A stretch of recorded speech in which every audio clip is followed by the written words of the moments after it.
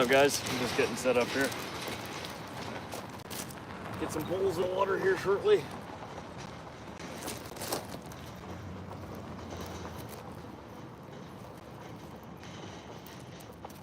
If I can get the pole holders in the ground.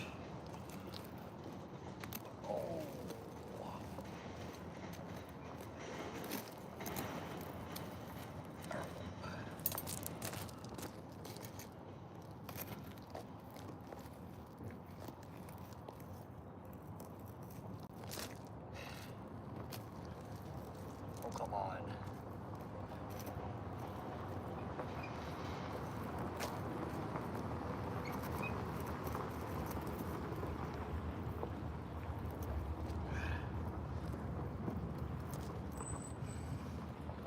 There we go. What's up, Sebastian? How you doing? Thanks for joining. Yep, we're gonna start out with carp, and if they're not biting, we're gonna switch over to walleye and bass. But yes, starting with carp.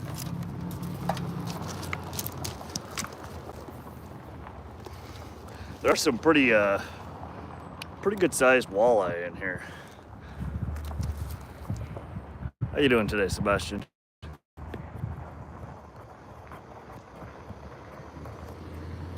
Oh, just getting everything set up.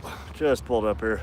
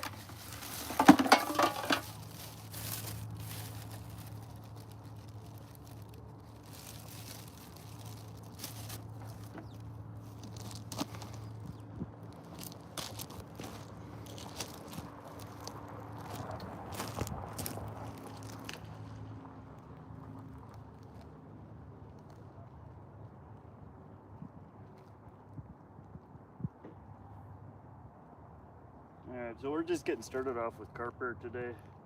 I forgot my, of course I forgot it, my bread dough. So for right now we're just going to use hot dog buns.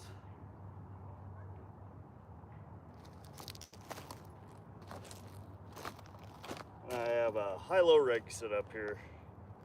So we got two hooks, top standoff and bottom standoff.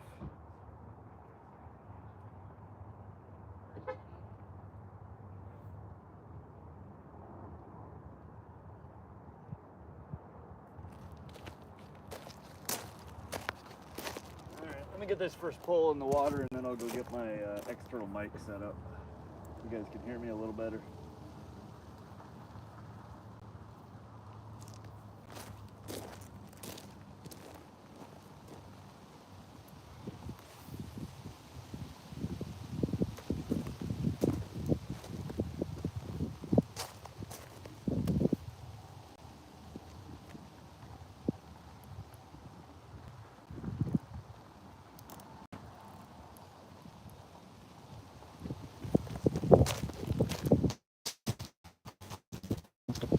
What's up, Krabby Man Jigs? Oh, good. Just getting set up here. Gonna do a little carp fishing. Got done with work early, so I figured I'd do a little bit of fishing. Hey, Mary, how you doing?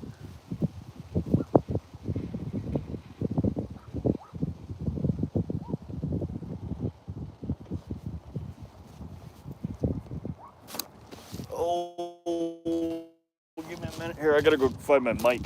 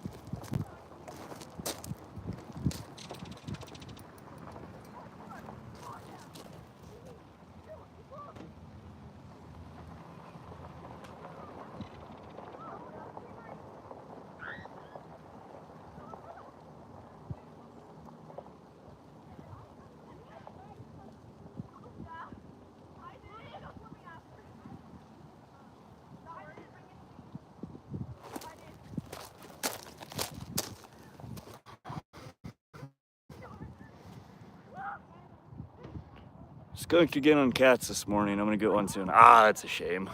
Yeah, keep at it, man. You'll get them.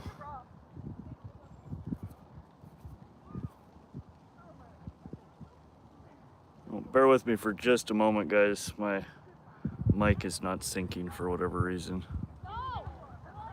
The live might pause for just a moment. I will be right back, though.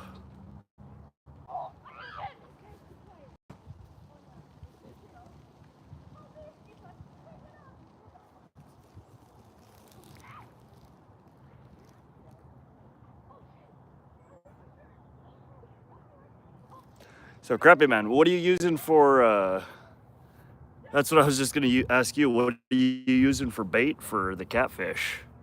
I've had best luck using cut bait. I usually use either white sucker or if I can get a hold of it, lake chub or creek chub. Right now, I'm just set up with hot dog buns.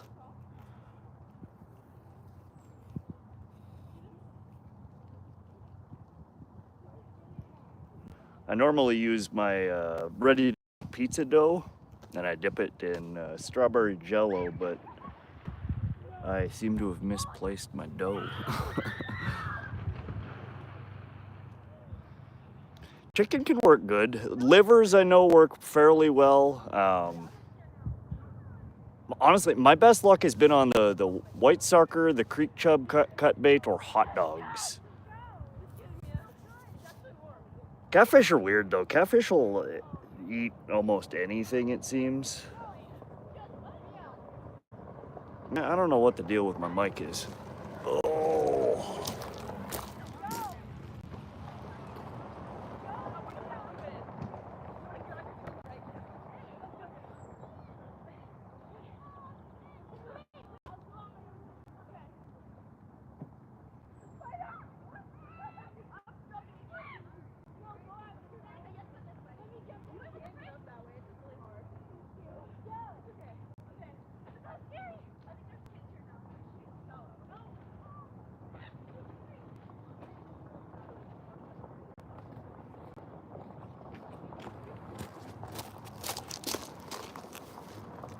You'd eat the hot dogs. Well, it's either you or the catfish. I think I'd save the hot dogs for the catfish. Another thing that's worked well is string cheese. It's hard as hell to keep it on your hook, but they love it.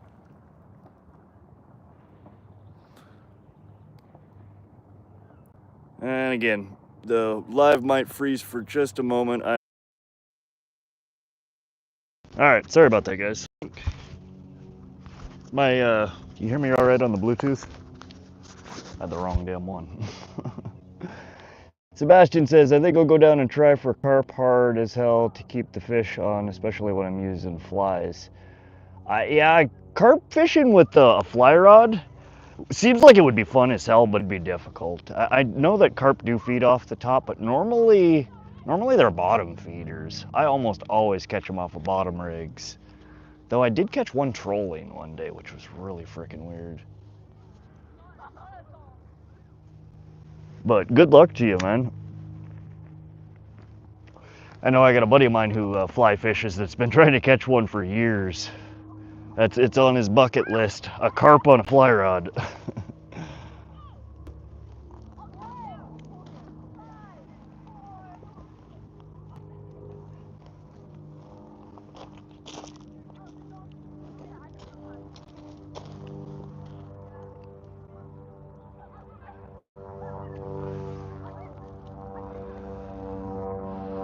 And I think actually I brought some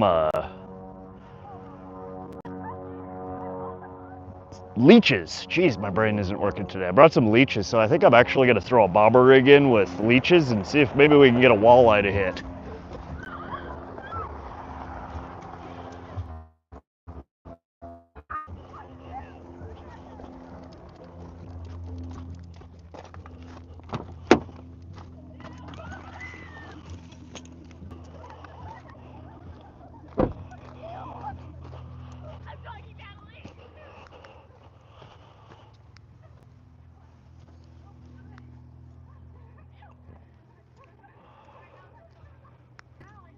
Just grabbing some leeches now in my bobber.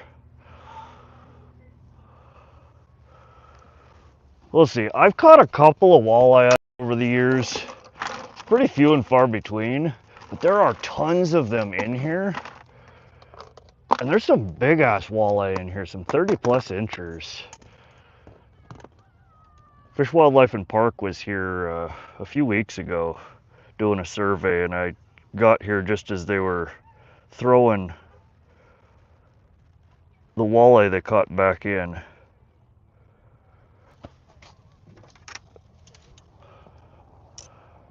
And they had a whole net full of 25+ inchers. What's up, Danny the Stinger Manny? Hey, CRH Fishing. How you doing? So we just got a leech rigged up. I know y'all are, ew, leeches, but walleye love them.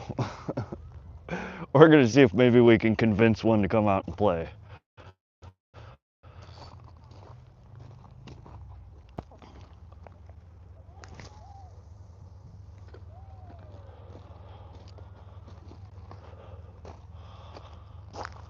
Oh, bear with me a moment here, guys. I'm trying to get my chair set up.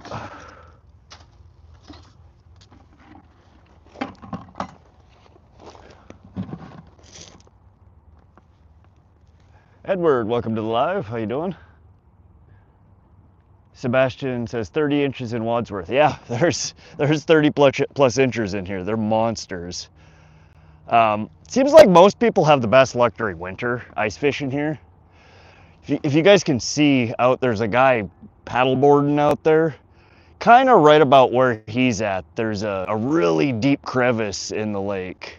It goes down to about 15 or 20 foot.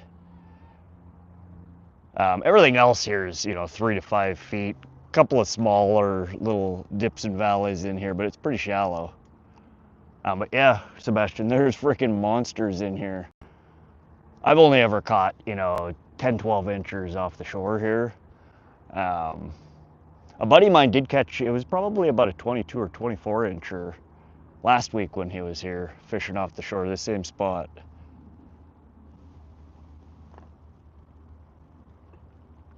Sebastian, are you from around here? I assume you are, if you know what Wadsworth is. Live, how you doing? It's warm out here today, man. We've had 2 days of pretty cold. I mean, it was like 50s, 60s, rainy, gloomy. Started warming up a little bit yesterday, but it was super windy. So today the wind has died down, the temperature is real nice. Time to do some fishing. Sebastian, oh, you're Stream Life, Fish Brain, all right. What's up, Stream Life? Been following you for a while.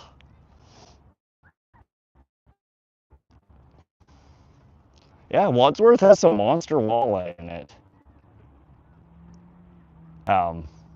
And a surprising number of them. Again, a few weeks ago when the Fish, Wildlife, and Park was doing their survey, they just had a boatload, a whole truck bed. They had the net, they were trying to pull them out.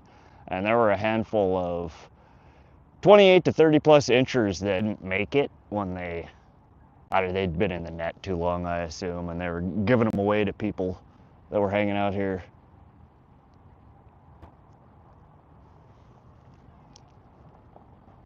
Usually I just carp fish here though. I forgot my secret carp bait though. What have we caught? Edward, we just got set up. I've been live for 15 minutes. Only probably 10 of which poles have been in the water.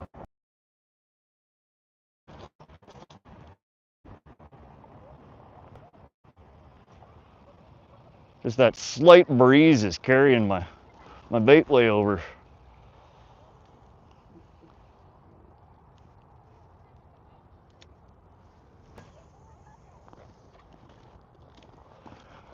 But Sebastian, yeah, so if you're stream life, you probably know Brian 406. That's who I was talking about. That's who's been trying to catch a carp with his fly rod forever.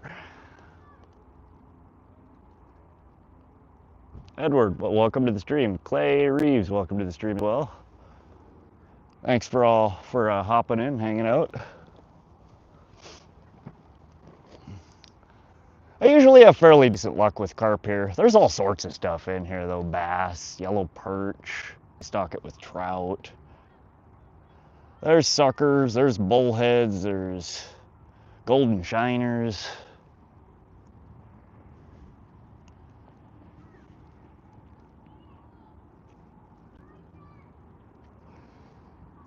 Stream life, it seems like you do a lot of trout fishing, I think, if I recall from your stream. He fishes up by Craig a lot. Yeah, he's religiously up there by Craig. That, and he rents those drift boats up there and floats down the Missouri. He catches all sorts of stuff. I never seem to have much luck from bank fishing in the Missouri. Once in a while I'll pull a pike or a trout in. If I'm going trout fishing though, normally I like to either halter, or recently I started fishing Willow Creek Reservoir. Holy crap, man, there are some big trout up in there, which is surprising because from what I understand, they drained that reservoir in 2021 and killed off all the fish. So just in 4 years' time, they have 23 to 25 plus inchers in there. I think I caught a 4.5 pounder the last time I was there.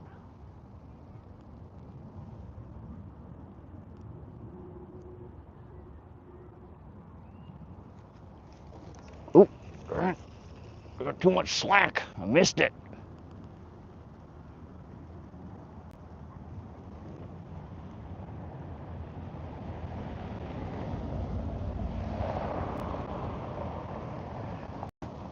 Target mainly trout, but I'm open to other species. Yeah, I like to catch a lot of different things. My main thing that I go after is northern pike and carp. I love to catfish. I'm trying to get better at walleye fishing. I've never been really good at walleye. Trying to improve my bass fishing. I'm absolutely terrible at catching bass. What I really want to get into, either later this year or next year, I want to try and get some lake trout. They are so big and such pretty fish. I went up to Lake Elwell or Tiber Dam on, I think it was Father's Day, and spent the day up there with my around. Apparently they have some pretty good sized lake trout in there, as well as northern pike. I got completely skunked though. But for trout, I do like catching trout. What I would like to get better at is catching brown trout. I've only ever caught a few brown trout in my life, and they definitely seem to put up way better fight than the rainbows do. Did I get it? Is there something on there? My bobber ain't coming back up. No, I missed it. And here comes the wind. Turner, Mary, all in here. They were a little bit ago. I don't know if they're still hanging out or not. Oh, all right, they're chilling.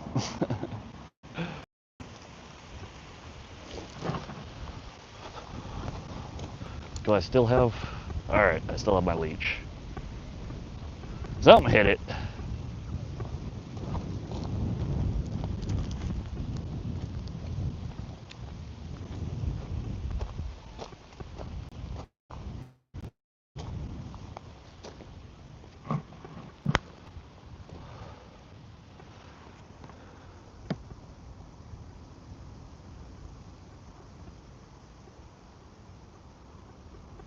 Can get Justin to talk to the other Justin. He may be managing mod on accident.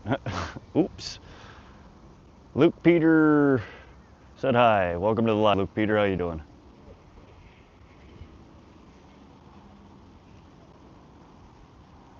Now, besides lake trout, I need to find a better Better spot. I want to catch bigger pike.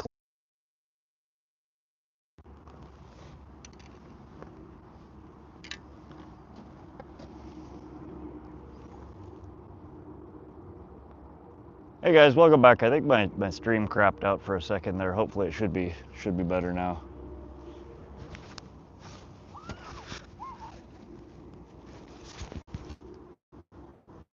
Can somebody know if you can hear me and see me all right? Would appreciate it.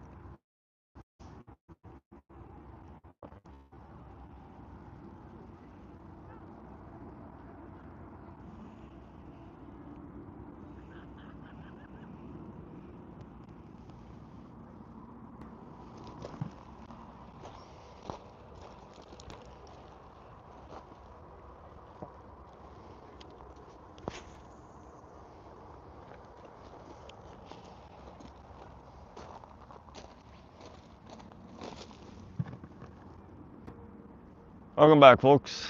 I seem to have technical difficulties streaming from this spot. I spent a half an hour wandering around the strongest signal I could, but 2 bars is all I could manage.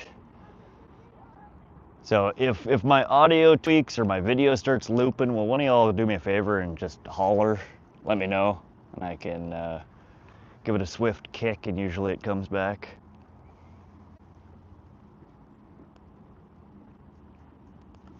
Oh, I gotta grab my soda. I am thirsty.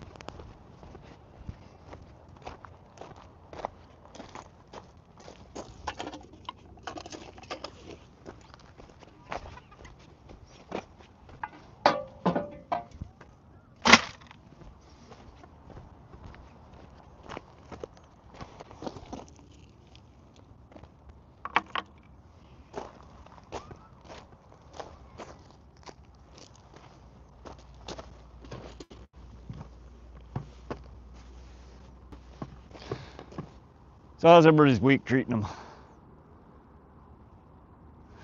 Anybody going out fishing today or this weekend? I'm trying to decide where I want to take the boat to this weekend.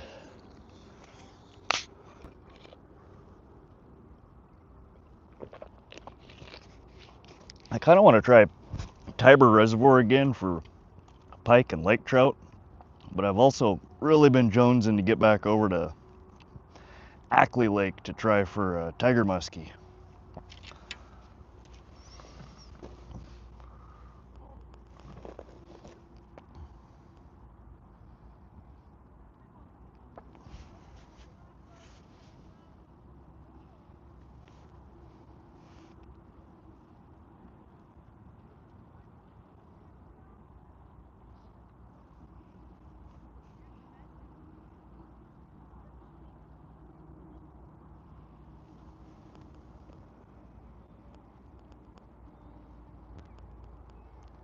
Zyro's Garden, what's up, man? How you doing? Welcome to the live.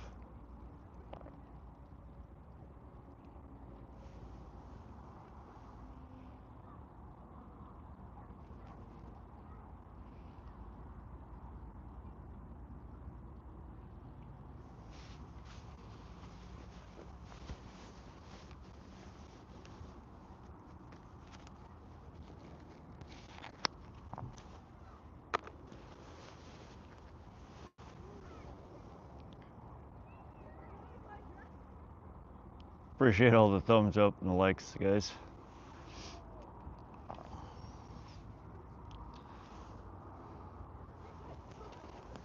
Be nice if I could get one of these bigger walleye to bite.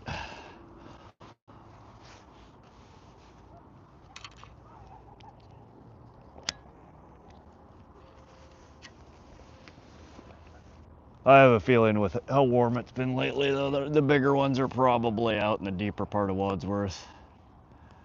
I don't know if they're going to be patrolling the banks here, the shallows. Fishing with Mid-South says hello everyone. Hey Fishing, how you doing? Jim Bob says hey. Welcome to the live, Jim Bob.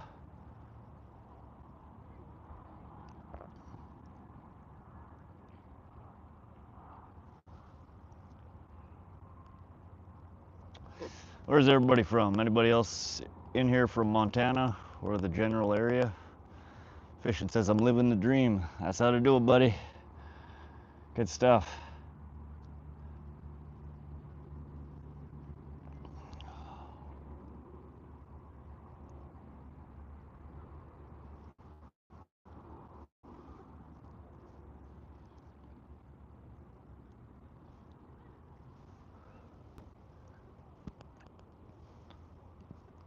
Brian Navarro says, off of Massachusetts, brother. I'm out here fishing, catching bass like crazy, boy. Heck yeah. There's bass in here. I've only ever pulled a couple of itty bitties out of here, though.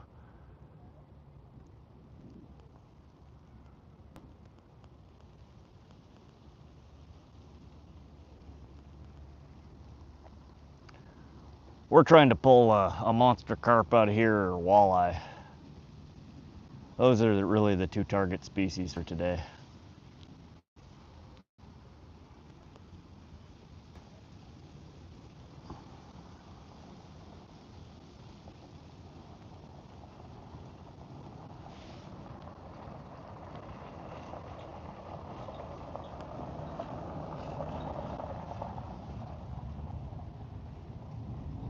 Wait a minute, do I got a 6-pound bass?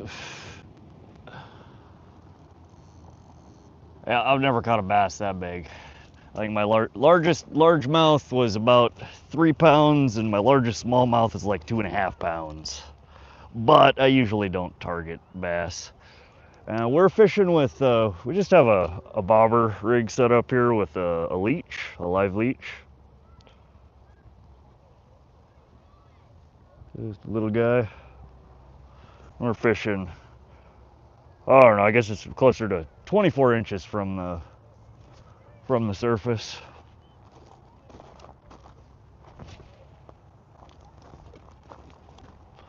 They're in here. I don't know if they're biting today or not.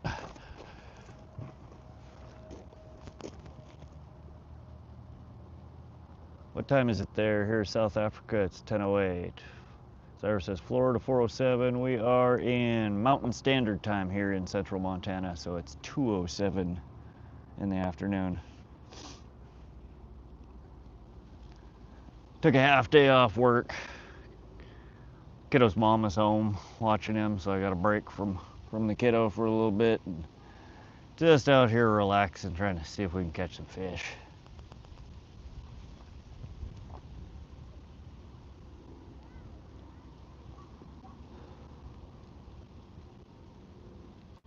I think my buddy caught the decent sized walleye here last weekend off of chatterbait. That's usually what he throws. Cindy V said hello. What's up, Cindy? How you doing?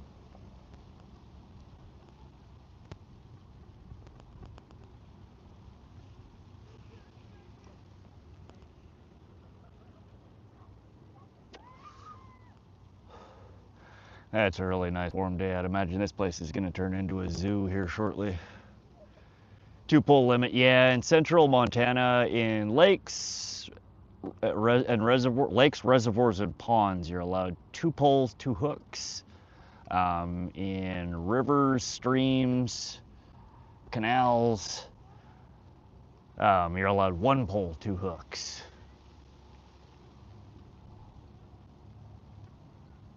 So you'll not nearly as often do I fish rivers and streams here, just simply because of the pole limit. Every once in a while I'll go target carp or pike in the rivers around here. But usually I'll fish ponds, lakes, reservoirs, because you're allowed more poles. And I like to I'll always have 1 pole soaking for carp.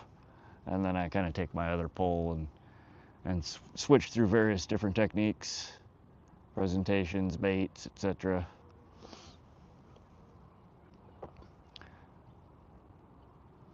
Jim Bob says, I'm in Joliet, Illinois. Been to Illinois. I don't know if I've ever been through Joliet, though. Minnesota, 1 pole summer, 2 pole winter. Okay, so yeah, in winter here, though, a lot of the places do increase the pole limits. When you're fishing through ice, there are a lot of water bodies here that'll allow, in lakes and reservoirs and ponds, they'll allow you up to 6 poles and 6 hooks. But only through the ice. If you go hour and a half northeast of here, you get into the Eastern Fishing District, and the regulations over there are way more relaxed. You can have 6 poles, 6 hooks in the rivers over there. So when I go catfishing, that's usually the direction that I head, so I can set out a bunch of poles.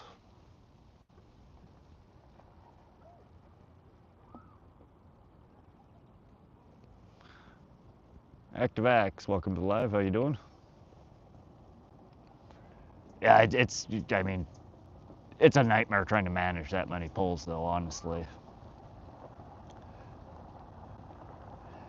I think they increase the limit because a lot of people will go out and set lines in the river,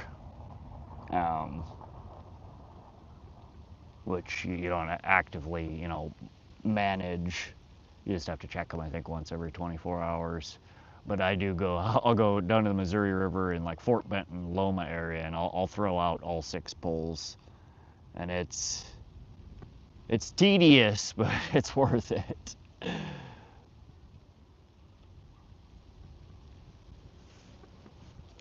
Oh. Time for the fish to bite. That's what I'm saying. We did have 1 bite on the bobber rig here so far. 2 bites, I should say. I missed them. I had too much slack on the line and tried setting the hook, and I didn't even pull all the slack out of the line.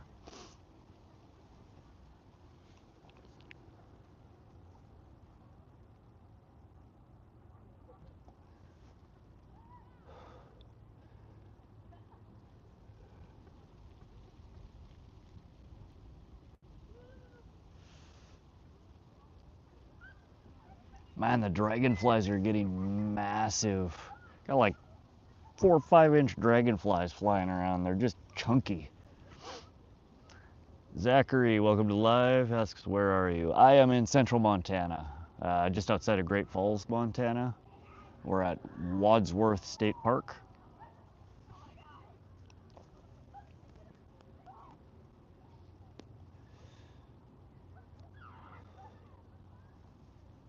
Most people come here to fish for walleye.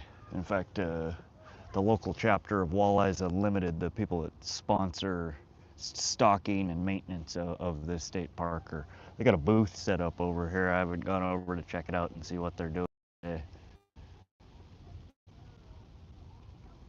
I know a couple of weeks ago they had a kids walleye fishing tournament here. They got a bunch of poles set out, so I don't know if there's another kids tournament or something going on today. Jim Bob asks, what type of bait is on the tight line? The tight line is bread balls. I just had hot dog buns today. Sadie Lamp Duo says, Cider streaming. Welcome to live, Sadie. I'm not sure who Cider is. Edward asks, you fish with braid? Yeah, all my poles, every pole I have is loaded with braid. These guys have 30-pound Advantex. I forget what it is. It's 832 or 834. Suffix Advanced braided line. All my trolling rigs, I use braided, leaded line covered with braid. So again, like the Suffix Advanced as well. The only time I don't fish with braid is for my leaders. Normally I'll tie on a fluorocarbon leader on a lot of my rigs. but I don't do mono. Mono breaks too easily.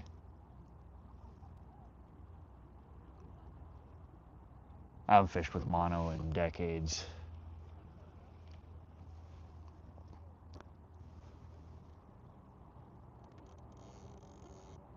Gabriel says, looks like the fish ain't biting. They're probably way down in the bottom because it looks like it's too hot. They're not even jumping. Yeah, it is pretty warm out. We have had a couple of days of fairly cool weather, so the surface temperature here should be slightly less than what it was, but it is. It's very warm. And unfortunately, most of this pond is pretty shallow, or this lake. Right out towards the opposite bank, which is, you know, a few hundred yards away, there is a deeper hole that goes down 18, 20 foot.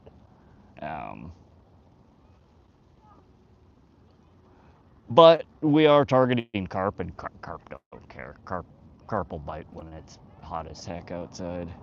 The second line here, I am targeting walleye, which they may not bite. Again, because the surface temperature is so warm. But thought I'd give her a whirl here. If we don't have any action on this pole in a little bit, I'll probably load her up with bread balls as well, or maybe worms for a bottom rig. But I usually do have fairly decent luck with carp here. Never pulled a monster out of here, but I do pull good numbers.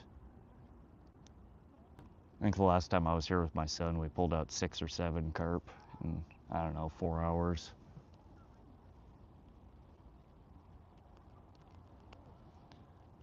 Beef blood and flour make it into a dough the carp will hit back to back. Interesting. Yeah, I'll have to try that. For years I fished with just bread balls, just, you know, mashed up bread, squished back into a ball, you stick the hook through it. Kind of like how this rig is set up right now with hot dog buns. Fairly recently I switched over and started using ready-to-bake pizza dough, dipped in strawberry jello, and holy crap, man, it works wonderfully. It's not very fun to use in hot weather like this because the dough just it's so sticky, gooey, it's hard to keep on the hook. If you can keep it iced, it's not too bad. But I'll have to try that. I might have to grab my dough, and because that would actually thicken it up a bit. Throw some more flour in it and some beef blood or something like you just mentioned. We're just on a clip bobber today. I'm clipped probably 12 inches above my swivel and weight, and then about another 12 inches a leader. I do prefer slip bobber, I just didn't feel like tying one on.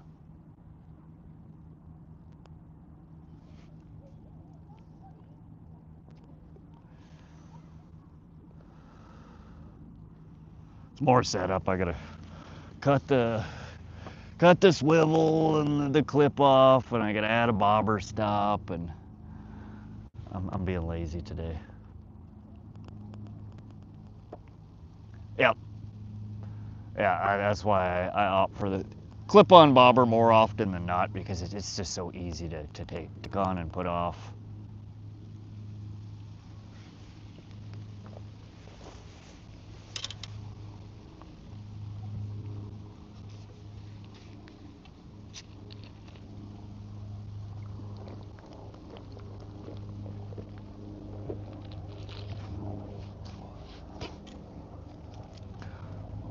If I were fishing a deeper area, I would definitely probably go with the slip bobber, so I could adjust the depth more easily.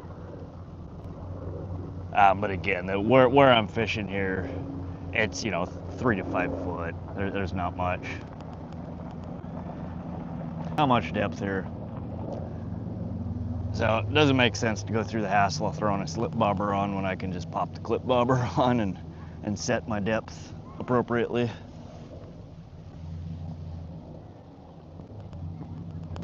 Whoa, 25 thumbs up already. Thanks, guys. Hopefully we'll get something on the line here fairly quickly.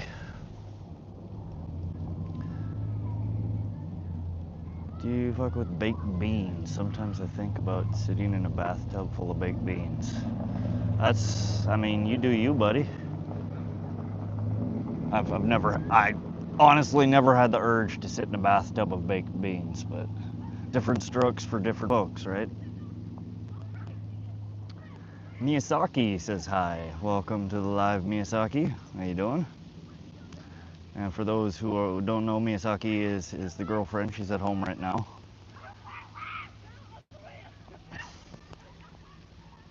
Corey, welcome to the live. We are in central Montana.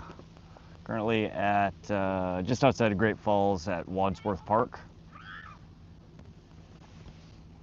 which is a walleye fishery. That's what normally people come here to fish for. And we do have a couple of fish jumping and eating off the surface, so there is some activity. I've had one little bite on the bobber rig here. In fact, looks like I must have missed a second bite because this stole my leech. So I'm gonna go grab another leech.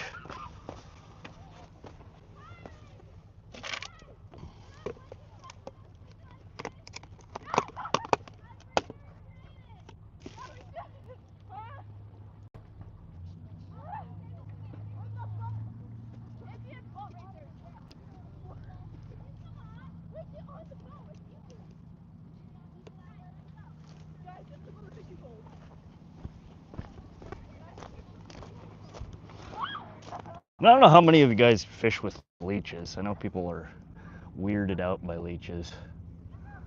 I think they're cool. They're just expensive. You get like I don't know, there's like 12 or 16 in a pack, and it's like $5. So it's almost 50 cents a leech. But for whatever reason, while I love them, and they don't tend to hit off worms very often. But if you ever do fish with leech, don't thread it back and forth through there with a leech. You only want to give it one hook usually, just right through, I don't know, a quarter of an inch down from its head, its little toothy spot. And just dangle it. And then it kind of wiggles around in the water. And the walleye love them.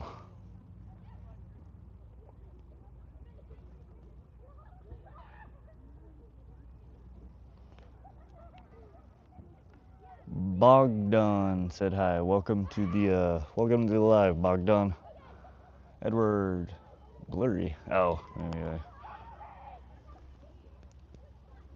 The reception at this spot isn't great, so my connection may kind of fade in and out. If it goes on a loop or the audio clips out, will one of you guys do me a favor and just say something in chat? Sebastian asks, do you own a fly rod? No, I have never attempted to fly fish. It looks fun, but it's just, like, you need all different gear. Like, none of the stuff I use for, conventional fishing carries over. And I already spend an obscene amount of money on fishing gear for my conventional rigs and my boat and trolling rods, and so that's just another thing that I don't think I'm ready to move into fly fishing quite yet. Maybe someday. It looks fun, and it's always frustrating as heck when the topwater bite's really good and I see the fly fishermen just pulling them out left and right, and I'm sitting here holding my rod catching nothing. Dr. Soda says, oh, yeah. Nope.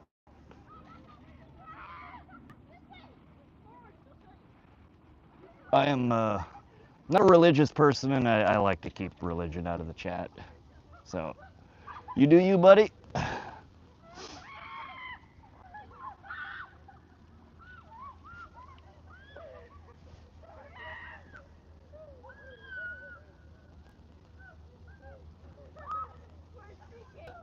Thanks, Crappy Man.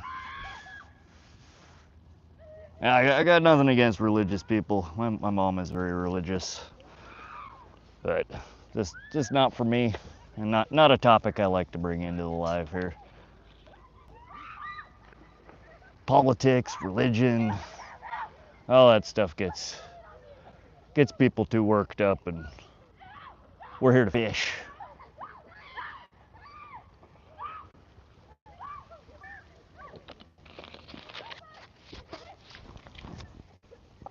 Fish and hang out and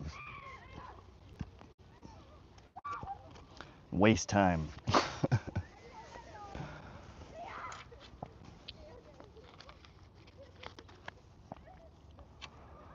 Nope, that is the exact reason I come fishing usually, is to relax and get away from drama.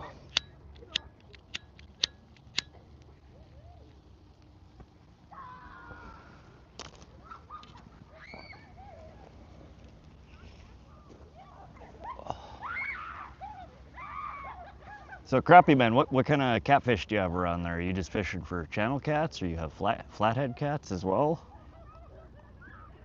I know Outfish has been posting blue cats.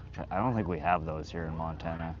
We supposedly have flathead catfish. I've never caught one. I've only ever caught bullheads and channel cats.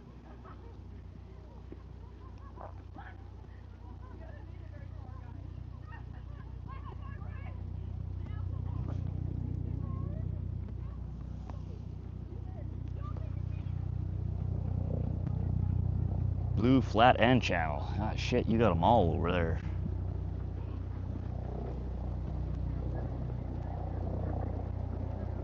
Mary says the fish don't care about any of that, right? Exactly. Edward asked, do you catch and keep? Sometimes. One of the only species that I truly like to eat is northern pike. I've kept a couple of walleye to try them. Walleye was good. I just don't catch them very often. Catfish, I'll keep. Channel cat, smaller ones. Channel cats are really good eating. But other than that, normally no, I catch and release. Occasionally I'll keep a trout here and there for my mom. She really likes to eat trout. But for the most part, the only fish that I harvest eat is northern pike. And when I go out pike fishing, when I troll for them, normally there's, at least one that you don't, that doesn't get a good clean hook set on it, so I end up keeping them and bringing them home. I did, though, the last couple of times that I've been out, I've switched to stick baits, like the Rapala original floater, or the Bandit Walleye Deep, and they come with 3 frickin' treble hooks on them, and man, they beat the crap out of them fish. Out of the 10 fish that I caught last Friday, the 10 pike, 4 of them I had to keep because they were hooked so badly. I'm contemplating taking at least one of the trebles off, and I might even take 2 of the trebles off. I've contemplated. I'm curious if any of y'all ever switch trebles out on, like, crankbaits, stick baits, stuff like that. Have you ever switched them out to a single hook? I've seen videos of people doing that for the specific reason, that they fish, catch, and release.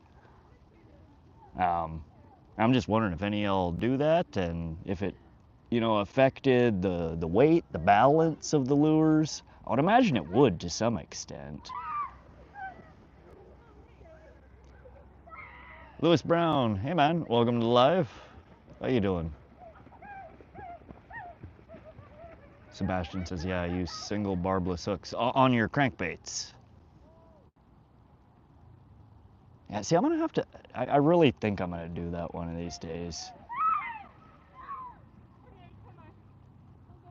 I hate losing fish, but I also really, really hate when, my goal is to catch and release, to not be able to release that fish.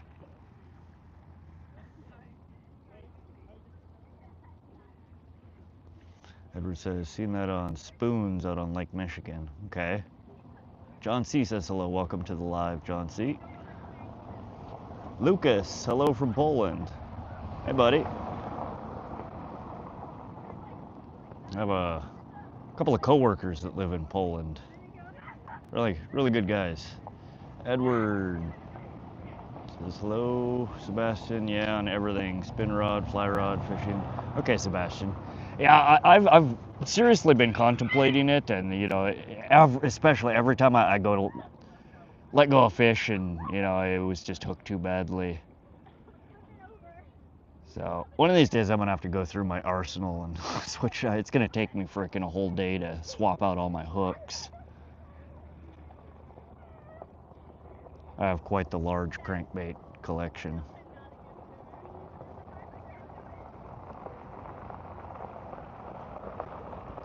Crappy Man Jigs asks, where are you, hold on a second. Are you from where you are, or did you move? I was born and raised here in Great Falls, Montana area. I did move away for a number of years for college and then for work. I moved back here about 3 years ago with Miyazaki and the kiddo.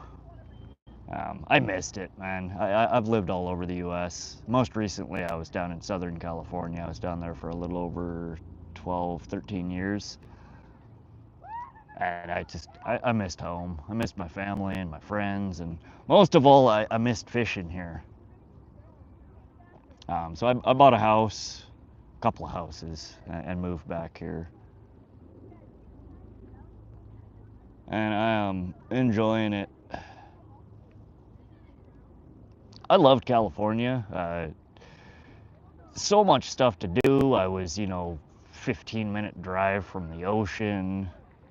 Wonderful food. There's always concerts, stuff going on there, but it's just too damn expensive. I wanted to buy a house and settle down a bit, and good God, man. The area that I lived, Orange County, Costa Mesa area, Newport Beach area, is, $1 million plus to buy a house for a dump. Absolute dump.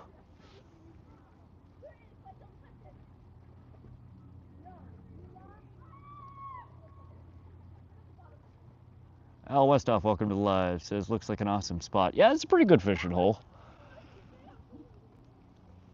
I've never had much luck with the walleye here, but we're trying. Lewis asks, could you tie a tiny sinker in place of the treble hook to keep the weight around the same? I've seen people do stuff like that, or oversize the hooks. It'd be a little bit tricky though. I have so many different kinds of crankbaits, sizes of crankbaits. They all take different size hooks, so I might have to toy around with that. If I do, and I think I'm probably gonna switch out trebles on at least some of them, I'll have to toy around with that.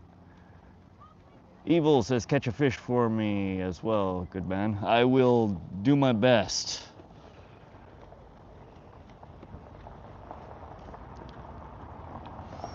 We'll try and get you a fish, Evil. Trying to catch up on comments here. Freeman said hi. Welcome to the live, Freeman. Corey asks if you've been to the Northeast before. Furthest Northeast that I spent any amount of time was probably Pittsburgh, Pennsylvania. I spent a few months there. A little bit of time in Ohio. Everywhere else in the Northeast I've just driven through. I never really stopped, and I had no reason to do anything there.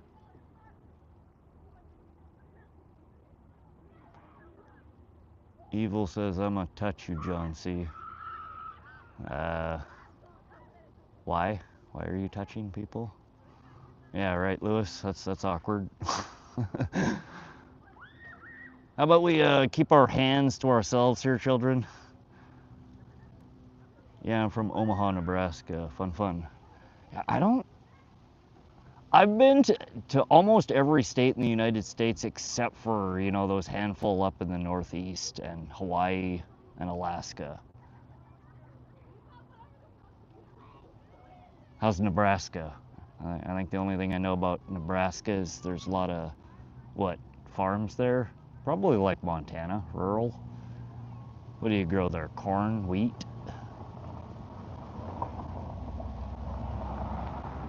I have no idea.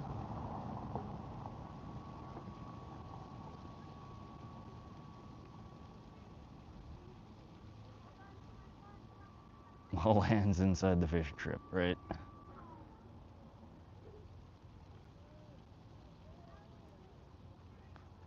Al Westover asks, what state's this in, brother? Sorry if you already said. Oh, it's all right. We are in central Montana.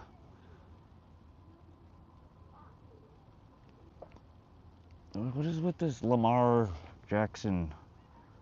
There's your Lamar Jackson edit. We are here, my friend. We are in central Montana. This is Wadsworth State Park, just outside of Great Falls, Montana.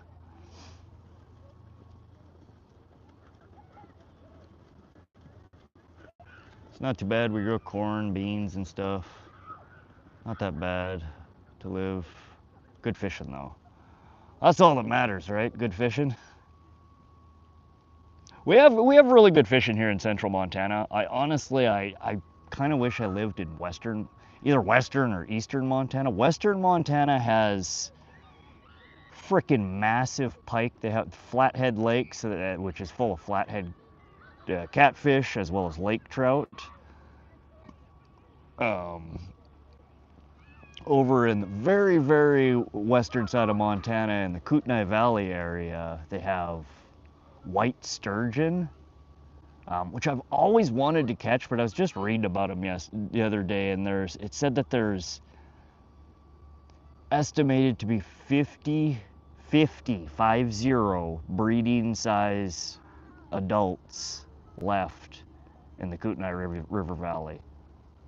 And after reading that, it kind of makes me not want to target them anymore. There's only 50 of them left. I would feel so terrible if I ended up freaking killing one of them.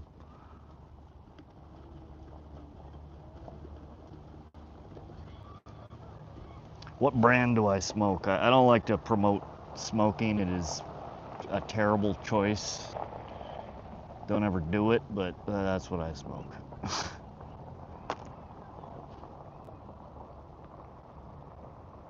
Oh1 Sabe says, coming turkey here, fish very big and very good. Yeah, I have seen, so I use an app called FishBrain. Great app. If y'all use it, you should hit me up on there. It's at Vox, V-O-X. And I subscribe to specifically northern pike catches and muskie catches in my stream. And yeah, man, y'all have some amazing pike over there. Like just behemoths. People are posting, oh, only got a 15-pounder today, or oh, this 20-pounder, it's nice, but I'm still going for that, 50-plus incher. And I'm over here pulling 6-pounders out.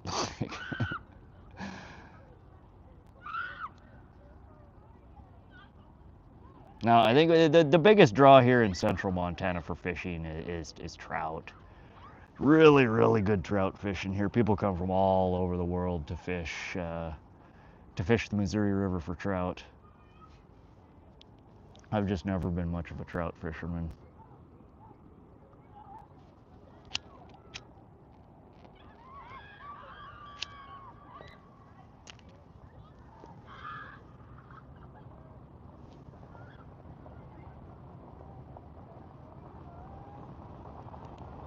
The short bus stopped out front and dropped off a load of childish trolls, right, Lewis?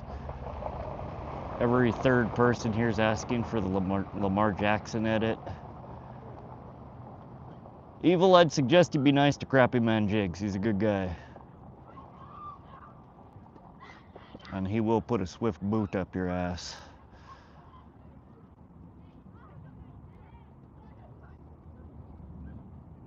What's that screaming in the background? We're at, it's one of the only local ponds here in the Great Falls area, and a lot of kids come here to swim and play.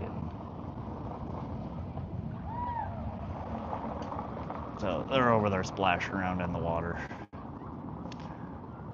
Ajero asks, are you on Instagram or Facebook? No, I've been thinking about starting an Instagram to kind of cross-promote the channel, but I do not currently have... Ooh, is that a bite? Nah, weed beds. Sorry, I got excited. I caught a weed. Now, currently I'm just on YouTube and FishBrain. FishBrain, you can go to fishbrain.com/angler/Vox, VOX, or if you have the app, you can look me up at VOX.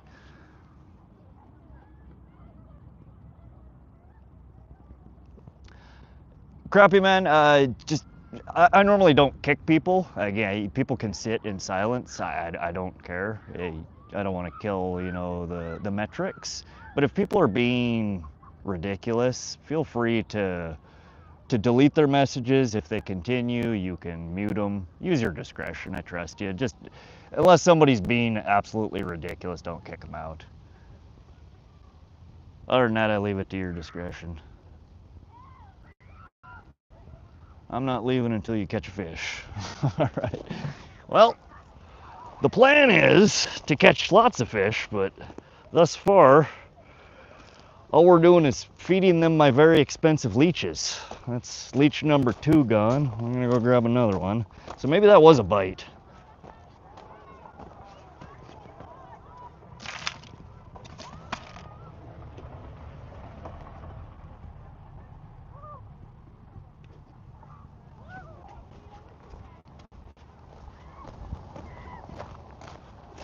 But yeah, crappie man, the Lamar Jackson shit, all that, you can just delete those comments. If people come in here with religion or politics, again, just delete the comments. If they continue, you can time them out. If people are, you know, being just completely hostile and rude, feel free to kick them. But as you know, metrics are important here on YouTube, so I try not to boot anyone if I don't absolutely have to. All right, which side's your head? There we go.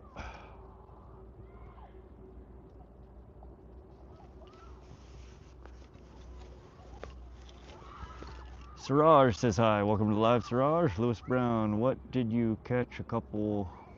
Wait, what did you catch? A couple basketball, a 6-year-old, and a couple suckers. A basketball? You caught a basketball? Jace asks, what's your favorite lure? I'm partial to crankbaits. It depends on what I'm fishing for. My normal targeted fish that I go for in water bodies is northern pike. And I stumbled across a crankbait last year that was just absolutely killing it on every water body that I threw it in. It's called a Bandit 100 series. They have the Bandit 100, 200, and 300 series. They're just short, fat. In fact, I have one sitting right here. I took it off my pole to throw the bobber on. Oh, it's a little tangled up here. Let me show you. Hold on.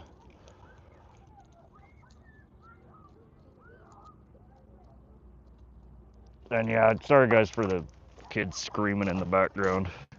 Oh, pike love this dang thing.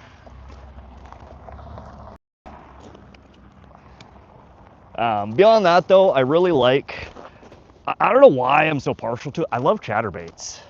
I've caught almost every species of you know, aggressive fish that you can think of off of a chatterbait.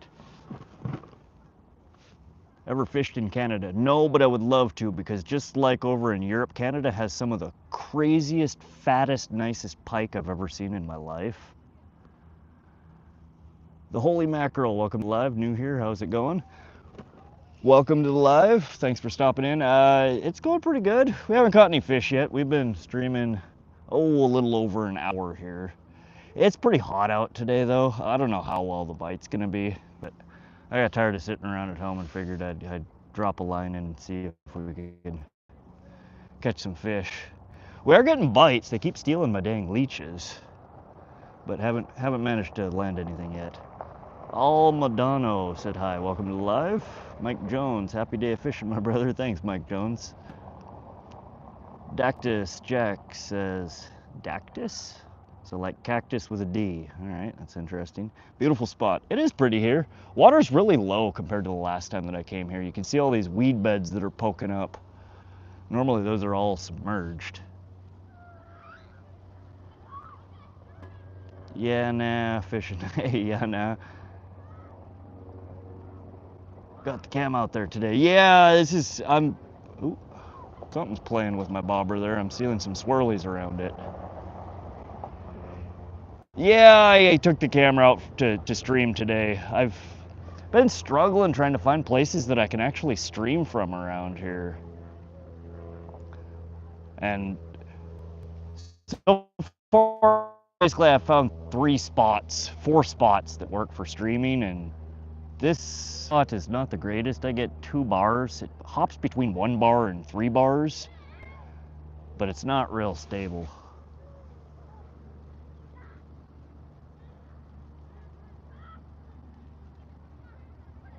Donald asks, what are you fishing for? We are fishing for carp on this line. We got bread balls, and then on the pole that I'm holding, we have a bobber and a leech. We're trying to entice the walleye to come out and play, but they've just been eating my leeches. Amy Jackson said hi. Welcome to the live, Amy. Thanks for stopping through. Danny, what's the score? When you said that, I don't know if y'all are familiar with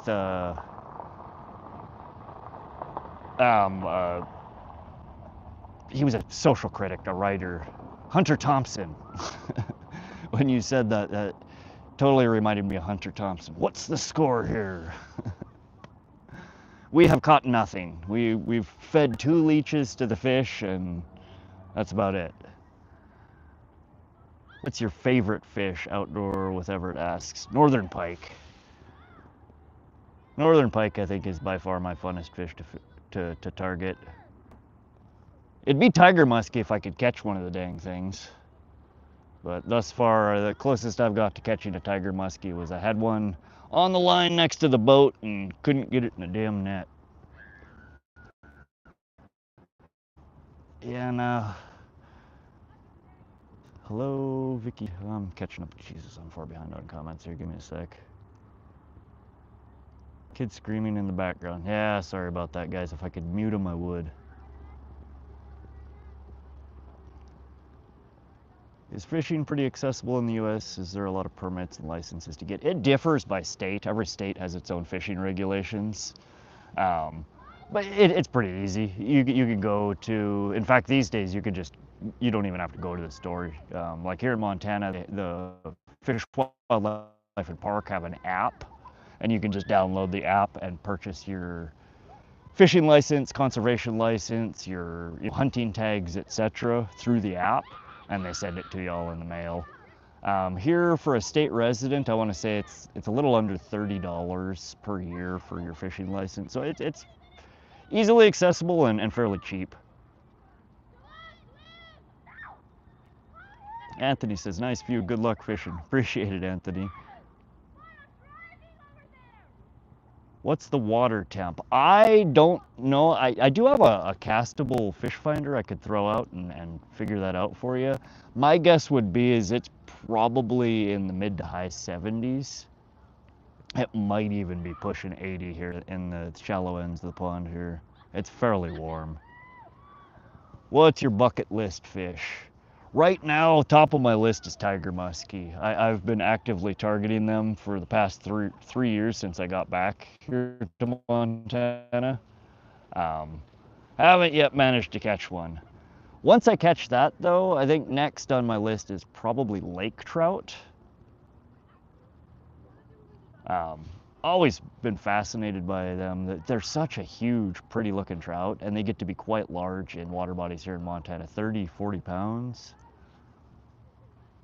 King Cobra says, boring. Well, I'm sorry, we're boring you, man. There are plenty of other places you could be on YouTube if you're bored. Taha says, hi, where are you from? Central Montana. William asks the same thing. Yeah, we're at Wadsworth State Park, which is in central Montana, just outside of Great Falls. It's a fairly small lake. I don't even know why they call it a lake. It's technically a pond, in my opinion. I want to say it's about 25 acres. So it's not tiny, but it's not what I would consider a lake.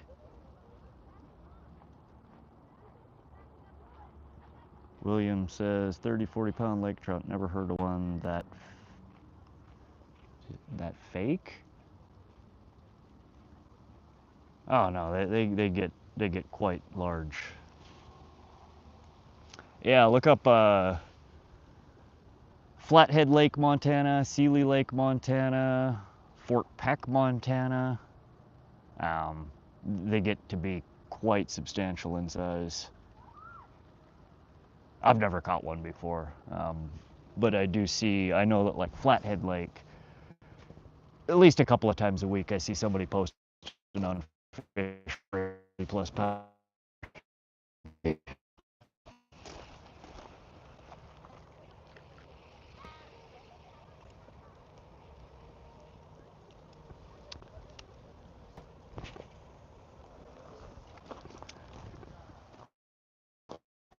Oh hell, that I might have a leech off. Oops. We'll let her soak for a minute here and then I'll pull it in and see.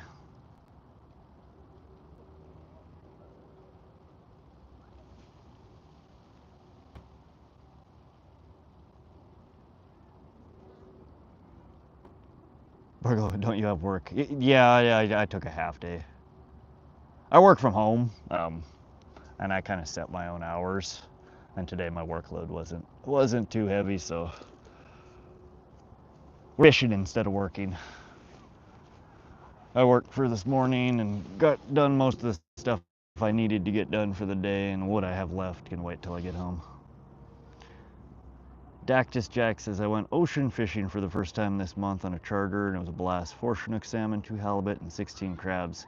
Ah, that sounds so fun.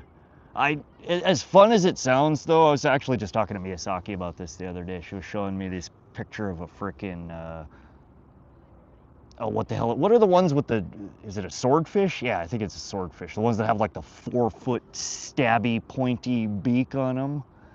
And this fish was like,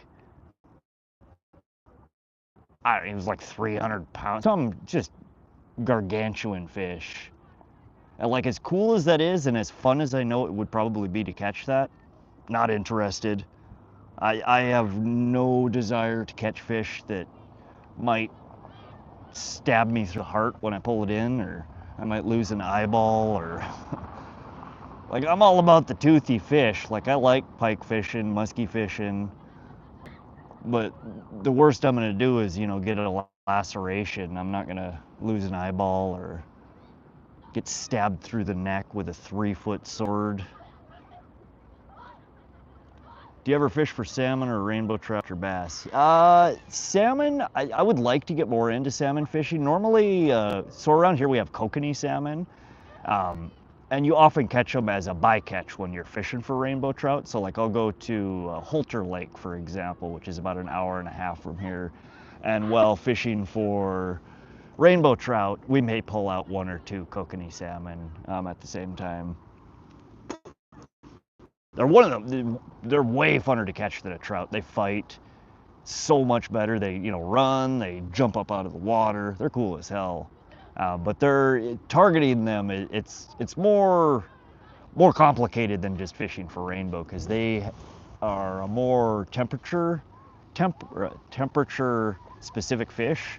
They tend to be, you know, what was it, between 53 and 58 degrees, I think the thing that I was reading was saying that they prefer, which in a lot of the water bodies around here, 50 feet, it's tough to target without daggers.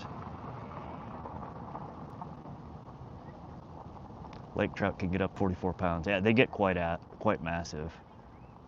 Halibut fishing would be fun. I know halibut is a delicious fish to eat. They get huge though. Like, I don't know if y'all see me. I'm a pretty small statured man here. I mean, I weigh, you know, 110, 115 pounds soaking wet. Like, I'm not built to reel in a fish that weighs 500 pounds or 300 pounds. Like, that just doesn't sound that fun to me. How deep is it right there? Oh, it's like 3 to 5 feet. It's pretty shallow. And I'm falling behind on the comments here. I really hope you catch a 20,000 pound fish. Thanks, little big queso. Yeah, I don't think there's any 20,000 pound fish in here.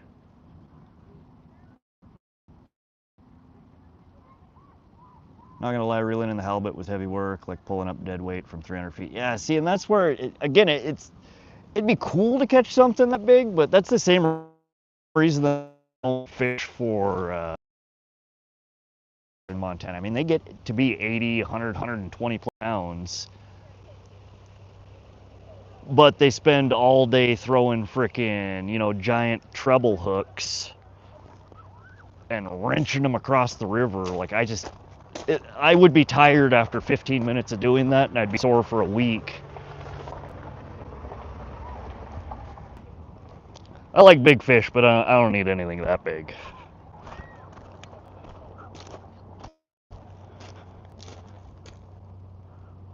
We are on leech number 4 here.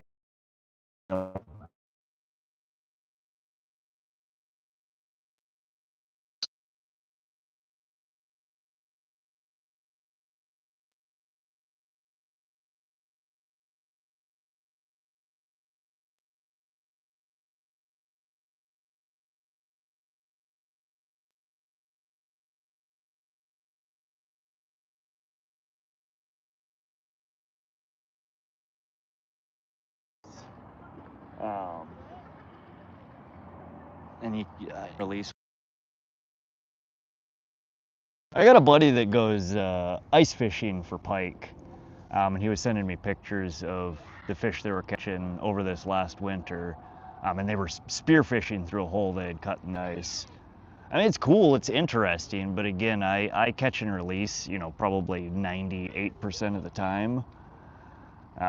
So doing something like that, you have no release, so that's half the fun for me.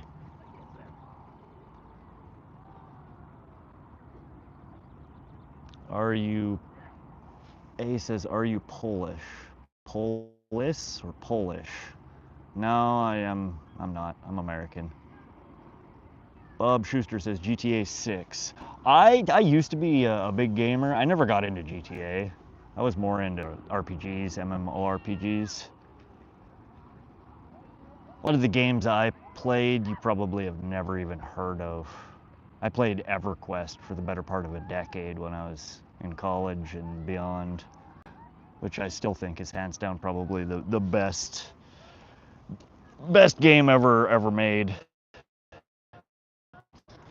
Way back in the day, God, I used to love Diablo 2. I played Guild Wars for a while.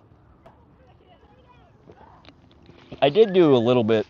I got into first-person shooter games for a while, like Call of Duty, stuff like that. I sucked terribly at it. I had a blast playing, though. But, I don't know, the past decade or so, I've kind of weaned myself off of gaming.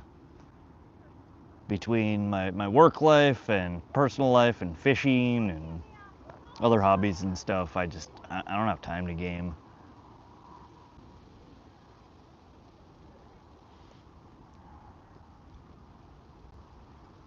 Mike Jones says, I never asked fish before, but would like to. I'm talking offshore with tanks on. Yeah, okay. Ice fished, okay. Yeah, I've never ice fished either. It looks fun. I don't like being cold, which is a ridiculous thing to say when I'm from Montana and half of our year is literally like ridiculously cold. But my buddy, he's got an ice tent and they have heaters and stuff in there. So he just said, they're in, t-shirts and freaking jeans when they're inside the hut, that it's not cold. So if it were like that, I might not mind it. Crappy Man says, ew, LOL. World of Warcraft had me. See, World of Warcraft is a game that was modeled after EverQuest. Most MMORPGs you see these days took the blueprint from EverQuest and ran with it. EverQuest was the original, and it's the longest running MMORPG in history. It was created over 20 years ago, and they are still releasing patches and new expansions for it, which is insane. It looks like butthole. I mean, it's terrible, terrible graphics compared to what most of the games are these days. But the engine, you know, that the game runs on, and just the mechanics of it were brilliant, and they still are. It's a wonderful game. You got to be very prepared for ice fishing to be comfortable, which is pretty difficult here in northern Canada when it's 30 below. Yeah, Dak, to see that here in Montana, it's like that as well. You know, we're basically in Canada. I mean, I'm 120, 140 miles from the Canadian border. And not only do we get the snow and the cold, but we get the wind. So even if it's not actually 30 degree, you know, 30 below outside, when the wind picks up, it feels like it is. And then when it is 30 below outside, the wind picks up and it feels like it's, you know, negative 60, negative 70. And I tell people, and unless you've experienced, you wouldn't understand it. It hurts to go outside. Like within seconds, your skin, your fingers, it's just you start to ache. You can feel that shit in your bones. It's not pleasant. Play RuneScape now, old school. I want to say I played RuneScape for a very short period. A buddy of mine was playing it and wanted me to download it. I think I played it with him on and off for a couple of weeks.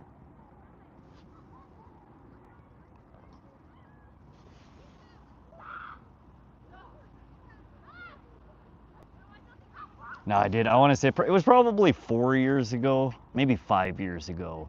I downloaded EverQuest just for the heck of it and started playing. I played probably another couple of months, messing around with the new expansions and just making sure my character was still there. It's there.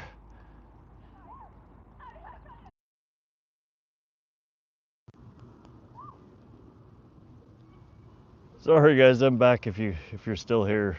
Phone overheated. It's too hot outside. I just went and grabbed an umbrella out of the truck and I'm trying to rig her up here.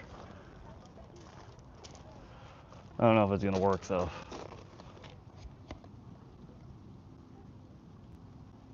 Sorry guys. Yeah, I didn't anticipate my phone was gonna overheat. I haven't had that happen on my streams before. Now I have. So sorry, we're gonna be a little wiggly for a minute here, trying to wrap a full-size umbrella at the top of my phone holder here.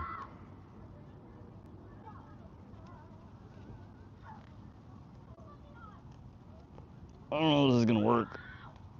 We're trying though.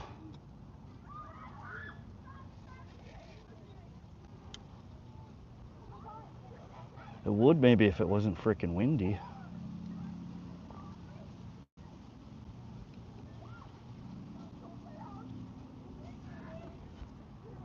Sorry, give me a minute.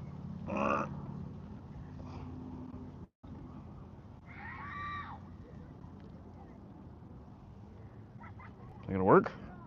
All right. Till a wind gust carries it away. All right. Sorry about that, guys. Can you hear and see me all right now? You good?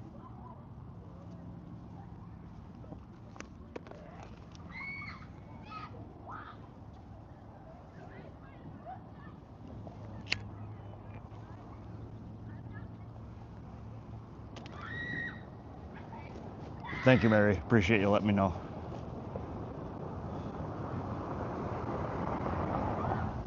Yeah, I've seen other streamers with like tiny clip-on umbrellas that they use, and I never really thought much of it, but apparently I need to get one.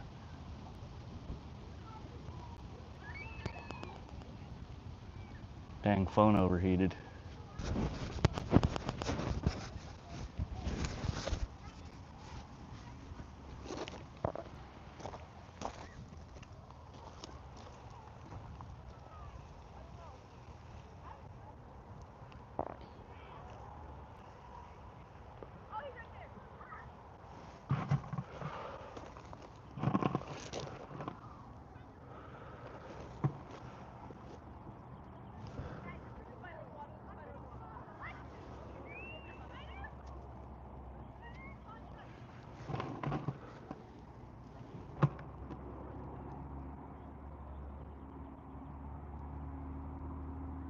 So Mary, do you go fishing with Crappie Man, or are you not much for fishing?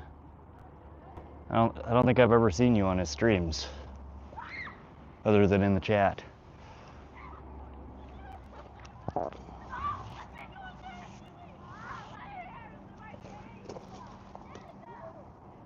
You do, you love fishing, okay. What do you like to fish for? I assume Crappie Man's thing is crappie, hence the name. Are you also a crappie fisherman? Crappie. A crappie angler? Fishing Geek, good afternoon everyone. Hey Fishing Geek, welcome to the stream. How you doing today? Not in the summer though, yeah. I feel you on that. It gets rough in the heat. I put up with it though. I couldn't tell you how many times I got sunburnt last year. Like normally I'm a pretty pasty white dude, and I was brown last year. I definitely did not look like a white man anymore. I've managed to only get, other than on my face and my neck, this year I've only gotten sunburnt elsewhere on my body one time. I made the mistake of forgetting my fishing shirt, and I had on just a hoodie, a black hoodie of course, and it was just so hot I had to take it off, and I was wearing a tank top. And man, 30 minutes into the stream, people are like, "You're turning red, dude, you alright?" Yeah, just turning into a lobster, don't mind me. I go from Casper to lobster in under an hour. Oh, they pulled the old switcheroo on me.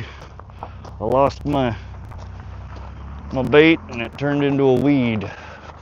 Fancy.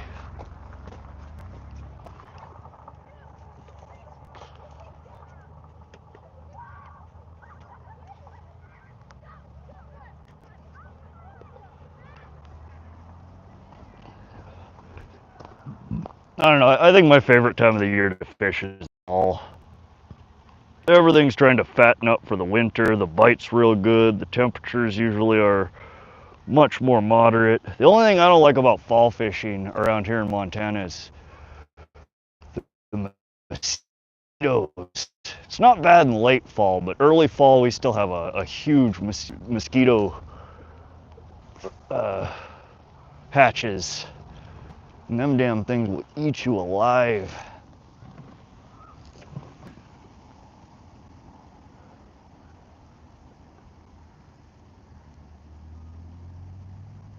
And it says, honestly, whatever bites, but my preference is catfish. All right, that's a good choice. I do love fishing for catfish. Unfortunately, though, the only catfish I have that are really in the Central District are Central Montana Fishing District are bullheads.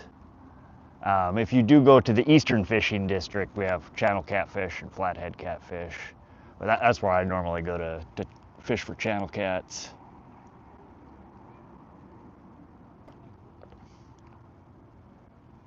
I think the biggest...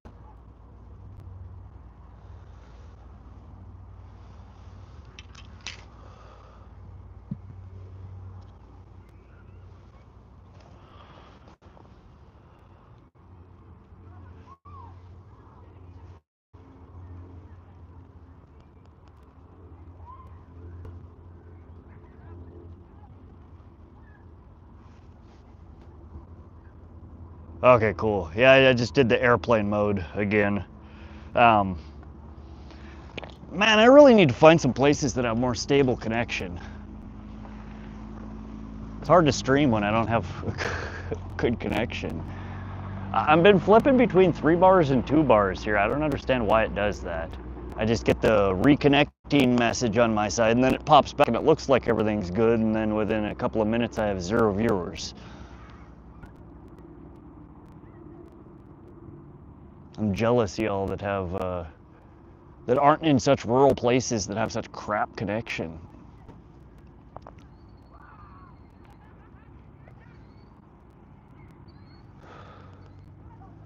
Tony, welcome to the live. Tight lines. Thank you, buddy.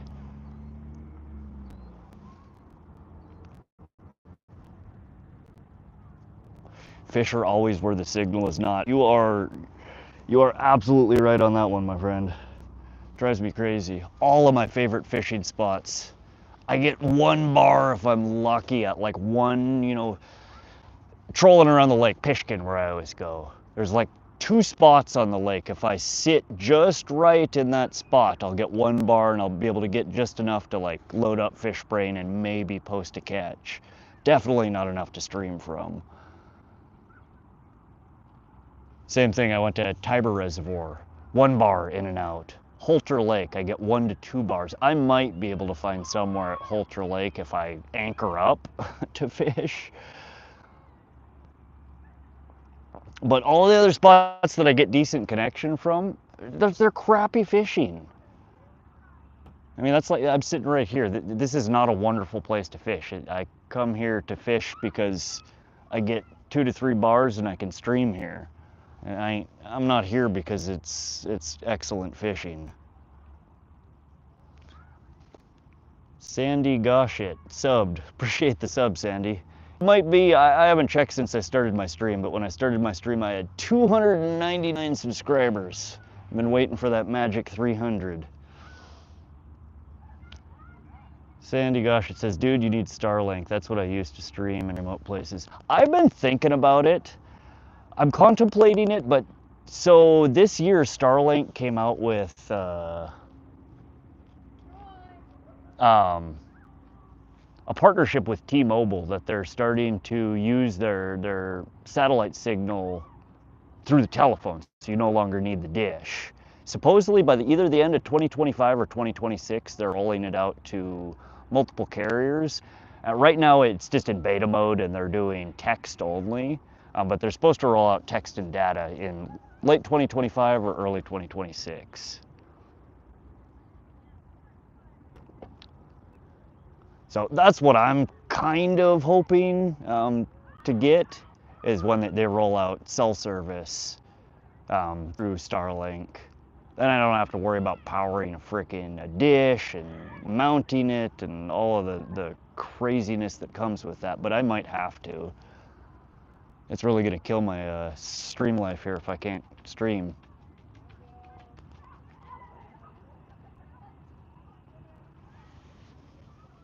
Good Lord.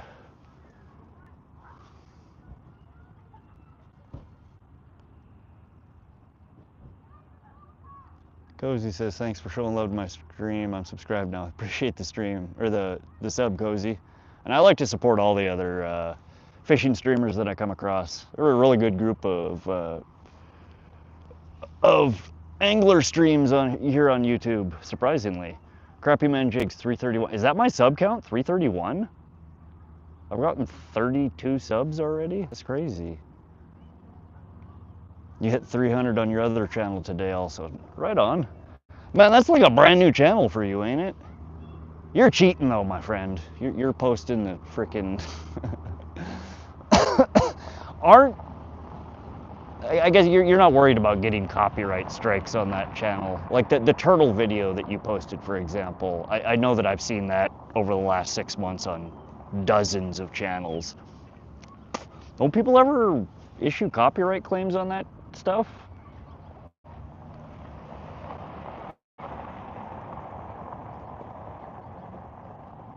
Ryan Kendall, how'd you choose your glasses today? I'm not sure about the shade and how you can see fish. These are my prescription glasses. Without them, I can't see 2 feet in front of my face. They're transition lenses though, so when the sun comes out, they darken, and when the sun goes away, they lighten back up. Sadly, you only gained 30 subs from 100. You're up to 100K views on that video already? Good Lord. Yeah, I can't copyright if they upload it and tick the box for free. Okay. That makes sense. No, I spent all day yesterday editing a video. So I had mentioned before I use that vidIQ site. And they have an AI coach on there. And so I gave it the footage that I have, the weed-covered lures and stuff, and basically asked it to make me a video or tell me how to make a video, and it walked me through step by step, you know, where to cut it, what to put the text, where to put. So basically, the video that I posted today or this morning, 100% AI, and it's tanking. It's not doing well at all. I figured I'd give her a shot though. Now I stopped at 40K. I have 2 others that are 30K. Okay. Yeah, from my videos, my shorts, I've had very few subs. Almost all of my subs, after I started, the first 50 were the frickin' hardest because it was all from videos, content, hanging in lives. But all my subs since then, I mean 95% of them are all from lives. People come in and sub. Seems like the lives are the ticket, not the shorts or the long content.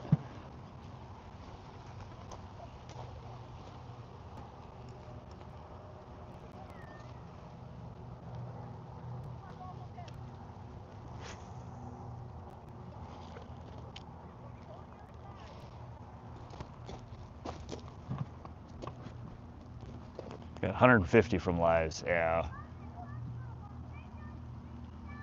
I don't know, maybe if I could actually figure out the key to a viral video, I might get more from my videos, but my long form content, I don't think I have a single long form video. I mean, I've only got like 5 or 6, but none of them even have 100 views on it.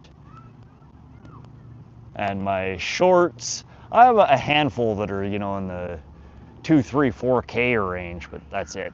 That's all I've managed to muster. But I still think with the underwater content, like you were saying, that if I can figure it out what exactly the algorithm is looking for on that should be my ticket. And that was a bite, but I didn't feel nothing, but my bobber completely disappeared and was just gone.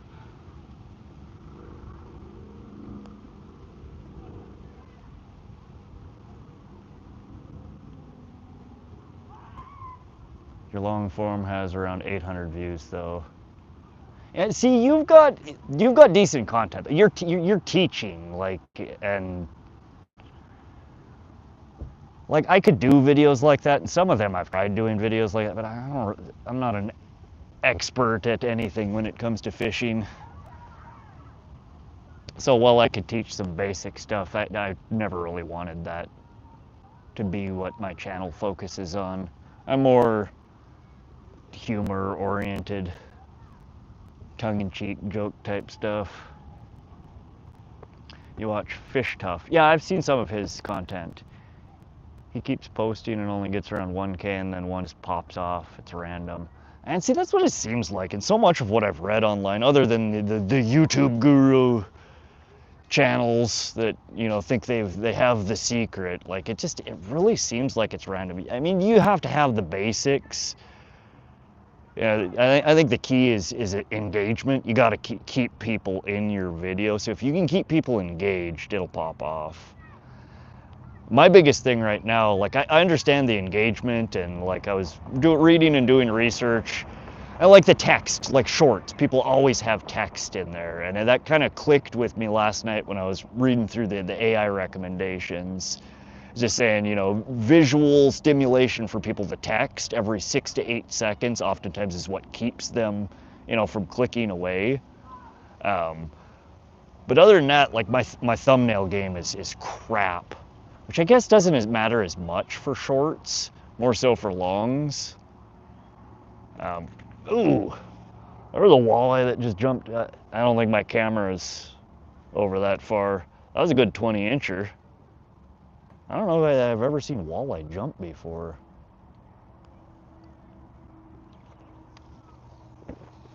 If you want to email me a random pike chase, I'll try one out on my other channel. Yeah, I could throw you a few raw videos and see if you can make something of it.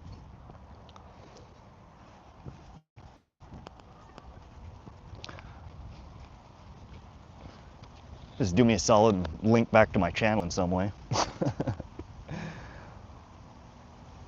But I've honestly been curious to see what other people would do with the footage, because I have no idea what the hell I'm doing. I'm learning, but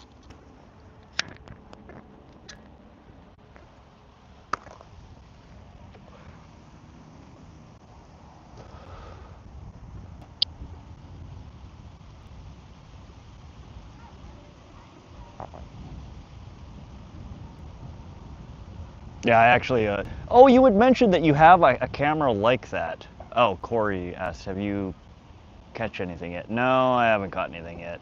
We've fed 5 leeches to the fish so far, and no action on the carp pole.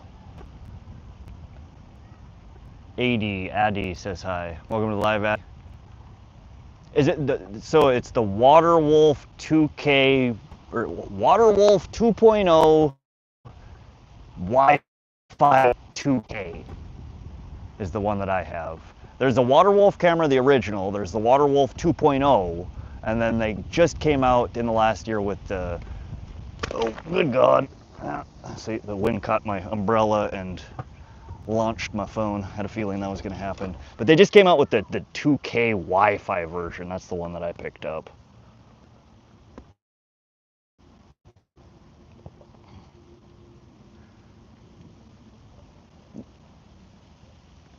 You got it as a sponsor last year, right on.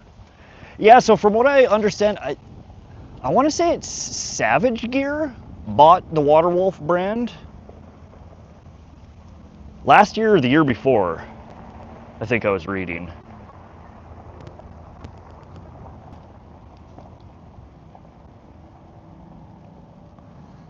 So it's actually a big company that owns it now. But there's a half a dozen or so different ones on the market right now, and all of them, some of them that have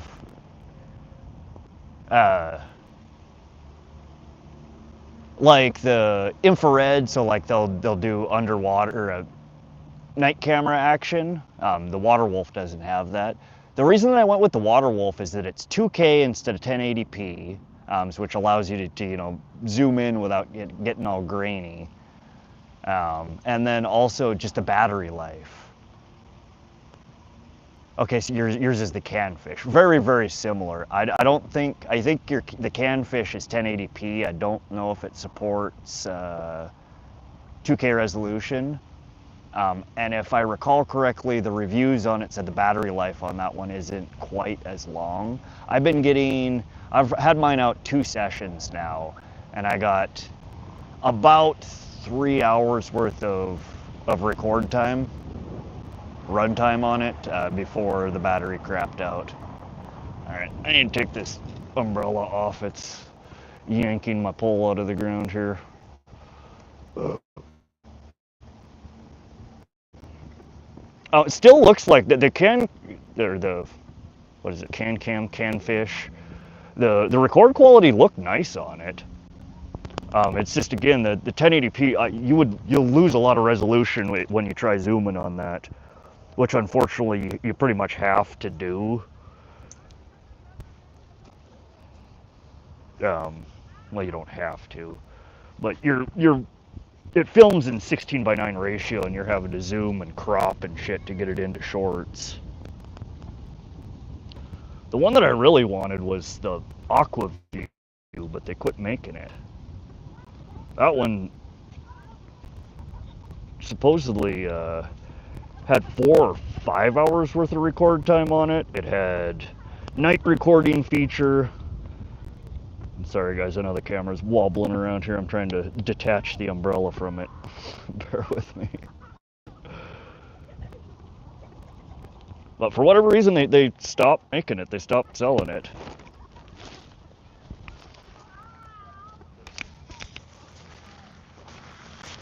But I actually just picked up a second one of the Waterwolf. Waiting for it to get shipped to me right now.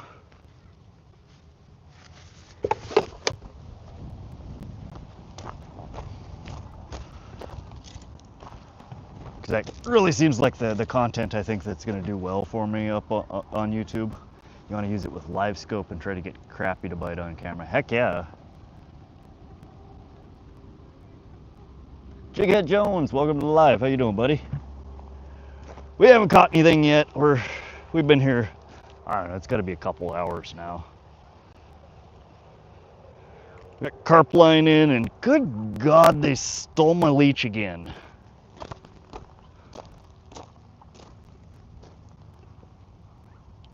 Yeah, the live, that'd be some cool footage if you could rig that up and get some videos that way. I want to try using it for, I should have brought it here today for carp fish, and I want to rig it up. I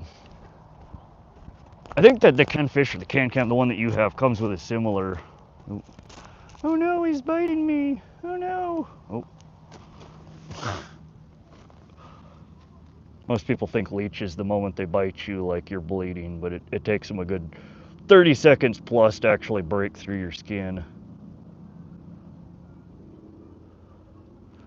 But no, the water wolf, I think a lot of them come, it's got like almost like a bobber, like a styrofoam thing, like a beer koozie that you can stick it in, and you can get it to float on top of the water and get like a down angle on it. That would probably be, I would assume that's how you would rig it up for catching with the live scope.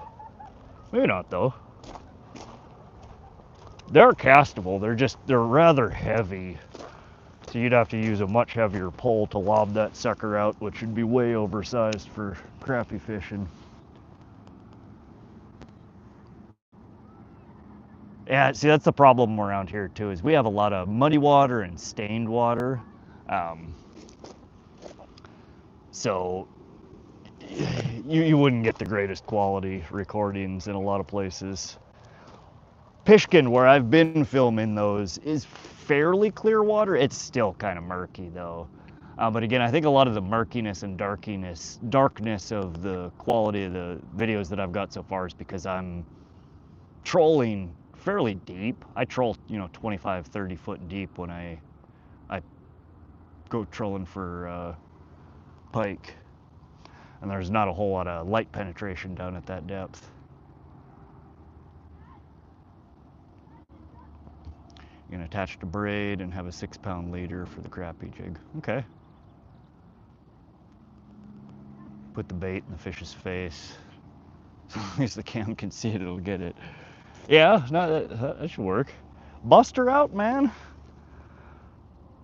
Yeah, it's a niche on YouTube of fishing that there are some people that do it, but there's not a whole lot. I mean, there's probably less than half a dozen channels that actively post, new content. There's, dozens that have some underwater content, but they post very little, or they're, channels that people posted on and then stop. They're dead channels, basically. But the ones that do it, man, they have videos that 1 million, 2 million, 4 million, 10 million views for teaching purposes. Yeah.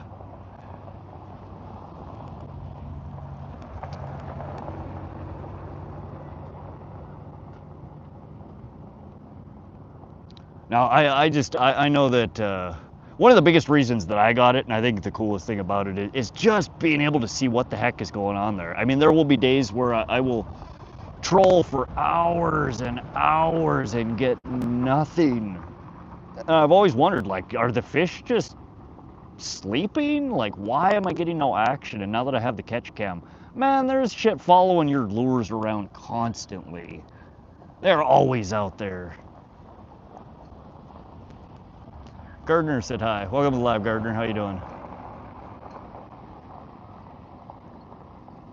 There's a lot of 100K plus channels that get no views on long form. That's where the money is. Yeah. The long form game seems like it's much tougher to get into than the shorts. Brady Collender, welcome to the live. What's your biggest fish you've caught? The biggest fish I've ever landed is a 22 and a half pound, 42 inch northern pike. I've had much bigger fish on the line. Last year I pulled into the bank and almost had in the net. It had to have been close to a 50-pound carp.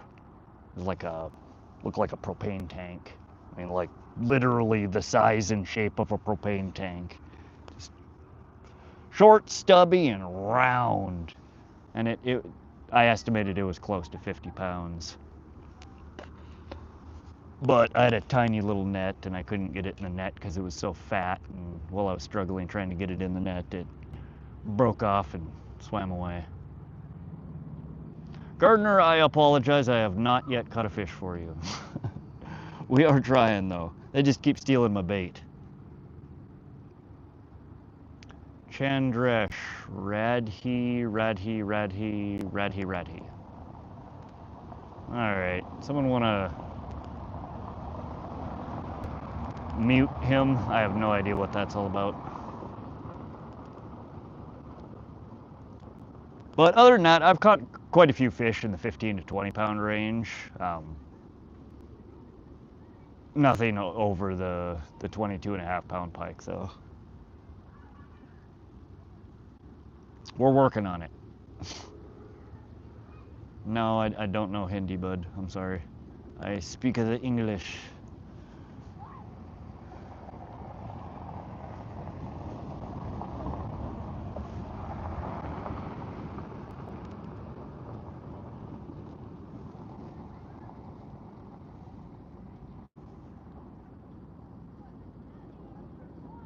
So how's everybody doing today? Where are y'all from?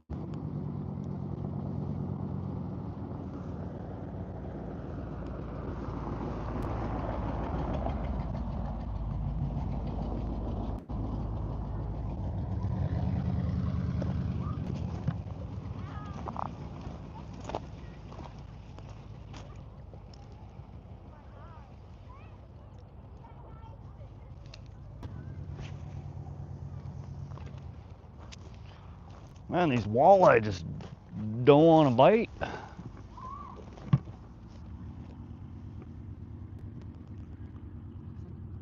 Yeah, that's right. You're from Pennsylvania, Jighead. I remember you mentioning that now.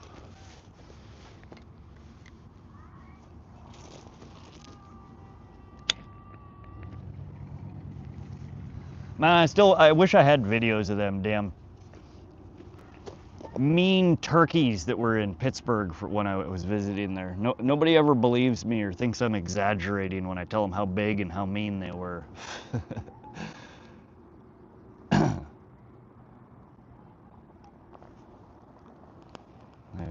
Bastards walk around like they're in a gang and threaten people.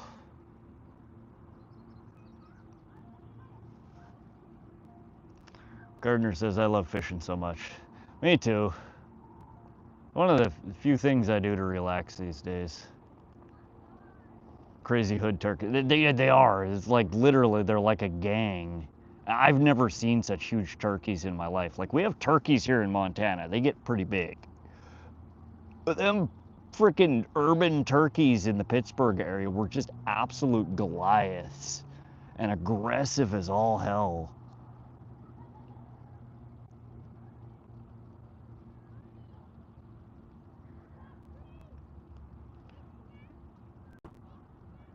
Thank you, Crappy Man. Gardner, I got a boyfriend. Congratulations. I don't have a boyfriend. I have a girlfriend. I don't know if she's still in the stream or not. She pops in, she says hi, and then I think she just lurks.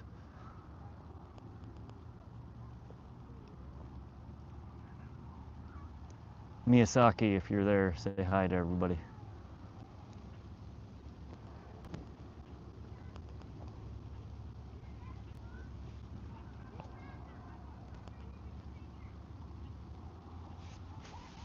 Caught a bowfin. Is that a bowfin? I don't know what the heck a bowfin is. No. Okay.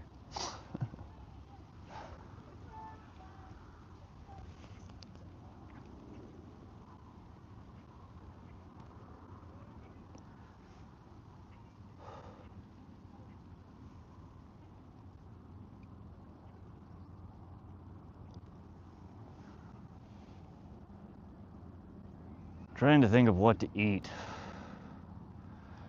Yeah, I almost stopped somewhere before I came here to fish. I drove by Arby's and that sounded really good.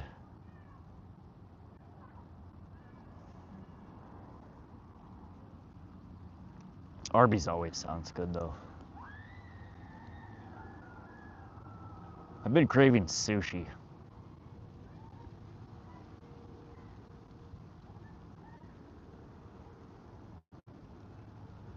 I think that's probably the biggest thing I miss about California is sushi.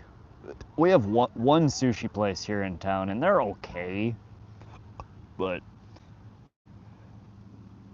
definitely not as good as the California sushi joints that I'm used to.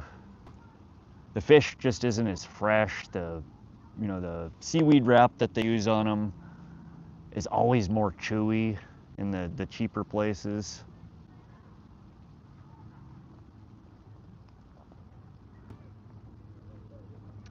What is a bowfin? Can one of y'all tell me what a bowfin is? You make homemade Arby's. If you take roast beef and put in beef broth and boil for about 2 minutes, get a can of cheddar chaw. Ah, that sounds good. Yeah, I mean they're not a super complicated dish. I don't have a meat slicer or any of the stuff to make it. Mudfish, some call it.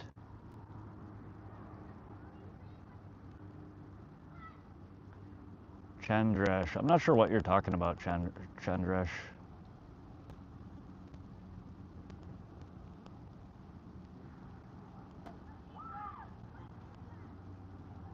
Okay, so I know what a snakehead is. There's one dude that I follow on FishBrain that's all he catches. Man, that dude catches, and he fishes almost every day. He actually just started a YouTube channel as well. That dude goes out and he catches like 50 snakehead a day. Just constantly. Big ass snakeheads. Not Toxic VR said hi. Welcome to live, Not Toxic. How you doing? They have teeth that looks like an eel. All right, I'm gonna have to, right here. I always forget I have the second phone here. Let's see if I can find it. Like, I don't know why when people say bowfin, I always like my brain tries to auto-complete that as bowfin tuna, and I don't know why. I don't think that's even a thing. Bowfin. Is it freshwater or saltwater?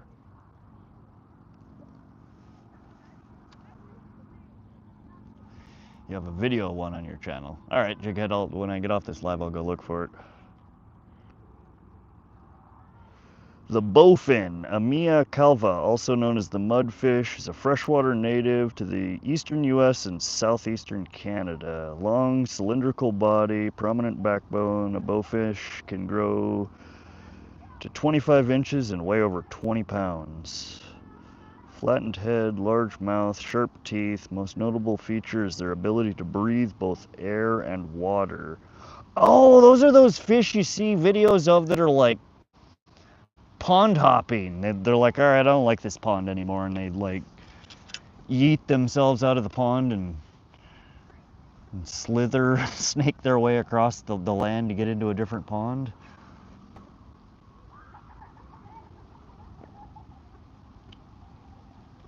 Jaden, welcome to the live. Got any fish? No, unfortunately, we haven't caught anything yet this time. Skipjack, hey Cindy, how you doing? Welcome to the live. Did y'all end up catching anything yesterday at I think you were at the river. You were doing a solo fish. I stayed in there for a little while, but I had to head out to do some other stuff. Did you end up catching anything?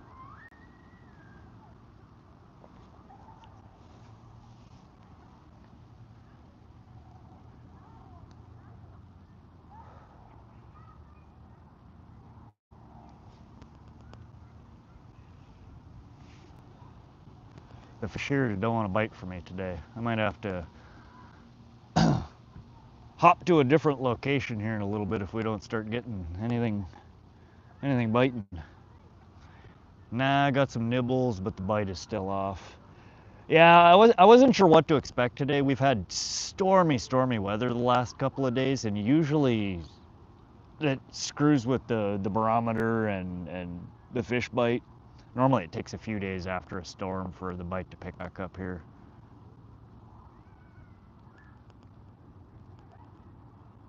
You gonna do any fishing today, Skipjack?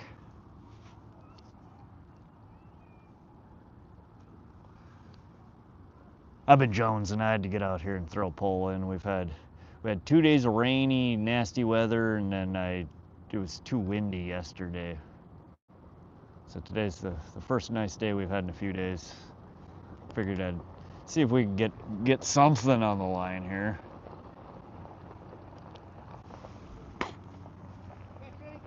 Nope, nothing yet. Not today. No. Now Mia and I have been talking about taking some time off work. I want to go fishing and camping somewhere for like a week. Gonna do a live in a bit, but not fishing. Yeah, I don't know what I would do for a live if I wasn't fishing. I'm not that interesting. Thought about doing a live. I have a couple of catfish poles I picked up. God, it's been almost 2 months. I bought a whole bunch of crap from, I'm not sure if you guys have heard of Whisker Seeker? Whisker Seeker Tackle, I think is the name of the company. I bought an ungodly amount of their gear. A couple of catfish poles, rods and reels, a new net, some headlamps, a whole bunch of catfish bobbers, some LED lights to put on the tip of my pole. I spent an obscene amount of money on their website, but I haven't even taken anything out of the package yet. I'm doing a where in the world are you with a map and pen, so that sounds interesting. Carl, welcome to the live. Any bite, good luck, God bless. We've had a few nibbles. They've been stealing the leech every time I throw it out there on the bobber, but I have not yet been able to land a bite. Gardner says I have to go by. Thanks for stopping through, Gardner. Appreciate you always coming in to support the live. Hope you have a good rest of your day. Yeah, Cindy, that sounds like a good idea. That'd keep people engaged.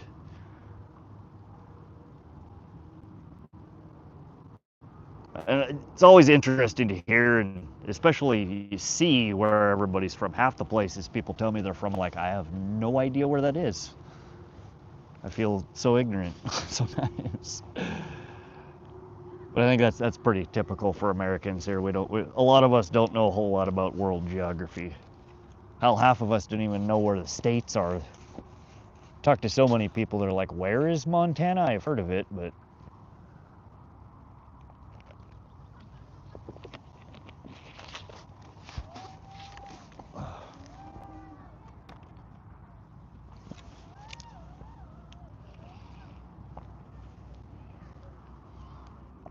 all right, so I'm not leaving my bobber sit anymore. We're gonna toss her out and do slow retrieves. Maybe that's the ticket here. Good God, they got my leech again.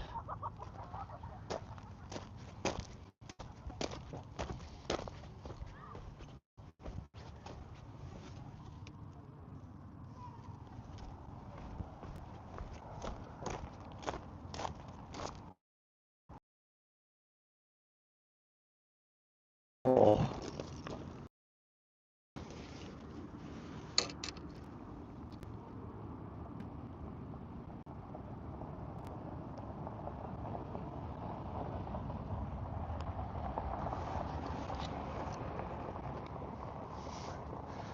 Sorry, Gardner. I'm trying. I have not caught anything yet. We're on leech number 6, though. We're gonna get them one of these times. They keep stealing my leech.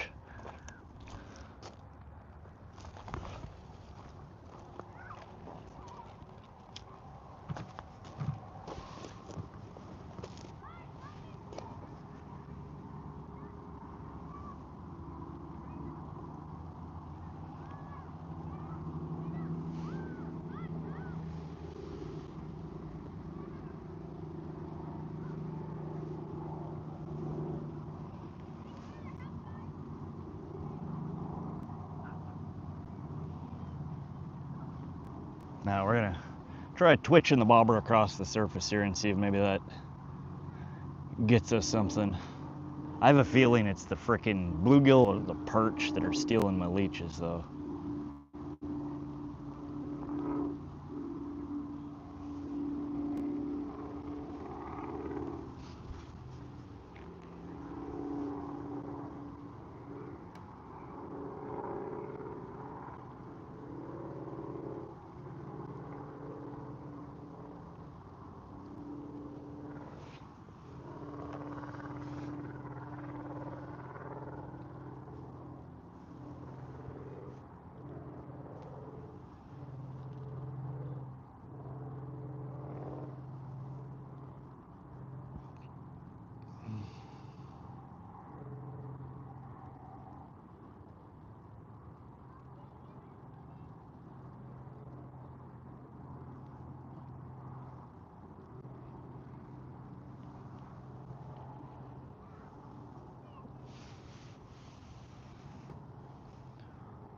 Welcome to those that are joining.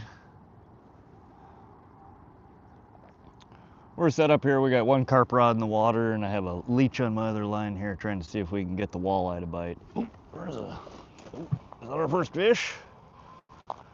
Oh, I missed it. Dang it. We haven't caught anything yet. Been getting a few bites here and there. They just keep stealing my leech.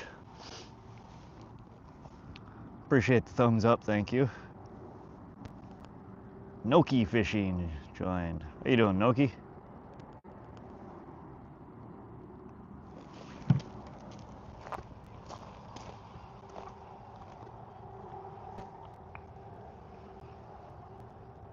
No, here comes the sun again.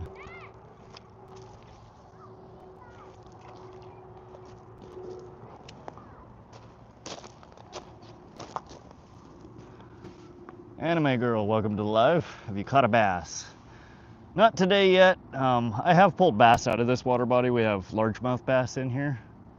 But in general, yes, I've caught a few largemouth, a few smallmouth. Not a species that I target often. They're a frustrating fish to fish for. I don't know what it is about bass. They never like to bite when I'm actually trying to catch them. Did I snag one yet? No, we have done nothing but feed the population of fish here a bunch of leeches so far. They're biting. I just can't seem to set the hook on any of them. Feel like I'm gonna catch one today. Well, I appreciate your confidence. I hope so too. Josie, welcome to live. How you doing? We're doing all right. No fish yet. Lots of little nibbles. They're just stealing my damn leeches. But we're trying. My carp pole has been completely motionless since I've got here, which is surprising. Normally the carp are quite active at this spot, but normally I fish a little further downstream. There's a hole, a deeper hole, I don't know, maybe 50 yards down from where I'm fishing, but the dang cell signal there is garbage. So I down a little bit and I get a little bit stronger signal here. But apparently the carp aren't down here. I don't know.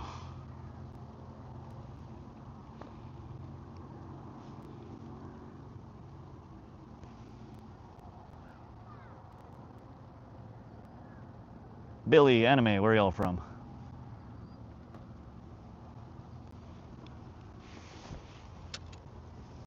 And Josie, how's your day going?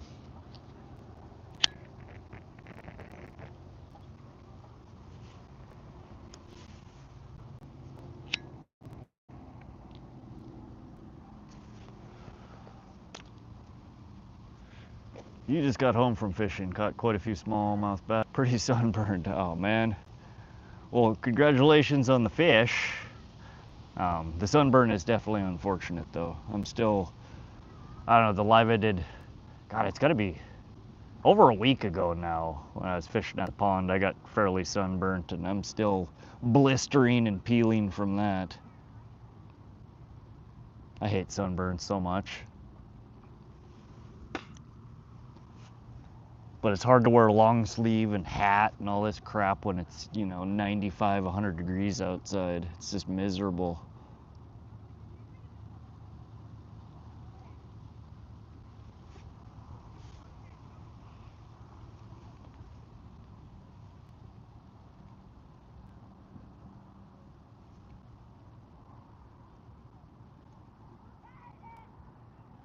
Called it an early day, eh? It's so rare that I go normally when I go fishing, I'm fishing until the sun goes down, and oftentimes I continue to fish even after the sun goes down. I can't think of the last time I went fishing and purposefully left the water before the sun went down. I'm a diehard.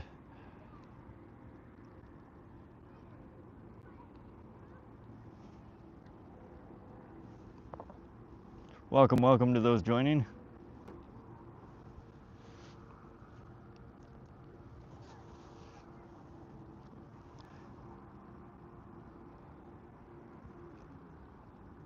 Now Amia and I are hopefully going to be going camping here sometime in the next month. I haven't decided where I want to go though, but I think I'd like to go for like a week. Somewhere that I can take the boat to and hopefully stream a little bit. There's another missed bite. This dang fish.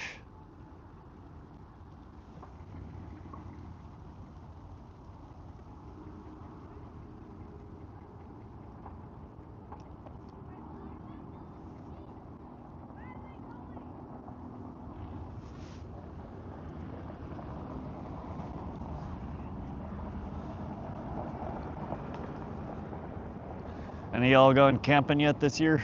Or have plans to go camping?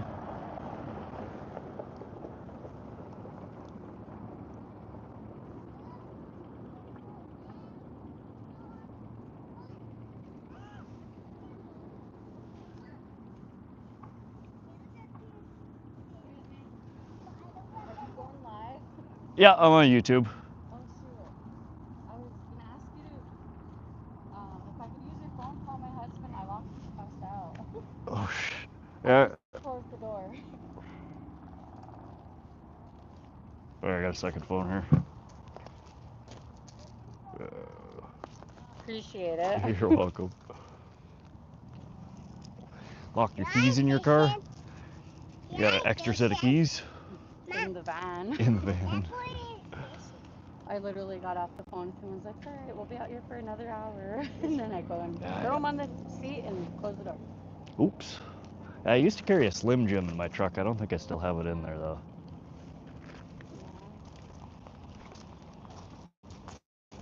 What kind of key do you have? What's that?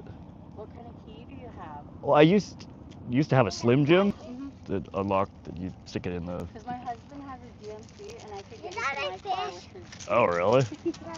What is that? This is a leech. What, fishing? That's a fish bait. Yeah, it's like a worm, but they'll bite you and they suck your blood. Yeah, it's a GMC. You can try my key. All right. Give me a sec here.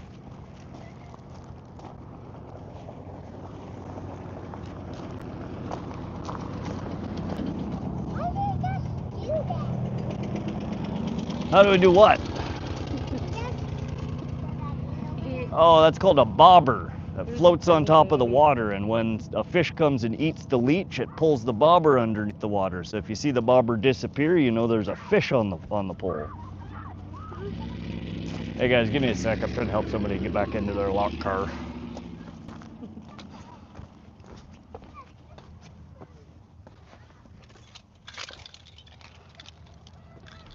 Yeah, I didn't know that GM keys open other doors. You can try it. Just don't break my key off in your door. I'll try it.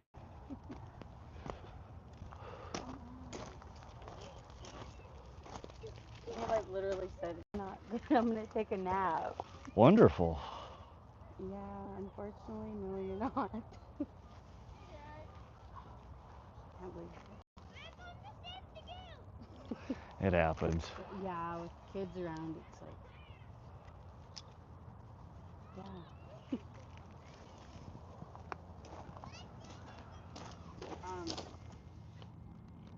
please text me.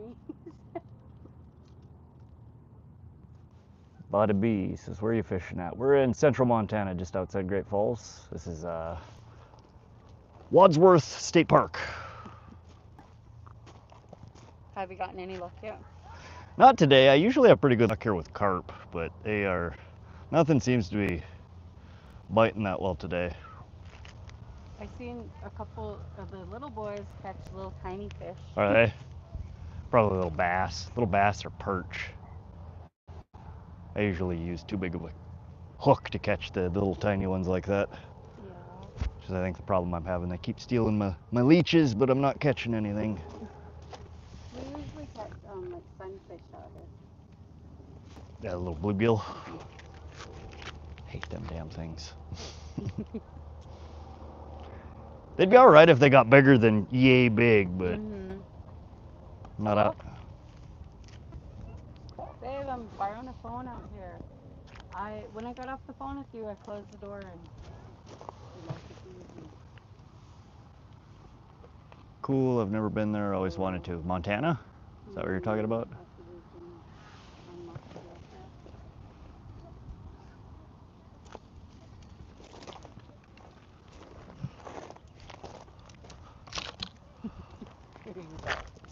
I don't know if he heard me or not. Is he still sleeping? I don't know. Would you be able to text that number for me? Yeah. Oh, they redid this. Nice.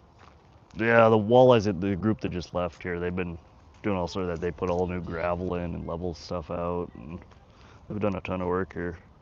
Yeah. This is usually where we come to swim out here.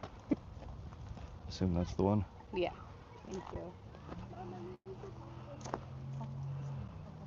Right over there, baby. I'll be right there.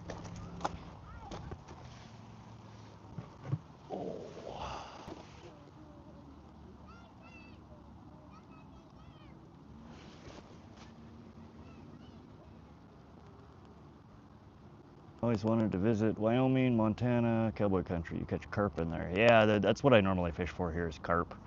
We have one pull out for carp, and then I'm trying to catch walleye on the other one, and they're not biting. Kate, welcome to live. How you doing today?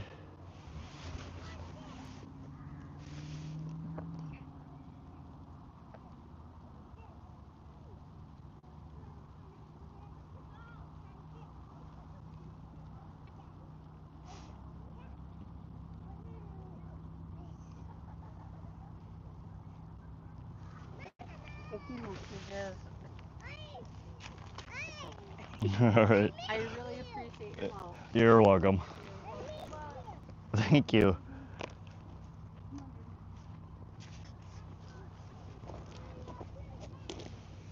I am AV. Hey, I really wanted to let you know and everyone here that you're cared for. Jesus loves you. May God bless. Thank you.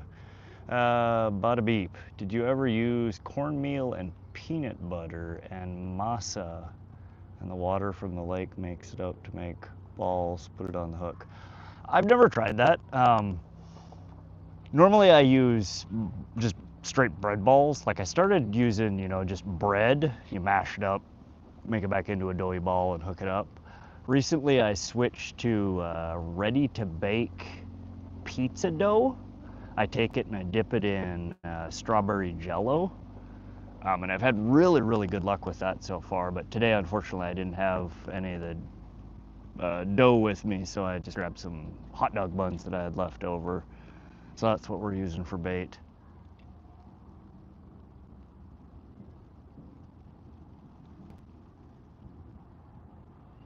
Cornmeal, peanut butter. What's masa? M-A-S-A.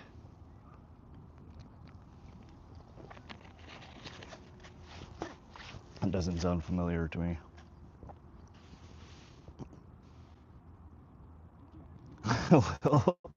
You're still here, huh? Well, I am trying. We're trying to get a fish here. I appreciate you hanging out.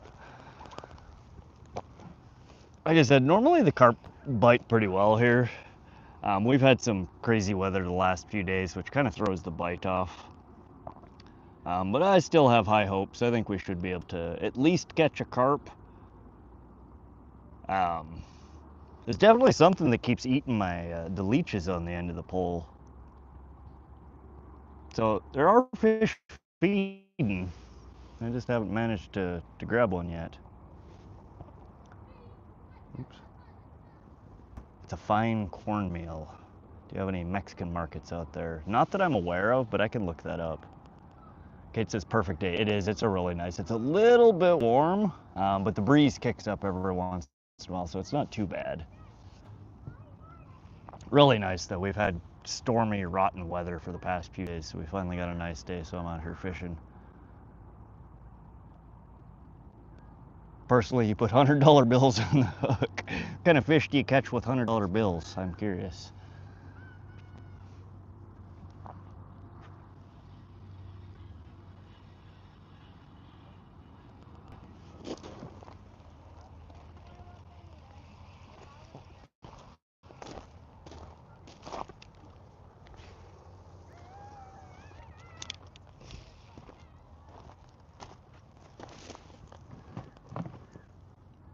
Fishy hookers. Oh, I see.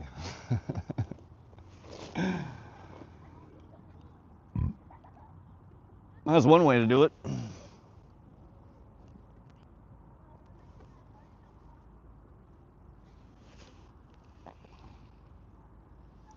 So we're fishing. We got a leech on this line and a bobber about 18 to 24 inches below the surface. Like I said, they've been nibbling. They've been stealing the bait. I just haven't had one. Haven't had a good hook set. But I'm just leaving it soaking for a little bit, jerk it a little bit, reel in the slack, just kind of trying to impart some action into the bait hanging out there.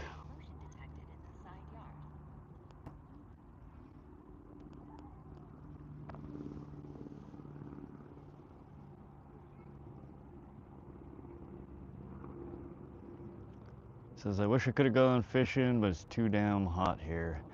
Yeah, it's warm here. I want to say it's probably, I don't know, mid 80s, maybe high 80s right now. It's not super hot, but that sun beating down on me definitely doesn't feel wonderful. But yeah, one of the guys that I follow on here, SoCal Outdoors, he's a really good stream. He fishes out in Southern California. He's inland from San Diego area, and he's been having super bad heat out there, 110, 115 degrees. And like I'm complaining, you know, high 80s here. I wouldn't even be outside in 110 degree weather. That's just miserable.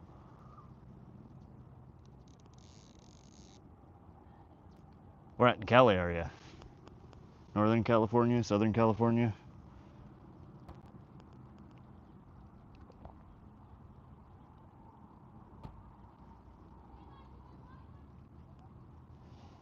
Well, everybody on Fish Brain is catching stuff, not me. Bakersfield, okay, so that's more inland, and is that Central or Southern California? I want to say it's Southern California. I think we went through Bakersfield the last time I drove to Vegas. You're out there in the desert, my friend.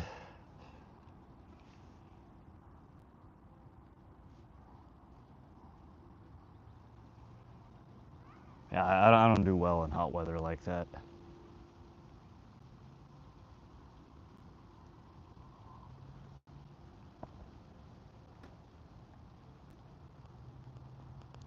'80s is beach weather. Yeah, '80s isn't bad. It's just when, and it feels wonderful when there's at least a slight breeze. When the breeze stops, it gets real hot real quick. Yeah, I know, but I mentioned the hookers are cheap. I mean, I suppose that is one benefit. Is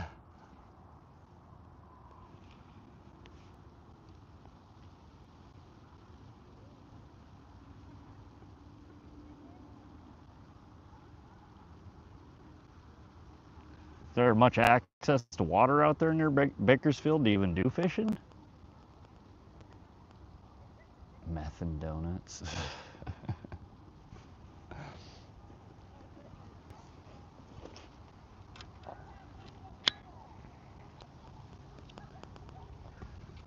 Yeah, I don't know. I never did much fishing when I lived in California. I lived right next to the ocean, but I do, you know, it's the Pacific side, it's not the Bay side, so there's big waves and I don't know, not the kind of fishing that I enjoy. Naveed, welcome to live from where? We are streaming from central Montana. This is just outside of Great Falls, Montana at Wadsworth State Park.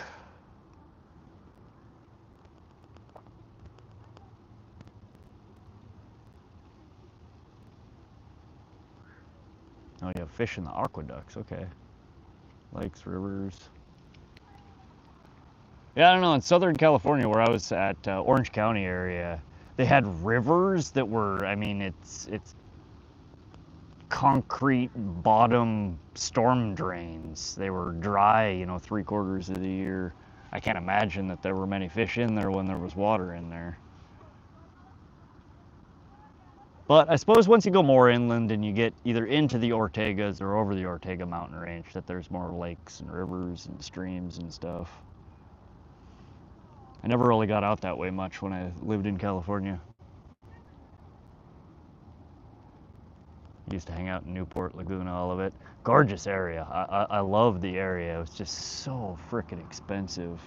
I lived in Costa Mesa, which is right next to Newport Beach and right up from Laguna, little north.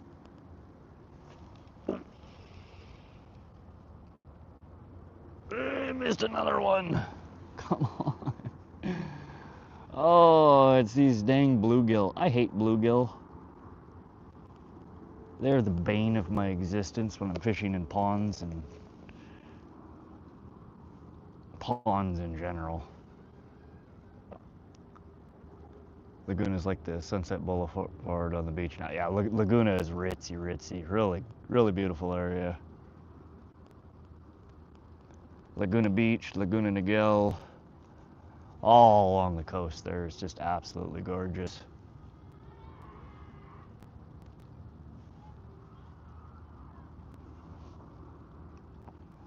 If y'all have not done so, you do me a favor and hit that thumbs up. Helps YouTube bring more people into the live. Howdy. How you doing?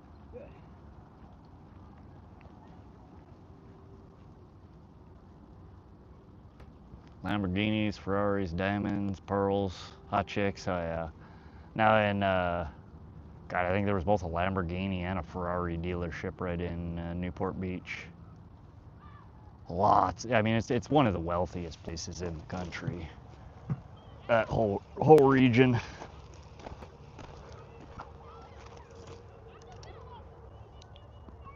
Ooh, we got some tanglies here.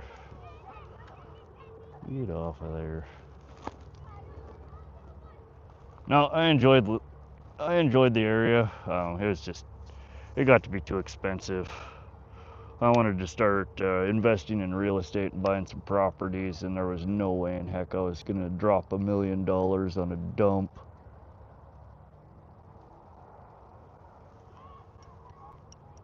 So I moved back to Montana, and you can buy 10 dumps for $1 million here.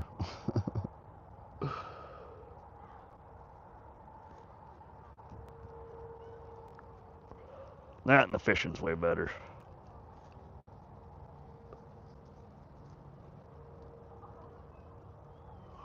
Oh, good Lord. How did we manage this?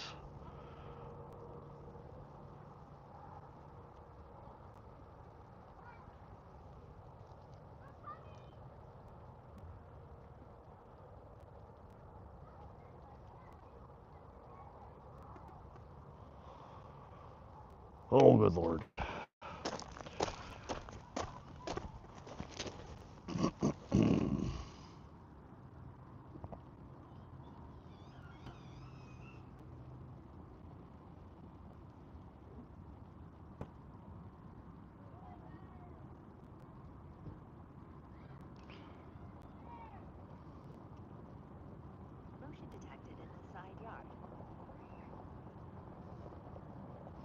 I don't know how the heck I managed to get tangles like this. I cast the pole out like 15 feet and reeled it back in.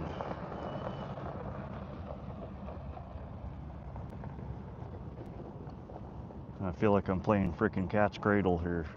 What is this?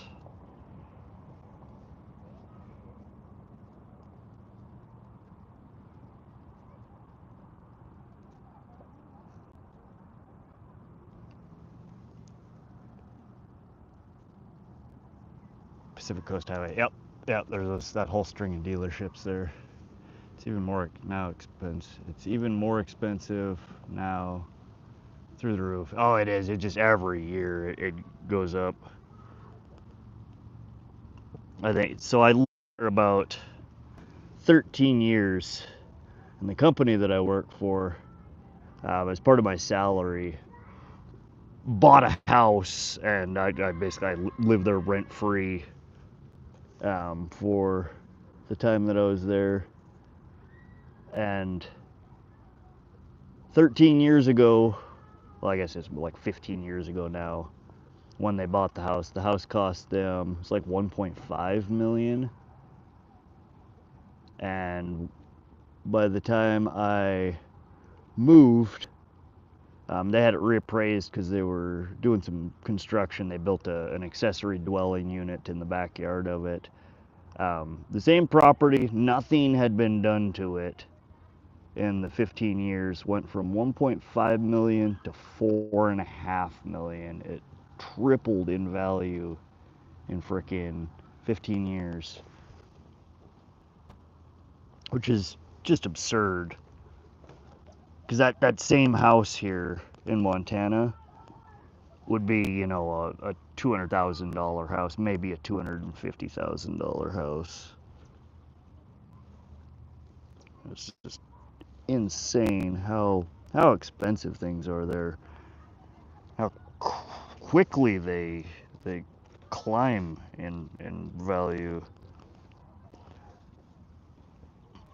I guess the benefit of, you know, if you do drop $1 million on a house there, like the rate of appreciation is just insane. I couldn't stomach dropping that much money on a crappy house. If I'm gonna spend $1 million, I want frickin' a McMansion and, you know, some acreage on a water, like not some dump in the suburbs.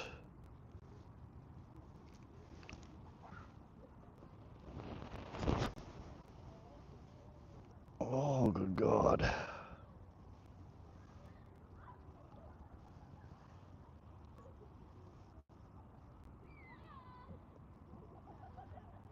Saving $1 million, you're getting the bomb over there. Oh, for $1 million, you'll get a 1-bedroom, 1-bath, a 2-bedroom, 1-bath built in like the 1960s or 1970s, and your yard is the 2 feet that separates you from your neighbor's house. I mean, if you want to buy a mobile home over there, you're looking at damn near $1 million for, you know, a single wide mobile on a rented lot that you still have to pay, you know, $1,500 a month lot rent and utilities. It's just insane.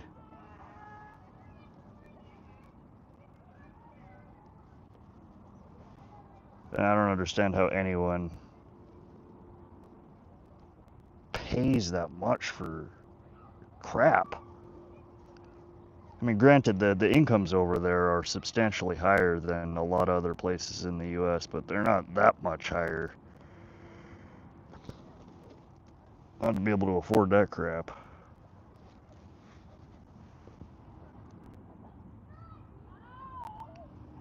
Oh yeah, I bought I still bought a dump. It was basically in an abandoned house. Nobody had lived in it for 5 or 6 years. The roof was falling off of it. Windows and stuff were all smashed out. But I got it's a 3-bedroom, 2-bath, about 3,000 square foot on 2 acres for $160,000. I mean, dirt cheap.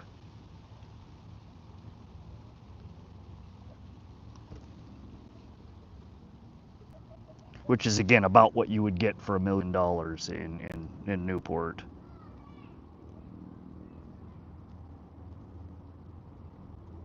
So yeah, I paid about 15%. And got, you know, a little bit of acreage with it, and my backyard is a park. So I mean, there's 10-15 acres of just raw land behind me. I don't have neighbors butting up against me, and way better.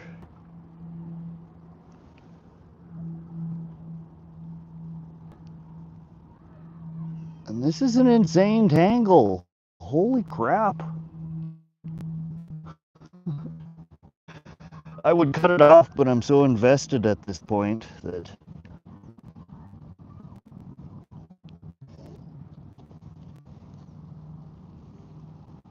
Motion detected in the side yard. I can't give up now.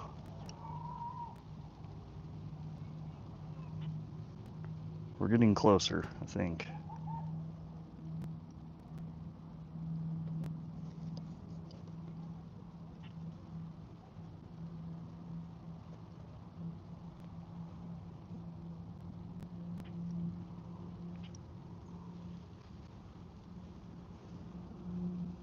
I could come there right now with cash money for $3.5 million. I could buy the whole lake right now, probably.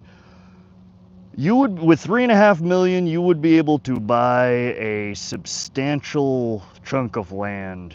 I'm always looking at parcels of land, because that's actually what I tried to buy when I first moved here. I put in an offer on 50 acres of riverfront on the Missouri River near Fort Benton, Montana. I was just looking the other day. There's a, oh God, there's a ranch that.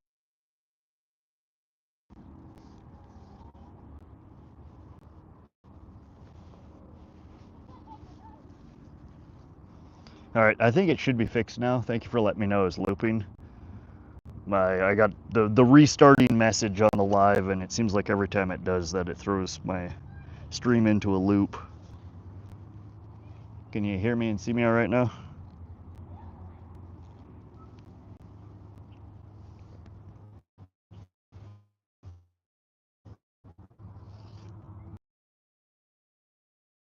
They are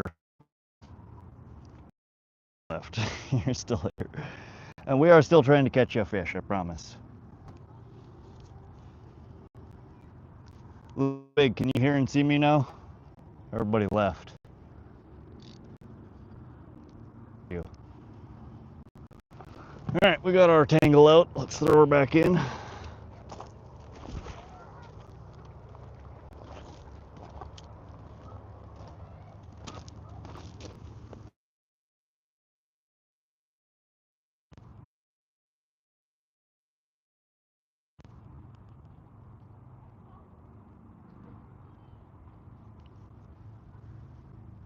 You're about to go fishing right now, huh? Well, I hope you have better luck than I'm having right now.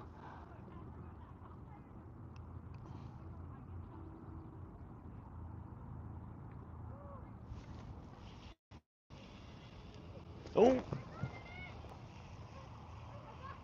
Did we get it? It was on the line for a second there. I think we lost it though. Oh. Did it get the leech? No, we still got our leech. Well, we almost had you a fish there before you left.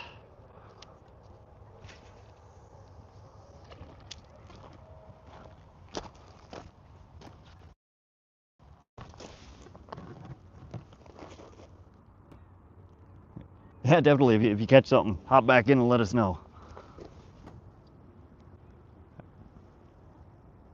Elsa, welcome back, Elsa. How you doing? Pot said hi. Welcome to the live, David. We're still trying to catch our first fish. Getting quite a few bites on the leech on the bobber here, but I think it's just a dang bluegill or perch that are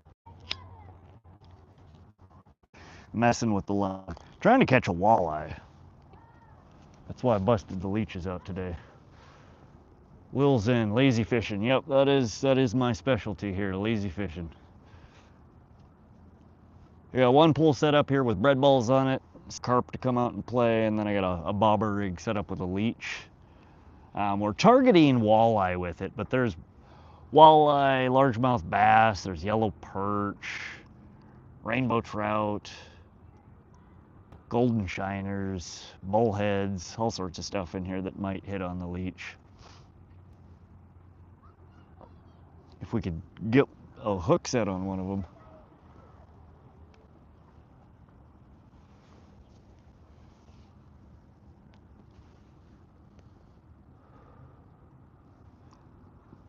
$70 thumbs up. That's awesome, guys. Thank you. Motion detected in the side Getting yard. close. I think that the most likes I've ever got in a single stream was 76. So we are nearing the top there.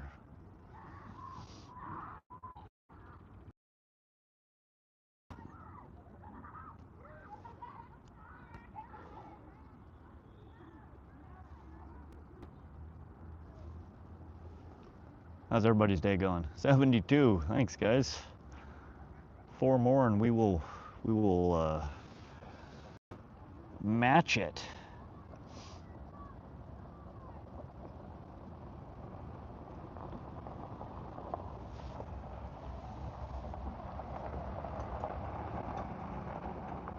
NW Tomfoolery. How you doing, NW Tomfoolery? Little Zen, go take a nap.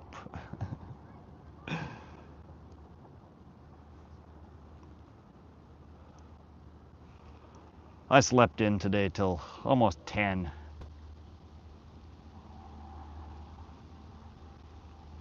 So I'm well rested. I worked for a few hours and now we're just killing some time at the local lake here trying to catch some fish.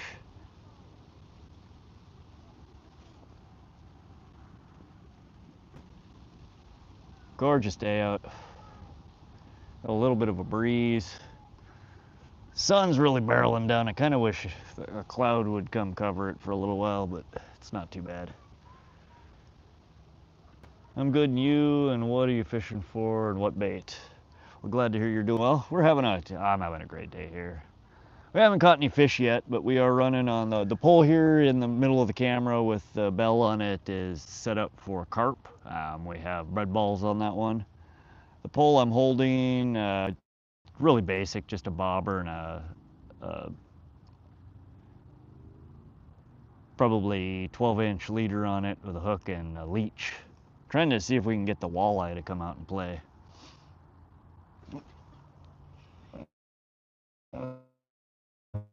Just not.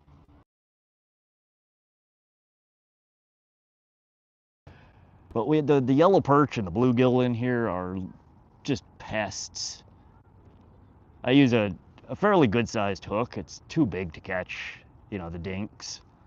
But that doesn't stop them from stealing my dang bait, which is all they've been doing all day.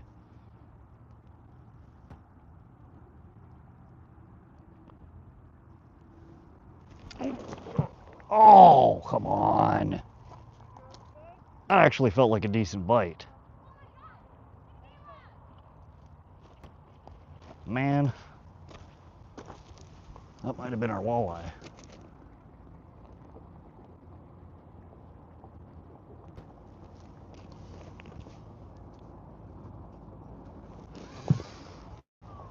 Let's see if we still have a leech left. Oh yeah, she's there.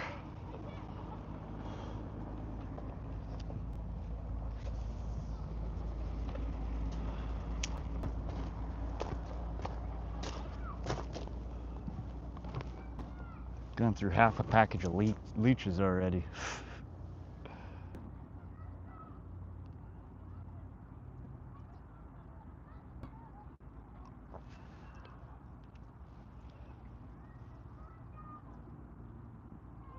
Motion detected in the side yard.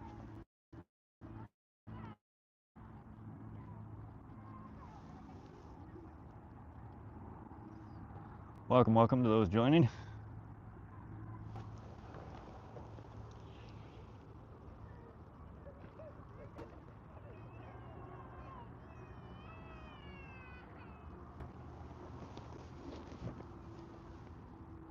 There's a lot of action on the bobber. They're definitely interested in the leech. They're just can't seem to get a good hook set.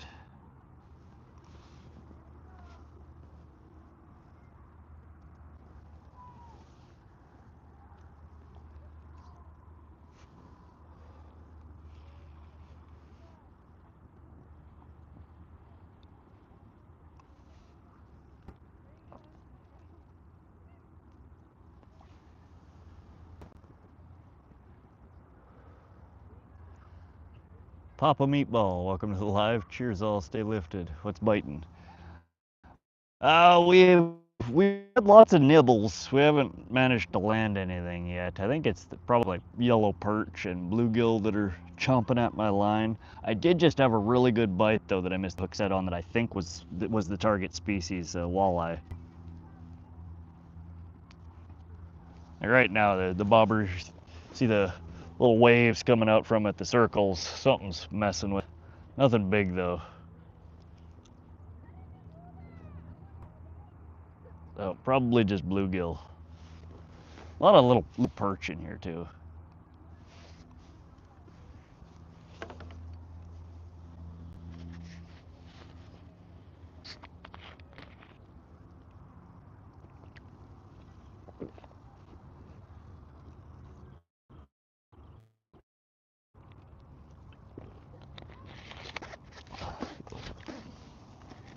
Water temperatures in here are high though. I have a feeling most of the bigger fish are hunk down in the deeper parts of the lake that I just can't reach from the shore here.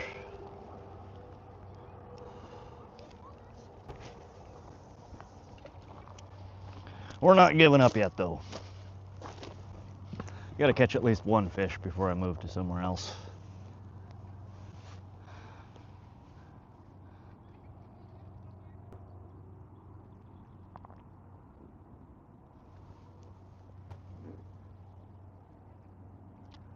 Toss on a little jig to check.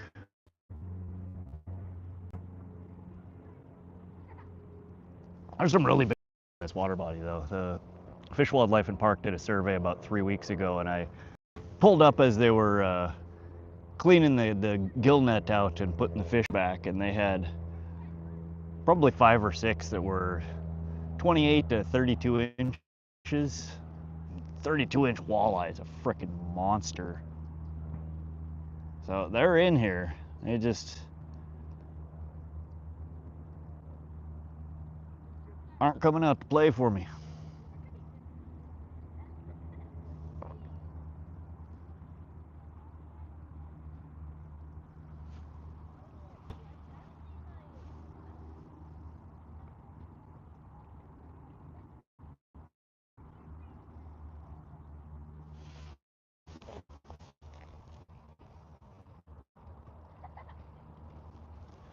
See a bunch of itty bitties swimming around right next to my bobber over there. Can't tell what they are though. Just a bunch of little dinks. Who is that? Fishy Fingers, what's up, dude? How you doing, man? Flawless, welcome to the live. How's your day going, Fishy Fingers?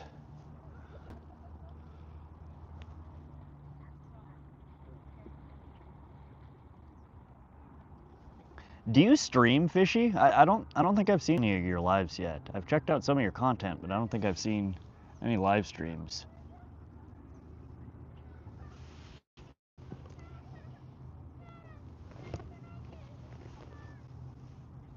Motion detected in the side yard.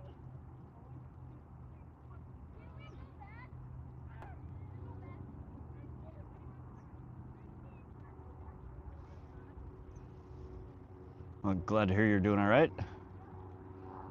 We're having a good day over here. The fish aren't biting very well, but that's okay.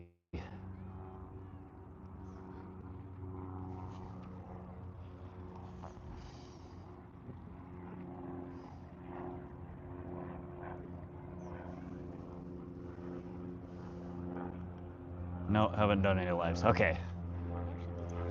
I was just curious. I know a lot of the people, the regulars that come in, are also streamers.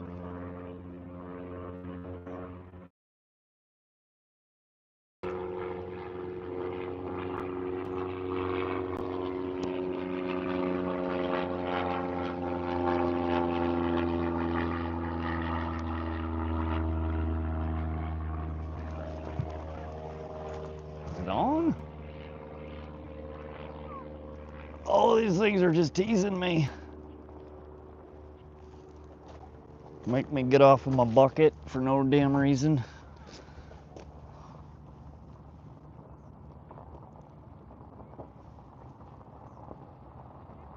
Not sure you want to bother with it.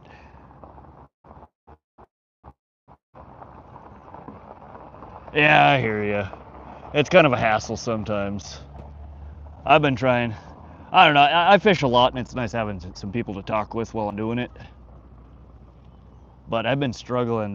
I live in such a rural area that our cell signals out here are poor at best.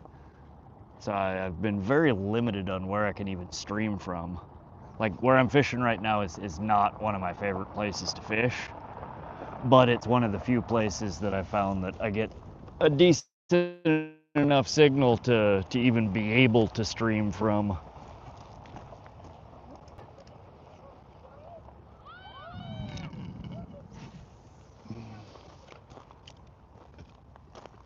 What do you like to target when you go fishing? Fish fingers? You have a species that you target most often? Faith and Tackle, welcome to the live. Hope all is well. Had any luck today? Appreciate that. Hope you're doing well as well. Now we've had a bunch of bites on. I have one rod set up with a bread balls for carp, and there's been zero action on that so far. The other one, I'm running a bobber rig and leeches, and they've been biting it like crazy, but I haven't managed to actually set the hook on anything. So I have a sneaking suspicion it's frickin' bluegill and tiny perch that are harassing me. But nope, no luck so far. Bass or cats, all right.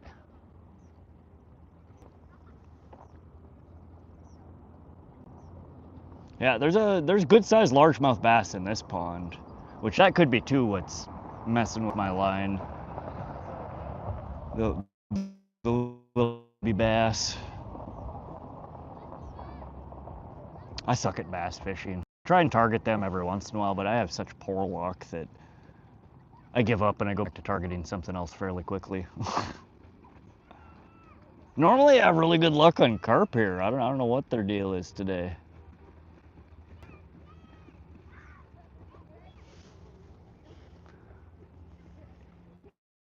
Faith went out and used crickets today and got a ton of bluegill. Just went to enjoy and relax. You know, that is something that I have never tried to use for bait. That's actually crickets.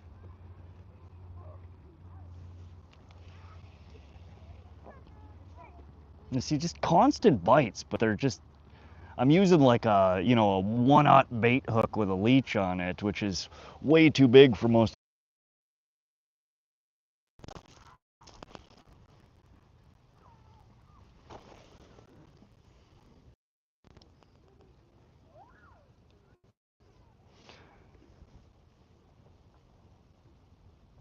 Sorry guys, I think we're back. My phone overheated again.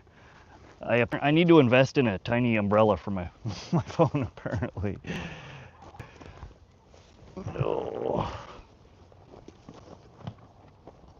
You guys hear me and see me all right now?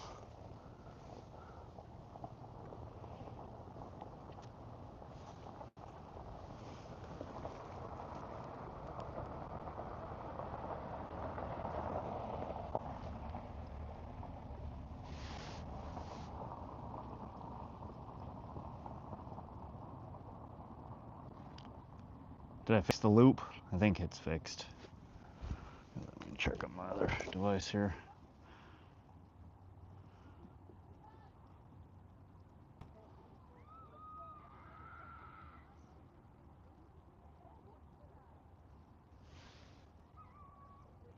Ryder Ray's Adventure said hi. Welcome back, Riders. And sorry guys, I know the stream just cut out there. The phone overheated again.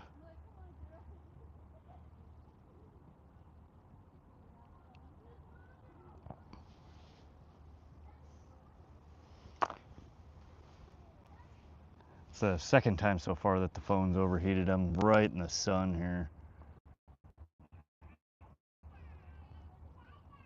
You guys hear and see me all right now?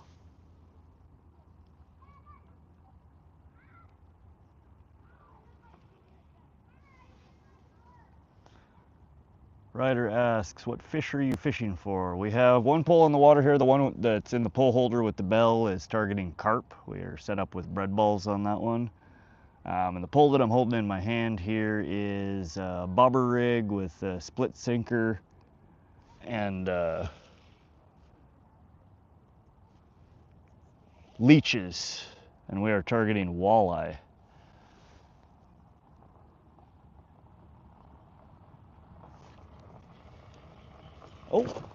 Oh, it let go. That was just a bluegill. Yeah, we've been having issues. The bluegill and the baby perch are harassing my bobber line here. Twan Sadawan. Hello, bro. Is that Twan or Iwan? Sorry, there's a huge glare on the screen. I can't read it. Iwan. How you doing, Iwan? Welcome to the stream. How's your day treating you?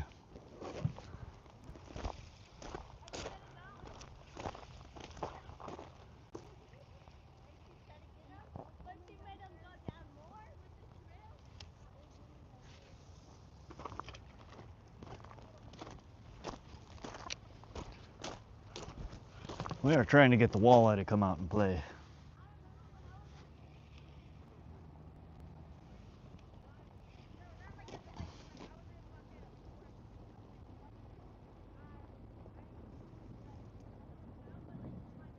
Oh, 78 thumbs up. Appreciate it, guys. I think that is a new record for my lives. 77. Oh, somebody gave me a thumbs down.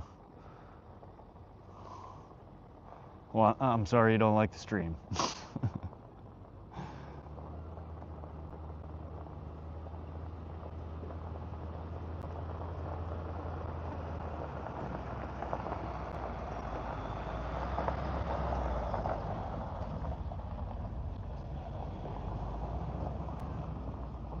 Definitely lots of bites though. There's tons of fish that are trying to get caught. I think they're just too big for my giant hook that I'm using. I usually try and avoid catching the dinky little bluegill and yellow perch and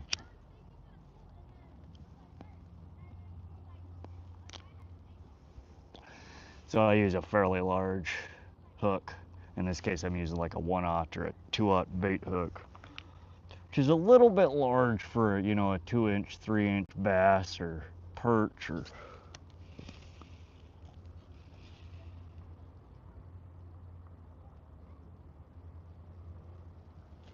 That definitely does not stop them from stealing my bait.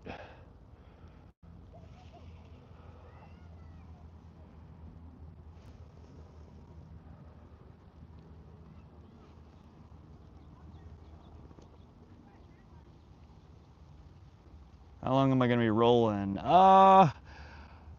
If the bite doesn't pick up here in the next hour or so, I'm probably going to switch to a different spot. But I'll be probably streaming tonight until the sun goes down. So it's 5 o'clock now, probably another 5 hours.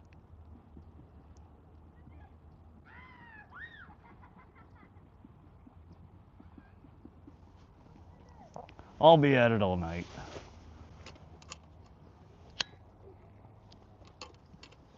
Or until sunset at least.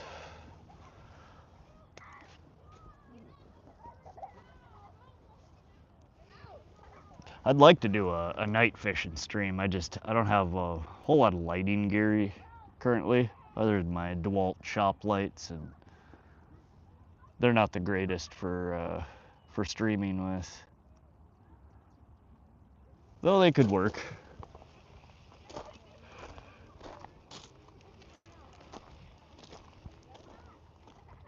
But this spot, they're not biting great here. Nothing big at least.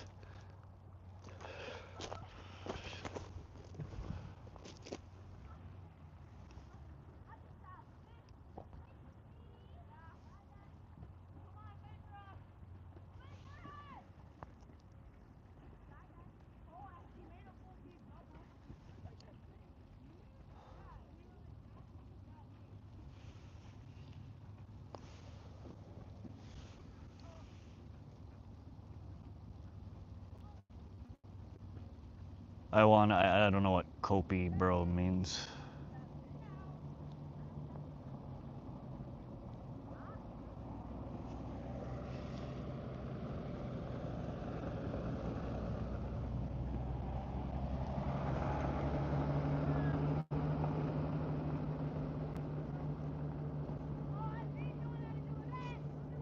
I should have brought my underwater camera so we can see what the heck is going on. What the heck keeps messing with my bait. There's another one. They keep pulling it under, but every time I try and set the hook, there's nothing there. You guys see the bobber? There's too much of a glare on the screen. Ryder, I will probably be live for the next 4 or 5 hours. Maybe not at this location. I'm probably going to hang out here for another hour or so. If the bite doesn't pick up, if I don't catch anything, I'm going to move on to probably Largemouth Bend Pond out in Vaughan.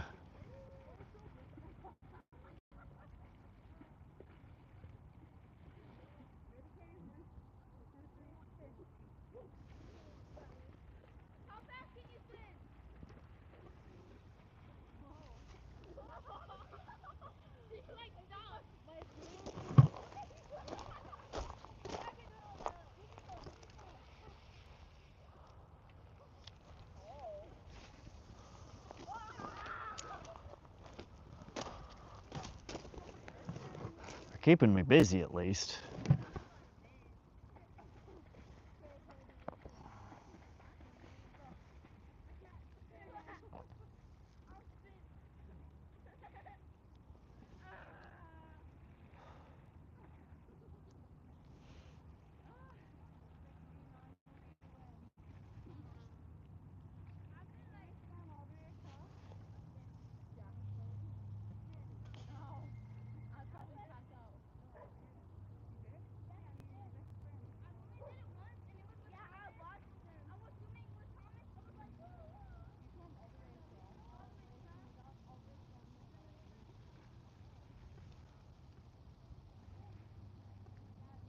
Welcome, welcome to those joining.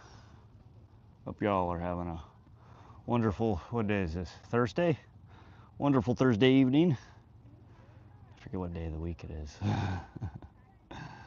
I am so ready for a vacation.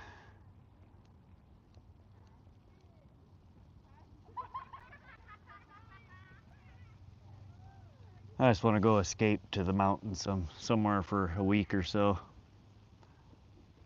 2 weeks would be nicer.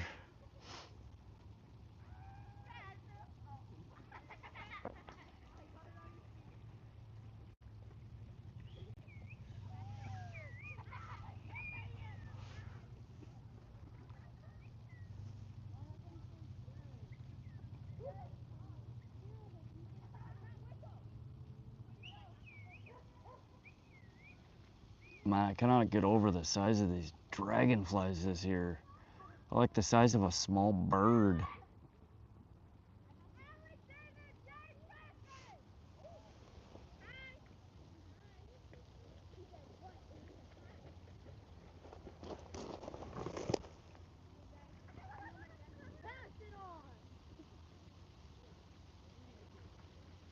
Alright, something's nibbling here. I'm gonna get one of these damn things. Get over here.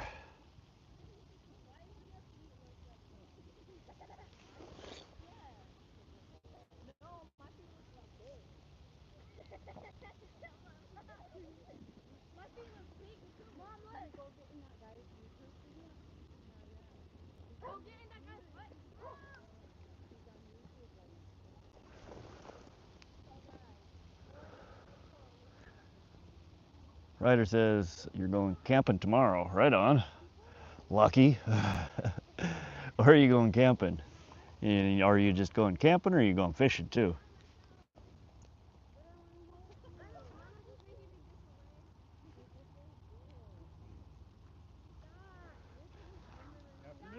Good afternoon. How you doing? Oh, not bad. He's good. I'm getting my exercise in with him anyway. That's good. Let me ask you, hey, come on. What species you got in here? In here, there's quite a few. Most people come here to fish for walleye. There's some pretty big walleye in here. Common carp, walleye, largemouth bass, yellow perch, bluegill. They're spiny rays. They're no trout. They do stock. I've never caught a trout out of here, but they do stock it every few years with rainbow. And they supposedly have put brookies in here as well, but I've never seen a brook trout come out of here. That don't look like brookie water to me. Yeah, no, it's a pretty shallow lake. There's out towards the middle, towards that other bank, kind of over by where that brown house is peeking out between the bushes there. There's a spot that goes down about 20 to 30 foot, depending on the water level, how high or low it is. But most of the rest of this is fairly shallow. It appears to be really shallow. Yeah. Now there's a spot kind of over by the dock that goes down about 12, 15 foot. But the rest of it here is 8, 10? nah, like 3 to 5. Oh, wow. Yeah, it's super shallow. Well, we walked around, and Hank, you smell something right there. Hey, leave him alone. Just go. Yeah, there's big walleye in here, 28, Well, that 30, had to be 30 what I plus saw. inchers. That had to be what came out of the water, because he had at least 2 foot under his fin. Okay. When he came straight up, his tail to the water had to be 2 or more foot. Wow. And then he fell right back down in his tail. Yeah, if it was that big, it's definitely walleye. It looked like a walleye, and I wasn't sure because the only other, trout will do that for a rainbow. They'll come up and they'll fly. Yeah. But that guy, he came out pretty good. And I just happened to be shooting. I was looking across the back corner right there, that last little inlet. I was looking over the other side of the bank. And right in my vision, he goes, boom, I go, that's a nice fish. Nice.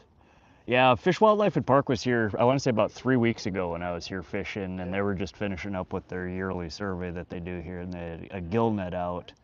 And the gill net that they pulled out, they had probably half a dozen that were 28-inch plus walleye. It was around 24 plus, maybe. 20. Yeah, about 22, maybe.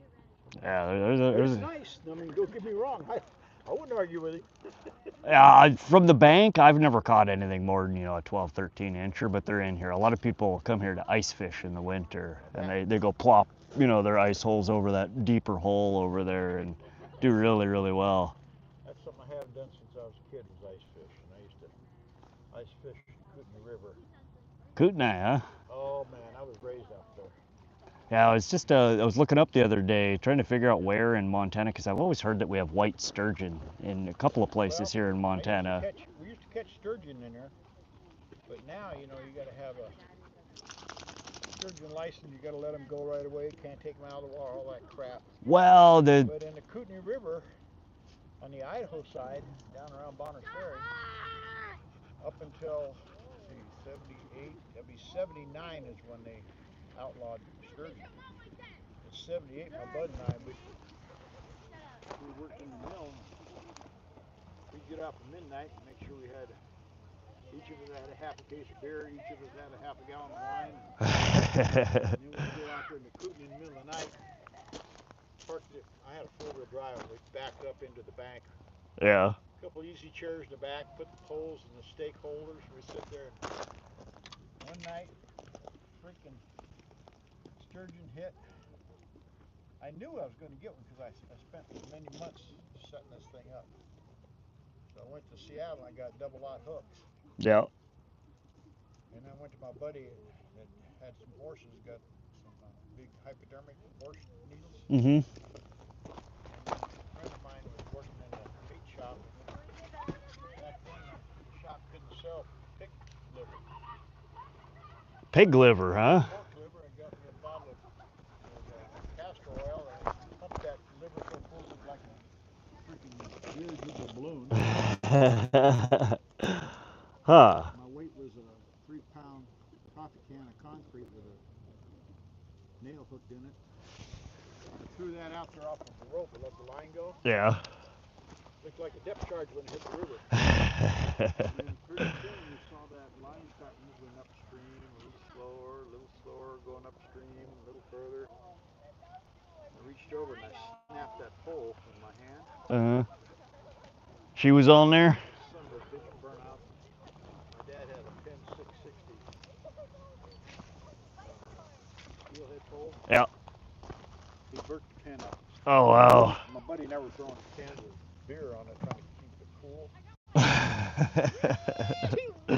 Heck yeah, that sounds like a blast. We never did get him in there, but I'll tell you what, we definitely had our fun.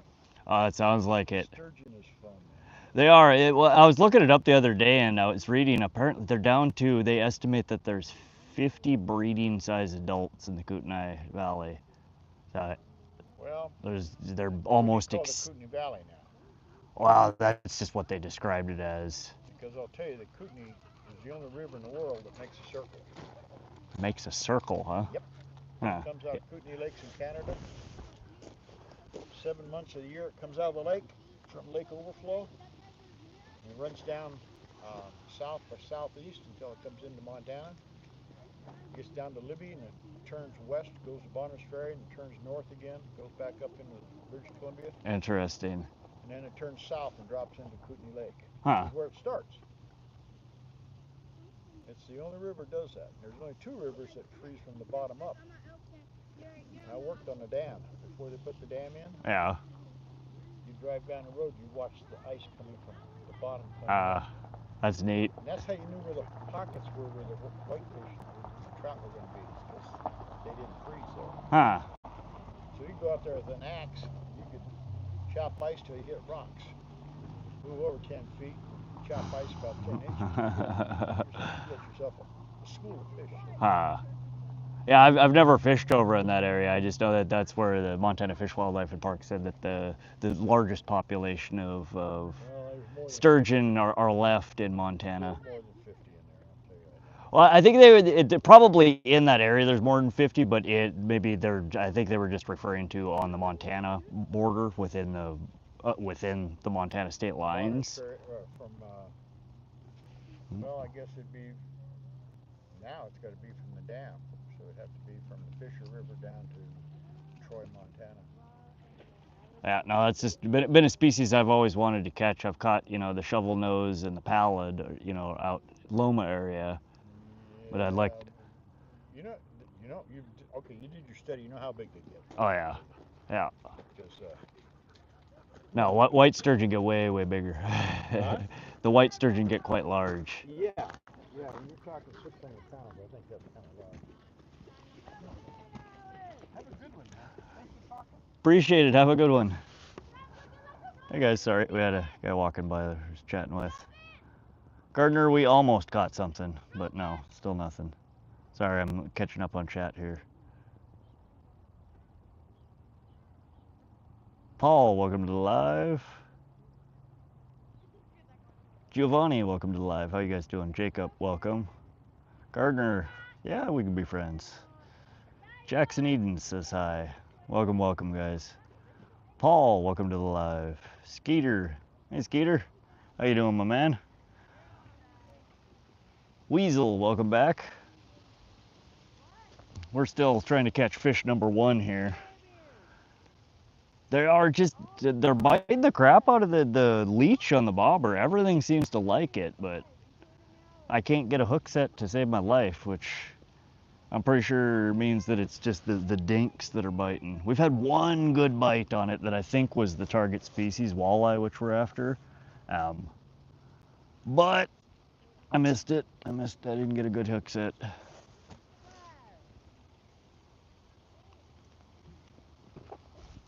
Yeah, the old guy that just walked by is talking about white sturgeon fishing in western Montana, Kootenai Valley.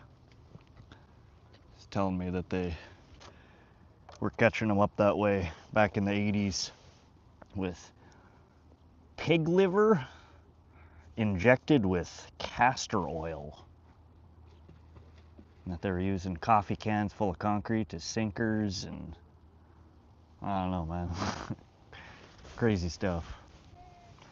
It is, yeah. It's constantly getting nibbles on it, but unless I actually feel it tugging, it ain't worth even trying to set. If it were a walleye, it would swoop up and smack it. What's pulling on it right now, I think, are either like little yellow perch or bluegill. maybe baby bass.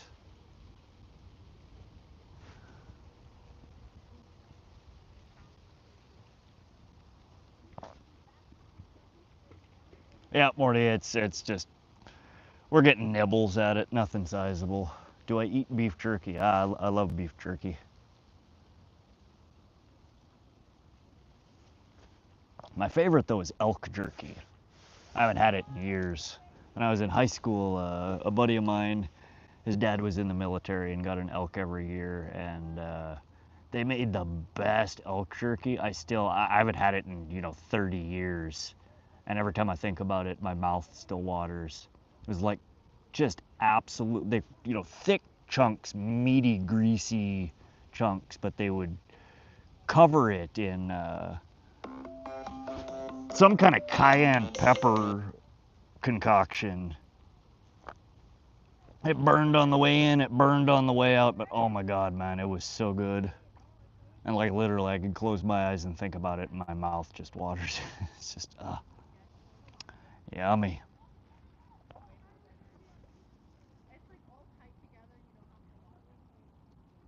Yeah, elk meat's great. In fact, I think I like elk meat more than I like beef, just in general. But I haven't hunted since I was a teenager. And elk is an animal. I don't like to kill things just to kill them. I like to kill them to eat them. And as much as I love meat, I don't think I could eat an entire elk over the course of a year.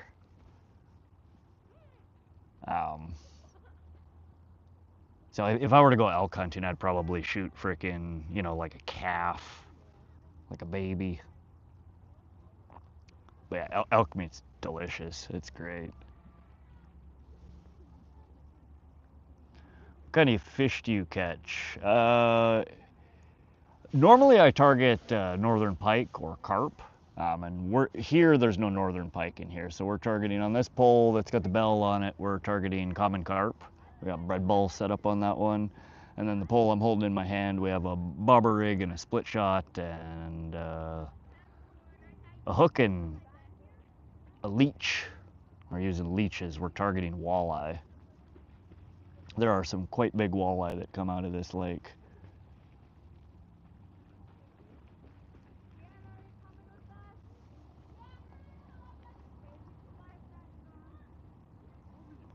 Basil, I'm gonna have to disagree. We're gonna have to agree to disagree on that one. Antelope is probably my least favorite meat I've ever tried. Some people really like it. It's a weird tasting meat to me. It's got like a sweetness to it that just kind of is off-putting to me. When I was 16, 17 years old, I think two seasons I worked during the winter at a wild game processing plant, skinning deer, elk, bear, antelope, whatever the hell came in. But the antelope were the stinkiest, greasiest, and you'd go to, grab the fur to hold on to it, to cut, to pull it back and skin it, and you would just get handfuls of hair. And it just, but that musky, greasy smell from it, like every time I would try and eat it, like that's what I taste, and I didn't enjoy it. I don't like antelope. The Max, welcome to the live. How you doing? Corey, how long you going to fish for? It is currently a little after 5 p.m. here. Sun sets around here just after 10 p.m. So we got 4 or 5 hours before I'm probably gonna head out. I don't know if I'm gonna stay at this spot for that whole time though. I've been here now live for a little over 3 hours and I have caught a whopping 0 fish. So I think we're gonna give it a little bit longer here and I may head and try and find a different spot. If I do though, I'll probably kill the stream and then come back. But I'm gonna be fishing till sunset tonight. Ryder asks, what's my name? My name is Casey. Most people on the stream here call me Rod, or if you know me from Fish Brain, you'll know me as Vox, V-O-X.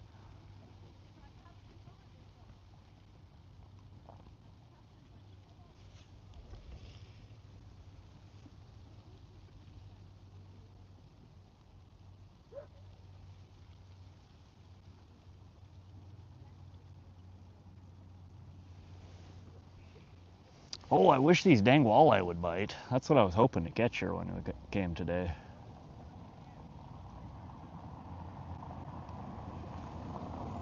Water's super warm and it's super shallow, though. I have a strong feeling that most of the bigger fish are probably hunkering down at the deeper part, which is way out on the other side of the lake over here.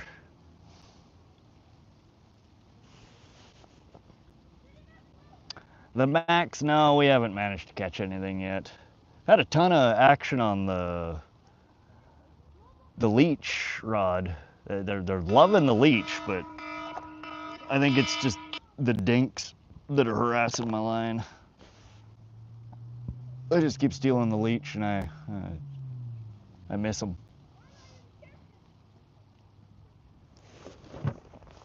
Oh.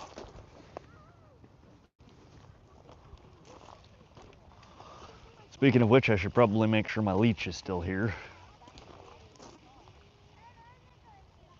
And it is not. Probably not going to catch much with an empty hook. Though, sometimes, them bluegill, they're not very smart.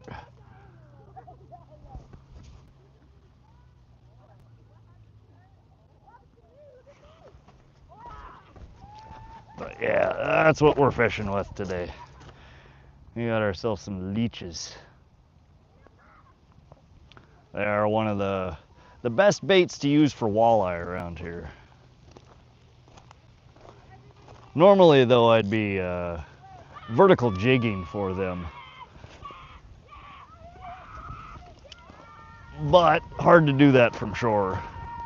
Oh, and I apologize you guys for that background noise. There are a bunch of little kids here that are losing their goddamn minds over at the dock.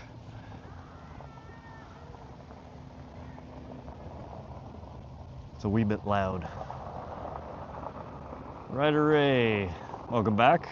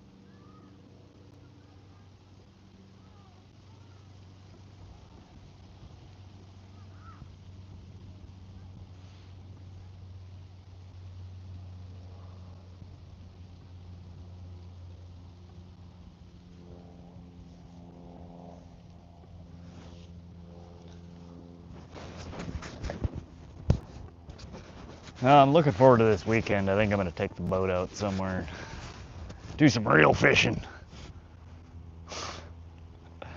I don't mind bank fishing most of the time, but I much prefer to fish from my boat.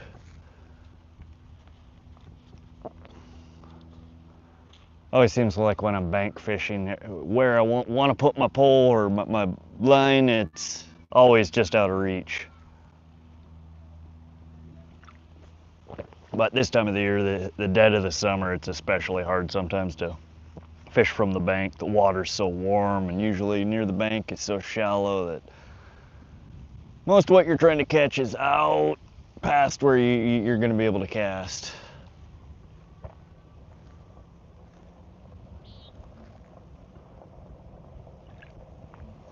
It's like Friday I went, last Friday. Was it Friday? Maybe it was Saturday. I don't remember. Week I went trolling for pike, and the pike have moved quite a ways out from the banks. I was catching them. I was trolling over 40, 50 foot bottom and trolling my lures down anywhere from 20 to 30 feet. So quite deep for pike this early in the year. But we've had, 2-3 weeks of just abnormally warm weather here. So it warms the water up and all them fish start heading for the deeper, cooler parts of the waters. The Max says good luck. I appreciate it, Max. Thanks for stopping through. If you like live streams, if you like fishing videos, hop over to my profile and give me a subscribe. I do stream quite often, and I've been trying to post more content. In fact, I just started posting some underwater content. I got a couple of lure cameras that I've been using and getting some really interesting shots. So if you like pike fishing, if you like underwater videos, hop over to the profile and check out some of the shorts that I posted recently. I think it's some of the coolest content I've made so far.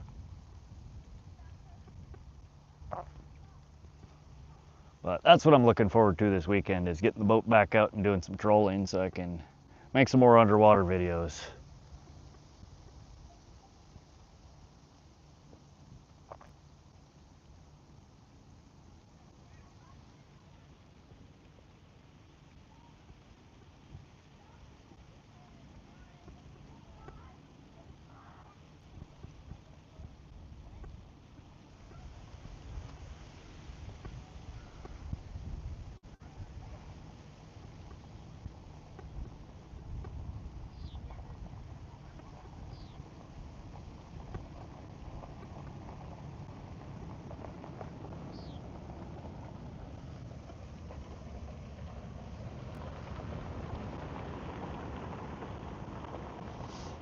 Get the net fishing. Welcome to the live. How you doing today, man?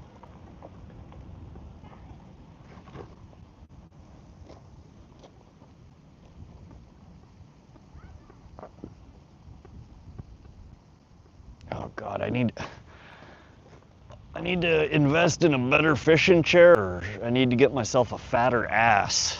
A bony butt sitting on a bucket is not, that is not the winning combo, I tell you what.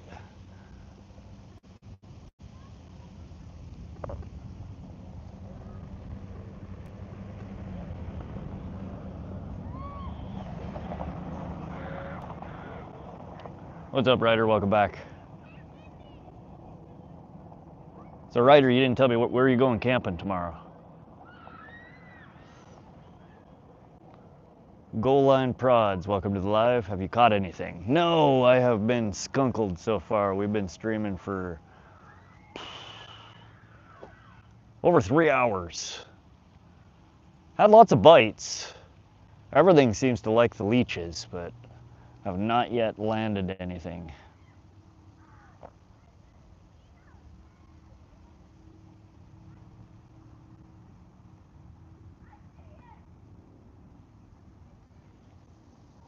That's all right, though. I'm still having a good time.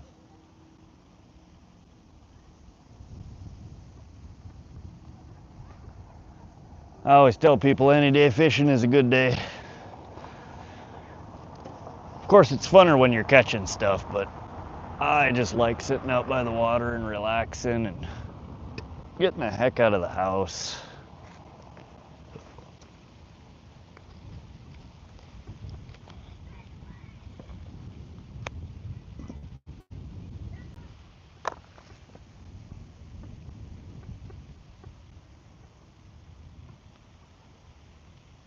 Marta said hi. Welcome to the live, Marta. How you doing?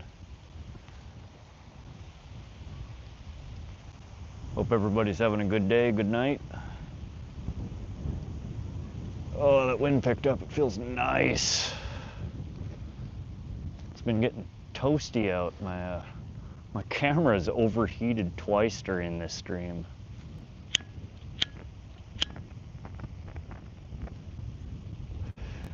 Need to get me a tiny little umbrella for it or something.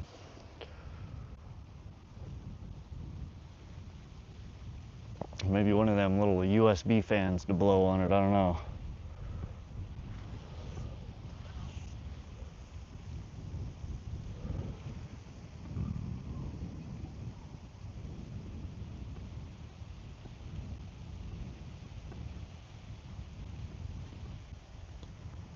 Oh, 89 likes. We're inching towards that 100 like mark. That'd be pretty cool. It's the most likes I've ever had in a single stream. Appreciate it, guys.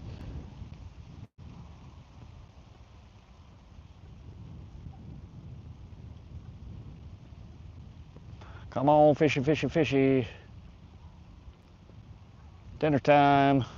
Let's go.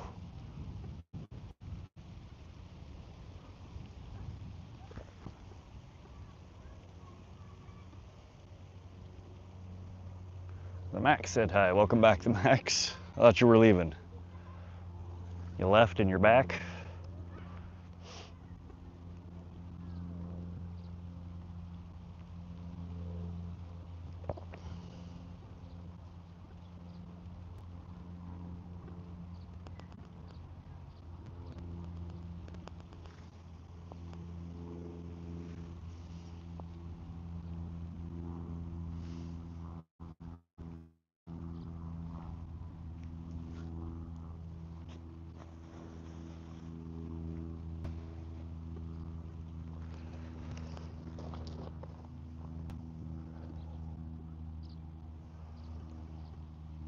Did they get my dang leech again? Oh, no, I still got a leech.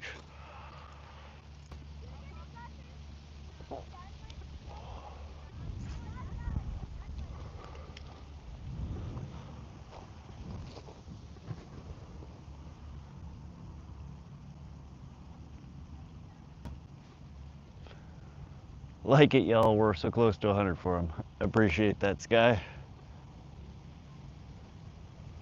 92. Getting real close.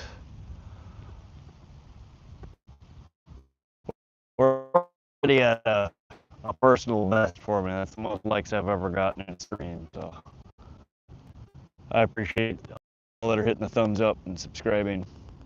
It's a pretty new channel. I've been streaming for about a month now. Had the channel for about 2 months. Having a blast. I fish so often, I figured I'd start a channel and let y'all come along with me. Unfortunately, on days like this, it's not very entertaining because I ain't catching anything, but it's just one of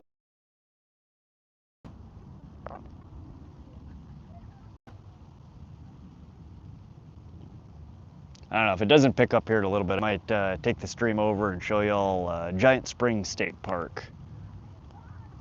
There's a bite. They have a fish breeding program over there, and they have outside of the building these feeding tanks up for the adult breeders, and they're some of the largest rainbow trout you will ever see in your life. But they have like little coin operated machines. You can put a quarter in there and you get a little fistful of fish pellets to feed them. But they're massive, really cool. Super old. They have like the big elongated gnarly lower jaws. I think they have one albino rainbow trout in there. Really cool stuff.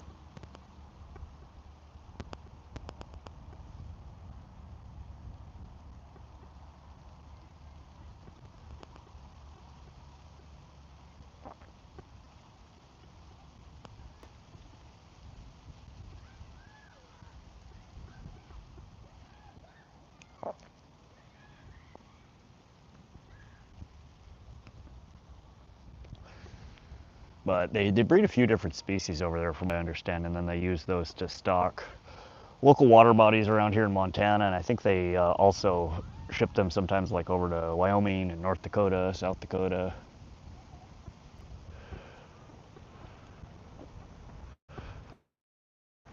I was playing with the bobber out there.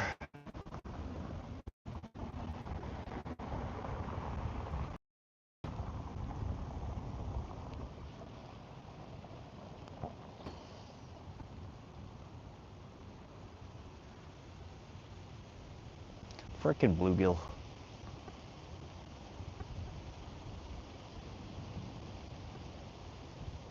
Ryder, that's alright, man. Chat's a little dead. Normally there's more people in here saying stuff. It's all good though. Ah, that wind feels nice.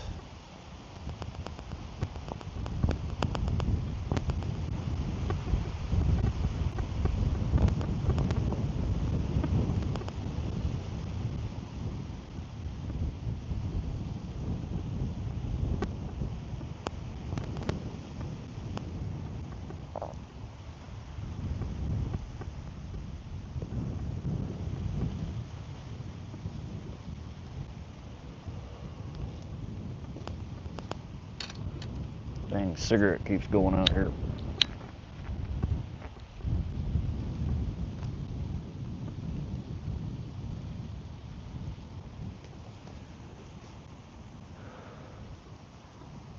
Release to the grease. Welcome to the live, man. Says, how you doing? I'm doing all right. We're having a good day. Any day out fishing's a good day. We haven't caught any fish, but that's nice out. I'm enjoying myself. Getting lots of action. They are absolutely loving the leeches. Oh, we got off. They're loving the leeches that I'm using for bait, but I think it's just the dinks. Like right there, I'm pretty sure that was a bluegill. But the hook I'm using is about the same size as the blue. I usually have one pole in the water for carp. I almost always have one carp pole in. Had zero action off it so far today. The other pole here, we have a bobber, a split shot, and a leech. And we are targeting, going after walleye. That's the target species. But like worms, I think almost anything will bite off a leech. So we might get a largemouth bass or yellow perch or bluegill, or there's trout in here. I think they have golden shiners and white suckers and all sorts of stuff. But I'm trying to hook into one of these monster walleye that are in here.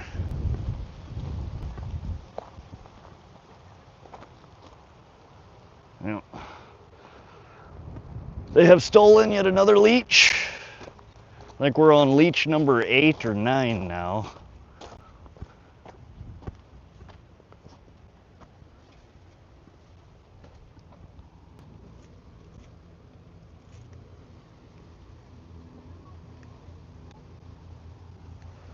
All right, we have 4 leech left. And then we will be done walleye fishing. Be nice if we could get one walleye out of this entire container of leeches, though.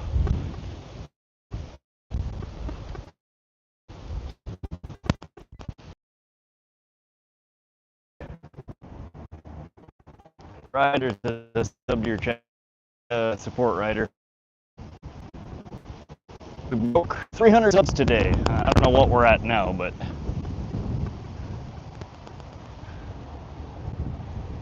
every sub helps. I appreciate it.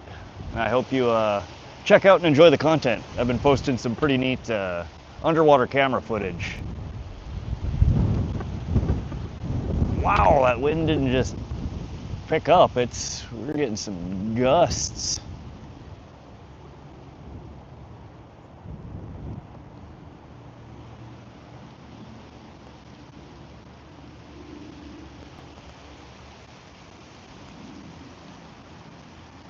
How you doing, Mary? Did you guys find something to eat? Oh, that's what Crappy Man was talking about. He was hungry.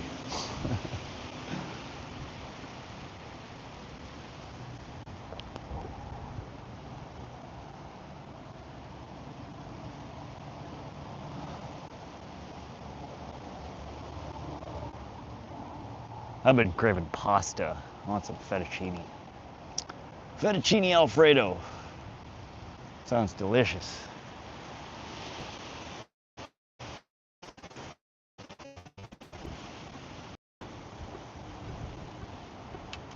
Oop, that was just me. I smacked the pole.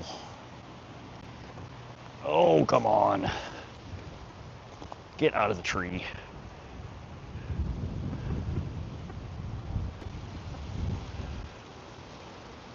This dang wind keeps blowing my line.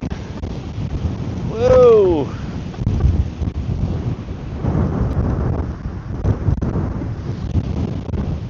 All right, now calm down.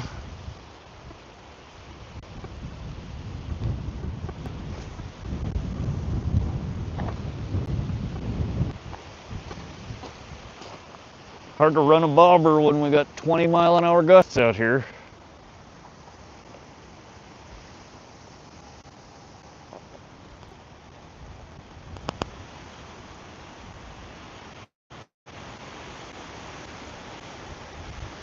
Yeah, unless this wind dies down, that might be it for our bobber rig. We're tangling in the trees, and 20 seconds after I cast it out, it's back at the shore again, so.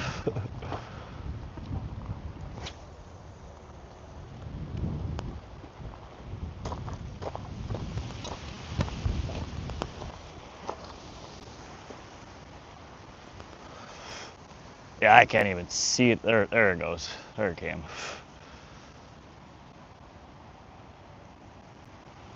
It's ducking under the waves there.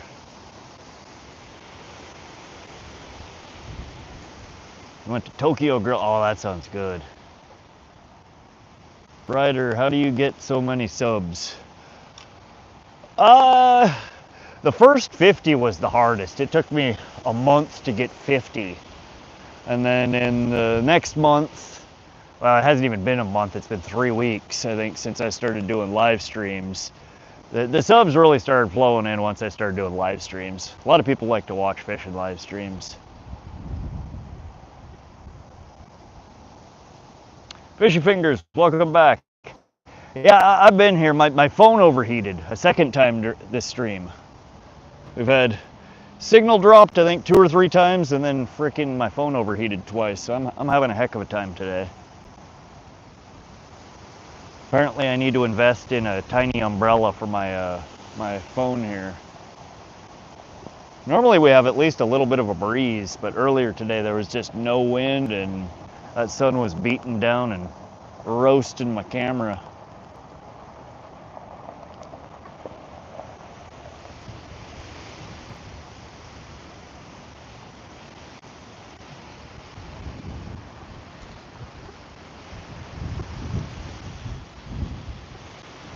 But now we don't just have a little wind, it's frickin' trying to start a hurricane over here or something. These gusts just are insane.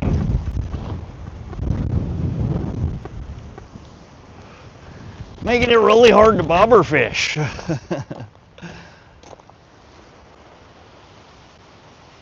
Yeah, like this ain't even working. All right. We're gonna have to switch to a bottom rig here.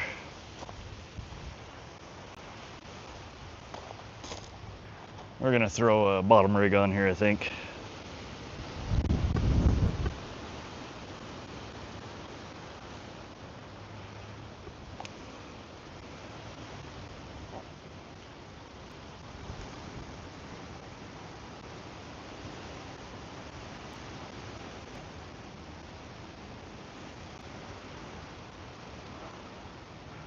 It's all right though, Jackson. I'm such a new streamer here. There's a learning curve to it. Every time I go out, I change my setup a little bit and tweak things, and I think my stream's getting a little bit better. But my problem now is finding good spots to stream from.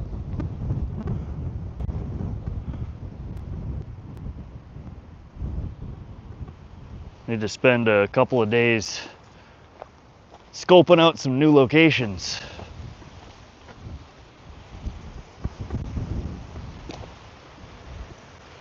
Bear with me for a moment, guys. I am swapping out my bobber rig for a bottom rig,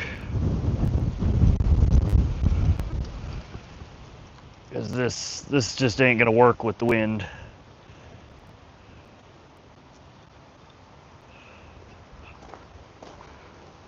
My bobber disappears after 2 seconds.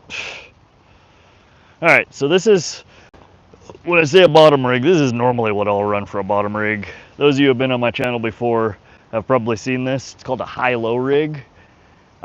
Some of you viewers have said that you guys also call it a Kentucky rig, which I've never heard of. It's a saltwater rig. If you guys have heard of a crappie rig, this is like a crappie rig on steroids. So instead of it being thin monoline, it's a steel leader. You got a top standoff, a bottom standoff, which are just this metal T that stick off the side that hold your hooks off of your main line. They do get a little bit tangled sometimes, but for the most part, it's pretty good. You'll see that that just holds my hook off the line, but there's a bottom standoff and a top standoff, and you run a hook and a leader of whatever length you desire off of each of those. Usually I'll run anywhere from like an 8 to a 12-inch fluorocarbon leader, and then whatever hook you decide you need. What the hell did I just hook that to?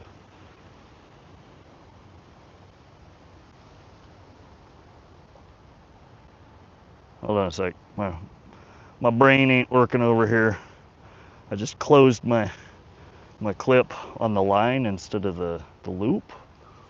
Not sure what I was thinking. All right. So we have our 2 hooks, and then at the bottom is just a sinker. So I started using these for catfishing. I got tired of having catfish wrap my rig around trees and branches and rocks and losing them. After I switched to these, I almost never lose catfish. Once they're on the line, I'm getting them to the bank. But I also then got into carp fishing, and they work really, really well for carp fishing. And I found that with a little bit of tweaking, they work fairly well for trout. I catch white sucker off of them. I've caught a myriad of different species off of these, so they're a handy setup. But we're going to do, I think, a worm on the other hook. We'll have leech on one hook, worm on the other. See, maybe we can pull something off the bottom out here.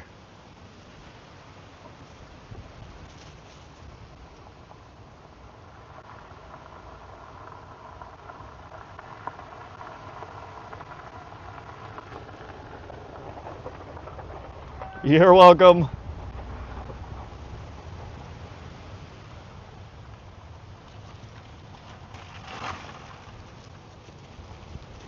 All right, I'm just off cam here. I'm finishing baiting the line up here, guys.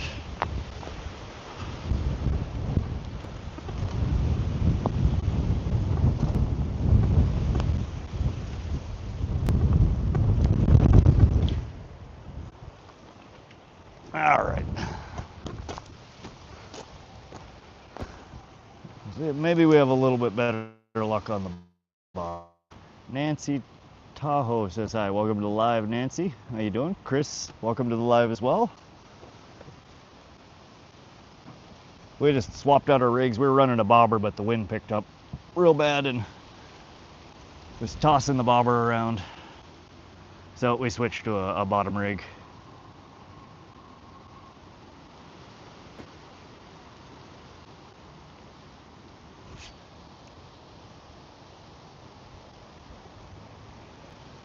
That felt like a bite already. But now I'm in the weeds. Oh, fishy's pulling me into the weeds. Is there still a fish on there?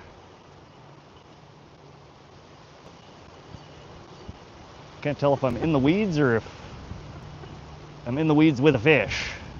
Oh, geez.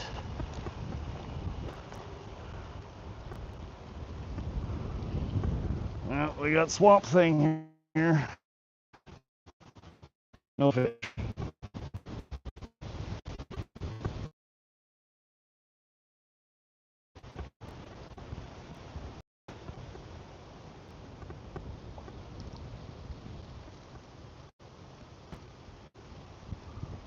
All right, let's try this again. That was a pretty quick bite. Maybe we will have better luck on the bottom here.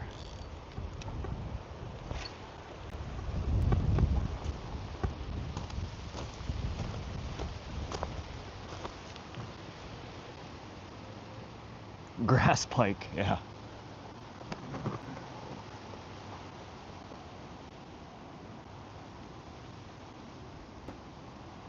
I might have to throw a slightly heavier sinker on here. This water's so shallow that this wind is creating movement. We got current here in a static lake.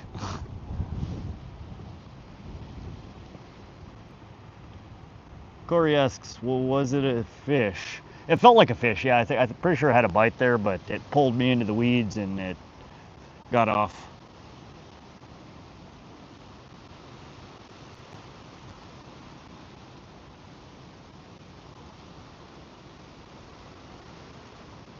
But it had only been in the water. The bottom rig here. Matthew Spore. Geez, I can't say your last name. We'll just call you Matthew. Matthew, welcome back. How you doing today, bud?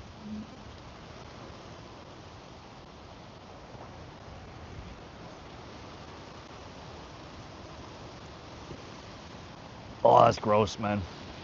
Nothing like 80-degree Mountain Dew. It's tasty.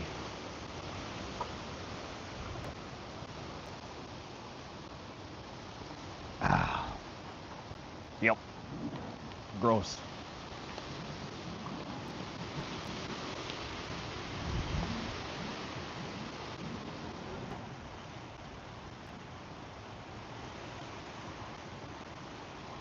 Chase the Prodigy says, any fishing tips? I mean, that's a pretty generic question. Is there a specific species you're targeting? Are you bank fishing? Are you boat fishing?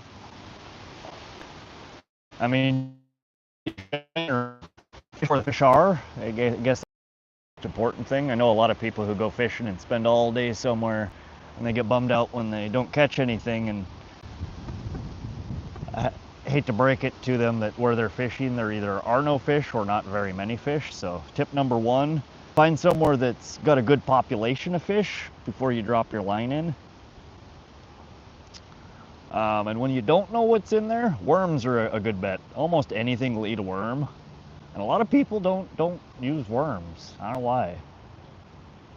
Everybody wants to throw artificial lures and all the fancy stuff, and they don't go back to the basics. Until I know what I'm targeting and what they're biting off of, oftentimes worm is my go-to.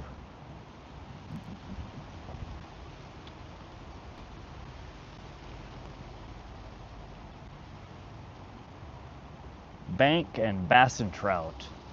So bank fishing for bass. Bass are a voracious predator. Almost anything. I am not a huge bass fisherman. I can't give you a lot of real good insights on bass. Most of the bass I have caught off a very basic setup. What I was just running, what I just took off here. A bobber, you know, about 12 inches or so above your split shot, and then a lure of whatever length, you know, whether it be 8 inches, 12 inches, 16 inches, fluorocarbon, and just a worm. And throwing it out there and leaving it stationary will work sometimes, but what I found best with bass, they like to chase things. Throw it out there, cast her out as far as you can, either straight out or even better, a long, and just give her a slow crank.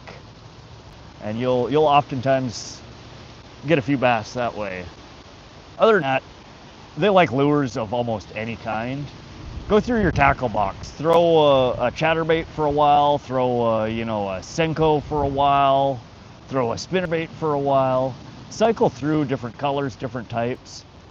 Bass are weird. They're picky some days. It's sometimes figure out what they're biting on. Ooh, that was a good bite. Something found my bait.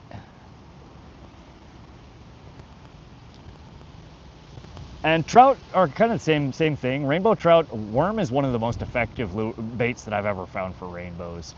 Brown trout are a different story. Brown trout, I've only caught a few brown trout. And I've caught most of those off lures versus worm. Rainbows, I normally like to go troll for them out of a boat. A really slow troll, you know, 0.7 miles an hour, 1 mile an hour, maybe 1.5 miles an hour. And using things like wedding rings or cowbells, worm rigs, worm harnesses.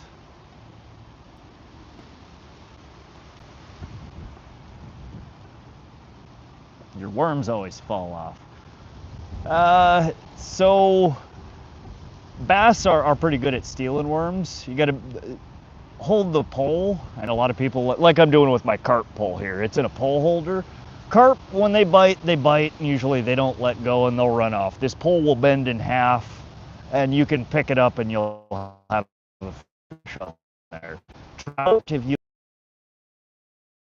bass are the same way. Oftentimes they'll strike at it, and if they feel anything funny, they spit it out. So if you don't have the pole in your hand, they're just going to steal your bait. You're not going to catch it. But with the worms, start with the thicker, the head part of it. It's darker, it's thicker. Poke it, a 1/4 of an inch from the head. Do 1/4 inch to a 1/2 inch, poke it through again, and then another 1/4 inch to a 1/2 inch, poke it through again. Get good pokes through, and then snip it halfway so you got 1/2 inch or so dangling off the bottom of it. If you leave too much dangling, oftentimes you'll get short bites on it, short strikes, and they'll grab the worm and they swim away and they just peel the worm right off the hook.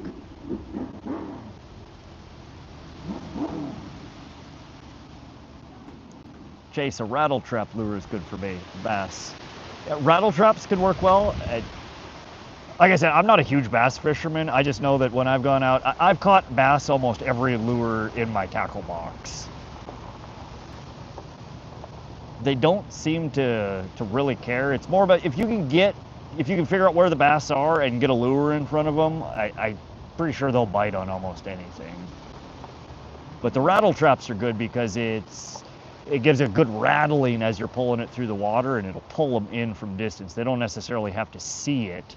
They can hear it and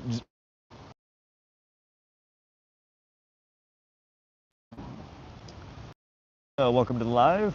We're fishing for carp and walleye currently.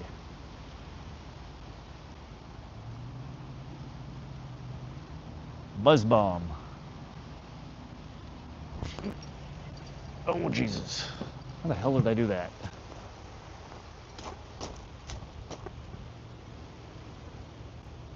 How is that even a thing? There we go. Now did I get the fish? Nope. Missed the bite. Smacked my other pole.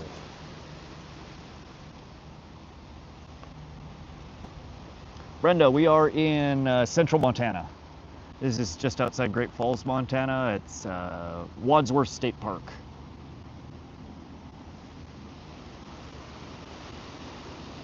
Most people come here to fish for walleye. There are some really chunky walleye in here.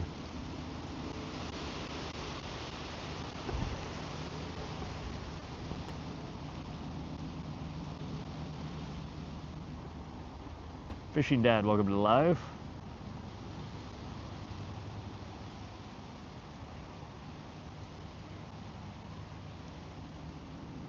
One of you mods want to mute Don Devon?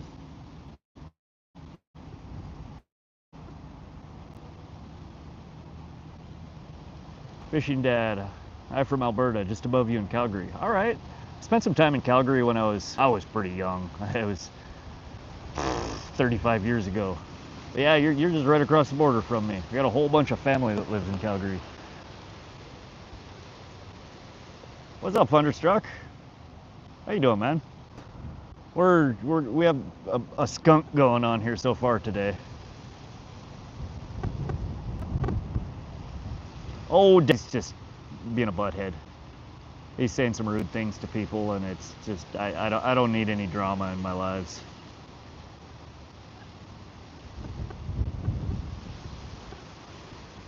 Simply Real, welcome to the live.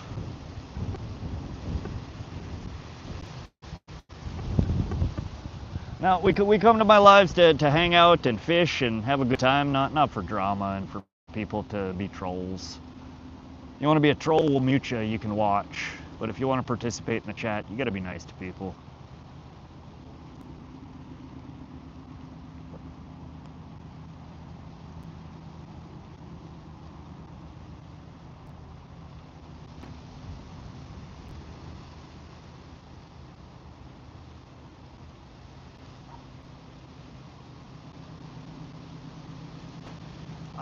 Don, I'm not asking who started it. We're not children here. At least I'm not. I don't know whether you're a child or not, but we're not playing the who started it game. I'm asking you to stop it. Oh, just some people bickering with each other. Brenda says, I love fishing. I think a lot of us love fishing. It's one of my favorite hobbies.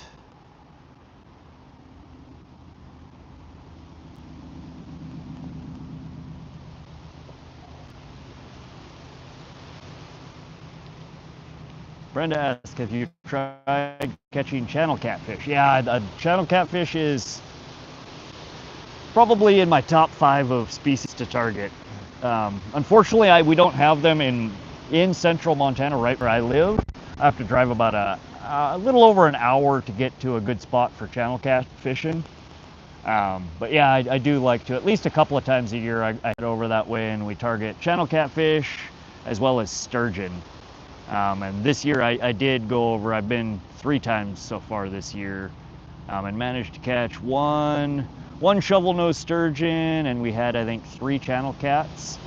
The last time that I went out, I got a 14.5-pound channel cat, which is a good size. They get way bigger than that, but it's the biggest one I've caught so far this year.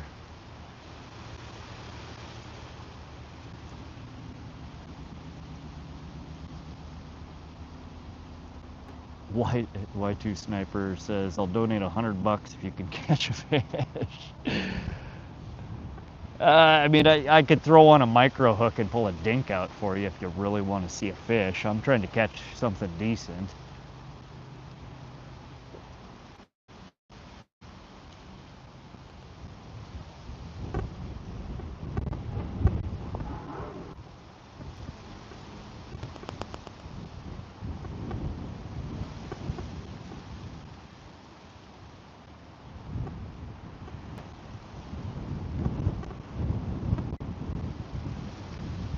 You ever catch a frog? Not on a fishing pole, I haven't. I've caught lots of turtles, unfortunately. I caught a dead beaver once. But no, I've never caught a frog on a fishing line. A dead beaver is probably the most unexpected thing I've ever pulled in on a fishing line. I thought I had a monster. Pulled her out of the river and it was probably I don't know, it had to be in a 15, 20-pound beaver.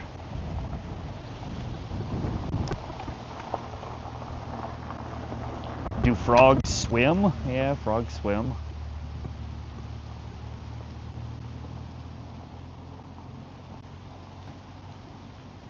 Ashina, welcome to the live. Y2 Sniper says, any fish, I'll do it. You really want to see me pull out a dink? I mean, I could throw on a micro hook. There's bluegill and baby yellow perch in here that you can pull out all day, every day, but I always purposefully put on a bigger hook to try not to catch those.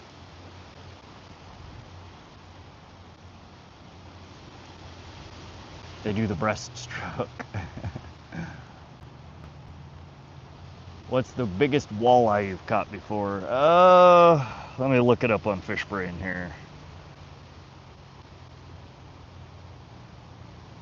I log most of my catches on Fish Brain so I can refer back to them.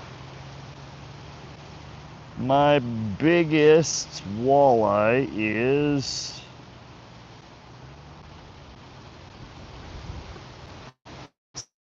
6 pounds, 27.5 inches. Small I ever caught was my pea. Was smaller. They're really nice fish.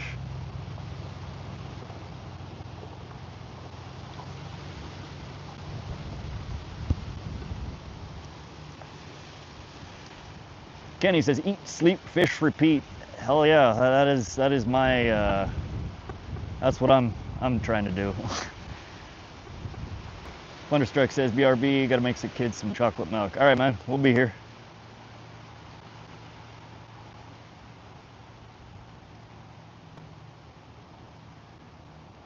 What do y'all think? What do you think, chat? Should I throw on a micro hook and catch a fish for $100 from YT Snipes here?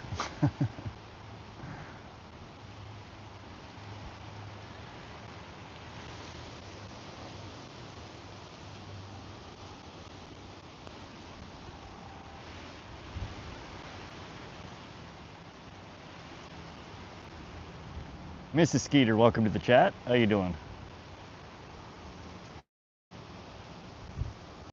Oh, jeez. Man, they stole both my leech and my frickin' worm. How about that?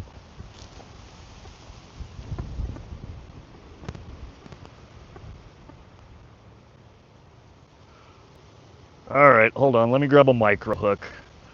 We will catch a dink for YT snipes here.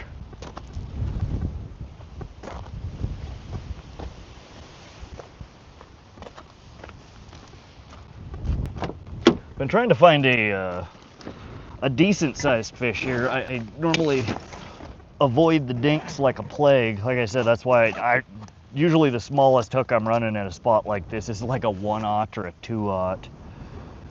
And it is for the explicit reason to not catch the dinks. Although every once in a while you will still catch one on even a massive hook. But usually you're gonna impale them through the, top of the head, or they're not good catches. So I think I have in my bag here some itty bitty little micro hooks that are perfect for the dinks. Oh, if I can get it out of this rat's nest here. There we go.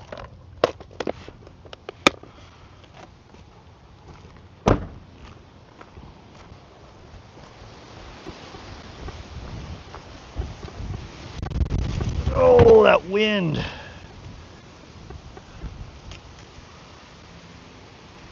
All right, YT snipes, we are going to catch you a monster.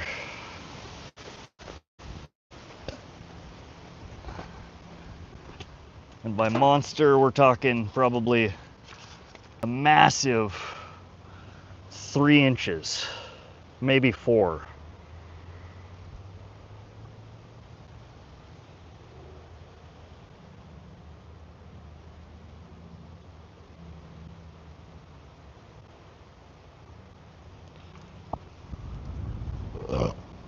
All right.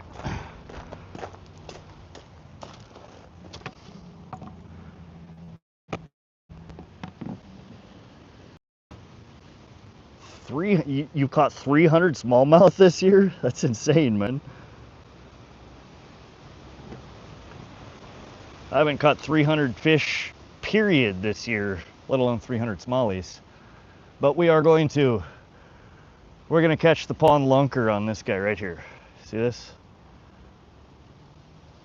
This is what the lunker is after.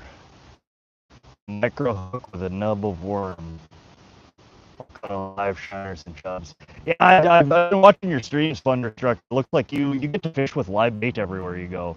We don't get live bait anywhere in central Montana. I can't fish with live bait anywhere. I gotta go to eastern Montana. So the closest thing I get to live bait is worms, crawlers, leeches. I can use crawdads, crawfish, but I've never actually caught one off of a craw, which baffles me because every damn fish open up is full of craw.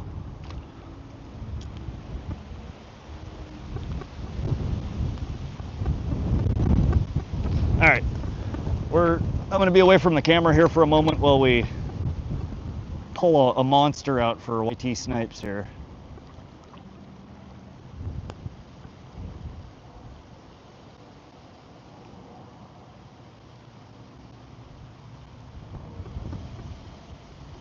It'd be a heck of a lot easier if the wind wasn't blowing here and I could use my bobber.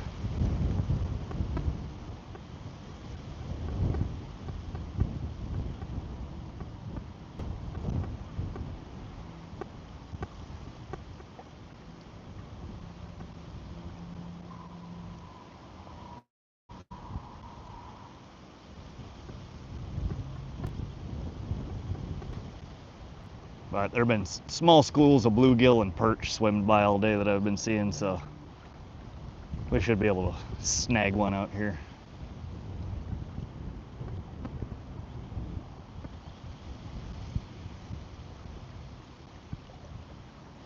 Let me grab my other phone so I can chat with y'all while I'm down by the water here.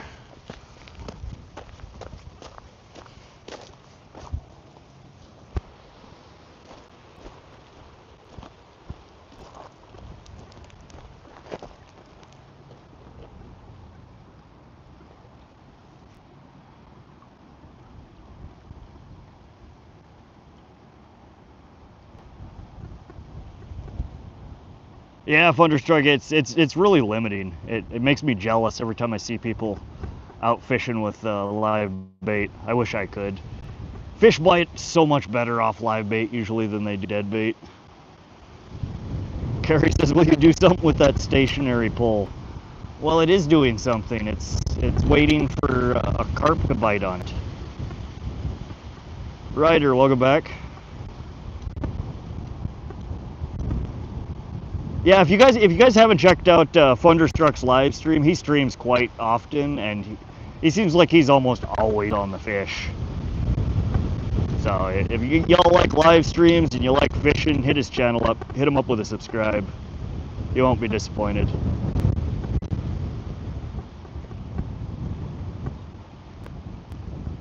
It's oh Jesus. Did I just launch a fish on shore? I might have. I keep forgetting that I'm fishing for dinks here.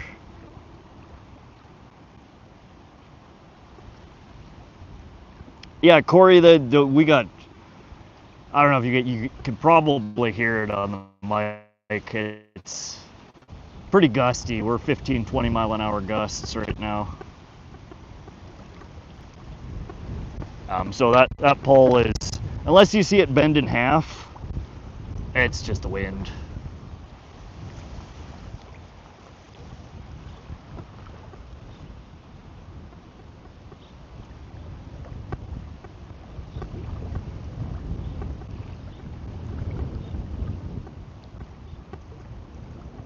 Now I gotta go all the way over to eastern Montana to use live bait.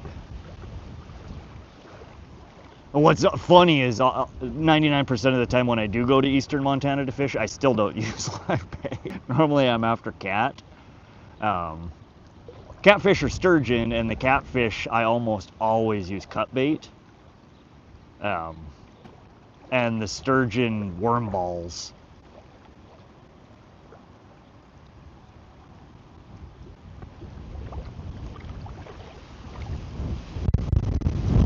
Oh, this wind.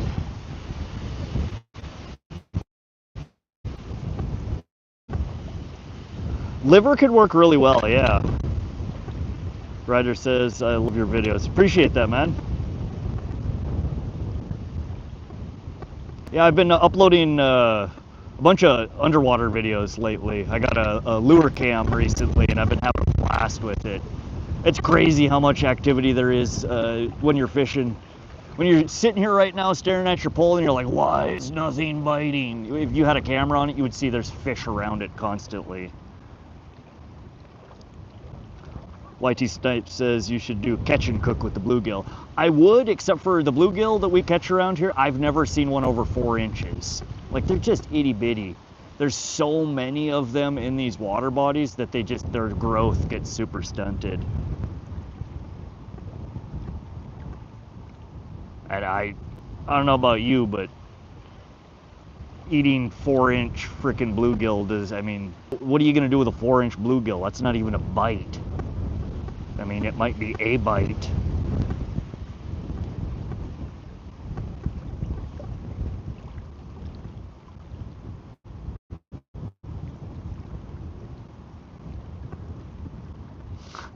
I'm trying. We got, oh dang it, I missed it.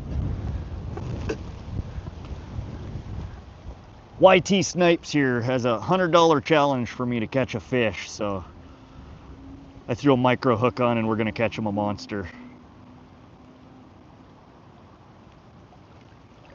Yeah, I've watched that too, Thunderstruck. You're pretty good with that net. I tried a couple of times. I was probably 17 when I was down in Florida decades ago, and my brother had picked up a throw net, and we screwed around with it for the better part of a week, and none of us could figure out how to throw it well. I have a little bait catch. I don't even know what the hell you call it. It's like a little cage, little cylindrical cage that I use sometimes to catch bait. But yeah, I'm no good with a cast net, a throw net. Takes practice. I never had somebody to show me how to do it properly, so we were just kind of winging it, and none of us could quite figure it out.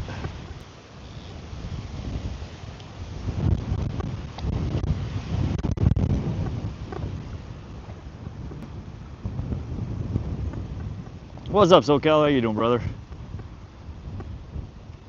We're just chilling. The wind has started to really pick up here. I don't know what the heck's going on. We had a nice, calm, gorgeous day, and then just out of nowhere, the wind started blasting us. Thunderstruck, that's good content. I mean, you would be surprised how many people would probably benefit from a good tutorial on how to throw a net like that. It seems like it would be stupid simple, but it's not.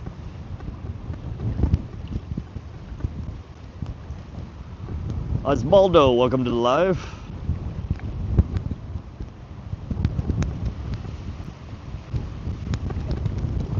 Appreciate the likes and the hearts and stuff, you guys. Whoa, that's my first stream that has exceeded 100 likes. That's awesome.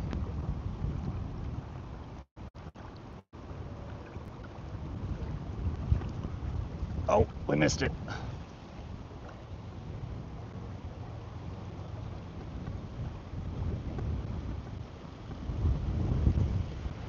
SoCal, I did watch that. You caught a fish.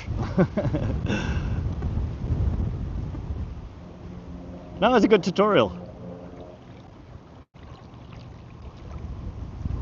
It is. It's gusted. It's at least 20-mile-an-hour gusts right now. I wouldn't be surprised if it was up to 25. Thanks, fishy fingers.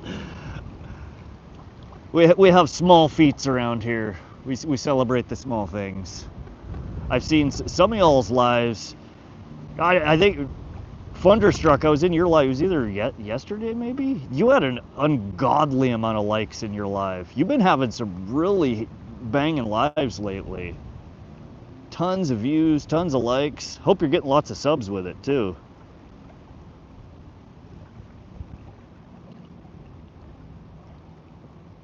Yep, milestones for sure. We broke 300. Oh, they stole. Both the worms are gone. All right.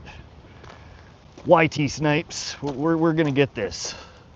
I should throw 2 micro hooks on because I think most of the bites that I'm getting there are snagging at my bigger hook. Now I forgot what I was talking about.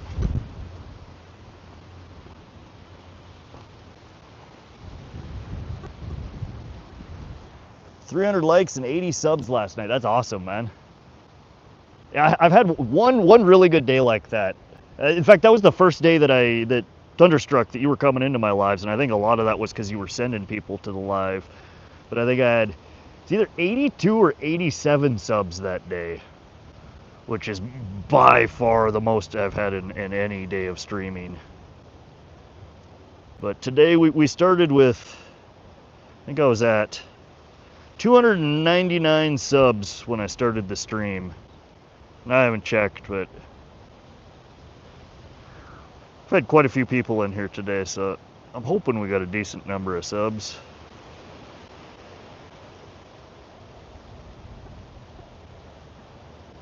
God, I hate these tiny hooks. You know how hard it is to put a portion of a night crawler on a frickin' micro hook?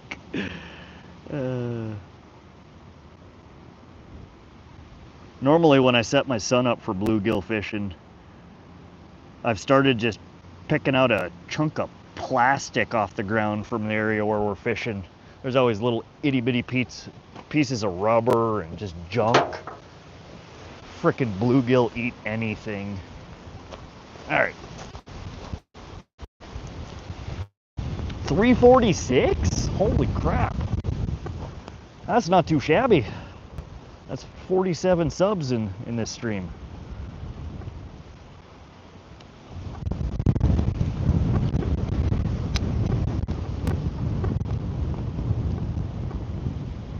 Chase says I subbed, my man. Appreciate it, Chase. Oh, come on. That was almost immediately. Get her back in there. Thunderstruck has a great community. Proud to be part of it. He really does. He's got a bunch of good people in there.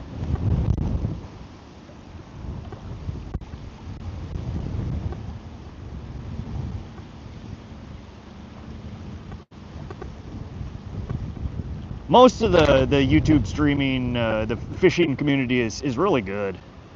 I did have one guy, I forget his channel name. I popped in there. It was pretty early this morning.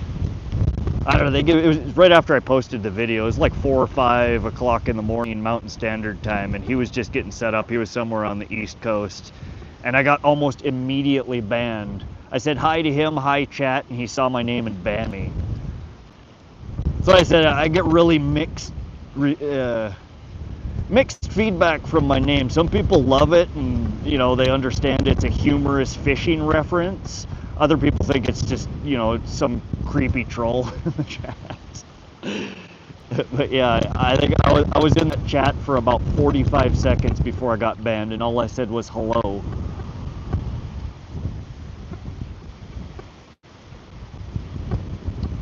Mrs. Skeeter asks, where are you fishing at? We're in central Montana. This is just outside Great Falls, Montana at Wadsworth State Park. Man, I sincerely apologize about the wind, guys. I hope the wind muff on my mic here is cutting out most of the wind noise. But we're just gusty as heck right now.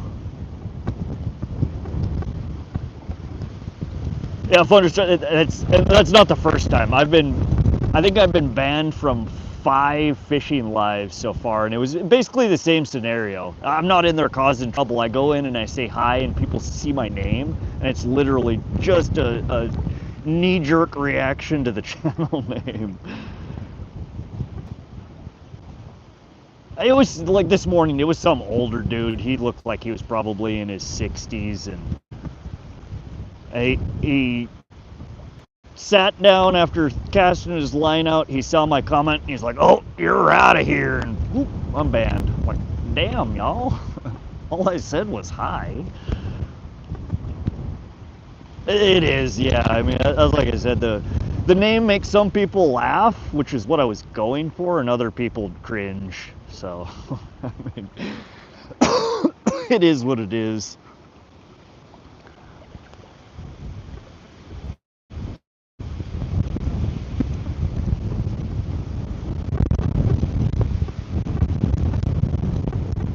But again, it's one of them things. If somebody's going to look at my name and their immediate reaction is to ban me, that ain't the type of person I'm going to get along with to begin with. So, no biggie.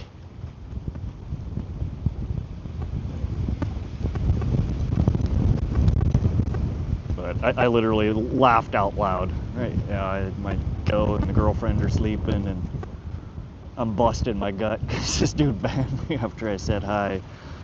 Like, all right, time for bed. We can hear you for the most part. All right. Yeah, I'm trying to keep my back to the wind here, and I have my little wind muff on the camera or on the mic.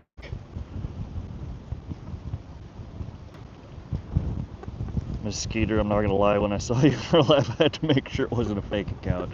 No, I get that. I get that. It's one of them names that it's. Oh, come on. I knew when I set that as the channel name, it was probably going to be borderline problems. I was so fed up with throwing name after name after name and it saying, sorry, it's already taken, that I just went with it. It made me laugh.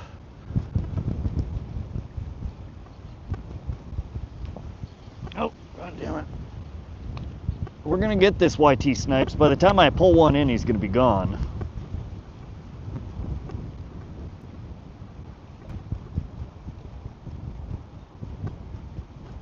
SoCal out of channel banned me because I asked where they were fishing. He got all pissed and accused me of trying to jump his spot.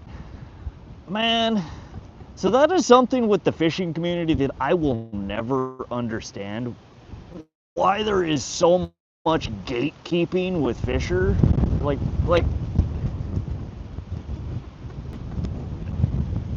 I know everybody's got their honey holes, and I know everybody thinks they got some secret. Y'all, we're throwing a stick with a line on it into the water and hoping to pull up a fish. Like, help a brother out. You know, if somebody asks where you're fishing or for some fishing tips, like, give them a hand, man. We're all out here trying to have fun. Is it really that much more fun for you to keep a secret? I don't know. It drives me crazy when people are like that.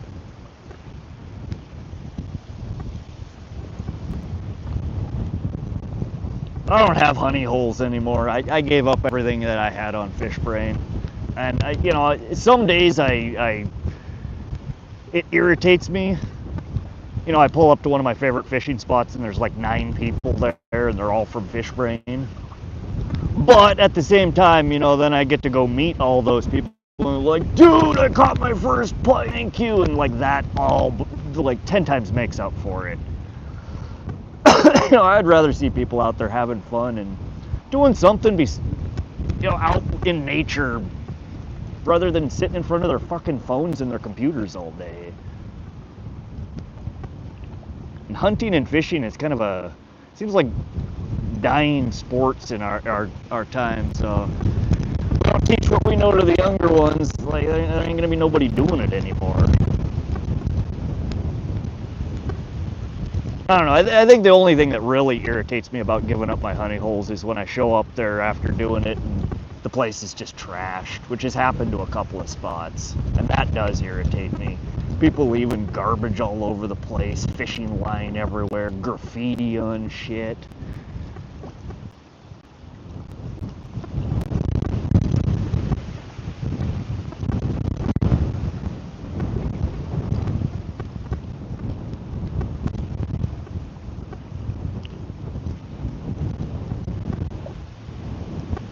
No, I mean, those are all valid points. I get that. A lot of the spots, they don't accommodate a lot of people, and again, it sucks giving up your honey hole, but like in my particular area, there aren't a lot of good northern pike spots unless you have a boat and you know, you can drive and you're willing to drive 45 minutes to an hour to do it.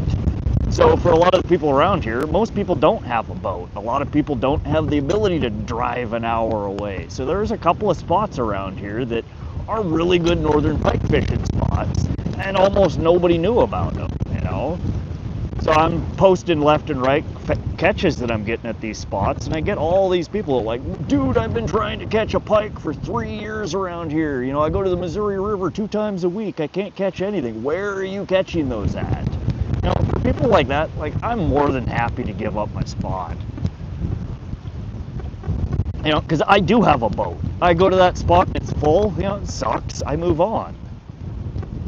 You know, I'll pop my boat out for the weekend and I'll go catch 10, 20 pike at my trolling spot.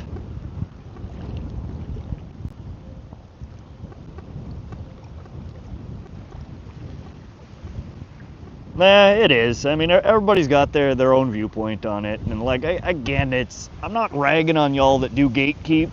I mean, I am to some extent, but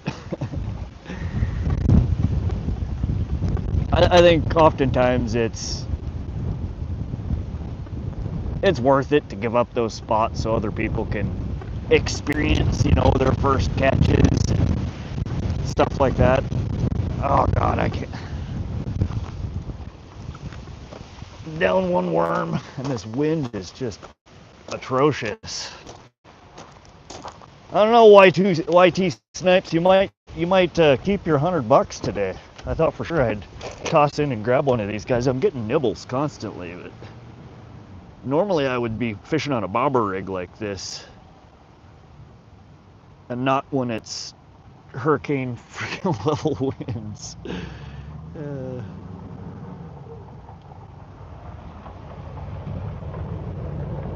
Hopefully the wind starts to die down here. I was gonna take y'all down to Giant Springs again and show you the trout pond there. That has, I guarantee you, the biggest trout you've ever seen in your life. And I know most of you have probably never seen an albino trout, and they have one really big albino trout in there. Cool as hell.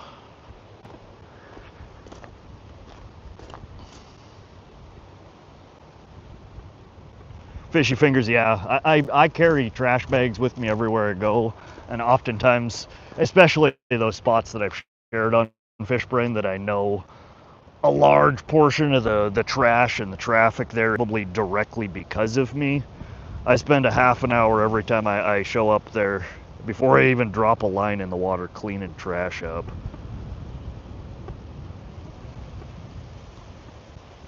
I don't understand why more people aren't like that, or why it's so hard for people to just stuff something in your pocket, or, you know, go throw it back in the car.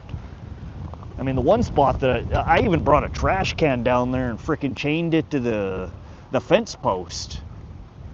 And I show up there and there's still trash everywhere. It's like there's literally a trash can right there.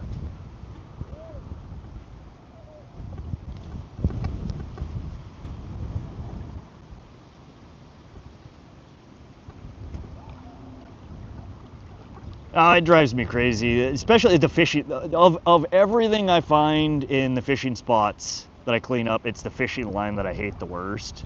Because there have been numerous times where I've gone to fishing spots and found, you know, a bird struggling on the beach with, you know, fishing line wrapped around its wing, and one leg wrapped around its frickin' neck. Turtles get that shit wrapped around them.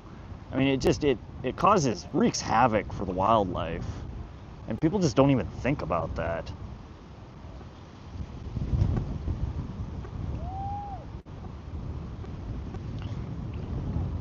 Miss Skeeter says we caught 3 today. 1 channel cat and 1 bullhead. Heck yeah. Is a channel cat a good size? And what kind of bullhead do you have around there? We have yellow bullhead and black bullhead here in Montana.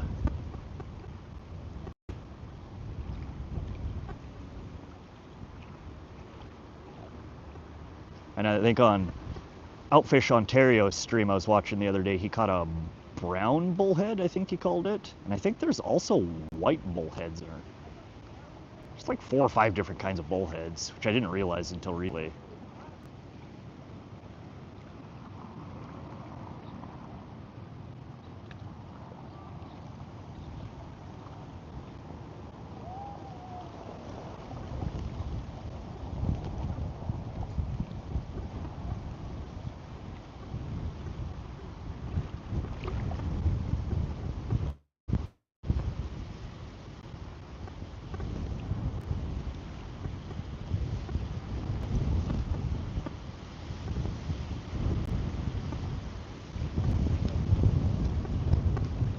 Okay, just making sure. What the hell am I? Why am I not on the camera? Am I just off camera?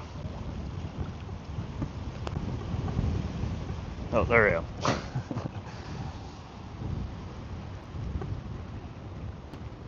Okay. No, I'm down here on my cell phone and I'm watching and I'm sitting here on the bank of the lake fishing, but I'm not in the camera. I'm like, why? Where am I? Thought my stream froze.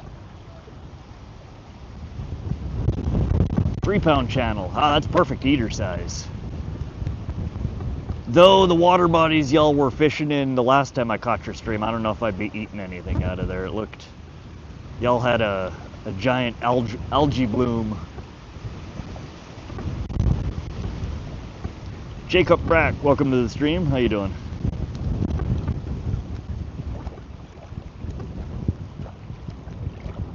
You were in center of screen before. Go back. Yeah. Was I? Alright, we are down another worm. These things are just little ninjas. I don't know, man.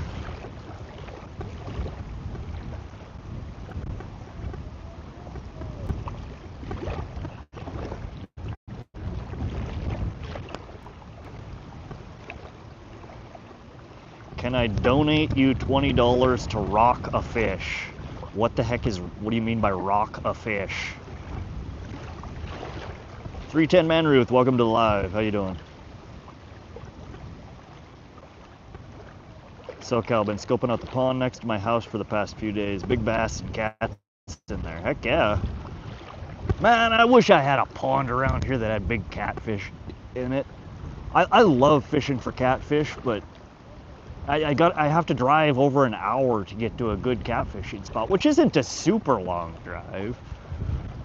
But you know, oftentimes you don't want to drive for an hour to fish for a few hours, then to have to drive an hour home. So I usually don't go to places like that unless I have a whole day, you know, that I can waste fishing there. No, Jacob, I'm not smashing a fish with a rock.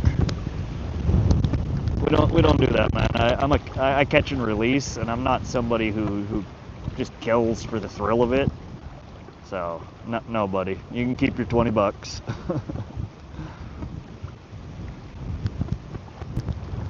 Nope, we don't do that, Jacob.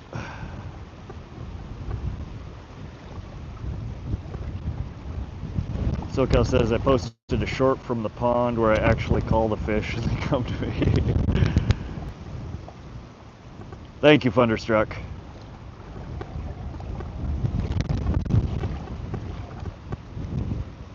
SoCal, that's the one you were saying was that is owned by the resort or whatever, that's technically no trespassing.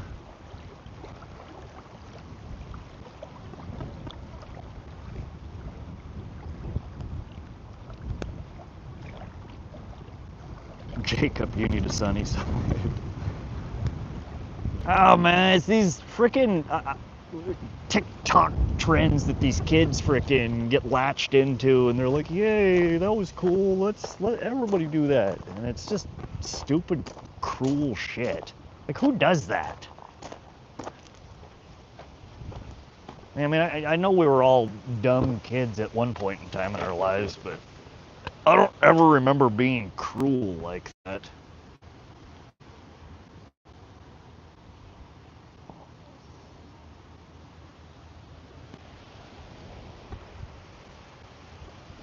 All right, we're done with the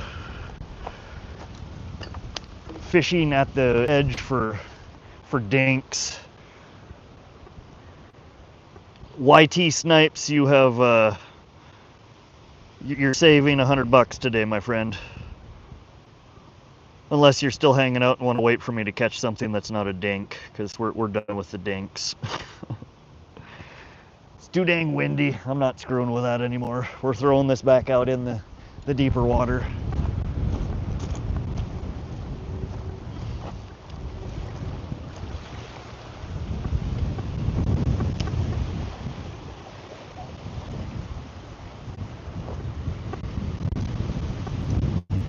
Open to the public, but no fishing. Okay.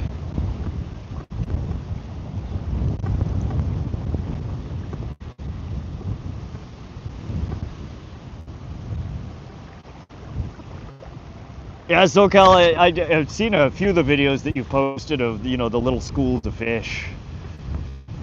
And I mean, they're little fish, but they're not that little. What are they? Are those little bass, or?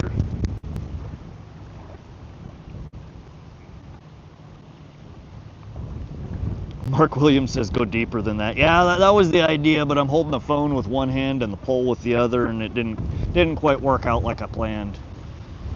We'll leave her where it's at for a few minutes, and then I'll pull it in and cast it out further.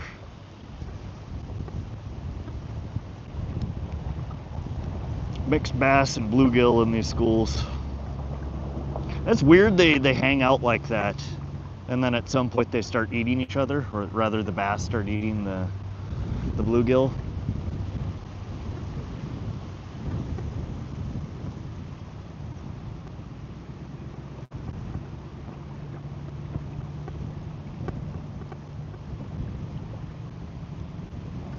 Mrs. Skeeter asks, what kind of fish are in there? There's a whole bunch of different species in here. Most people come to this water body to fish for walleye, and there's actually some quite sizable walleye in here. 30 plus inches, big walleye. I've never caught anything more than like a 12, 13 inch from the shore here, but the big ones are in here. Fish, Wildlife, and Park did a survey a few weeks ago while I was here, and they were pulling the gill net out of the water, and there were some frickin' monsters. But other than that, there's largemouth bass, there's common carp, yellow perch, bluegill, pumpkinseed, rainbow trout. They stock it with brook trout. There's golden shiners, there's white suckers, and then there's a handful of other like itty bitties that you're not likely to catch on a pole, like dace and God, I don't even know what the heck they're called, but it's a pretty diverse amount of fish in here. I normally come here to fish for carp, but today I was on a mission to try and catch a frickin' a walleye, and I had one solid bite that felt like a walleye, but didn't manage to get it.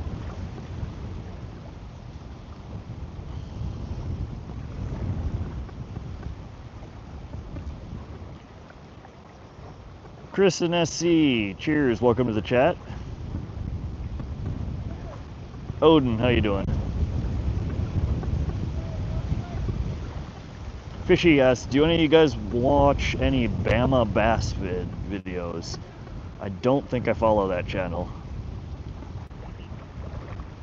X Gunner, welcome to the stream.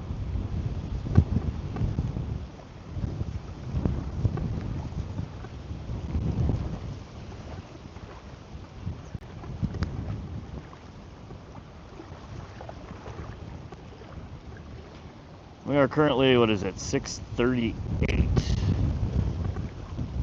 I'm thinking with how windy it is, we might pack up here shortly, and I might try and keep the stream live. I want to head down to Giant Springs State Park, which is about a 10-minute or so drive from here, and see if I can show you all the trout pool.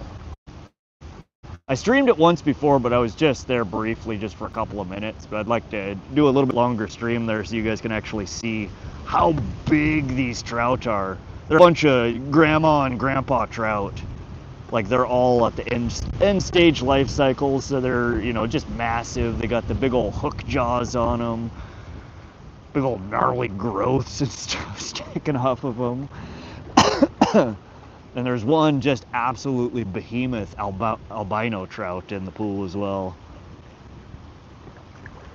I don't know if the hatchery's actually open. I know some days that they have the doors open in there and you can go inside and they'll give you kind of like a little guided tour around and show you all the different stages of fish that they raise there before they bring them out to stock the ponds.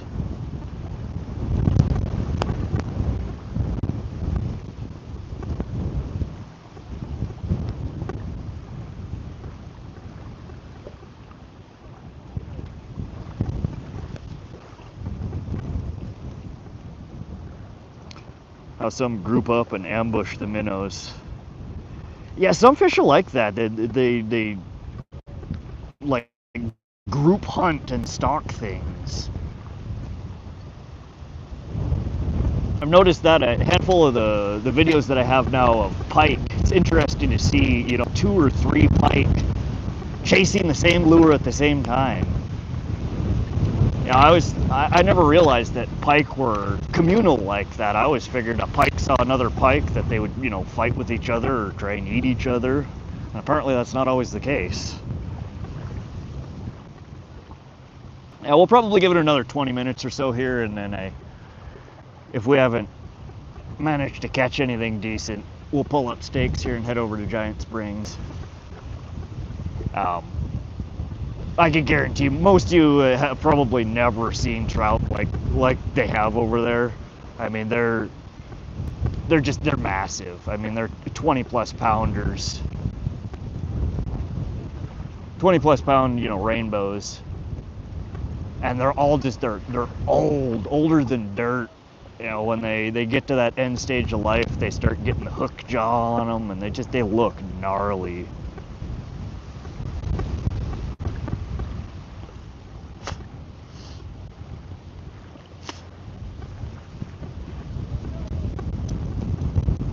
they actually have over there as well. So the Giant Springs State Park runs right along the Missouri River, but then they have a pond they built right on the other side of the river. So there's like a walking path and then a pond on the left and the river on the right.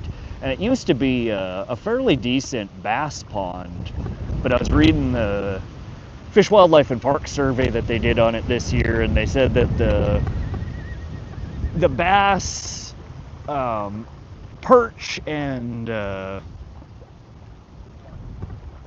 bluegill population in there was found to be almost all gone, and that they had found that somebody has illegally introduced northern pike and walleye into it. This pond is like the size of a swimming pool. I mean, it's, 50 foot by 100 foot, and somebody pulled walleye and pike out of the river right next to the pond and plopped them into the pond, and they ate everything. So I kind of want to go catch a pike out of the pond over there.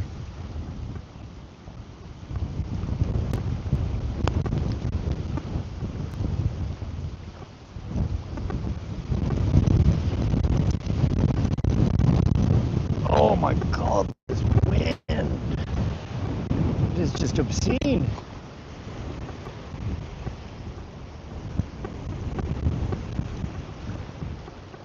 Alright, I don't think we're even going to take the 15 minutes here. I'm going to start packing up. Maybe the wind will die down as we're driving over to the other spot. I don't like fishing when it's freaking hurricane like this. The static pole in the water that's got the bell on it's jangling the whole time. Freaking, I don't know, it's just, I feel like it's a waste of time. Alright, one pole in.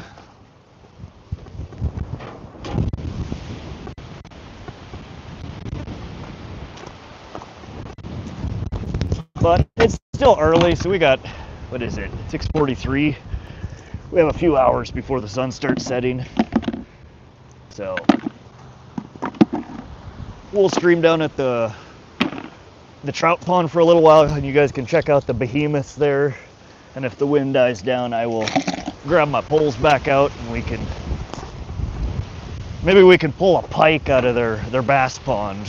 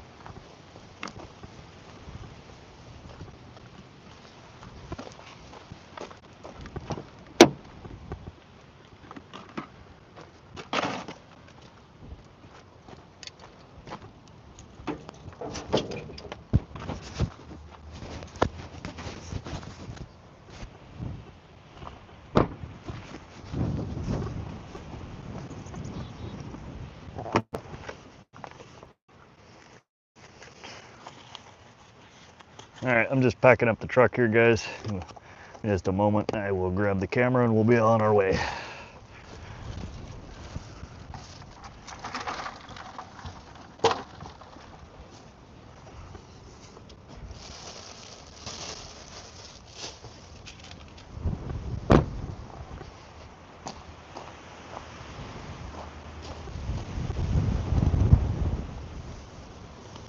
Alrighty.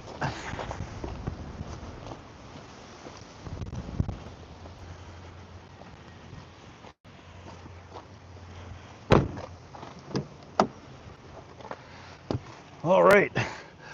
Oh, and today I finally hooked up my my new dash mount for my camera, so I don't have to try and juggle the phone around while I'm driving. All right.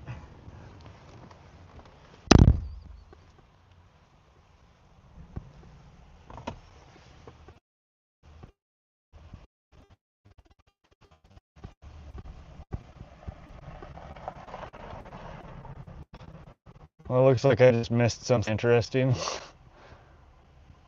Thanks y'all for cleaning up whatever the heck. People are ridiculous, man.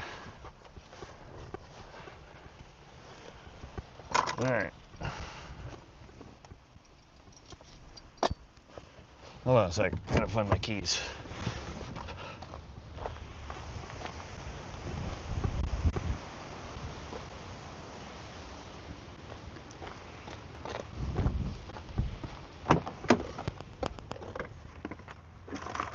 Ouch.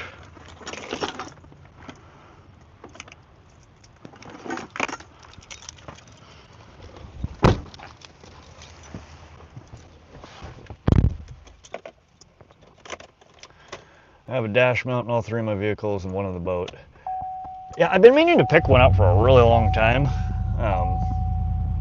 There we go. I've finally... Here, let me turn my AC off here. There we go. Alright, so yeah, it's about a 10-minute or so drive to get to Giant Springs from here. If y'all want to hang out, you can see a little bit of the scenery of Great Falls, Montana.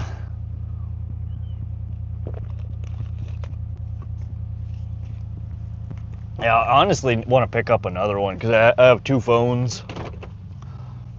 The one that I got, it's actually a really nice one though. It's magnetic and it charges the phone, so it's got, you know, the wireless charging for iPhones, and it's got a built-in little fan in it that's supposed to help with the phone, you know, overheating. And what is it? Here, I'll flip it around. I'll show you guys the box. That's the one that I picked up. It's a Mighty Mount. They're a little bit spendy, but it had really good reviews. But it's got the built-in wireless charging. It sticks to the window, sticks to the dash. It's got a built-in fan in the back of it. Alright, we're flipping the camera around here. For those of y'all that want to hang out, it'd probably be 10 minutes or so till we get to Giant Springs State Park, depending on traffic. Can y'all, if somebody's hanging out here, let me know. Again, I'm in a fairly rural area. My signal is going to be kind of coming in and going out. If my stream starts tweaking, like if it starts looping, somebody let me know so I can fix it before everybody leaves. Alright. Yeah, so right now we're on the edge of Great Falls, Montana, which is not a very big city. I mean, it's the third largest city in Montana, but there's a population of under 80,000 in Great Falls and the surrounding area, so it's not very big. And then you can pretty much go 50 miles in any direction and there's nothing.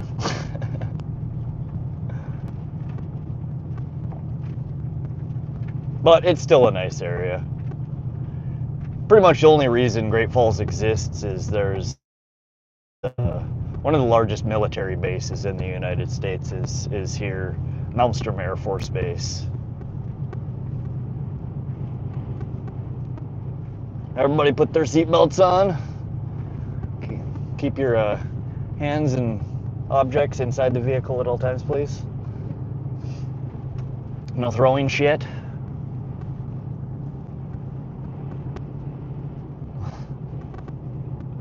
But yeah, you'll see it's a quaint little town. It's pretty rural. There's not a whole lot here. Again, the military is the biggest draw for people here. There's a couple of factories and stuff like that draw people in to work. We do have an international airport here in Great Falls.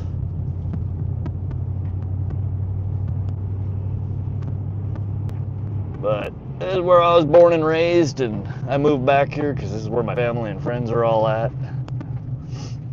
And it does have, you know, world-class hunting and fishing around here. You would never know it from watching my streams because I could catch almost nothing on my streams, but I promise y'all there is really good fishing here.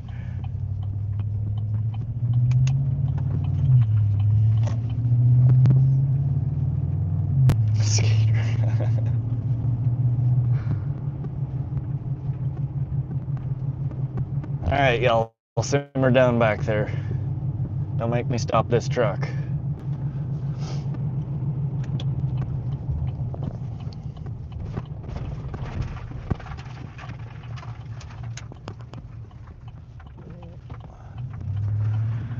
Freaking my entire bag of ice melted in what, 4 hours? So I got a bucket full of water sloshing around in the back seat.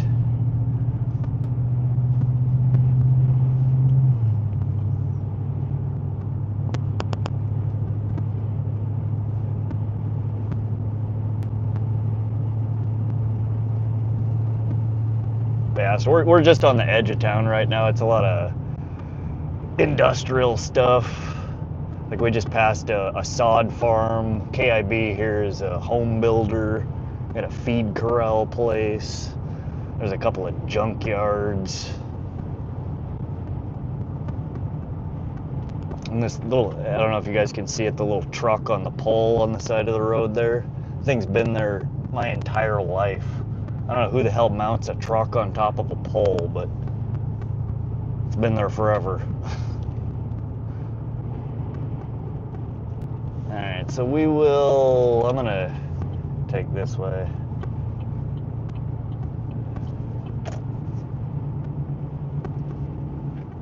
And this actually right over here is the neighborhood that I grew up in.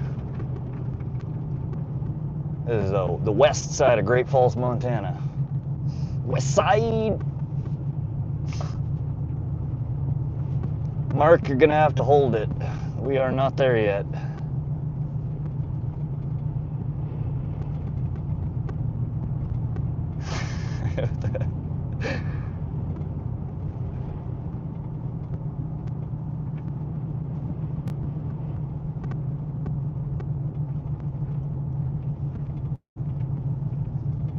Ooh, so I should probably stay in my lane, eh?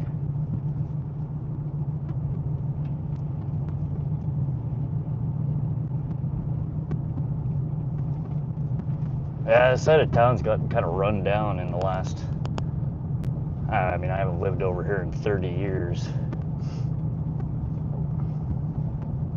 There are quite a few places in Great Falls, though, that have been, I guess y'all call it gentrification. There's been a lot of new people moving to Montana in the last decade and bringing money with them and fixing things up, which is nice to see. I mean, there's a lot of cool old buildings and architecture here. It sucks seeing them all decrepit and old and falling apart.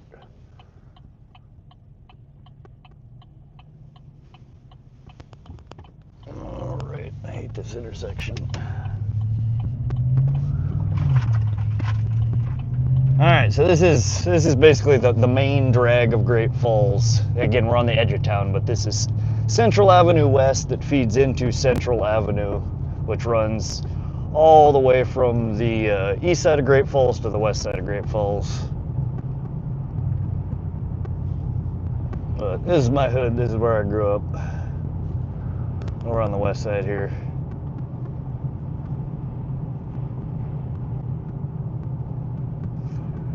Are we there yet? Thunderstruck, we got a few more miles to go. So we'll be getting to the Missouri River here just in a couple of minutes, and then we basically follow the Missouri River all the way down to Giant Springs.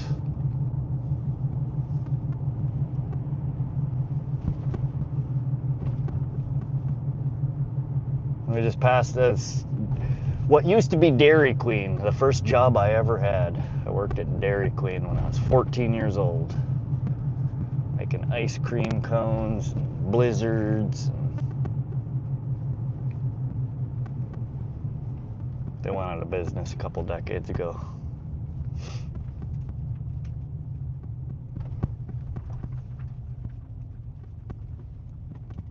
And we can play a fun game here called Count the Number of Casinos We Pass on the Way to Gibson Park, or excuse me, Giant Springs. I have never lived anywhere or visited anywhere that has as many casinos as Great Falls, Montana. I don't know how or why we have so many here, but like every block, like literally almost every block, there's a casino. Sometimes two.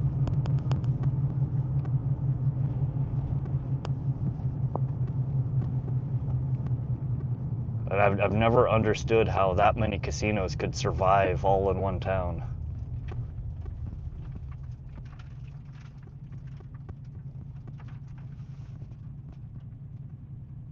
Do you live in Los Angeles? No, this is Great Falls, Montana. And I don't actually live in Great Falls anymore. This is just where we're fishing. I live... Oh God, is this a protest going on up here? What the hell is happening? What are all these people doing? So this is the new courthouse they built a few years back. People are protesting out in front of the courthouse. I wonder what they're protesting. I don't see what any of the signs say. Teach peace, hands off our rights. Healthcare is a right, not a privilege. Interesting. Whole bunch of people protesting Donald Trump. How about that?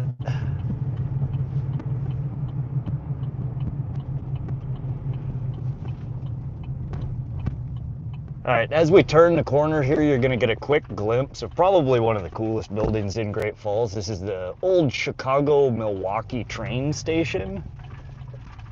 I don't know when this thing was built. It was right around the turn of the,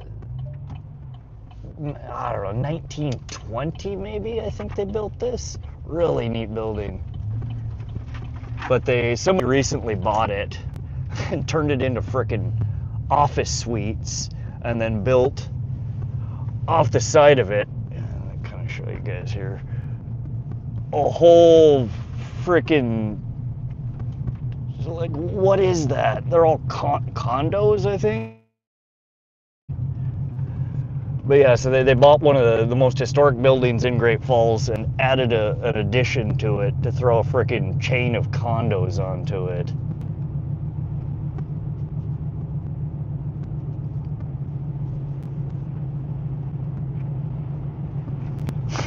Mark, we're almost there.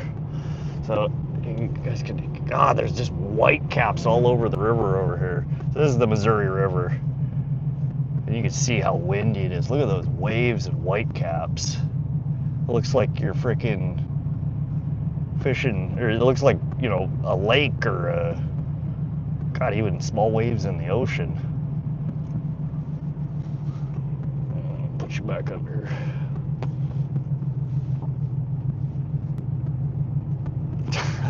Not Mark.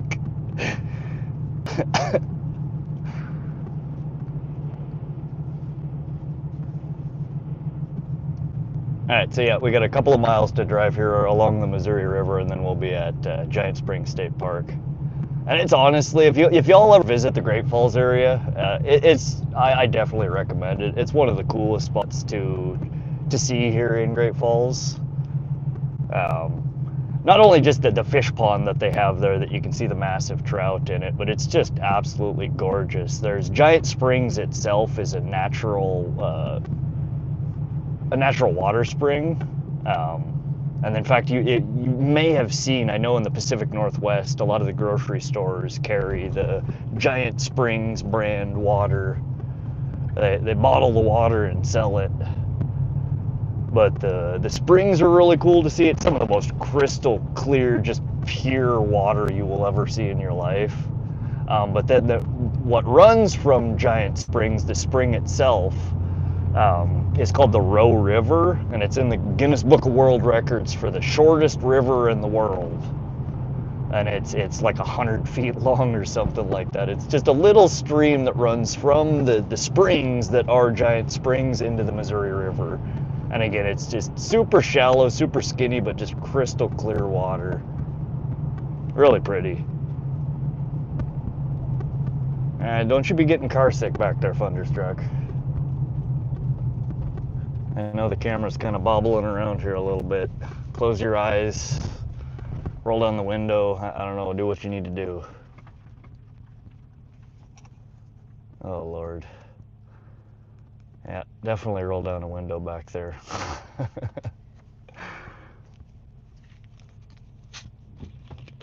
Yeah, we're taking a drive on the Missouri River here, headed to Giant Springs State Park right now. And in fact, it depends on, maybe on the way back we'll stop. So there are There are a series of 5 dams starting here in Great Falls. The first one is coming up right here, which is Black Eagle Dam, and you can kind of see it. They're doing some work on it right now.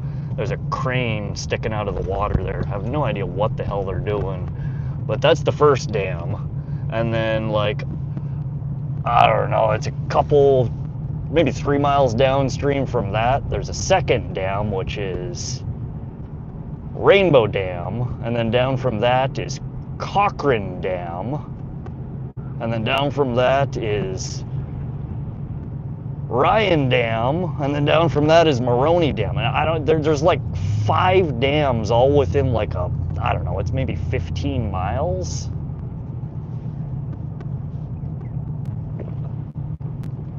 But back in the late 1800s, early 1900s, when Great Falls was first being settled, this was supposed to be and believed to become one of the, largest metropolitan areas on the West Coast, specifically because of the hydroelectric power generation. Somebody with big money came here and set up and started building all of these dams, and then all the railroads came through, and it was supposed to be a really, really big city, and I'm not quite sure what happened. It never really got big. But we do have just a series of massive hydroelectric dams, and we produce electricity that gets sent and sold to all of the surrounding states, and I think we even sell some of it up in Canada. But on the way back, we'll stop and I'll show you guys the views from all of these different dams. It's really, really pretty. But if y'all have ever heard of Lewis and Clark, which I'm sure a lot of you Americans have, I don't know if y'all are not from America, you may not have heard of them. But when Lewis and Clark were doing their great expedition over to the Great Wild West, they came right through this area, and in fact, where we're going to pass right now, it's called the Lewis and Clark Interpretive Center. It's like a museum they set up that's all about it. But they got to this area and ran into the falls, because there's natural, I mean, that's why it's called Great Falls, is there's natural falls that are on the Missouri River here, and they got basically stuck here. And I think they ended up stuck here for an entire winter, trying to portage, carry all their boats and canoes up and around the falls. I don't know, there's some really interesting U.S. history that happened here in the Great Falls area.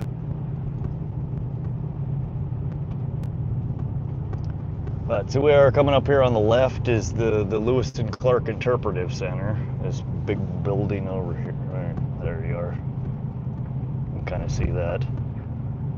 They built this massive multi-million-dollar freaking building, I don't know, maybe 10, 15 years ago. Oh, why aren't you sticking? There we go. And then right off to the right up here is the Montana State Fish, Wildlife, and Park headquarters. Our good buddies, the game wardens. That's what this building is off to the right here. And then where all these trees are is where Giant Springs Park is. So we'll be pulling into the parking lot in just a moment.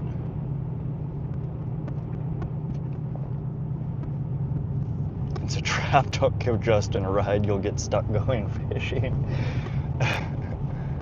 What's wrong with that?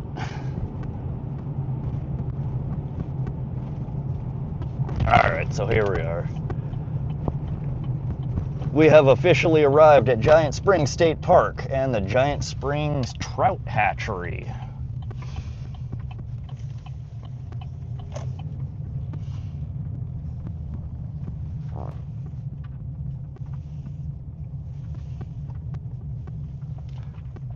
I'd love to come here. We used to come here all the time as kids. They have a really big hill over here that we'd come during the winter and freaking ride toboggans down it and build snow forts. And, it was great.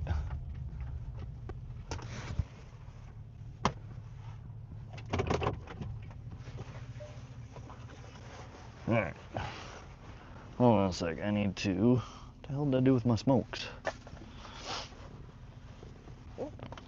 Give me a moment to get settled here, guys, and we are going to head over to the fishing pond, and you can scope out these behemoth trout. In fact, that's what I should do. I need to dig out some quarters from my console here, and we can feed the fish. 1 quarter, 2 quarters, 3 quarters. The last time I came here with my son, I gave that kid a fistful of quarters. I probably gave him $3 worth of frickin' quarters and sent him over to the fish pond while I was fishing to feed the trout. And he came back in like 2 minutes. Can I have more quarters? I'm like, what the hell, dude? I just gave you $3. Like, you get a fistful for every quarter. He's like, yeah, I know. I fed it all to the fish. Like, you get a fistful and throw the fistful. Get another fistful, throw the fistful. It's like, you're not even enjoying yourself if you're gonna just huck them all in there. Alright, I don't know what the heck I did with my smokes here. Alright, I need to dig out another pack here. Hold on. There's my mess of fishing gear back here. I need to clean my truck out. I literally just have a pile of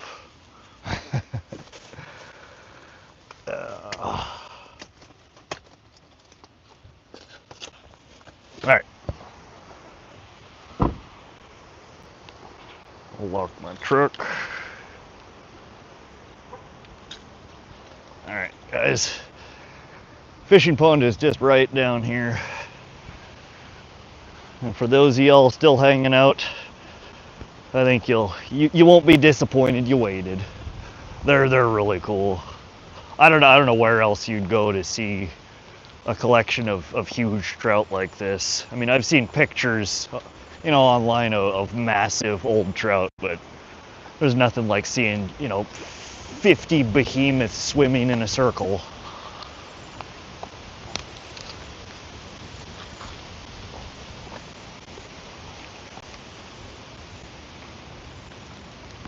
So it's actually a really big park.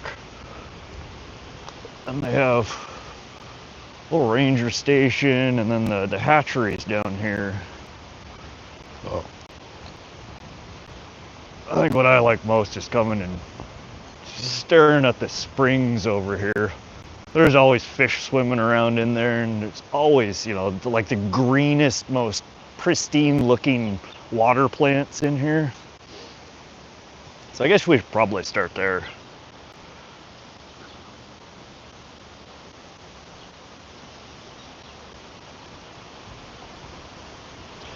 Where are you at? What state? We are in Montana, and we just pulled up to Giant Springs State Park. So that's the hatchery building there. And it looks like we missed them. They're open 8 to 4:30. I'll have to remember that next time. I'll bring you guys down here sometime during the day so we can go get a tour inside there. It's really, really cool. Oh, come on! Please tell me there's no lock on the gate. We might have to do fish viewing through a chain link fence. Damn it. This gate is never closed. Oh, man.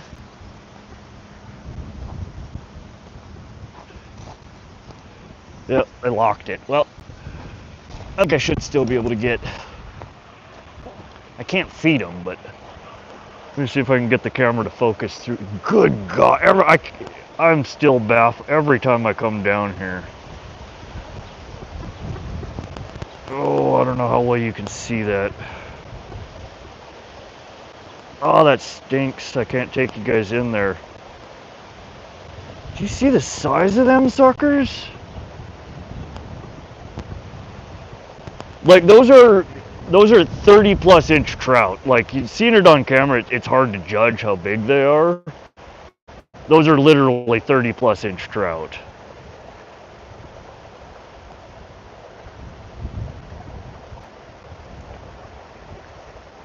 And I'm trying to find, you can see kind of over here, see the orange over there? That's an albino trout. Let me try and get around. I don't know if I can get a closer look at that guy. Maybe we can get a vantage that doesn't have quite the glare on top. Oh, I'm disappointed I can't take you guys in there. The gate's closed. But yeah, that orange one right there is actually a giant albino trout.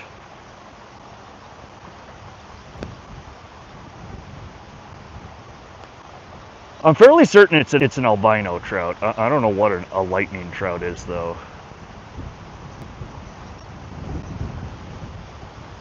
Yeah, I'm just trying to let it focus here. They're behemoths.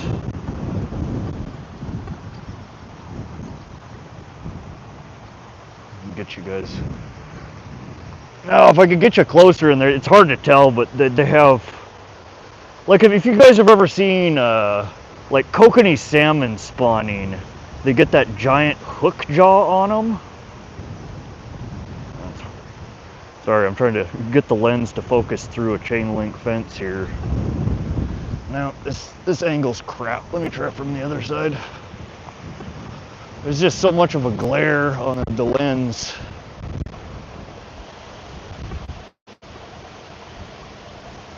No, I think we got it best from right here.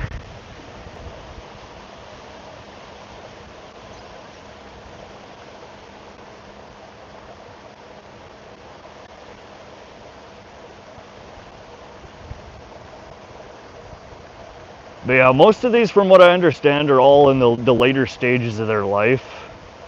And that's why they start growing the big old hook jaws and stuff on them.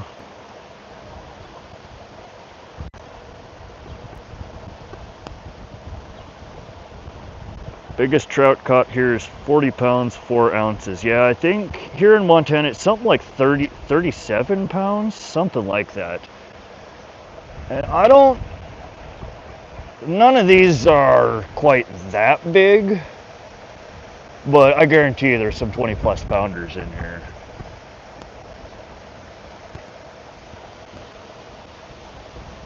Can you cast over the fence? No. It's got to be at least a decade or so ago now. Somebody broke in here during the night. They have surveillance cameras around here, but somebody broke in during the night and threw like 50-gallon, plastic garbage cans over the fence, climbed over the fence, and filled up the trash cans and emptied this pool completely of all the massive trout. I don't know how the hell they lifted the garbage cans back over the fence, but they basically broke in here and stole all the damn fish. That sucker.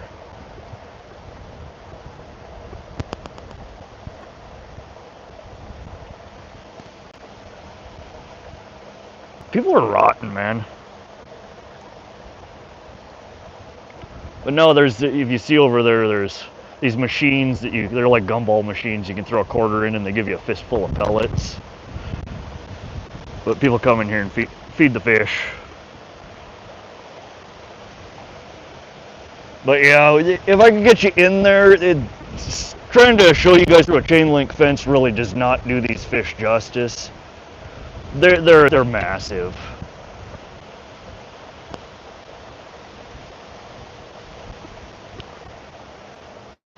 Yeah, I'm gonna take you guys over to, in fact, we can walk along here real quick.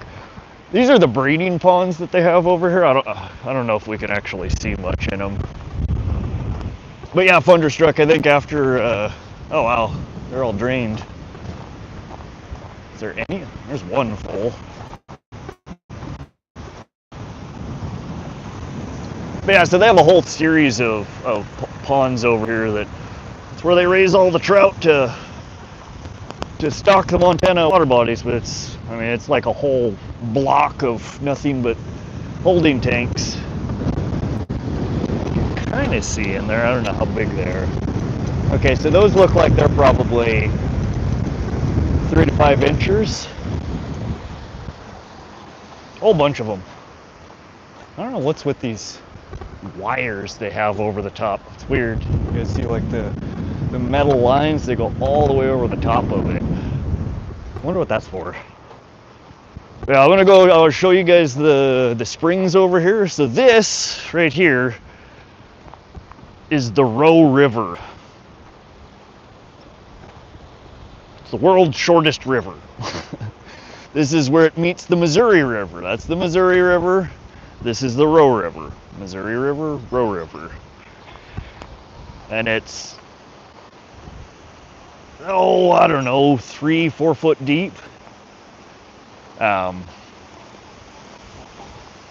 just crystal clear. It's hard to see with the glare on the water, but look at how green the vegetation is in there.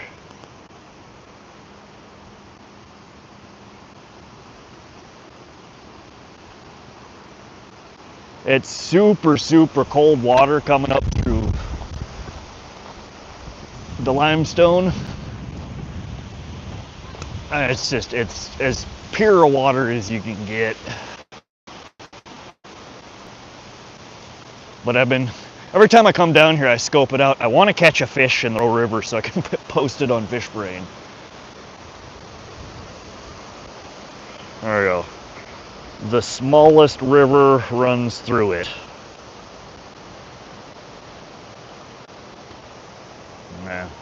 We're heading to the headwaters now though, but it is the actual spring of giant springs.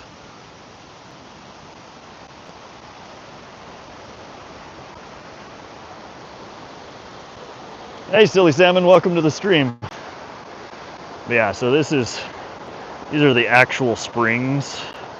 So that pool up top there is the spring. That's all natural occurring water. That's all water that's being shot up from the aquifer below. And then it flows down here over the little limestone falls and heads all the way down. And God, look at how green that vegetation is in there. It's not like the rivers and ponds that you go to that it's all scummy, nasty weeds. Like these are all like super healthy.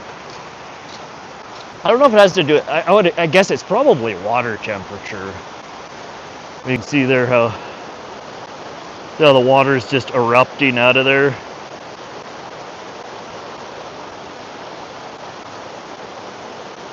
It's so cool.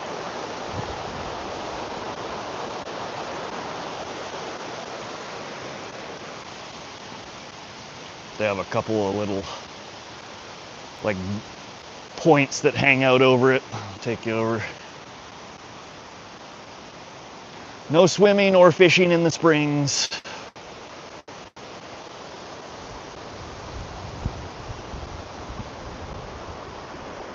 Yeah, it's a shame it's so windy.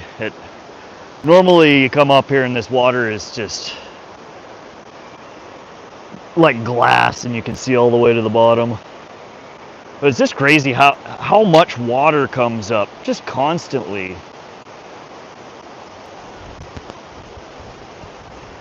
It's all just boiling up from deep down below.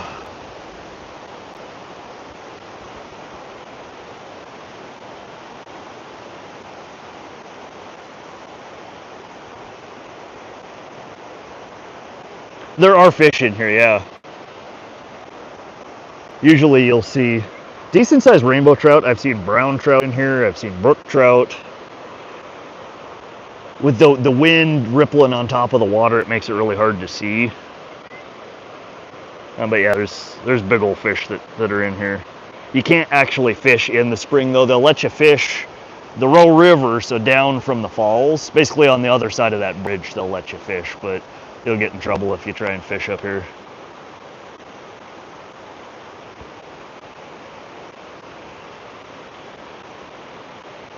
But this place, it's so pretty. And I'll take you down. You can see where these people are. There's like a a walkway that goes across and you're just like in the river.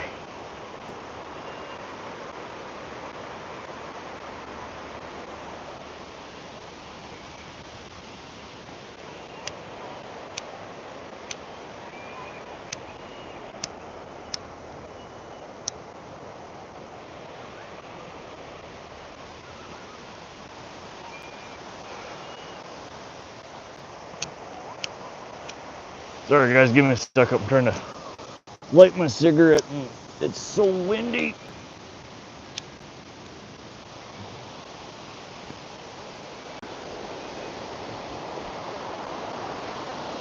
I'm gonna get you down this close.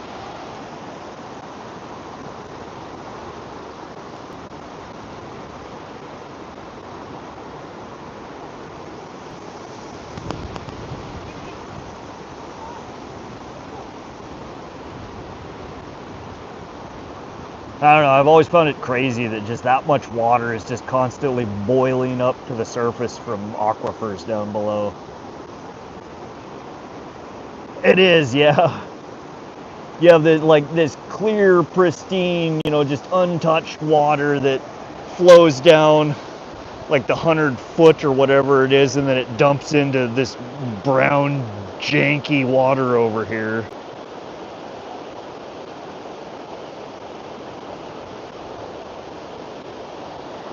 But I don't know, the natural, the falls that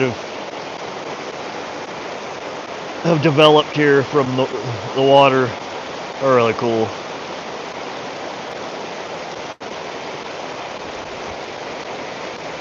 You can fish on the other side of the walkway here, and you can fish on the other side of the bridge, but you'll get in trouble if they catch you fishing in the springs itself. They don't allow you to fish or to swim in it.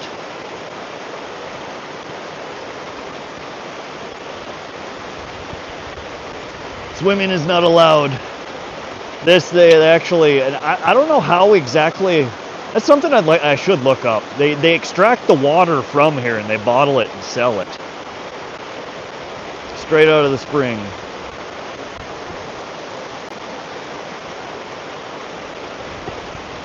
I don't know if that has something to do with one of those buildings that's over there or what, but they have their own water company, Giant Springs Water. But yeah, so that's the Roe River, that's the springs. And this is the Missouri River. I mean, it turns into brown, scummy. Yeah, I mean, this isn't the dirtiest water in the world, but you can see like the distinct line there. You see where it goes from blue to brown. That's your pure spring water mixing with the jank of the Missouri River. You fish the Missouri River here in Missouri? Yeah, so the Missouri River is the longest river in the United States, and the headwaters are here in Montana, in Three Forks, Montana. Better try and zoom that back out.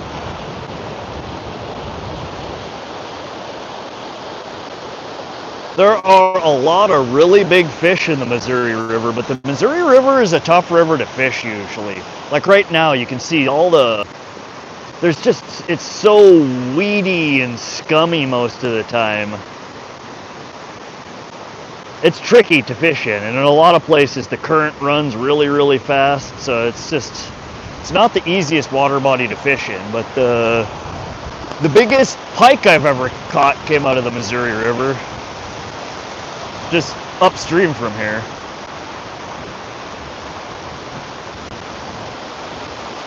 Yeah, Giant Springs water, that's where it comes from, right there. Most of the bottled water you get in grocery stores is just municipal water. You know, they buy excess water from cities and states and counties. They purify it, you know, filter it and throw it in a bottle. This is one of the few waters that you can get, if they sell it in your area, that is actually a naturally occurring spring water.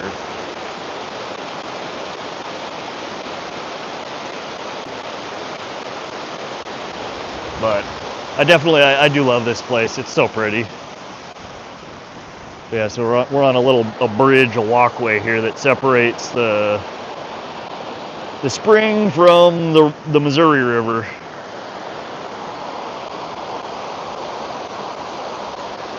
Thunderstruck says the Missouri River is arguably 1 mile longer than the Mississippi. Is it? I didn't know that.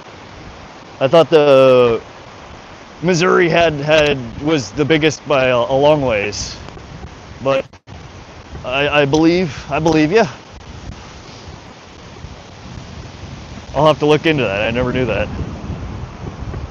But yeah, so I've fished down in the Roe River here, which is what this is, a couple of times. I've never caught anything out of it. I've always wanted to. You'll see fish swimming in here every once in a while, though. 2341 versus 2340. That is pretty damn close. It's just wild to me how much vegetation and how green it is that grows in this cool spring water. But when I come here, sometimes I fish from this point here. This is normally where you'll see people fishing from. I've never had good luck here. I've caught a couple of rainbows. Where I normally fish is there's a river's edge trail here that goes, it's like 20 miles of trail along the river. And probably about a quarter mile up the path here is where the fishing pond is that I was talking about earlier, and then the Missouri River.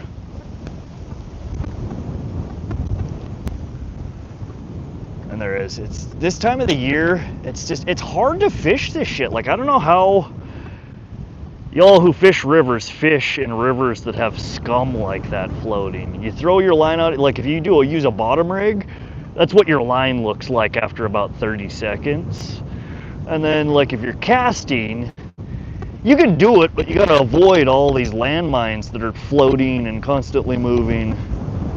Oh, don't get me wrong, Thunderstruck, there are big ass fish. It is good fishing in here, it's just tricky. Because there's so much, this time of the year, so much scum floating around. But there's really good walleye fishing, really good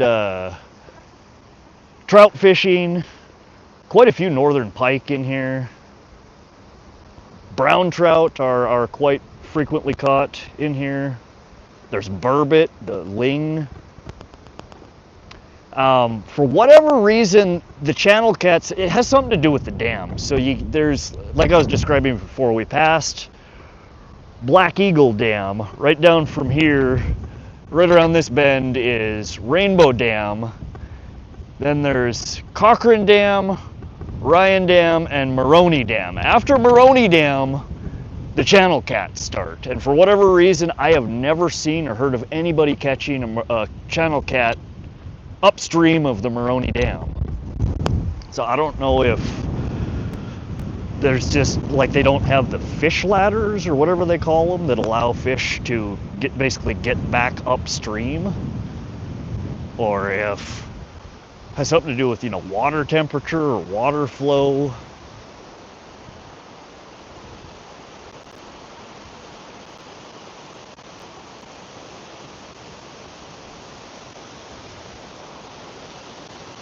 Yeah, crap getting in the waters here now too. They've broken up long before they get to Kansas, too much current. Yeah, so the current isn't super bad here. Once you get down past the next dam, the current starts picking way, way up.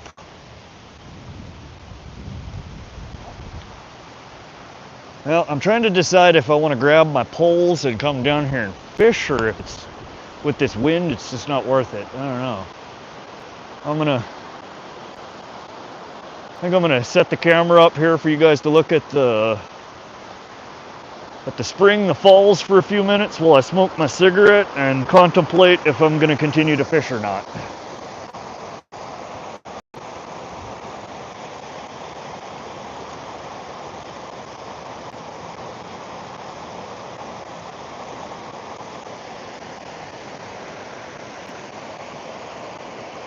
You'd fish where the spring runs in.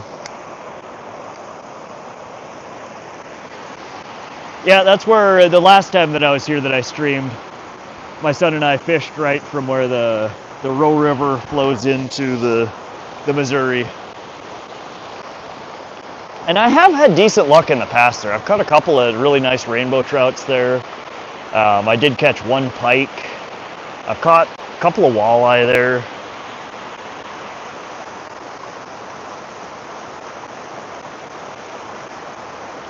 The only thing is that spot there's no cover from the wind. Like where I'm at right now, there's a little bit of cover.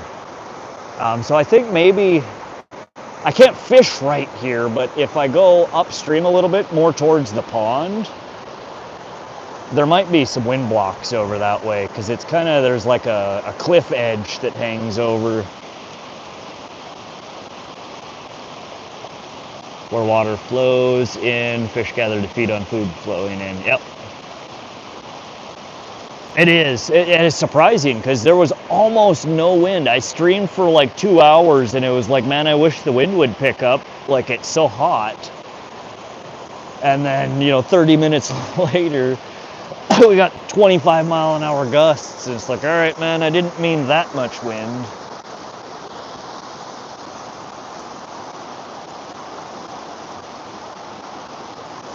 Oh, I love it here.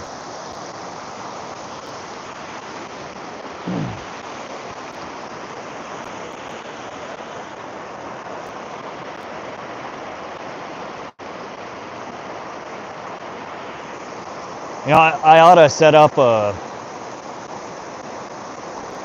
the YouTube streams that are like freaking, they run for like 8 days, they're just like a never-ending wildlife stream. Like this would be the perfect place to set a camera up like that. Those are the streams that have like 3,000 people in them at any given time, and they're just watching, just nature. This would be a spot to set up a cam like that.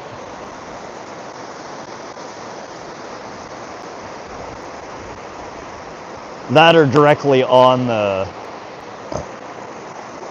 fish pond over there when the gates are open. I wonder why they close the gates. I've never seen the gates closed before.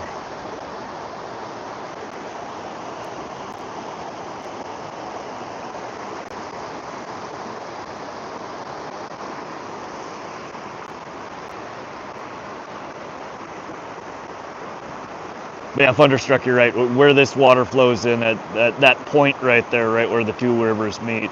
Almost always the confluence, where the rivers meet, is a wonderful spot to fish. It's just that there's no wind cover over there, and I don't feel like getting blown around.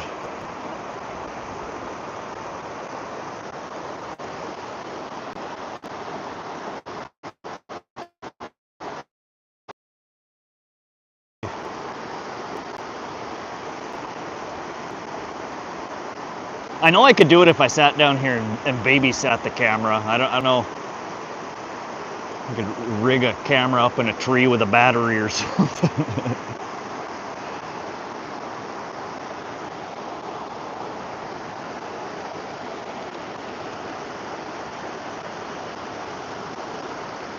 I'm honestly surprised that the park doesn't set something up themselves.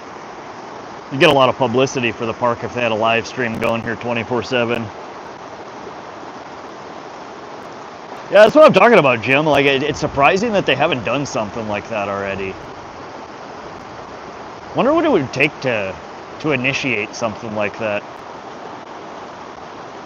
Right, Thunderstruck.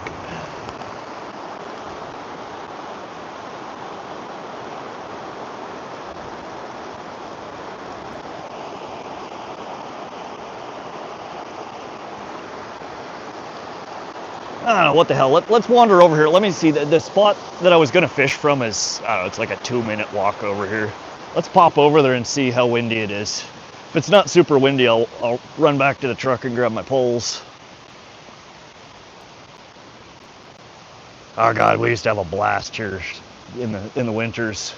This is just like a rolling hill that goes, and you climb all the way up to the top and sled all the way down to the bottom.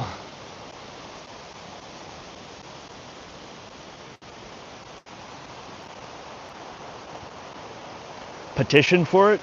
Yeah, I'll have to look in to see how you would initiate something.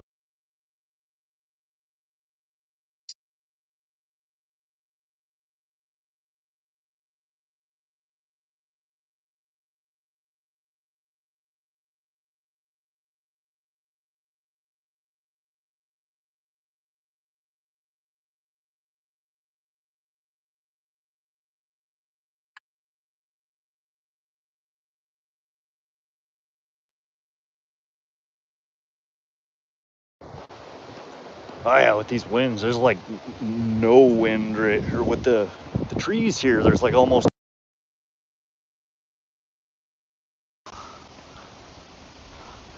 Would y'all fish that? I see people fishing stuff like that all the time, and they catch stuff. I never catch anything but weeds when I try and throw in crap like that. It's just gunk floating on the surface. Gardner, welcome back. How you doing?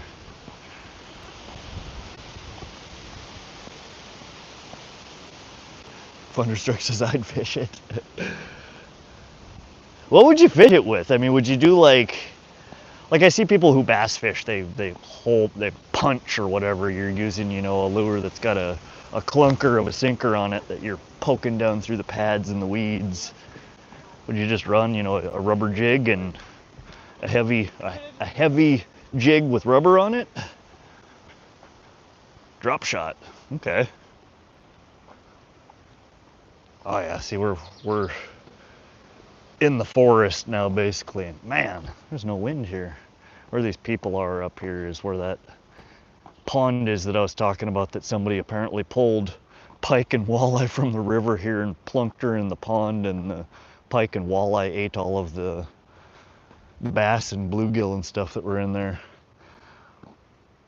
Does that look like a face to y'all? Kind of want to name it. Oh, I love old rock formations like this. Gardner, no, we didn't catch a dang thing. We left. We're at a different spot now. We're at Giant Springs State Park. But this is from the millennia of the Missouri River coming down and carved all of this out. So neat. And there are in a couple of places here. So have been Indian civilizations, Native Americans that have lived in this area for thousands of years. And there are a couple of spots here on the wall. I forget exactly where it's at. I'll have to see if I can spot it on the way over here. But there's a bunch of old, like, what do you call them, pictographs, or basically ancient drawings on the wall from the Native Americans.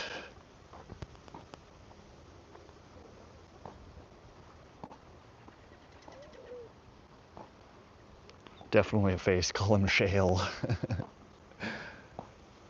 I forget what those ancient drawings are.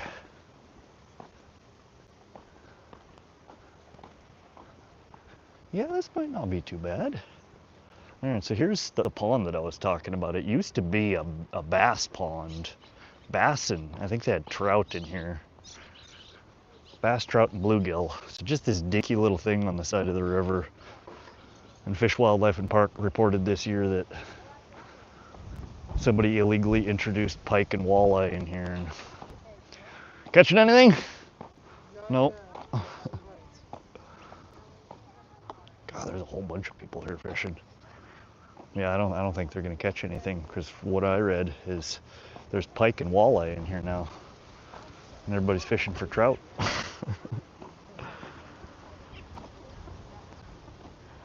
Jim Peacock says Face Rock looks like Marge from The Simpsons, kinda. Oh, do you like my emojis I put up there? Yes, Gardner. Hey guys. You guys having any luck? We got a bunch of sticks. The fish are getting They caught sticks. Stickfish? Stickfish. Nice. Stickfish, but bites. Yeah, them stickfish bite pretty hard sometimes.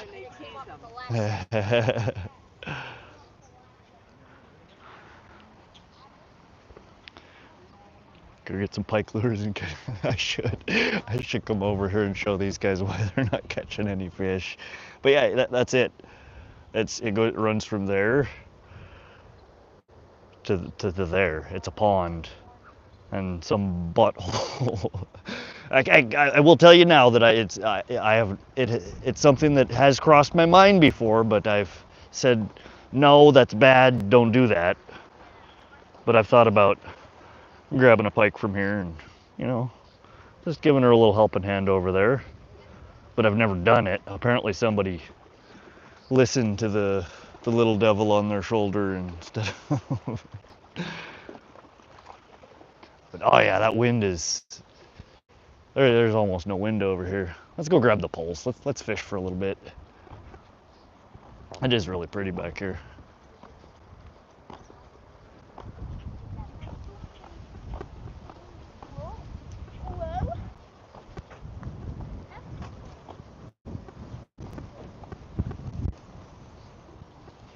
That's a really chill spot. And actually, I get 2 bars of service here. Maybe I can stream from here. I don't know.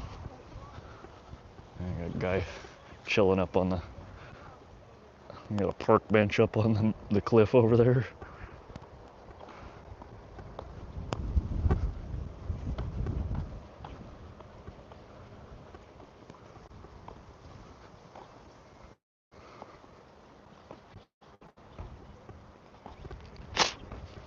Yeah, we'll plunk a line or 2 in here and see. The last time I came here, I tried fishing for carp in the little pond because I know there's carp in there. I didn't have any luck.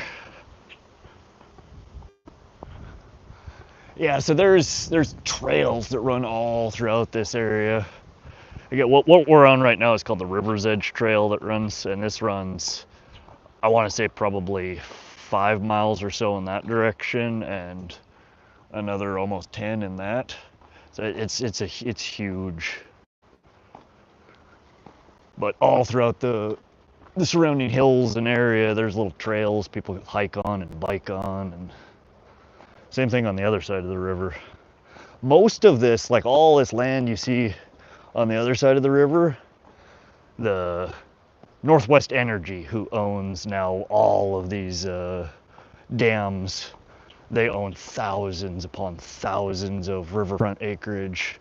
Basically the whole stretch of river here from Great Falls up to Fort Benton.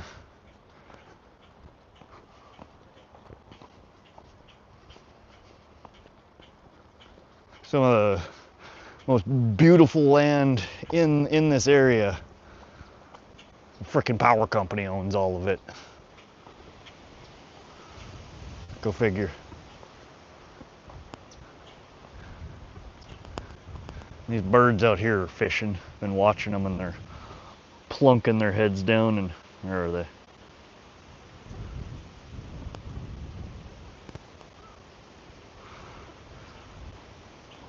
They're out there catching something. Gardner gave you a like. Appreciate it, Gardner. We're headed back to a little creek here too.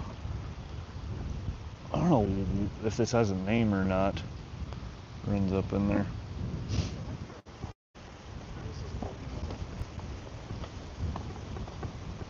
But we're gonna run back to the truck and grab the poles. See if we can catch a pike out of their bass pond over there.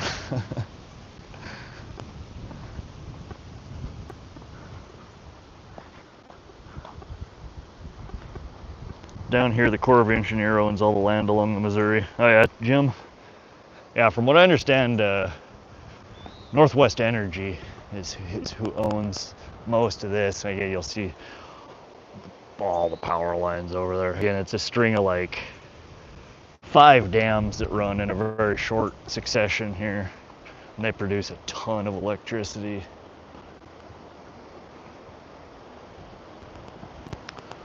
But I think it hasn't been Northwest Energy that's owned it for the past 100 years, but it's been bought and sold, you know, countless times from one energy company to another. But it just sucks because most of it, you know, it's all fenced, gated, and no trespassing. So there's just, you know, miles upon miles upon miles of riverfront that they've essentially blocked off public access to. Super irritating.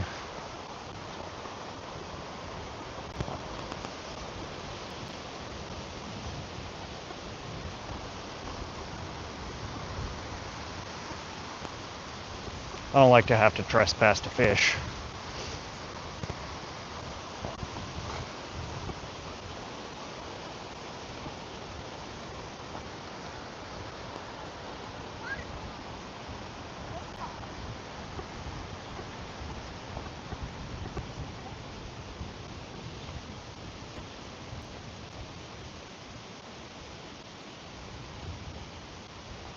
Sorry for the,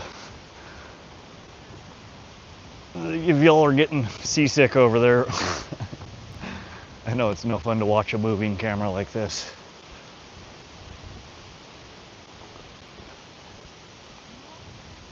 That's why I like the GoPro. It's got the hyper stabilization or whatever they call it, so you don't get the bumpiness of walking around. But we'll get to the truck, we'll grab the gear, and we can toss our poles in the water and see if we can maybe get a pike to bite out of that pond back there.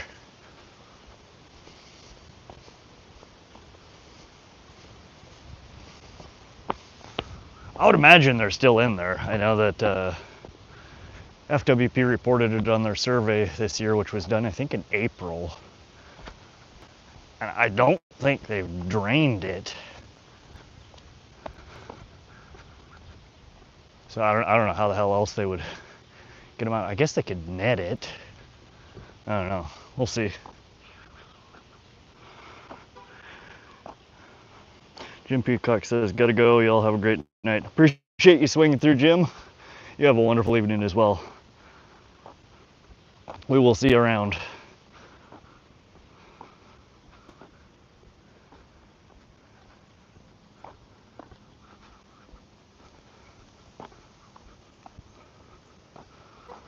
All right, gonna set the camera down here for a moment.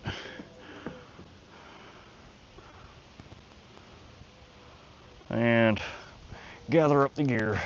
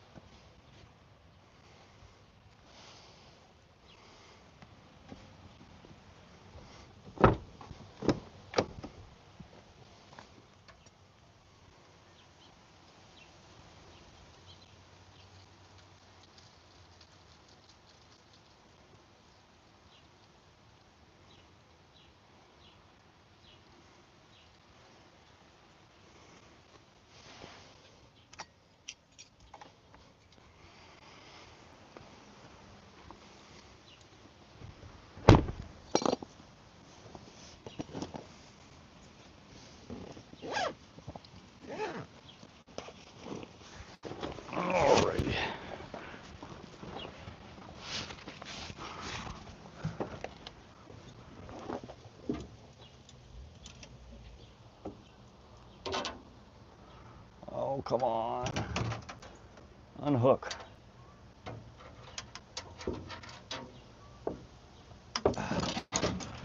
Oh, I hate you, micro hook. You aren't my friend. There we go.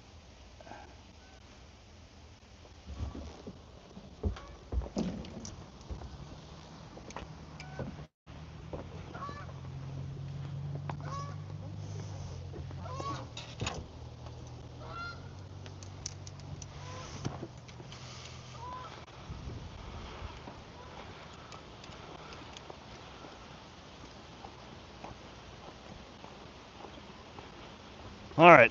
Oh, we haven't fished yet. We did a little tour of Giant Springs.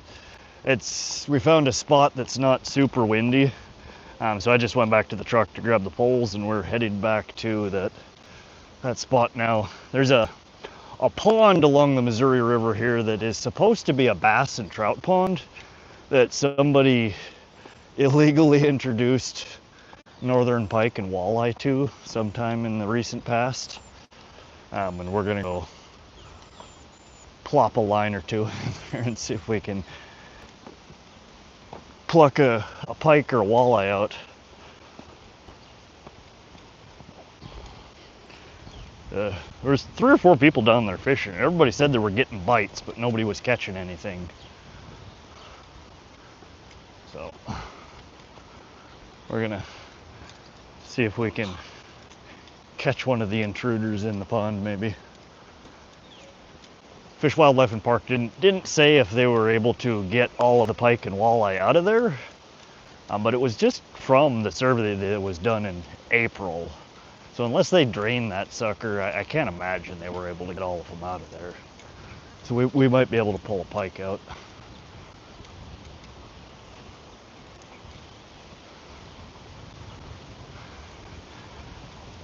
Mary, did you get to see the springs here? I tried taking the live over to see the trout pond over here, which is where these people are standing. It's all gated in, and they have it the gate locked right now. We took too long. But these are the springs right here. This is why it's called Giant Springs. Got fresh water that bubbles up through the limestone from the aquifer down below. Okay. That's so pretty. Sun's starting to set over there. Ah, gorgeous night.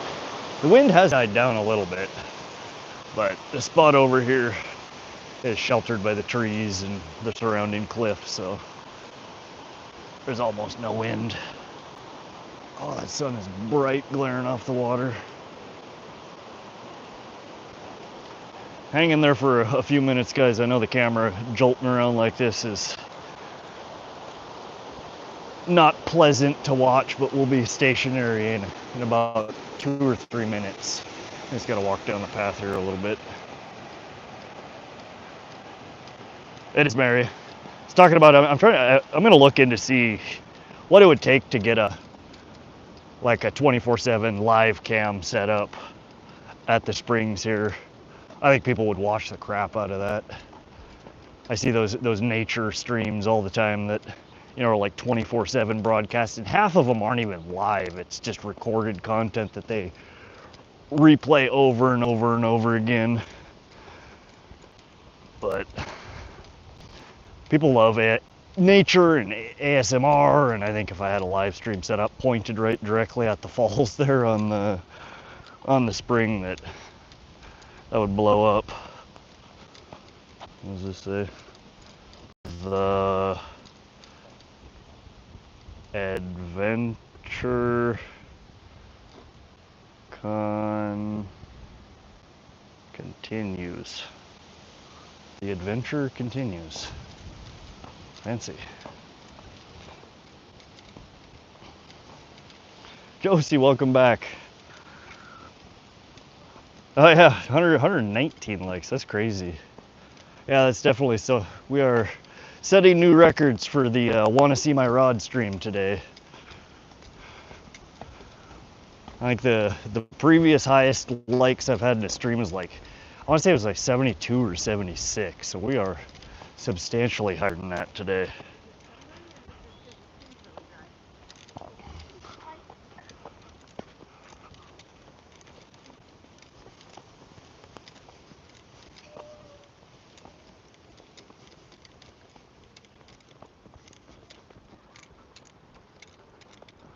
Oh, it's nice now that that wind is gone.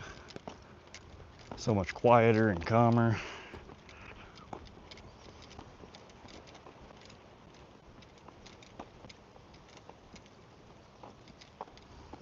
Good luck. Thank you. Yeah, Funder, he's a great guy. I really like Funder.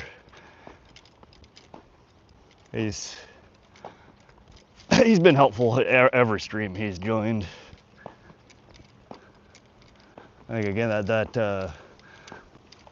the previous best that I had, the 76 or whatever likes, that was the stream. I think one of the first streams, or the first stream that he came in and ushered a bunch of his followers in, and they blew up my live. Yeah, he's good peeps.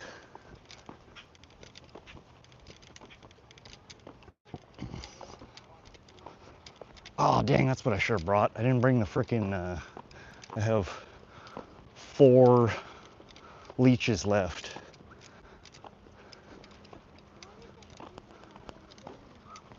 Oh well.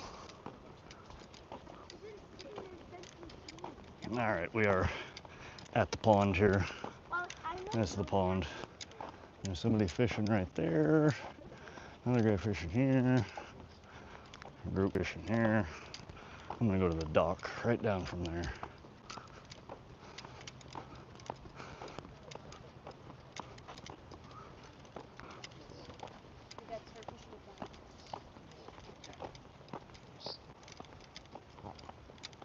Yeah, he is. He's got really good streams. Like I stopped into his live 3 or 4 times last night. Got popping in, refreshed my YouTube page, and it's like, his stream is still going? I pop in there for a little while, and like 2 hours later, it's like, his stream is still going? I don't know what the hell time he fished till, but every time I looked, his stream was still going. All right, let's see if we can find somewhere to set y'all up at. He fishes like I fish. Like when I go fishing, I'm like marathon fishing. Fish or bust. All right, sorry for the nauseousness here, guys. I'm trying to find a good angle to put you at. I can maybe about yay. Oh God, why does the ground always have to be concrete? I've got this. It's actually a golfing phone stand, but it's just got these 2 pokey things, which should be super easy to poke into the ground, you would think. And that's not, because everywhere I live is gumbo or concrete.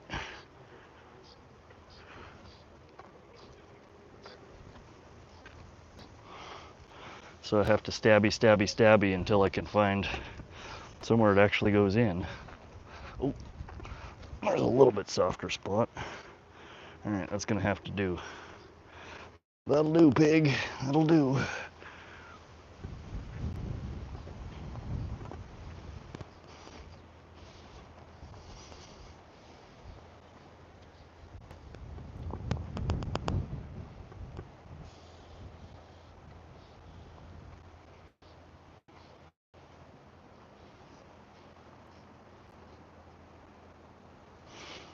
All right.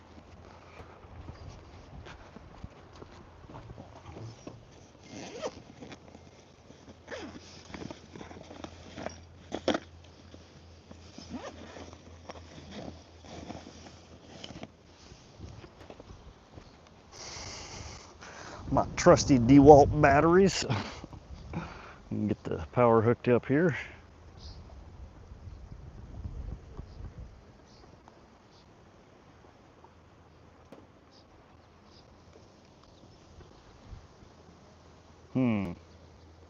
There we go. We are charging. All right.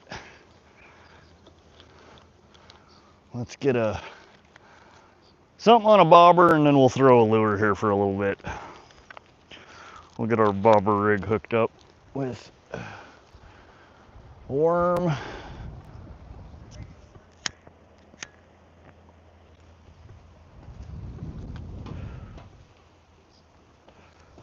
Oh, that's unfortunate. I forgot my bobber. Go me. Well, little Corky, you're gonna have to do, my friend.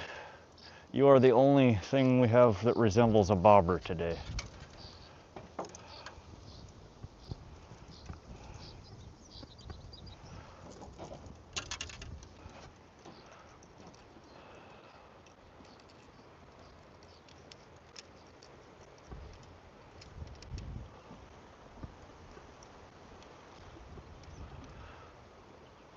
I took the bobber off my pole the last stop we were at, and I left it in my bucket, and I did not carry my bucket down here. So we are gonna have to do without.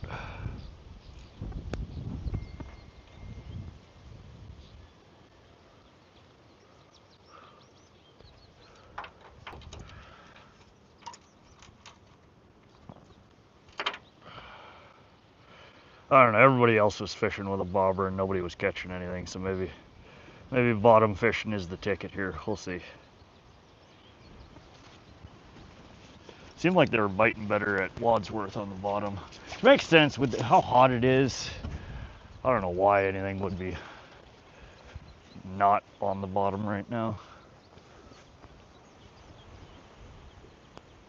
She's got the day off. Thanks though, Josie. Yeah, I felt so bad the other day when I forgot her. I got a missed call from her, and I'm like, why is she calling me? And I'm like, oh yeah, she's at work.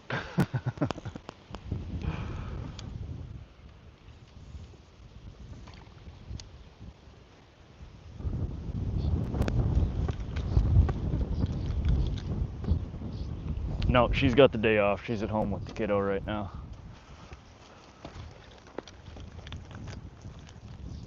And I thought I brought a bell. I thought.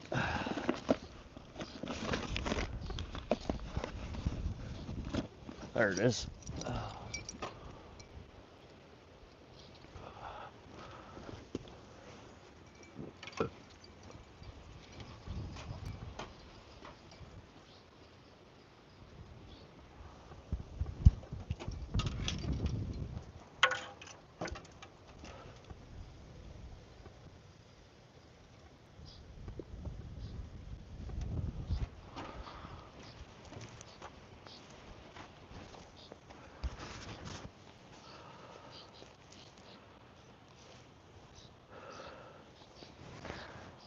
Miss Skeeter, are we back to fishing now? Yep, we are. I just got one line in the water here. We're at Giant Springs now. This is the pond that sticks off the side of the Missouri River. So the Missouri River is behind y'all over here.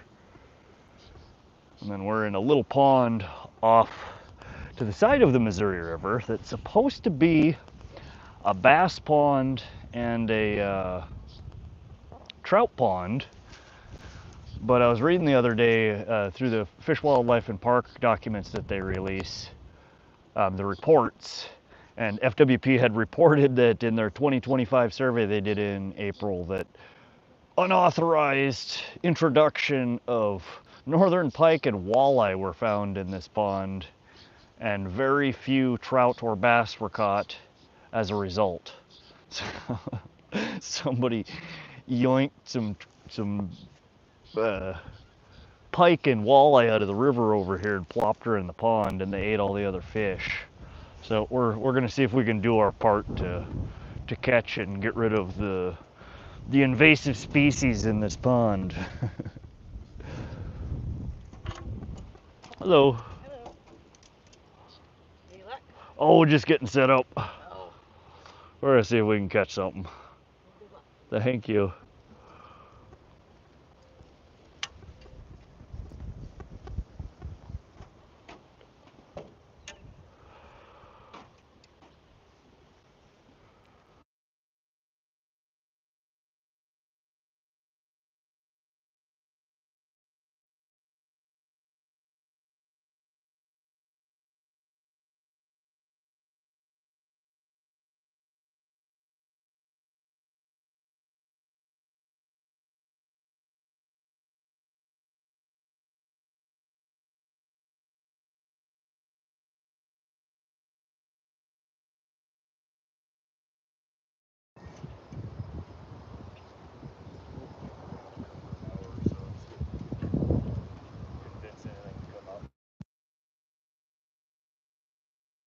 I don't know how many lures I'm gonna lose in the process.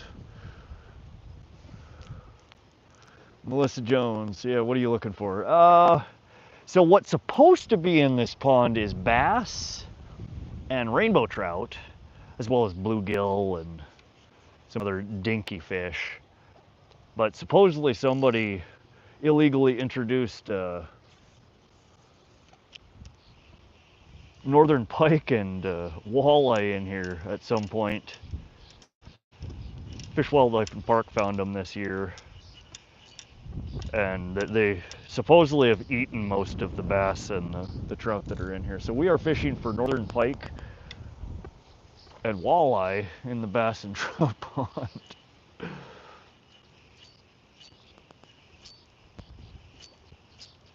I don't know if they cleaned it out. It's a pretty small pond. Maybe they were all able to get them all out. I don't know. But it is a trout hatchery right down there, so I'd imagine there probably are still some trout in here.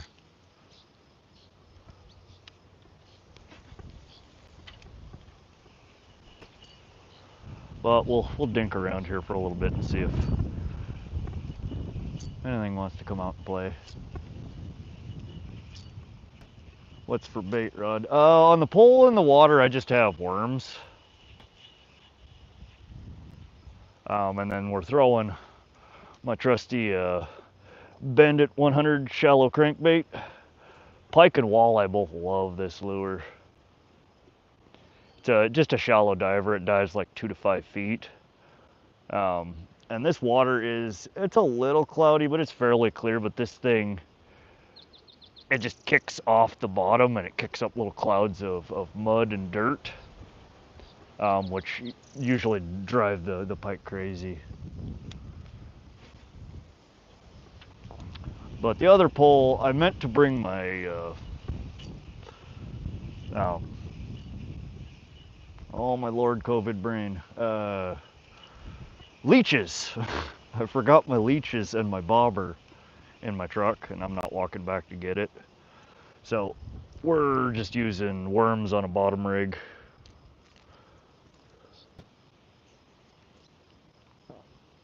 Yeah, this is my favorite lure. I've stumbled across this lure last year.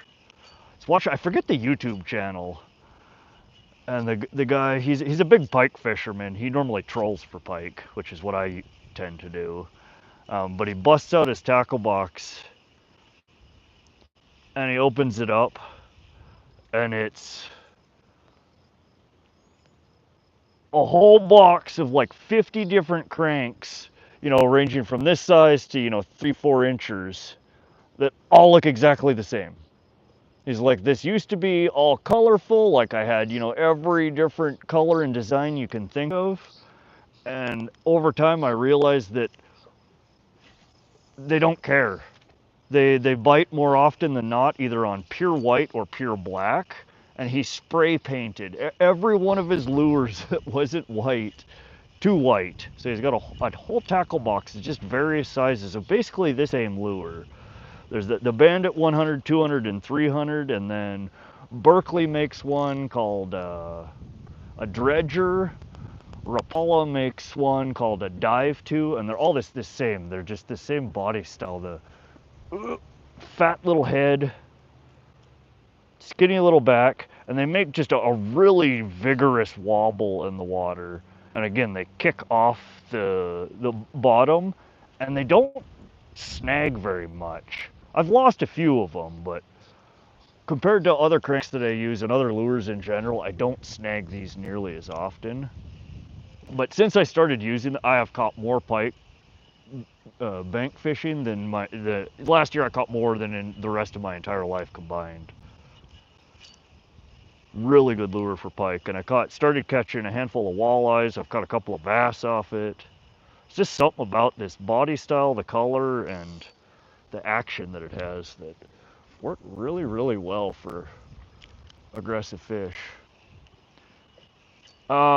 This one in particular does not. A couple of the other variations of it that I have do, though. It does make a pretty good rattle, though, because it bobbles so much.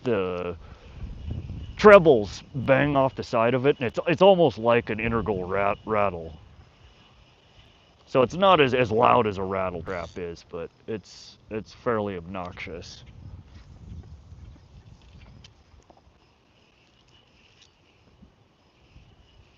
Coco Fishing said hi. Welcome to the stream, Coco Fishing. How you doing?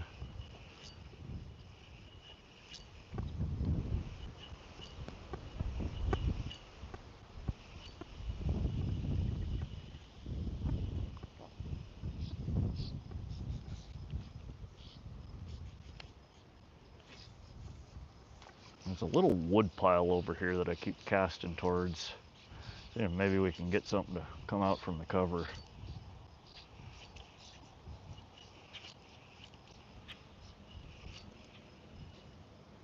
Bill D93. Welcome to the live. We are currently in central Montana. We are fishing at Giant Springs State Park. This is a little, what's supposed to be a bass and trout pond that somebody apparently introduced pike and trout to. So we're trying to see if we can pull a pike or a trout out of here. But this is in Great Falls, Montana. I'm gonna see a little bit of slack on this line. I'm gonna try and tighten it up. All right, cast over this way a little bit.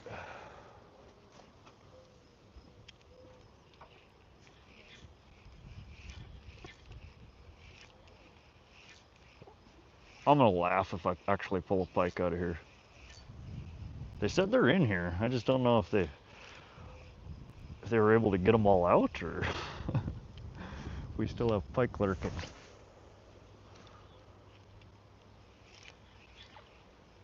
Oh, something just surfaced right there. Did you guys see that? I don't know if you can see the water there.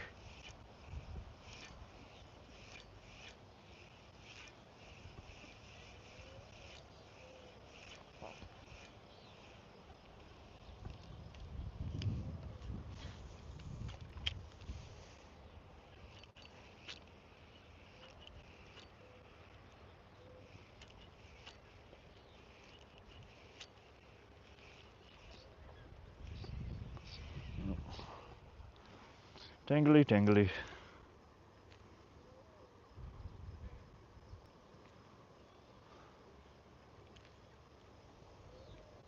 Oh, come on.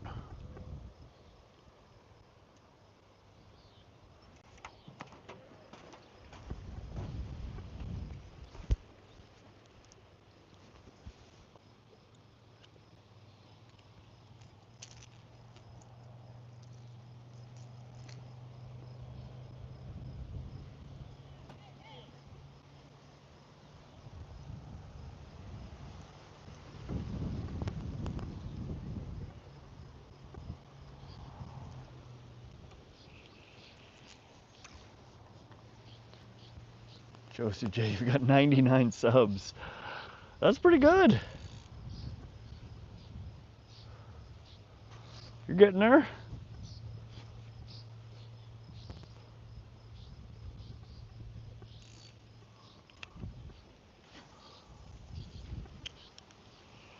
I was at $2.99 when I started the stream today. I'm excited to see what I end up with after today's stream. It's been a very good stream. Other than I haven't caught a damn thing. There was light.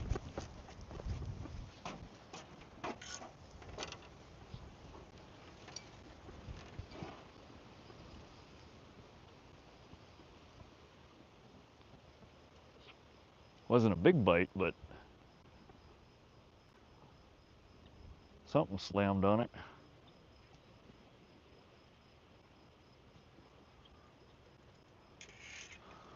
Oh, of course, just teasing me.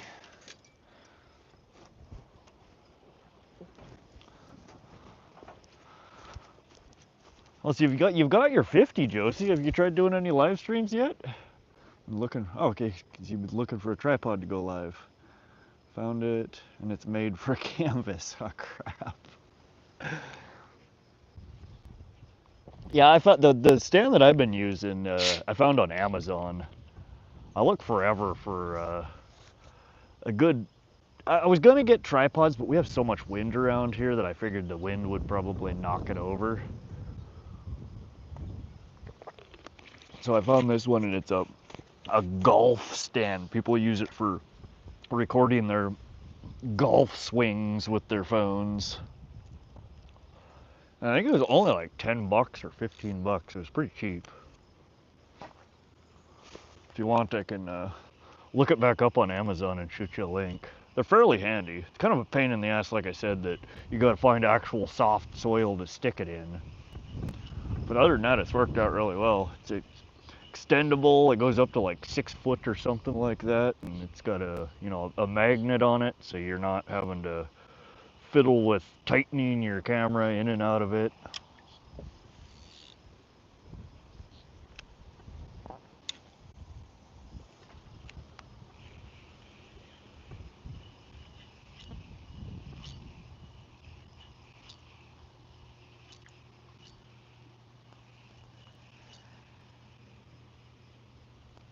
Eddie B, welcome to the live. How you doing, my friend?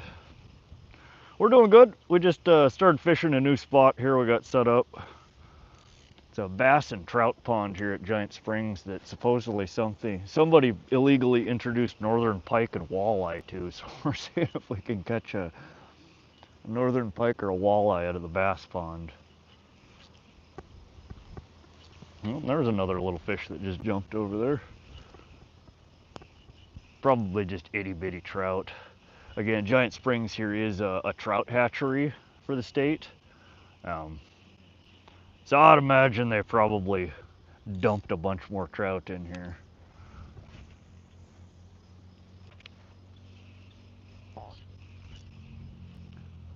Oh, I didn't even see Mr. Vince. Welcome to the live. How you doing? I subbed and liked. Appreciate that, Mr. Vince. Thanks for the support.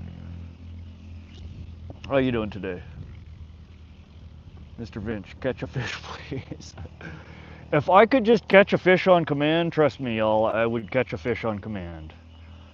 That is the entire purpose of streaming my fishing lives, is to catch fish. I will do my best. I caught you a tangle of monofilament line. Not quite as good, but that's a start.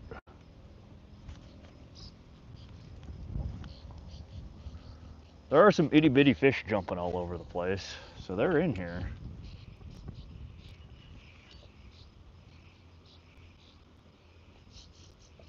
Yeah, Eddie B, so we have, if you look, I'll flip my camera around here. Behind these bushes, trees over there, that is the Missouri River, which is full of pike and walleye. What you're looking at here is a pond not connected to the river. There's no way for anything to get in this pond unless it's put in this pond. And this has been historically stocked with largemouth bass and rainbow trout. And Fish, Wildlife and Park put out a report this year that they found both northern pike and walleye illegally introduced into this pond, which means somebody caught from the river right behind me pike and walleye, and instead of putting it back in the river, they carried it 20 feet over here and threw it in the pond. So the pike and the walleye have been eating all of the bass and the trout that they put in here. But that report just came out in April. They did the survey in April. So I'm seeing if we can maybe find a pike or a bass in here. All right, Mr. Vince, thanks for stopping through. You need to do a fish dance. Fish dance. I will have to YouTube that and figure out how to do a fish dance, because I don't know how to do a fish dance.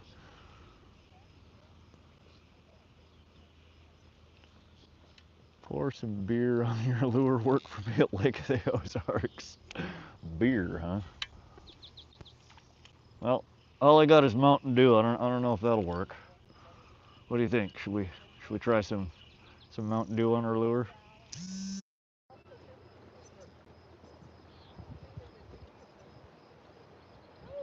You never drank as much as those times on the lake.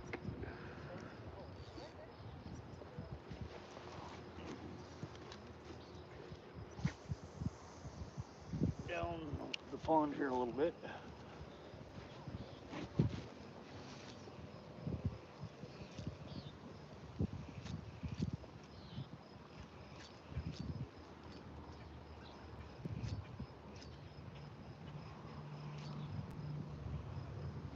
I don't know, I've heard of people putting some crazy things on their lures. Never heard of beer though. I mean, I'm sure many a drunk folk over the years have done that though. One for me, one for the fishies. One for the dead homies. I don't know, maybe it works.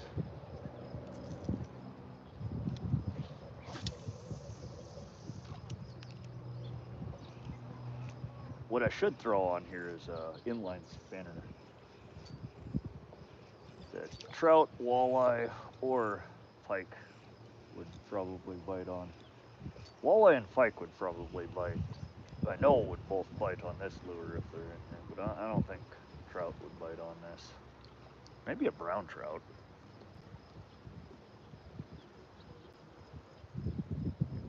Mountain Dew's the best. I drink so much Mountain Dew. That's so bad for you. It's like liquid sugar infused with way too much caffeine. What was really bad, I used to drink, and I still get it every once in a while, but it grosses me out usually before I finish the bottle of it. That, what is it? It's like the Code Blue Mountain Dew, like the blue coloring. And it's so good for like the first few drinks, but then it gets disgusting after a few drinks. And apparently, whatever they put in it is also added to a lot of things as a fire retardant. The shit they put in our food, I don't know, man.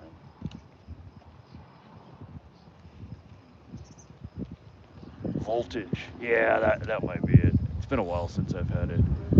Eddie asks, you ever fish with waters and tube catching browns? I've only ever caught, I want to say probably 4 or 5 browns in my life, and they've all been accidental catches. I've never actually caught one when I was intentionally targeting them. And I think almost every one of them I've caught on something different. I've caught them off of worms, a bobber rig. I've caught them off of big gnarly spoons while I was trolling. I've caught them off leeches. I've caught them off inline spinners. I don't think I've ever caught one off a tube. Normally, the only thing I throw tubes out for is salmon fishing.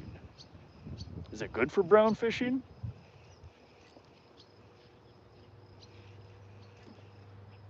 Eddie B. Owens River. No, we're on the Missouri River, and this is a pond right off the side of it.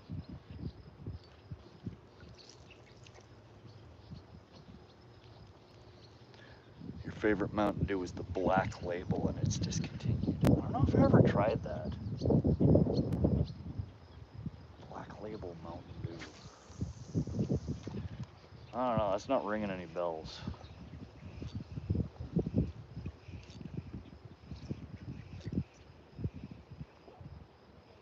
Live wire, the orange one.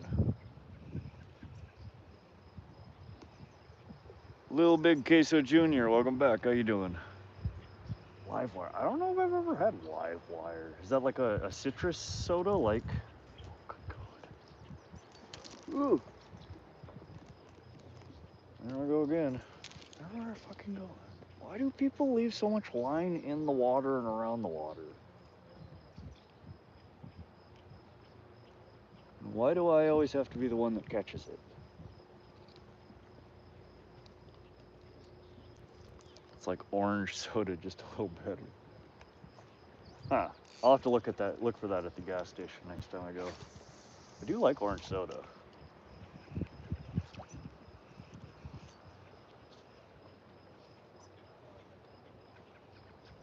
Oh, this guy caught something. Oh God, I wish I could have shown that to you guys. This guy's, I think he caught a little trout or something. I saw it come out of the water. It was about yay big, but he pulled his pole back and like took like 10 big steps back and is like rigorously, it's like that big.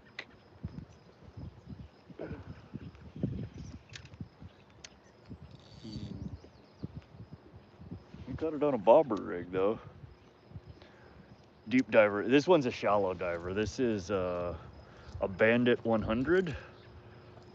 Rapala does make a similar lure. This one's got the square bill on it. This one dives to about 2 to 5 foot.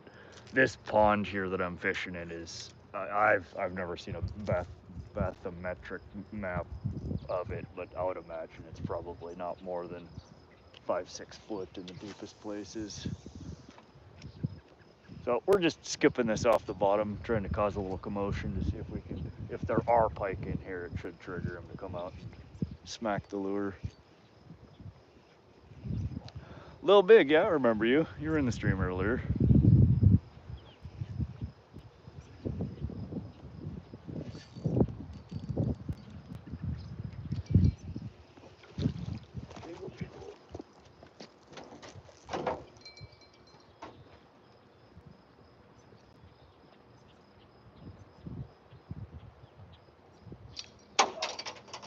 Almost lost my bill. Shit. Fish. Well, Silk is feeding on worms.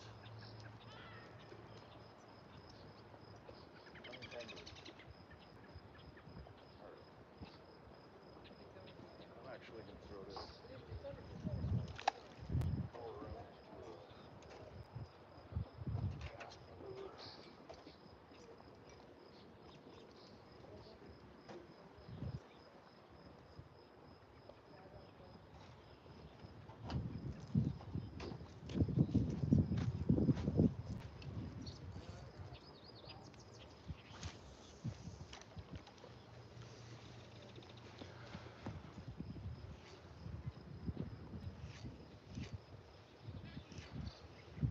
Blackberry Dr. Pepper sounds gross.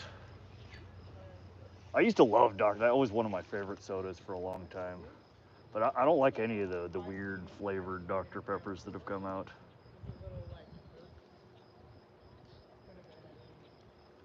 I'm picky though.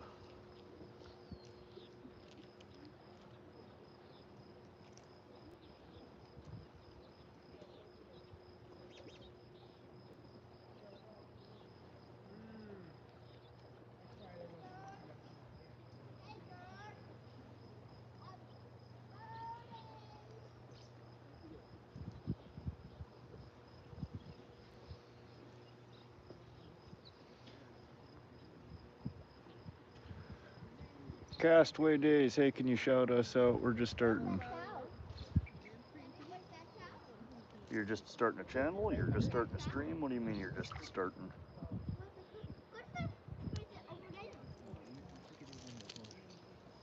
Hello. What's up, man? What's up? How you doing? Great, not bad. What are you doing? He's fishing, can't you see? Hey, why are you fishing? Catch fish. Haven't get him to for dinner? Get him for dinner. Come on, come on, come on.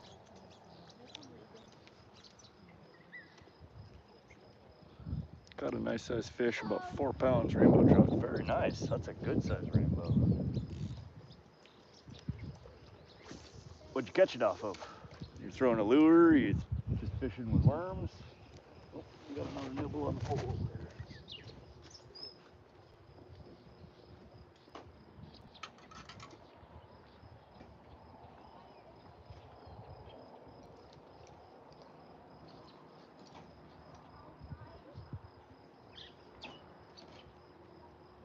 That guy's nibble. Oh, it's just an itty bitty nibble. Like, we're probably dealing with baby trout stocked in here from the hatchery over there.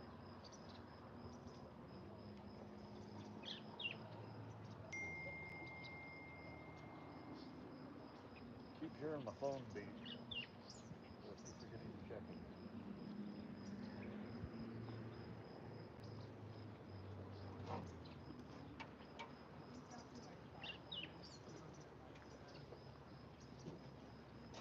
Don't do that.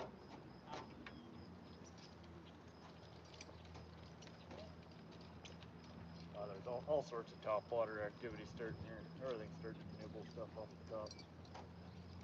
Right about now is when I wish I was a fly fisherman. Because I don't know how to catch topwater trout.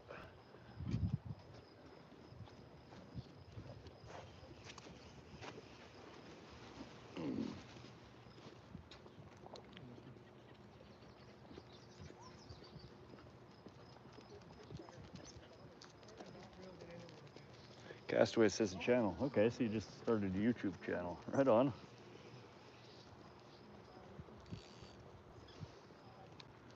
You do freshwater fishing? What do you... Carl, that is a very odd request, my friend. Earlobes. I don't think you need to see my earlobes, dude. It's just, that's kind of strange.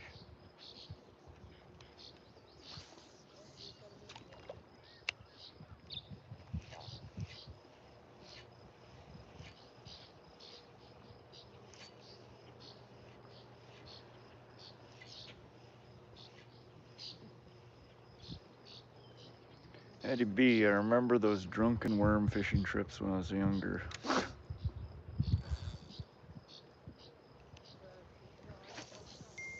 Drunken fishing can be quite fun. Alright, I should probably check and see who the heck keeps texting me.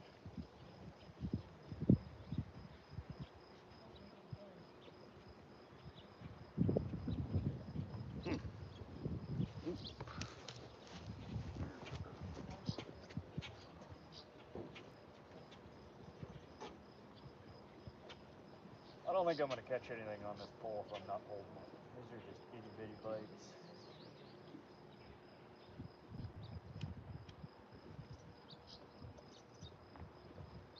Y'all see this pole? Yeah. I didn't even check and see if it's still on camera.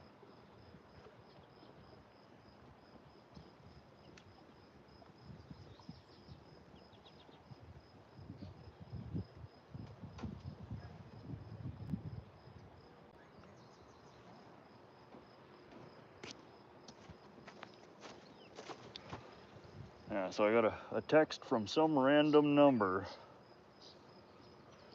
Somebody care to explain to me what is a tattoo cooet? Tattoo cult? Tattoo cooet? What even is that? Josie J. Carl, what in the world? That's what I'm saying.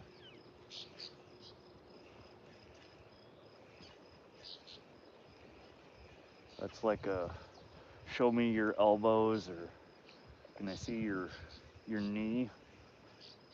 Your earlobe? Let's see an earlobe. I'm getting lots of little nibbles on this guy. Oh, my hooks are probably too big for these miniatures. I might have to bust out the micro hook for here. I don't know. I don't know how big the fish get in here. I've never caught anything out of here.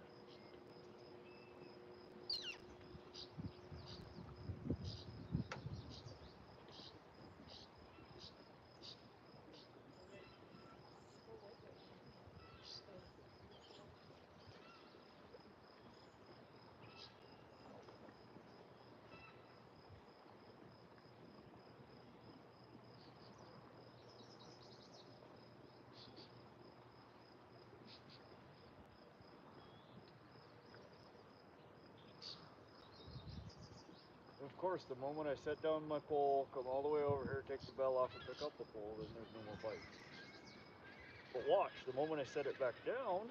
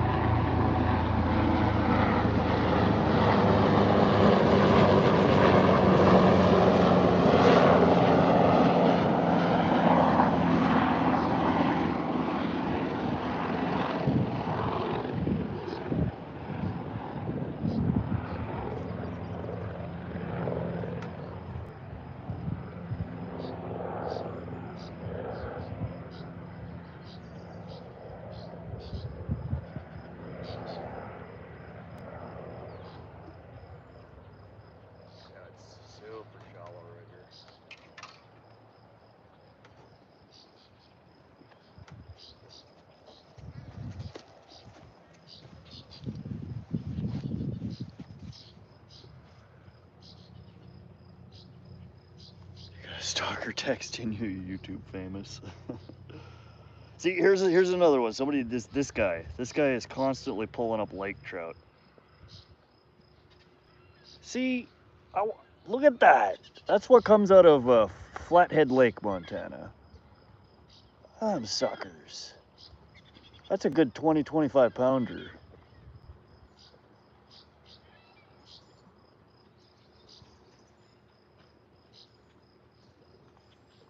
Yep, Flathead Lake.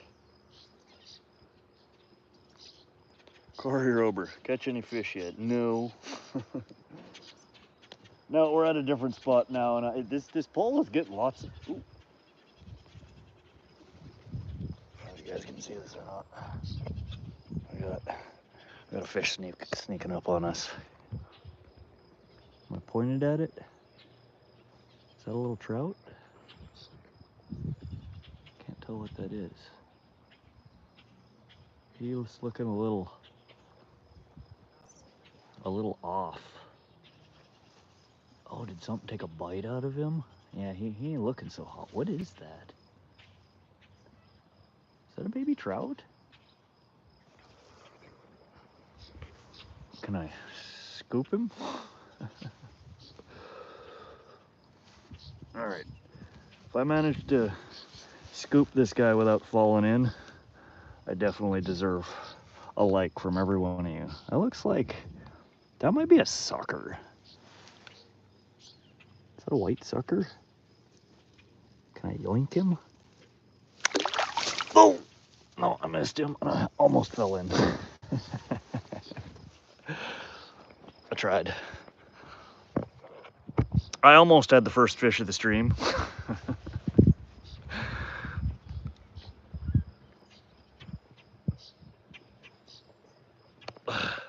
I was close, I touched him.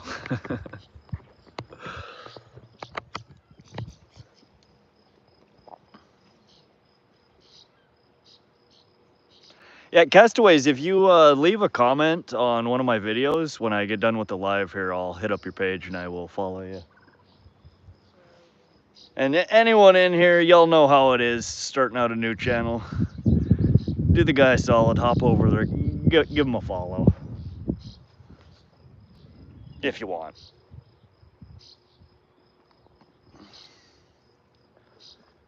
Josie asked, is that faraway rod? That was a nice fish that guy got. Flathead is about, it's a bit of a trek. It's about a 4-hour drive from here. But I am thinking about, I want to go camping sometime in the next month. And I want to go camping for like a week or so. I might go to Flathead or Sealy Lake. 4 hours is a trek if you're, going to fish for the day. You burn basically half your fishing time driving back and forth. But if I'm going for, a weekend trip or, a week-long trip, 4 hours isn't bad. I'll drive that.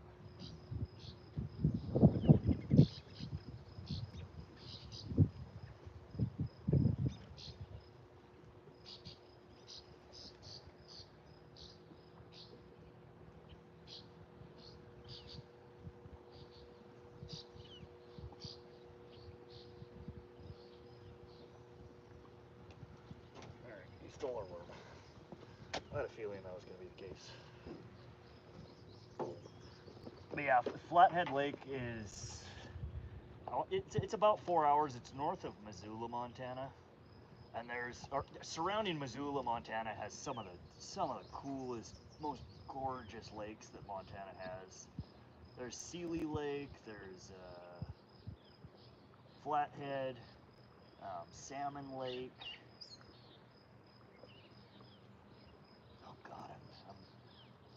I'm gonna brain fart on the different names, but they call it the Clearwater Lakes or Clearwater Valley or something like that. And there's like 5 or 6 lakes all in a series that are just some of the most pristine, clear lakes in western Montana. Absolutely wonderful fishing in almost all of them. But I went last year. I didn't go to Flathead. I went to Salmon Lake. And man, we had a blast there. Didn't catch a whole lot of stuff till the final day that we were there. I started finally dialing in and figuring out how the hell to catch the pike there. But I would love to take a trip up to Flathead. Lake trout is definitely on my bucket list for a fish I'd like to catch. And they get to be quite large here in Montana.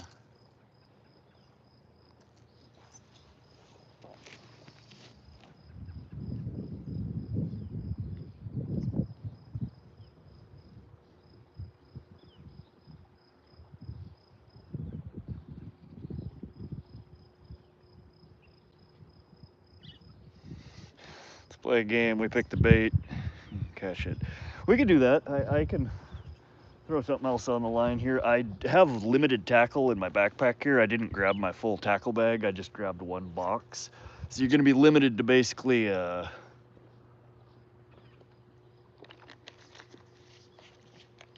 spinners. I think that's all I grabbed.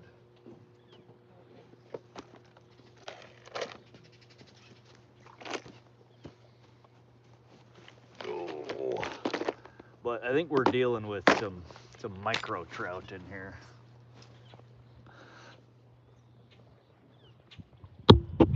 I grabbed one box out of my tackle bag from the truck. I came down here again. It's a bass and trout pond, and there's supposedly was illegally introduced into the pond this year, walleye and trout. So I was gonna see if we could catch a walleye and trout. That's why I brought this box. So we have a whole series of, I mean, we have a bunch of bass. We have some Castmasters, which are good for trout. These are good little trout spinners. I should throw one of these guys. Those itty bitties. And then we have some of my pike gear, some spinners, some of my musky lures. All right, y'all see that? I can't tell where I'm even focusing. Here, let me switch the camera around so I can look with you.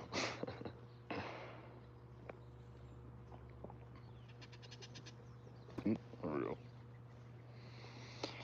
What do y'all think? There's baby trout in here, possibly some pike and walleye.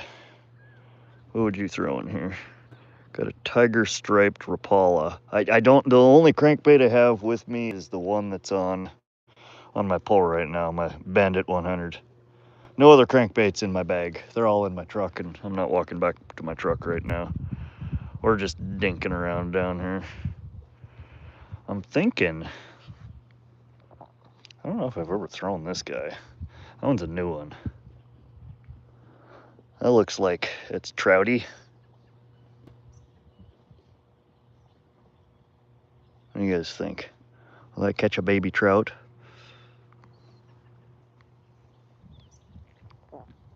That one's really colorful. Yeah, I was thinking they're one of those, or oh god, I need to find a better way to store these tackle. I also like, my go-to usually is, I don't generally do colorful. Even though I have a lot of colorful in my tackle box, I tend to gravitate towards like a brass, a bronze, a gold, or a silver. I like just the plain metal colors more often than not.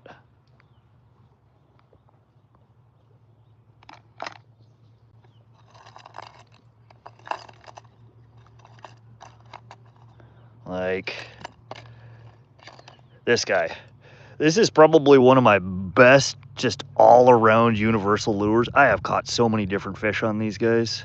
It's a, what is it, a Meps? No, a Blue Fox, a Vibrex, a number 4 in gold. Got rainbow trout, brown trout. You can see this one's pretty scuffed up. I've had that one and caught quite a few fish off of it. But that, I think, is a little oversized for the fish we're dealing with in this pond. If the trout and the northern pike and the walleye ate everything and they just restocked it. They probably stocked it with a bunch of like 2-3 inchers.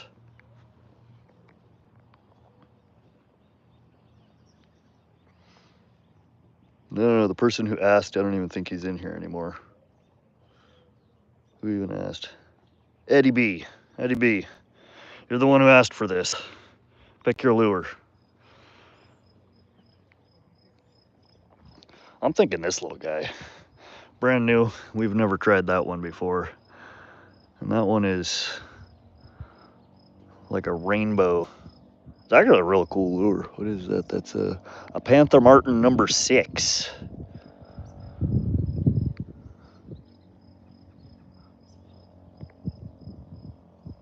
Well, he's not answering, so Eddie, we are making your choice for you. You have selected Panther Martin number 6. That's good, right? All right, he is here.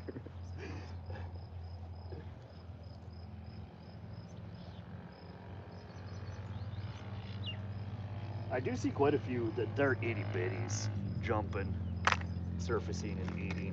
They look like they're probably 2 to 3 inch rainbows. Just baby trout. Now, but the guys that are fishing a little ways down from me, they're bobber fishing, I think, with worms, and they've pulled a couple of little dinks out since I've been here. I forgot my bobber in the truck.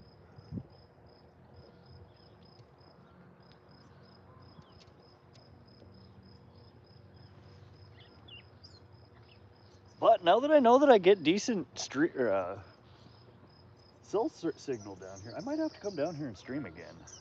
This would be an interesting little pond if there's actually pike and walleye in it.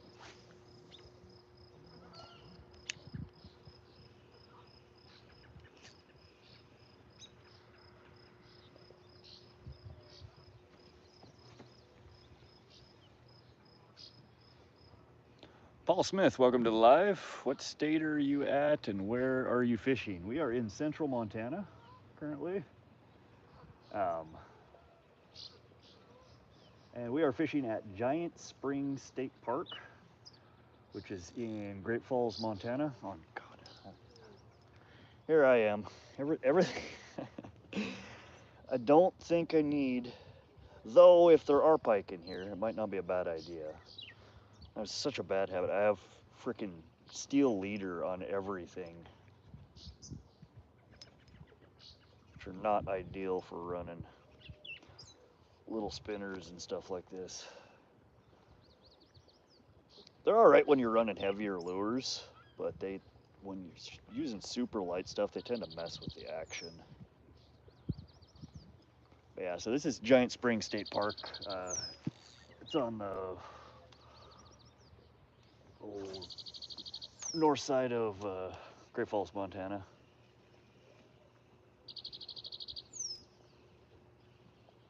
No, I guess it'd be south side? I don't know. Great Falls, Montana.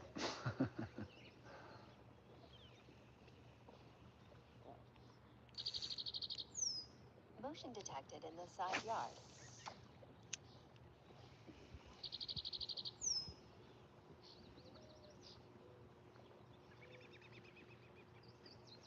Eddie B says evening bite coming. Yeah, I feel it. There's little fish eating off the surface everywhere here, and it just started like 5-10 minutes ago.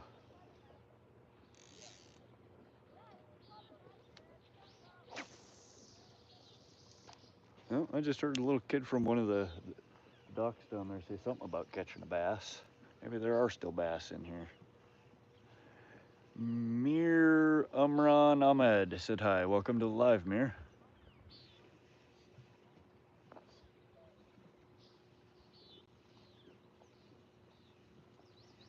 Yeah, steel leaders for pike and walleye are definitely beneficial. For 2 or 3 inch trout, not so much.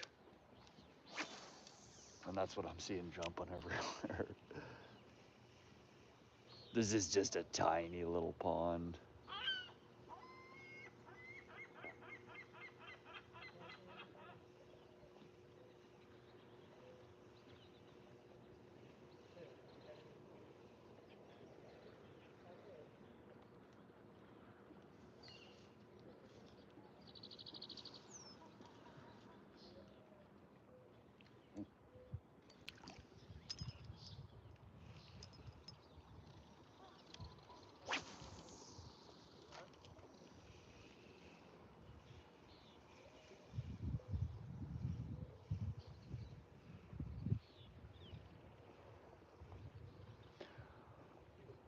Mustafa, welcome to the live. Unfortunately, live bait is not allowed at all in the Central Fishing District in Montana, other than worms, leeches, crawdads.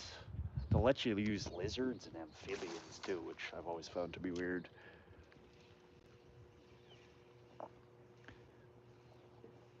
Jason D. Clips. Yeah, as Josie said, we're in central Montana.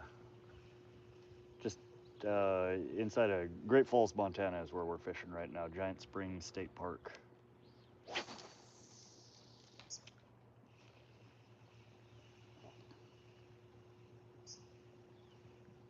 There's a itty bitty little pond here off the side of the Missouri River that we're trying to see if we can catch some fish in. Nope, Jason, not live minnows. You can if you kill them, but not live. No live bait allowed in central Montana. There is, I take that back. There's one water body. Muddy Creek will allow live bait in one section of it. But that's it. Everything else here is worms or artificial lures.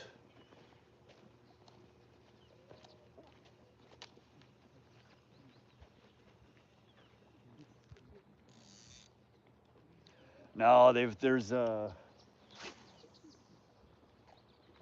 I think the reason, the rationale for it is so tourism and fishing tourism in particular are huge revenue streams for the state of Montana.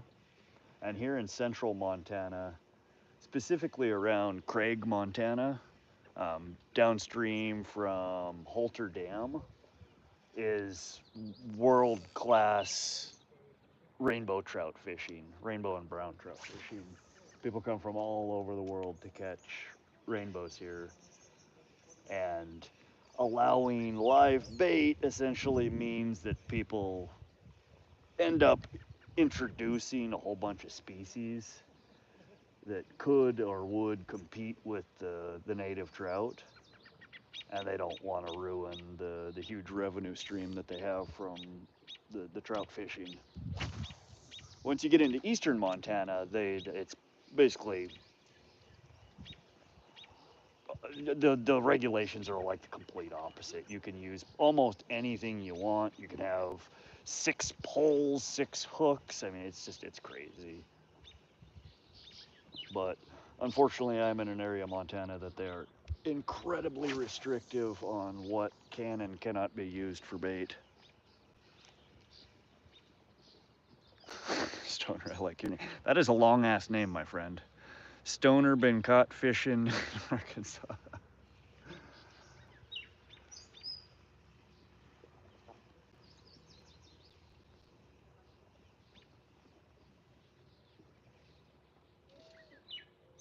Eddie B says, take care, man. Thanks, I subbed. Appreciate it, Eddie. Thanks for stopping through, and I appreciate the support. I do go live quite frequently. So if you are subbed, you will see, and I'd imagine I will probably see you back around sometime. But thanks for coming and hanging out. Sorry I couldn't catch a fish.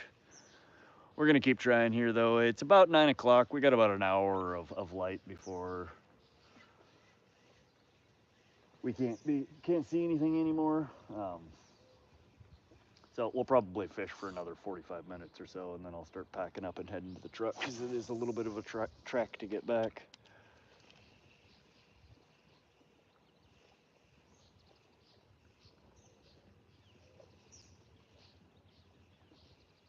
Appreciate those thumbs up, y'all, and all the subscribers. Y'all are awesome. It is I've mentioned it before, it's a brand new channel. I've been streaming for like a month here, a little less than a month. And I am still, God, that was a nice one that just surfaced over there. But I am actively trying to find some better spots that I can stream from. Thus far, the couple of ponds that I stream from, the catches aren't great. There's no real big fish in any of them. Just like where I'm at right now, I don't think we're gonna pull anything big out of here. But I am actively looking for some better spots that I can stream for you guys, that I can actually show you some of the nice fish that are here in Montana, because we have excellent fishing here. Massive catfish, massive pike, big walleye, some glorious rainbow and brown trout. There's all sorts of stuff here. Motion detected in the side yard. I've struggled so far because it is such a rural and mountainous state that we don't get great cell reception in a lot of places. But every couple of days I spend time scouting out, trying to find new locations. So hopefully sometime this year I'll pick up 1 or 2 spots that will help me show you guys what Montana fishing is all about. Thus far, you got to watch my videos to see any of it. I don't think anybody's going to be impressed by the 3-inch perch or the micro bass I'm pulling out of some of these places. A bird is pretty that keeps flying by. Any idea what kind it was? Was it the big white one that you saw? I thought it was a seagull at first, but I don't think it's a seagull.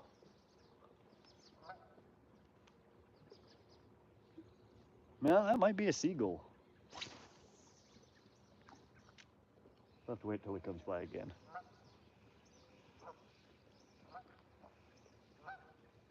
What about fishing in some creeks? You always find something in creeks. I've thought about that. I will be completely, yeah, that's a seagull. You got seagulls where you're at, don't you? There is right near here a creek that I've never fished in. It's called Belt Creek. It's probably a 20-25 minute drive from here, so not bad. And they have some of the prettiest brook trout I have ever seen. I've never fished it though. I've never done creek fishing. I've never really done shallow water fishing for little fish. But brookies are on my bucket list. I've never caught a brookie. They're in so many water bodies around here, and I've never managed to catch one. But I would love to. But again, the problem is that Belt Creek is in the Highwood Mountains. Ooh.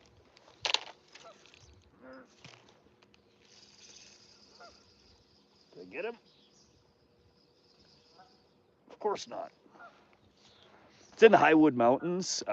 Belt is a city, and I do believe that they have decent cell reception in Belt. I don't know how good the reception is in the surrounding area where the creek goes.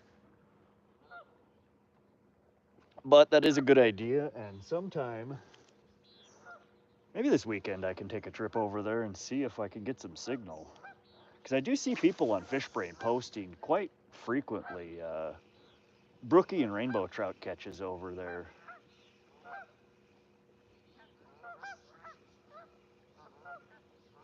But that's a good idea, Paul. Thanks for suggesting that. I will most certainly check that out. But yeah, that right there, Josie, that's a... Oh, there he goes. It's just a seagull.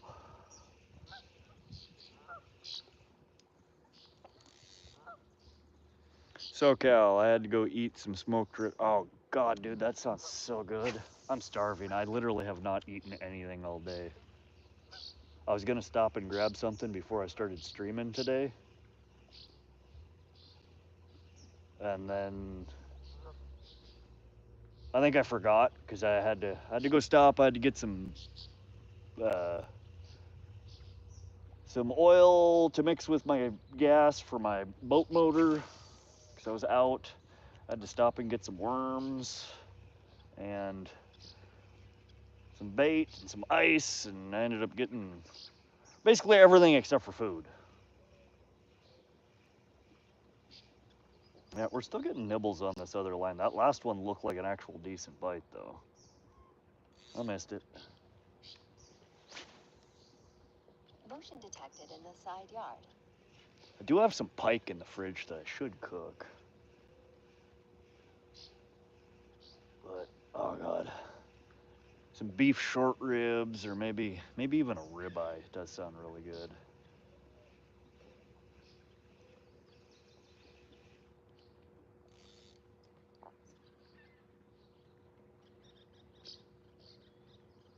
Bass Fishing TV. Welcome to Live Bass Fishing TV. I think I subbed to your channel earlier today. I went fishing today and seen a grass carp the size of my body, and I'm 5. No shit. I've never caught a grass carp. I love carp fishing. I know we have grass carp in a handful of water bodies around here. I've never managed to catch one, but that's a big freaking carp. Any of y'all ever fished for grass carp?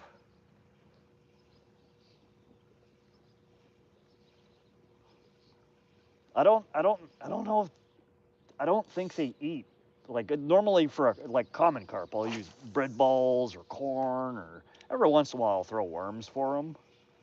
What the hell does a grass carp eat? Do they eat the same things? I thought they were more like vegetarian. They eat plants.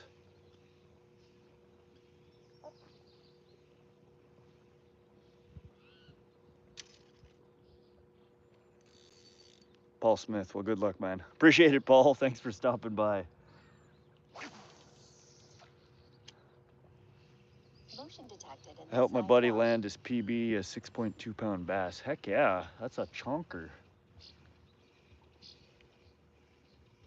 There's supposedly bass in this pond, but this is the first time I've fished here. And Fish, Wildlife, and Park report that they put out this year said somebody illegally introduced pike and walleye in here, and that the bass and trout population in here was decimated from them.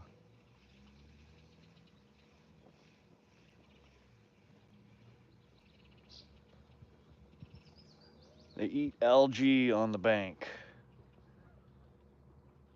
Castaway days? No, I haven't caught a dang thing. We've had to keep the worm pole here on the water has been basically constant nibble since I put it in, but nothing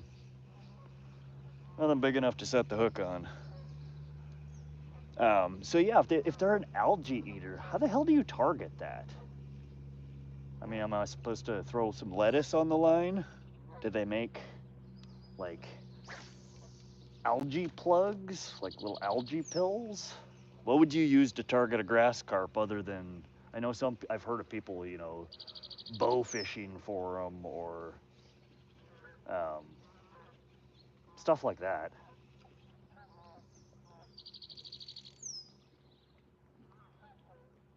SoCal.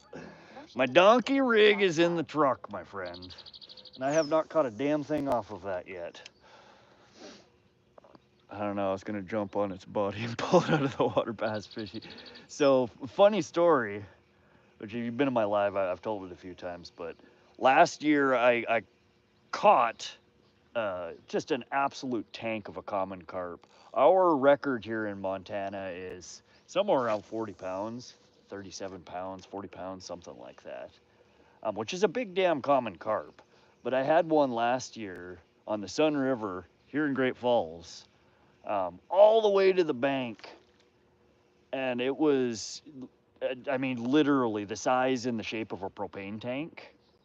And I got all the way to the shore, and I got, you know, my little landing net. I wasn't expecting to catch a frickin' monster, and I'm fighting with it, trying to get it in the net, and it ended up flopping around and busting my line off.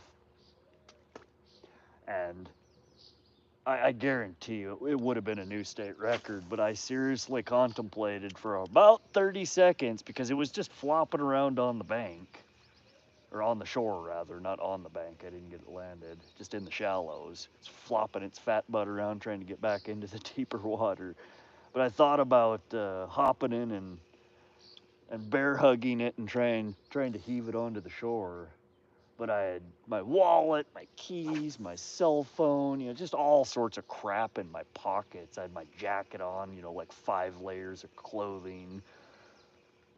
But so yeah, I long story short, I know the sentiment there, and if I had it to do all over again, I would have hucked my frickin' cell phone and went after it, because it would have easily beaten the state record. That sucker had to have been 50 pounds.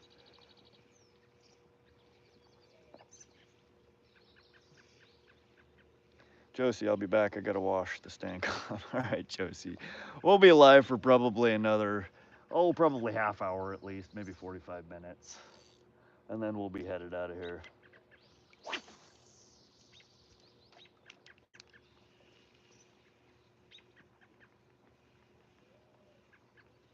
Carson, new subs, Mary sent me. Well, welcome to the live, Carson. Thanks for joining up. We're just dinking around here at the pond, seeing if there's anything in here. It's a place I've never fished before, or never caught anything out of before, I should say. I did fish it once earlier this season, trying to see if there were any carp in here. But we're not having much luck. But Carson, welcome to the live. Thanks for joining. And Mary, thank you for sending some people over this way. That's always appreciated. Bass Fishing TV. Funny story. My buddy caught a bass today and he didn't tighten his drag and he popped. And it popped off in the shallow and took the lure. Oh, God. Oh, that's rough. I did see, who was it? Jighead? Jigheads? He posted a short. He caught a frickin' a blue. Oh, that was a bite. Dang it. I think he was throwing a jig and he caught a bluegill, but he pulls it out of the water and the jig hook is hooked onto the circle, the end of somebody's leader with a bluegill on it. So the bluegill had eaten the hook. I mean, it was eaten, and had about 4 inches of frickin' line sticking out in a little loop, you know, that you would put on your clip. And he hooked the loop with his jig head and pulled it out. One of the craziest catches I think I've ever seen. Like, oh shit, your bluegill come pre-rigged on a hook over there, huh?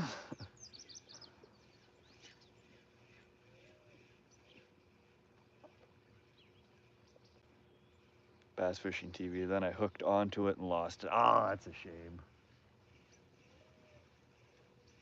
Yeah, last year I was at a spot called Tunnel Lake here, fishing for Arctic grayling, which if you've never seen one, look them up. They are an absolutely neat looking fish. We call them Pokemon fish because they're just like super vibrant and colorful and they look like they're fake. But anyways, there was this old dude fishing next to us and he hooked into something and he yanked his line back trying to set the hook and snapped frickin' the line in half. I don't know what he was fishing with, like 4-pound mono, some kind of light garbage, but literally snapped it in half.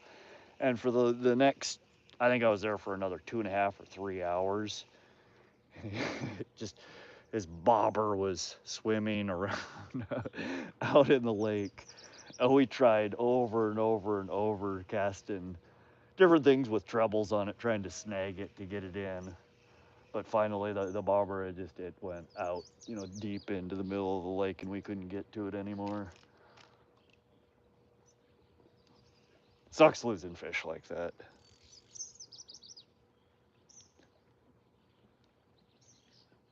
Bass Fishing TV, if I would have seen a carp that big, yeah, as long as I didn't have anything important in my pockets, yes, absolutely 100% you should have jumped in and wrestled that bad boy over to the shore. Something like that is probably almost certainly a state record. And that big, hell, it might even be more than a state record. I didn't even know they got that big.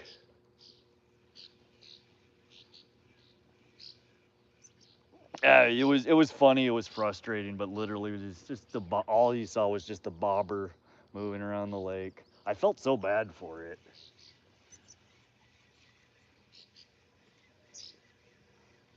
But the old guy, he spent the entire rest of the time that I was there following it around, trying to cast and catch the bobber that was attached to the fish.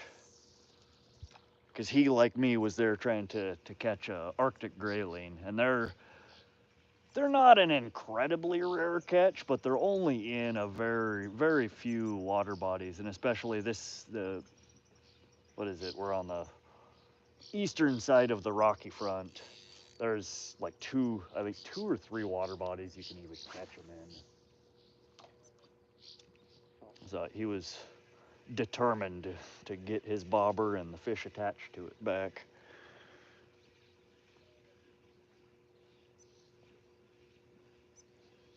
Craziest catch I've ever had was a yellowfin tuna. A guy casted over my line while I was fighting the fish. Long story short, we had to splice the line to 3 times the 3 different lots of it. Oh man, that's frustrating getting tangled up on other fishermen when you're trying to drag stuff in. I've had that happen.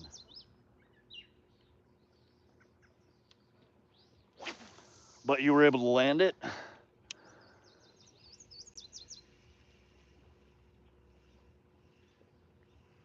It's a tiny pond for that carp, but it's loaded with fish. Oh hell man, that thing's in a pond? If I found a pond with a carp that big in it, I would be fishing that pond every day until I pulled that fat bastard out of the water and got a picture.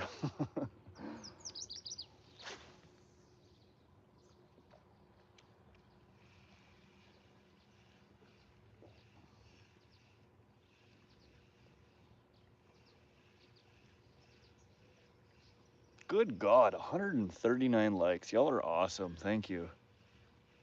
We have almost doubled my previous high. I think I had 76 and is the most likes I had gotten in a stream prior to today. Today. I have a stutter here. I have spontaneously developed a stutter. Yeah, landed at 4 deckhands on the boat and had to get in on the splicing to different rods. Ended up 93 pounds. How the hell do you manage to splice a line onto another pole while a fish is on the end of it? That sounds painful and complicated.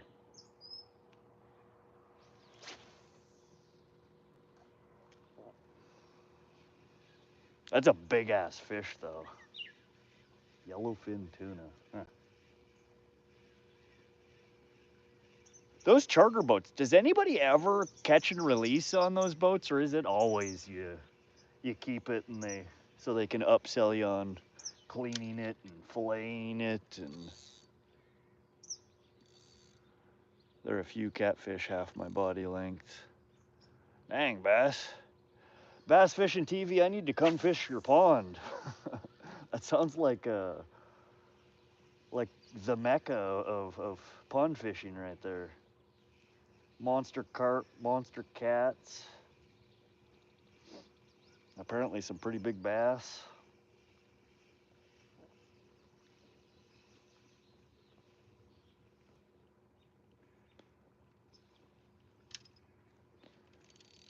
Rock Skipper, welcome to the live. Yes, do you like bluegill fishing? Bluegill and I don't get along very well. Here in Montana, at least in central Montana where I fish, or in the general vicinity of where I fish, bluegill get to be about that big. That's it. That's as big as they get. And no, I don't like fishing for them. My son loves to fish for them. I can't stand the little bastards because I'm usually trying to catch bigger fish in those same water bodies, and you end up having to rebait your rig constantly because those little things just steal it. I purposefully try and put hooks big enough on there that I can't get it in their mouth. Now, it would be different if we had decent-sized bluegill here. I probably would love to bluegill fish, but I'm not one that really gets a whole lot of enjoyment out of pulling dinks out of the water. At one point in time, when I was younger, I enjoyed that, but more so now, I go more for quality rather than quantity. So I'm trying to get the big ones. Which, where we are fishing today, is not the place for big ones.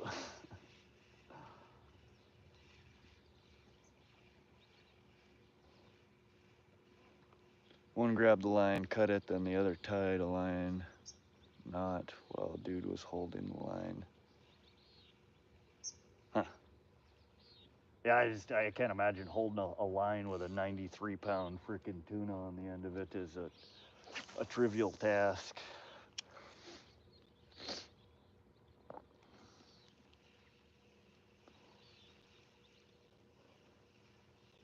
Miss Skeeter says, I love catfish. Yeah, catfishing is fun. I love to catfish. But in the local water bodies around here, you know, if I'm not driving an hour to fish for catfish, all we have is yellow bullheads, black bullheads, and stone cats, which are little mad toms.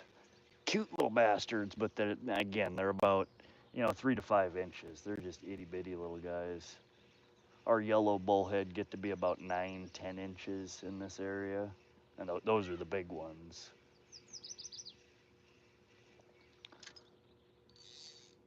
If you go about an hour from here, Loma, Fort Benton area, you start getting 20 plus pounder channel cats. And then in western Montana and in eastern Montana, they have flathead catfish, I think.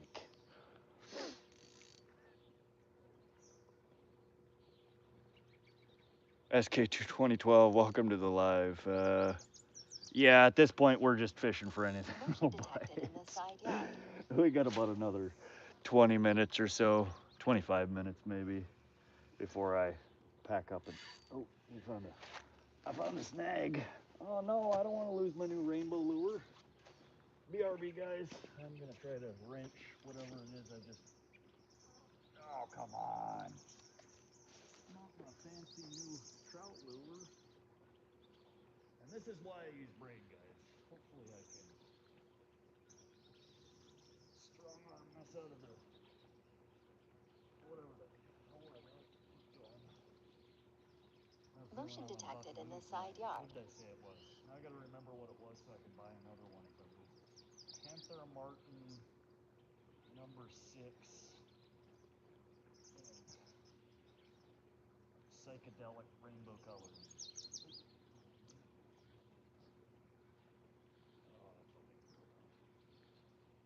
There's no way that broke off there.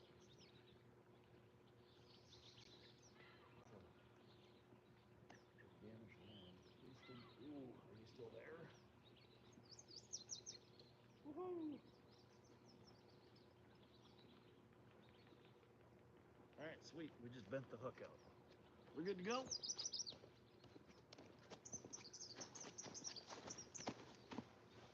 Alright, I'm gonna take a smoke and a drink break here for a sec.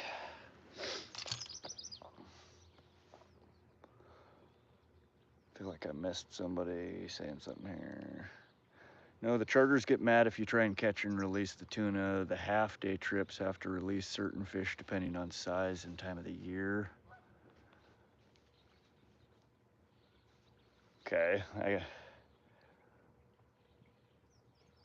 yeah, it's weird for them to try for any. Okay. Yo, that's a chill place. Yeah, it's a really pretty little pond here. We're in Giant Springs State Park.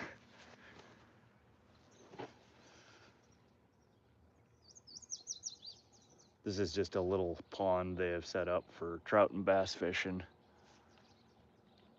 Miss Skeeter says catfish are good eating. Yeah, the 2 to 3 pounders usually is about the size that I'll keep for channel cats. And they are. They're actually excellent eating. My niece, who hates fish, would normally refuse to eat fish, ate the crap out of the last channel cat that I caught. Has he ate any white perch before? I don't think we have white perch here in Montana. We have yellow perch, and they're really good to eat. They're so tiny that I normally don't harvest them.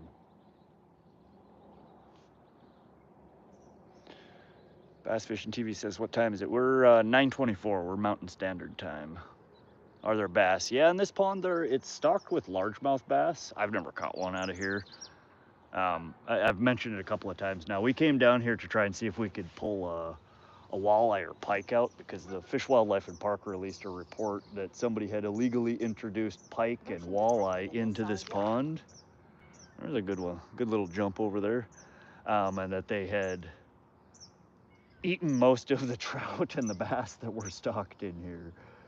So we came over here to see if we could pull out one of the invasive species. But thus far, I've been seeing a whole bunch of tiny trout. Somebody that was fishing down at the other end of the pond was saying something about catching a bass earlier. Trees don't count for your limit. Bass Fishing TV. All right, I'm gonna head out. Appreciate you stopping by Bass Fishing TV. All of y'all that are hanging out, thanks for coming to hang out with me while I fish and catch absolutely nothing. I promise I can catch fish sometimes. We're just not having great luck today. Oh, look at that. Catch it, first catch of the day. You saw it here. First catch of the day. And only because he's holding on for dear life. He is eating my worm.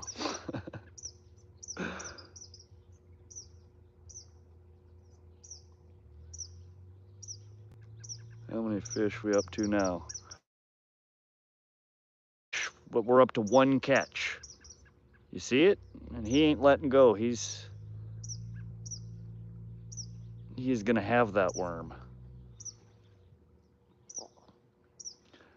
Jacob, the car guy, welcome to, oh, he's, all right. Well, this little guy here is the only thing we've caught, and that's because he was trying to eat my worm. We didn't actually hook him. He was literally just hanging on and munching on my worm. So I think we're going to gift him. Oh God, he's pissed. Hold on. Here. Don't pinch me. Open your little claw. There we go. So we're gonna give him a little prize and send him back on his way. All right, does that count? Have I officially been skunked, or does that unskunk me? I wanna say that unskunks me. Perfect bait. Yeah, if we had something better to fish for in here. I don't think I honestly don't believe there's anything big enough in here to eat that. I don't know, I guess there was one that jumped over there that looked like it was maybe 12 inches. No, we came down here because there's supposedly pike and walleye in this pond that were introduced illegally. We haven't caught any of them. I think Fish, Wildlife, and Park might have been able to get all or most of them out of here. What's in here is rainbow trout and largemouth bass.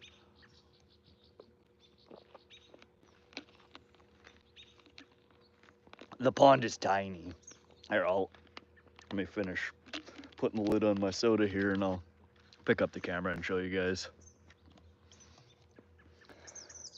It is a really, really small pond. So we have, on this side over here, the Missouri River. And then we have this little walking path here. And they've built, for whatever reason, a little pond over on the side of the river. And it's, I don't know, I mean, this may be, what do you guys think? It look like the size of a football field, maybe 100 yards. But yeah, so I mean, it's like, I don't know, 50 feet wide from the dock here to the bank over there, and maybe 100 yards long from that stone wall down there to the brush over here. Just a itty bitty little pond.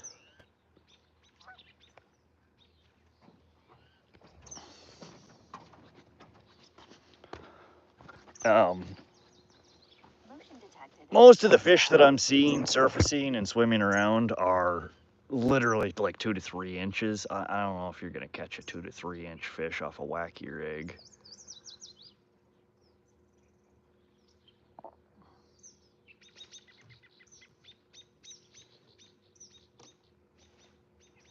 Oh, let me get some of this stuff back in the tackle box here.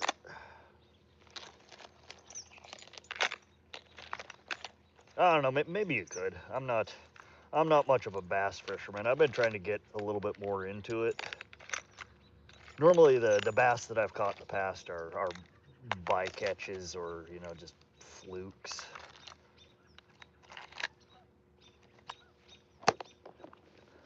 My fish that I usually go after is northern pike and carp. You guys want to know anything about catching northern pike or carp? I'm your guy. But bass, I can tell you, you know, what's worked for me, but I am by no means an expert on catching them.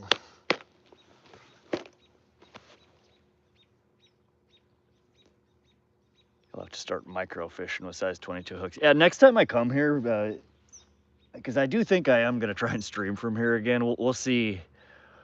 We'll see what we can pull out of here. I think I'm gonna bring a bunch of micro hooks down and see if we can pull something out of here. Guys, right now, I mean, this for a 2-3 inch fish, that's a pretty big hook. I mean, that's a 1/0 bait hook, and I think the top one here is it's like a size 1 or a size 2 offset worm hook. I think that's what that's called. So they're pretty big for the size of fish that are in here. I expected there would be something a little bit bigger in here, but I don't think there is. Carp tips. Carp, I could tell you all about carp fishing. Carp fishing is one of the most underrated species of fish in North American fishing, in my opinion.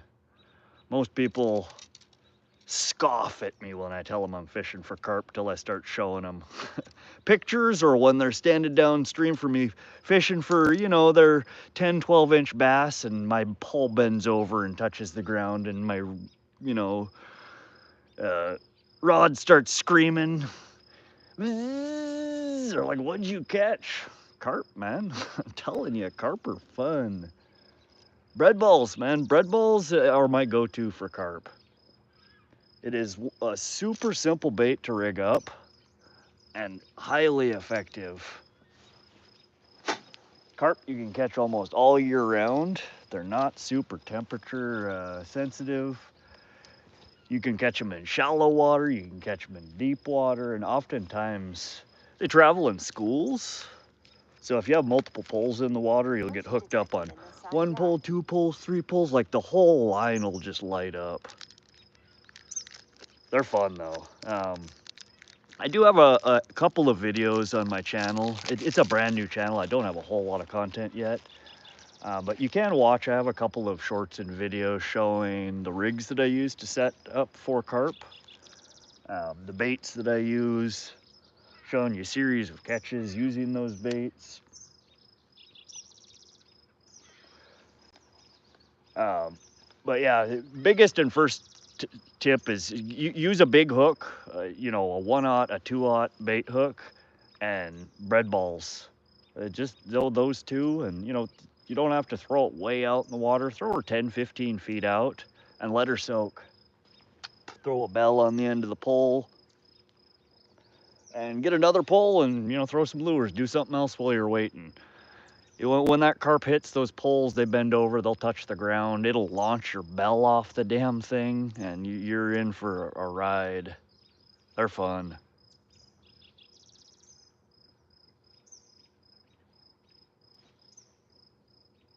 Wait, what did I miss? Ron Block Bassin, welcome to live. Hope everyone's having a great day and night. Thank you, Ron. Appreciate that. Hope you're having a good night as well. I'm having a wonderful day. I had a light day at work today, and I've been fishing since about 2 or 3 o'clock this afternoon. So we've had a good, I don't know, almost 8 hours of fishing, where I've caught literally nothing besides the crawdad, the crawfish that you just saw me pull out of the water. But oh, there's another good one that jumped. But I don't necessarily need to be catching fish to have fun. I just like being out here, being next to the water, being in nature. It's even more fun when we got you guys here hanging out and chatting. And so grass carp, shallow water, what bait and rig. So grass carp, I can't tell you a whole lot about. Common carp is what my most of my experience is with. Grass carp are unknown to me. I've never caught one. We don't have a whole lot of them in the waters around here. From what I understand, they're, a vegetarian.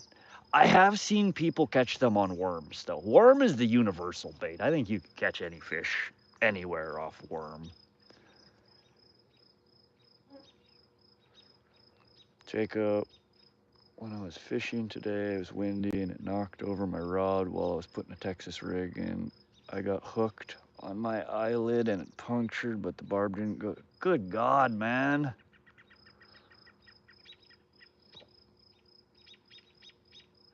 That's freaking scary, man. That'd be some shit, losing an eyeball while fishing. I'm glad you're okay, man.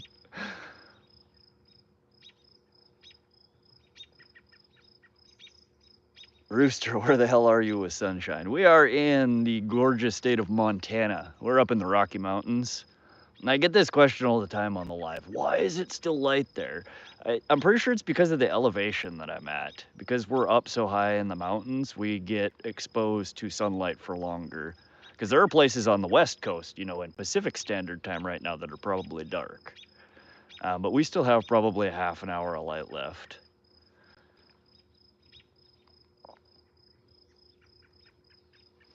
Grass carp, I honestly think your best bet is probably a worm for grass carp, which is not, wonderful advice because anything's going to eat a worm in the water. I don't think the typical bread balls that I would use for carp, I don't know if a grass carp would eat those or not. That is a good question. I will, if you follow the channel, if you come back, I'm gonna do a little bit of research tonight because grass carp is one that I would really like to catch, and I do know a couple of water bodies around here that I've seen them caught out of. I'll do a little bit of reading and research and see what some good tactics are and what good baits are to use for them. SoCal says Mrs. SoCal wants to go catfishing tomorrow. I'm gonna try for a lake record. Heck yeah, SoCal, go catch a monster.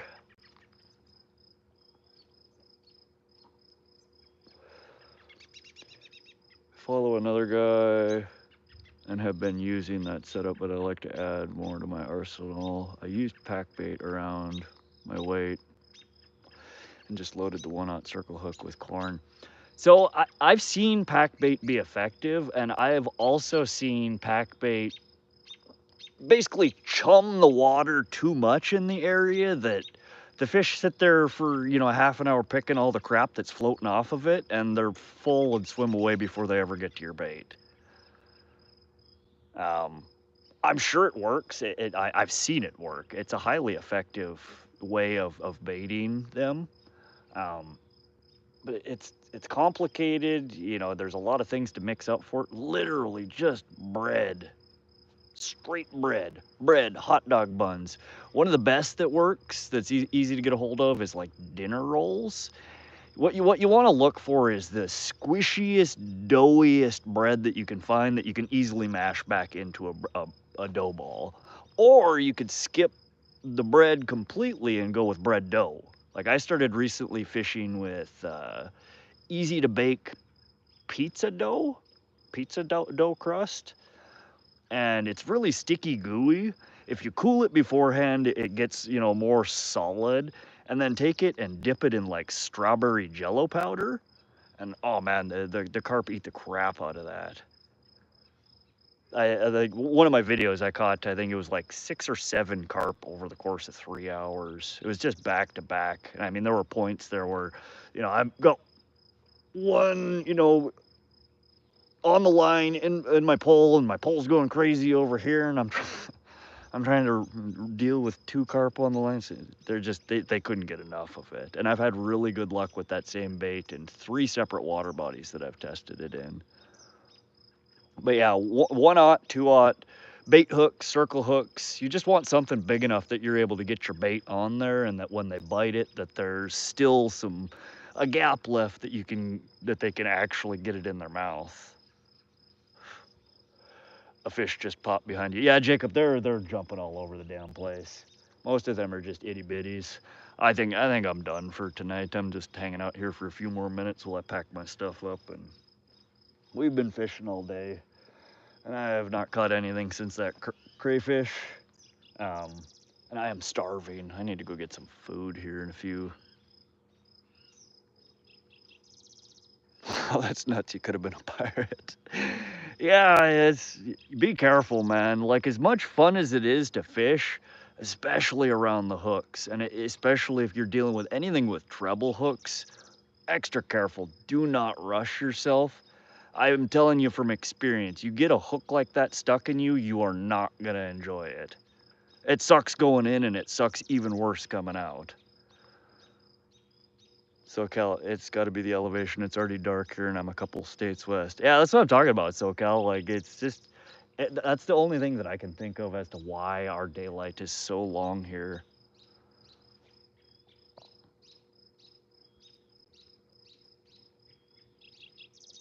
Yo, do you have bread? Yeah, in the truck, I usually carry bread dough or hot dog buns, hamburger buns. I usually always have a bag of something that I can throw on the end of the line. Right today, I was using hot dog buns.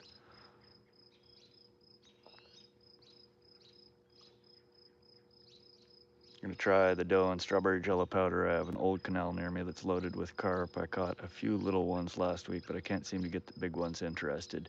So that is one thing with carp. You'll notice. If they're eating bread, they'll probably all eat bread. But I've been to certain water bodies where I could not get them to bite for crap off of bread, but I threw corn on, they'll eat corn. Or if they won't eat bread and corn, they'll eat worms. So if you can get one to bite off of anything, they'll probably all bite off of it. But certain water bodies, they're weird. They will prefer one over the other. The most universal thing that I've found though is the bread dough or bread balls. Esports, welcome to the stream. What do you fish for? We were just kind of dinking around here trying to see what is in here. All we caught was a crawdad. Normally I fish for pike or carp. Mary says, it's been another great and chill stream. I appreciate your rod. Thank you, Mary. I appreciate you always coming to hang out and helping to mod and keep the room free of the riffraff. All of y'all that come hang out, it's wonderful. You know, it's up until I started this stream, yeah, I fish almost every day. And if I don't, you know, it's at least a few times a week. And normally I'm fishing alone. So I got a lot of time in my thoughts and talking to myself. So it's nice to have somebody to chat with while I'm out here doing what I do. And learning from y'all what works, what doesn't, and getting to show you guys a few things. It has been a really good stream. Other than the fact we didn't catch anything, but that's fishing, you know? As they say, that's why they call it fishing, not catching. But we did, I mean, lots of bite, a lot of activity. The fish are there. They're just picky, and again, a lot of it has to do with the fact that I like to use humongous hooks. I'm gonna have to, for the stream, start swapping out to some smaller hooks just so we get some more catches and you guys don't see me missing catch after catch constantly. But I will tell you that it is purposeful. I use oversized hooks explicitly to try not to catch the dinky fish. The dinky fish, not only are they not as much fun to catch, but they're also much more prone to die when you're releasing them. So I try to use big enough hooks that all they can do is steal the bait, that I'm not gonna set the hook on them. But the more that I think about it, it doesn't make for good streams. Y'all would probably much rather see me pull dink after dink after dink than flail away at setting my hook at and missing constantly. Oh geez, we're at almost 150 likes. Y'all are crazy. That's awesome. Don't tell me how many subs I have. I wanna look after I end the stream here. But I will say that we started the stream today with 299 subs. And so I would be happy just to see the 300, but I have a feeling we're at way over that. With as many people that have been in here today, I'm excited when I get home to take a look and see how many freaking people subbed. 150. We just hit 150. That's crazy, you guys. That literally 2 more subs and you will have doubled my all-time previous high. I think I had 76 likes in a previous stream. And if my math is mathing here, 76 times 2 would be 152. Yeah. That's pretty damn close though. All right, so we're on our walk back here. You've gained a good amount more.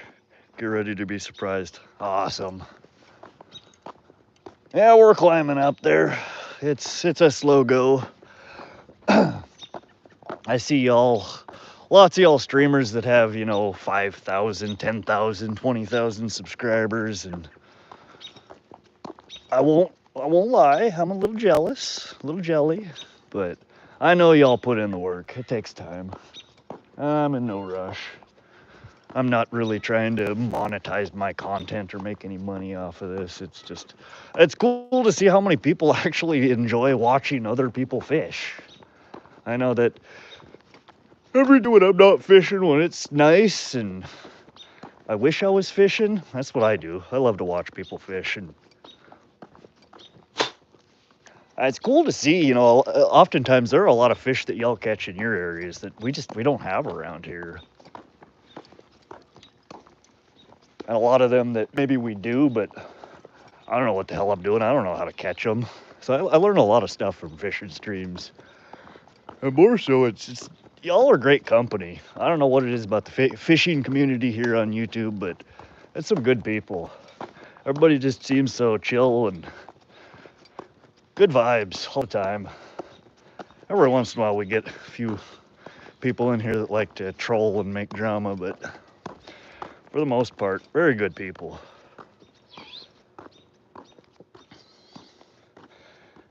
This is Skeeter. I'm at 258 subs. That's pretty good, Miss Skeeter. That's not that much under where I am. Ryan Hahn says, I will be fishing the Missouri River tomorrow. Well, that's where we're at right now. That's the Missouri River. We're in Montana. Are you in Montana? Saying the Missouri River doesn't mean a whole lot. It's, what did Thunderstruck say earlier today? It's 2,542 miles long. Something like that. 41? What state are you in?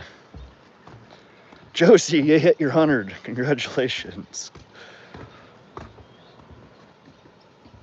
Oh, we're under the tree here. It's dark. SoCal fishing community on here is great. Go out of my way to fish with a bunch of y'all. Hell yeah. I wish I could find more people that streamed, in my general area. I see oftentimes in the fishing streams, y'all are meeting up with other streamers and get to fish with them and hang out, and I don't know anybody that streams around here that fishes.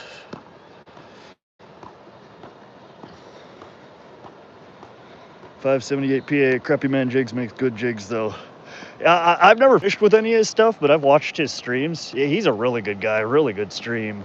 But he looks like he makes some badass stuff. Next time I'm looking to buy some plastic or some jig heads, I think I'll definitely be supporting him. I'd much rather give my money for a quality product to a smaller business like that than to these big corporations that don't care about you. They just want your money. And that little, your $20, $50, whatever you're spending doesn't mean a damn to them. But somebody like Crappy Man Jigs, that's his business. That's his livelihood. So I definitely would love to support local businesses like that, or small businesses. Oh shit, there he is. Speak of the devil. He's lurking there, just waiting. Crappy Man Jigs popping out of the shadows. Howdy. Filling up some water jugs. Oh shit. Dude, people come down here just with flat out water jugs and fill it from the springs here. It's literally that clean. You can just pop her right out of the spring and drink it. But I will definitely, one of these days, so I got to come back here during business hours so I can show you guys the hatchery in here. But I'm going to ask them when they close those gates for the fish pond, the fish feeding pond. Really disappointed I didn't get to show you guys up close the monster trout. It's the whole reason I came down here today.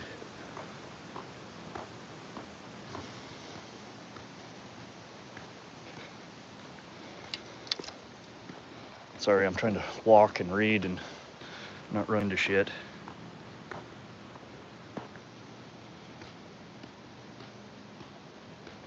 That buys Mary a new gallon.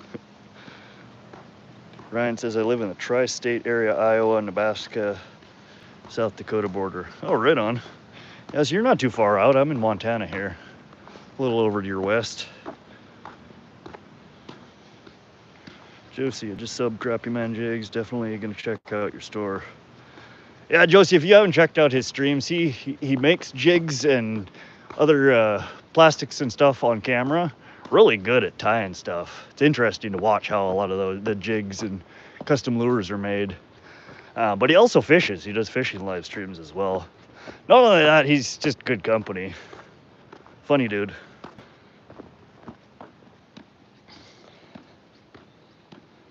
I can't walk and chew gum either. Yeah, it's disorienting. I'm like trying to focus on the screen here and read, and then I look up and it's, I don't know, it makes me dizzy. Yep, I drove through Montana. Daniel, welcome to the live. Hey, how are you? We're doing good. Just wrapping up the stream here. We had a whopping 0 catches today. Other than I'm gonna officially call it not a skunk, because the little crawdad that hung on and was munching on my worm, that's gotta count for something, right? It ain't a fish, but close enough, right? Would y'all call that a skunk? If you reeled in your line and on the end of your line was a little cliffhanger latched onto your hook with one claw and munching on your worm with the other, does that count? I think it counts.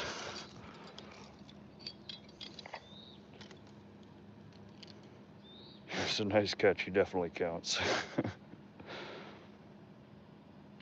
I want to find a couple people to do split screen lives fishing 2 different places at the same time. Yeah, so Cal, we briefly talked about that before. I'd definitely be down to do that sometime. And Mia hates me for it. She's like, why don't you plan more ahead when you're going fishing? I'm like, I go fishing when I go fishing. I don't make plans usually. When I do it, especially when I take the boat out, I make the plans the night before because wind changes, and that's what dictates when and where to go. Something which I'm terrible at doing. Oh.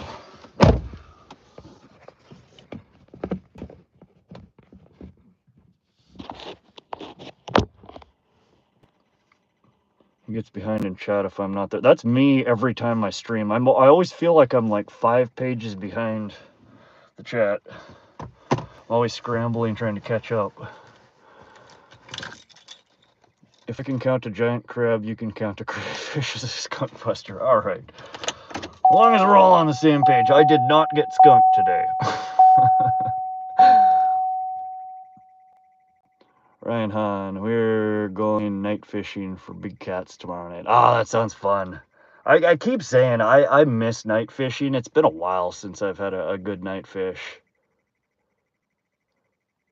I can't keep up with chat on the boat. I haven't been able. Fahrenbach, welcome to the live. How you doing? Guys, 153 likes. We have officially doubled my previous highlight count. That's awesome.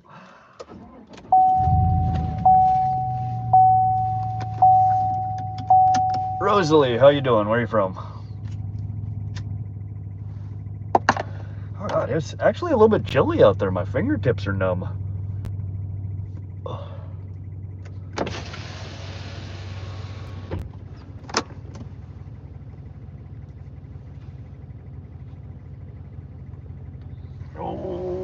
soda.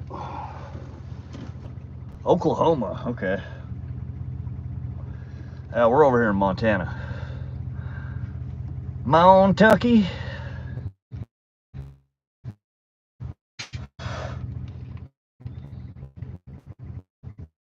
I don't know if I'll be live tomorrow. I would like to after work, but I know that I do have quite a few things that I got to take care of before I can go out and play tomorrow.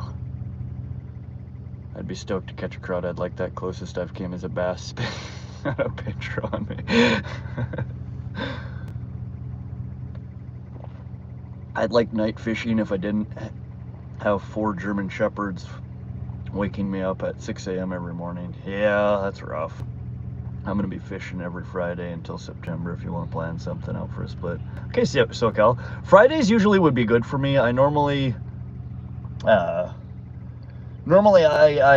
knock off from work around 3 p.m. Mountain Time on Fridays, which would be like 2 p.m. your time.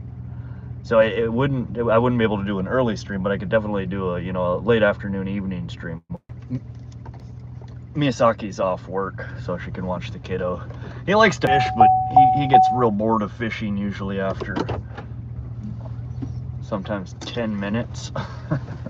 Sometimes it's a couple hours, but he usually doesn't like to stay for very long.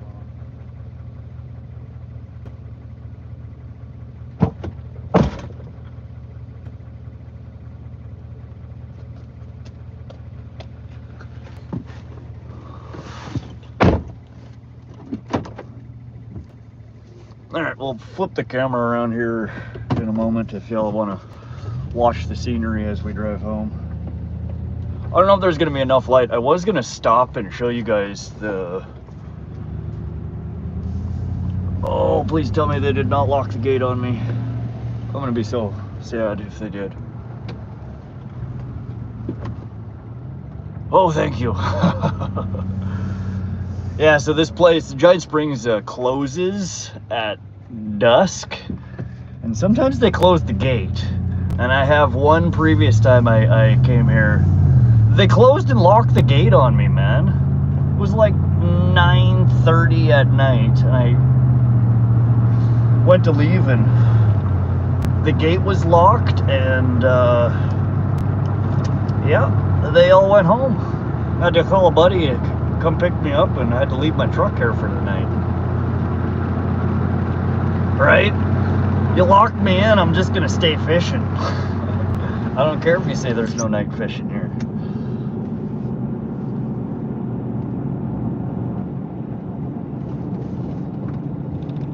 But no, I really do need to do some night fishing. Normally I night fish when I'm camping. I sleep so very little when I'm out camping. I spend the entirety of the time either in the boat or on the shore freaking fishing. Or sitting around the campfire drinking. One of the two.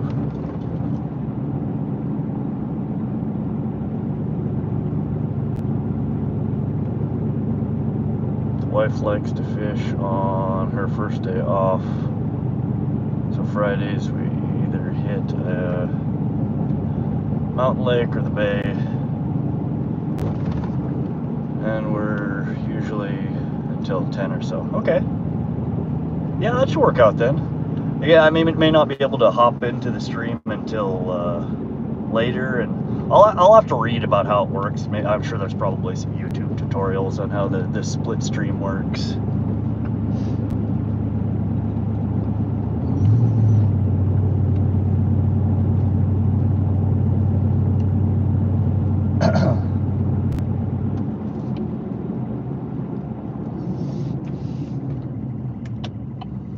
Yeah, I honestly, I don't understand why more people don't do that. I don't know if it's maybe just because of screen real estate. Just shrinking your screen down so much it makes it hard for people to see what's going on.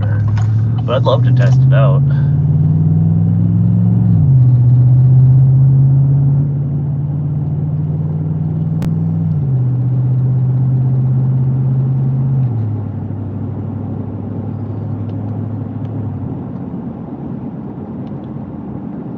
Corey asks, how far is your drive till you get home from here?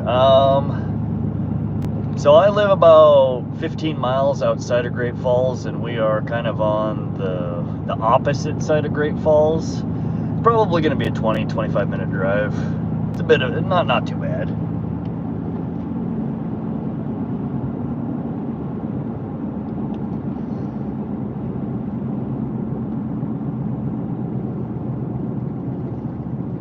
Yeah, I'd stop here. We're just passing Black Eagle Dam right now.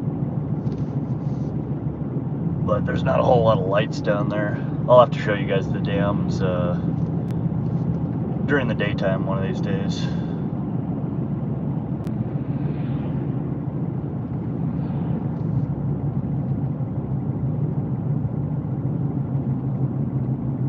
Pretty simple, just setting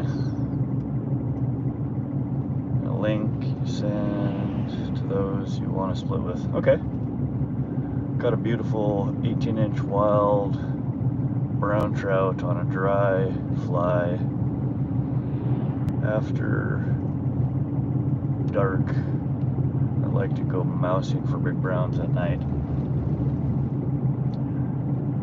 Yeah, see, I don't fly fish, and I've seen it seems like fly fishing is kind of the one of the better ways to catch browns. Like I said before, the browns that I've caught in the past, I call all of them flukes. I was not intending to catch a brown anywhere. That just happened to be what was on the end of my line when I pulled it in. But I have heard that night fishing for browns is preferable, that they tend to be more active at night. I also heard that, what was it? There was some guy that was explaining, he was saying that rainbow trout, as an example, feed, and this is just an arbitrary number I'm throwing out because I don't remember specifically what he said. It was something like they feed, 100 times or 300 times a day. They're all about repetition. They eat constantly, little bits here and there. Brown trout, he said in the study that they did, feed on average 1 to 3 times a day. And they tend to eat much, much bigger things those times. So it's just an interesting comparison that, two fish that are essentially very similar species have such completely different eating habits. Have a great night, Rod. Thanks for taking us fishing with you. Thanks for hanging out, Josie. Always happy to see you in here. Next time I'll try and catch a fish for you, not just a crawdad.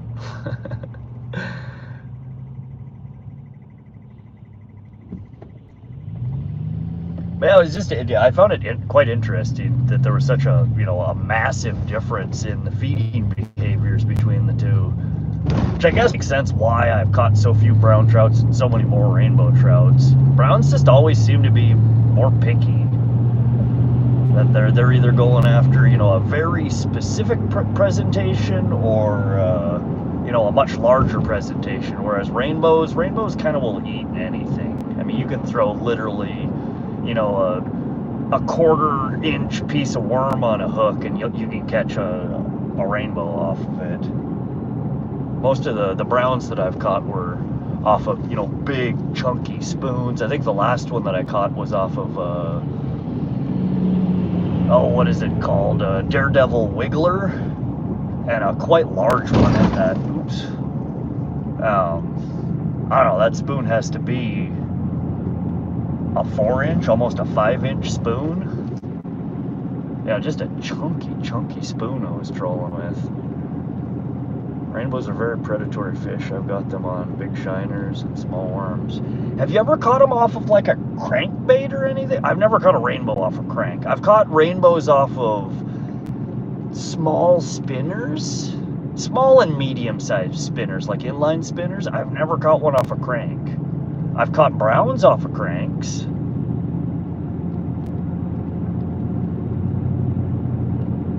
Oh God, we have an oil refinery in town. And right next door to the oil refinery is the water waste sewage treatment plant. And they have like a poop fountain out there. It's one of the most grotesque things you'll ever see. But basically, so you have the smell of a refinery mixed with the lovely aroma of the poop fountain right next door, and God, I cringe every time I drive by. And it's not like you just smell it and it's like, okay, that's gross and it goes away. It's like you taste it and then the smell lingers for like 5 minutes afterwards. It's frickin' disgusting.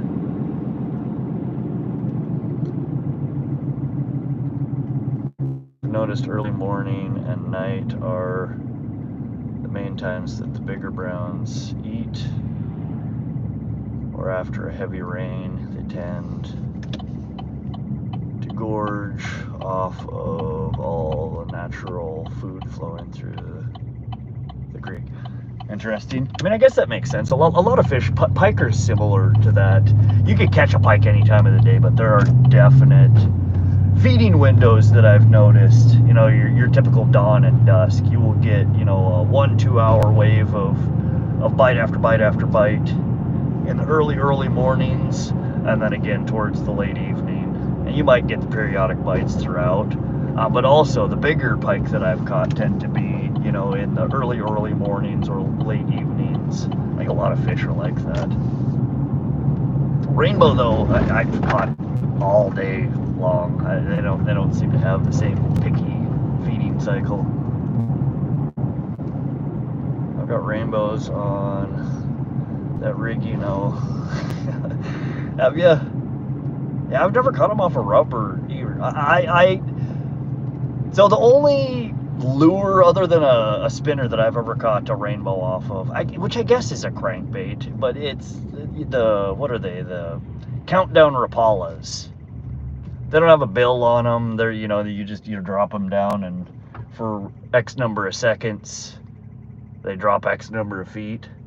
I caught once upon a time. I caught a rainbow off of a rainbow patterned Rapala countdown, but I think that's the only rainbow that I've ever caught that wasn't either off of a worm or a spinner.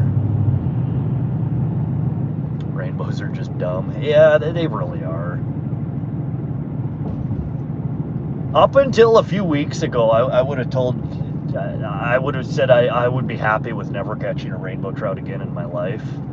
But a few weeks ago, I went to a new reservoir, Willow Creek Reservoir, which is about an hour's drive from my house, and was fishing from the dock. I was just bored driving around. I was looking for somewhere that I could stream from and wanted to check and see if I had a cell signal there.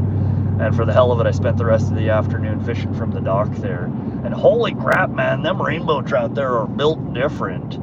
Jumping out of the water, doing acrobatics. My, drag on my reel is screaming.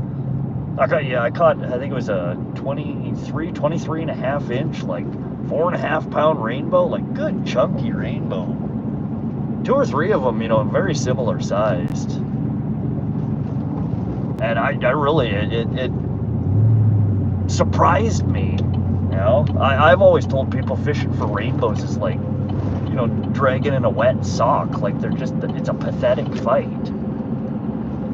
And every rainbow that I'd caught previous to that, I mean, that is literally it. I mean, they weren't really, I won't say they weren't fun. Catching any fish is fun, but they did not impress me in any way, shape, or form. But after them Willow Creek ones, I have a different opinion. I really do.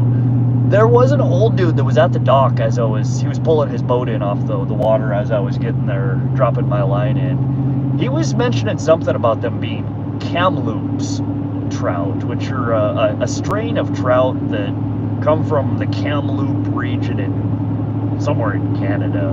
But they're apparently known for their acrobatics and fighting, and also they grow to be quite larger than most strains of trout. But he may have been right. I mean, they were like no other rainbow trout that I'd ever caught in the past. So I suspect his information that they were Kamloops strain might actually be correct. Drop shot robo worms, crush rainbows. Hit the like button, guys. Let's get it to 160. If y'all want to, I'm plenty happy with where it's at. I can't believe we made 150 likes in a stream. I know some of y'all bigger streamers get way more likes than that in a stream, but I mean, this is literally doubled what I've got in my previous best. So they stock Kamloops in Pine Creek here in PA. Oh yeah? Have you ever caught one of them?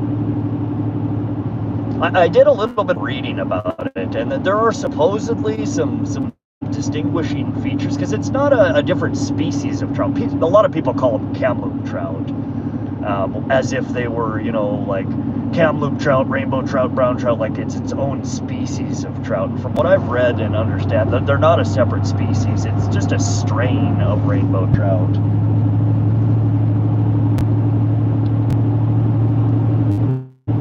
I have a short releasing one I caught. It took me for a walk and it was only 18 inches. Heavy though. Nice. Alright. 570 PA. If you have not done so already, drop me a comment on one of my videos, and when I get home from my stream here, I will hop over and give you a follow, and I'll see if I can find that short. I'd love to see it. She had some shoulders. Yeah, the few that I caught at Willow Creek were very chunky. I mean, 23 and a half inches, a good size, a good length for a trout, but they were nice, chunky, fat trout. And they definitely, I've never had a trout jump out of the water like that. And almost every one of them that I caught were leaping out of the water, you know, they're running towards me, running at me. It felt a lot more like I was salmon fishing than trout fishing. Been chasing lightning trout for a while. Still haven't got one. So I'm gonna have to look that up when I get home. I don't know if I've ever heard of a lightning trout before. I know that there's, you know, dozens of different trout variants. I've never heard of a lightning trout.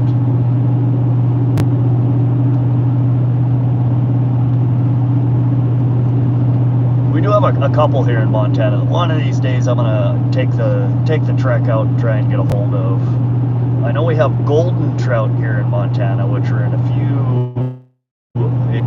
remote mountain lakes. What was the other one?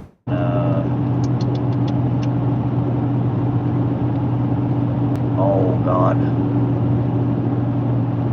I swear I'm gonna be senile by the time I'm 50. I forget things so easily these days. What are they called? I don't remember. I'll remember later. But golden trout was the one that I really wanted. Golden trout, lake trout.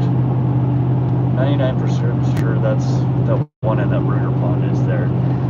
They have a whole sign about it. It says it's an albino trout.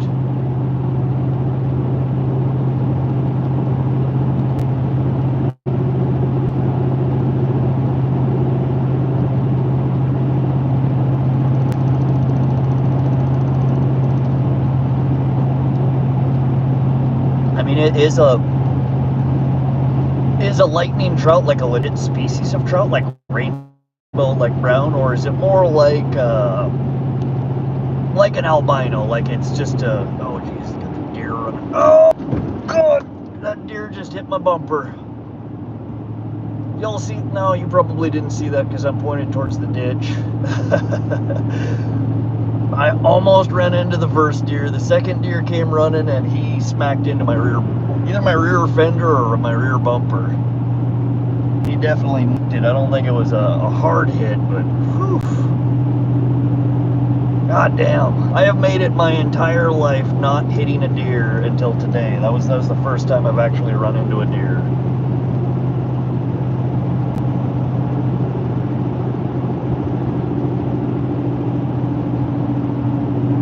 But yeah, so what I was saying is it like a legit species like a rainbow trout, like a brown trout? Is it a separate species, or is it more like a genetic oddity, you know, like an albino is, to where, you know, it's an albino trout is still, you know, or an albino rainbow is still a rainbow, it's just got the, you know, genetic difference.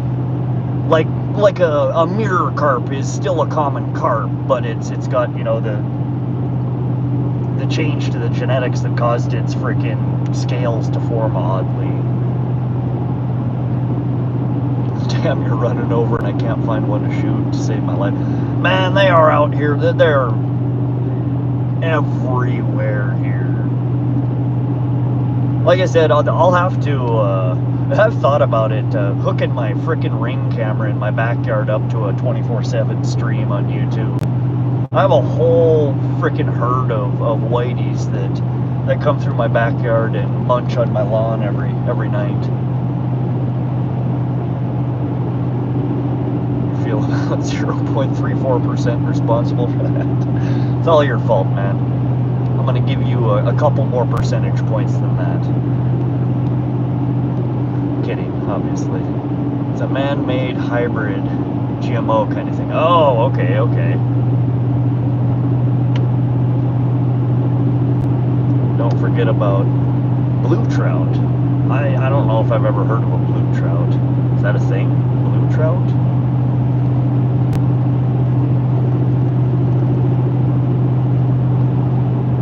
Huh. Man, that sucker better not have left a dent in my freaking fender. Didn't sound like he hit too hard. I think he just barely clipped my rear bumper. Or rear fender. I'll have to look that up. Blue trout. Huh. We have a whole bunch of hybridized trout here in Montana. So you have the cutthroat trout, west slope cutthroat trout, then you have the rainbow, rainbow times cutthroat trout, rainbow times west slope cutthroat trout. There's like a whole bunch of hybridized mixes between the different species here.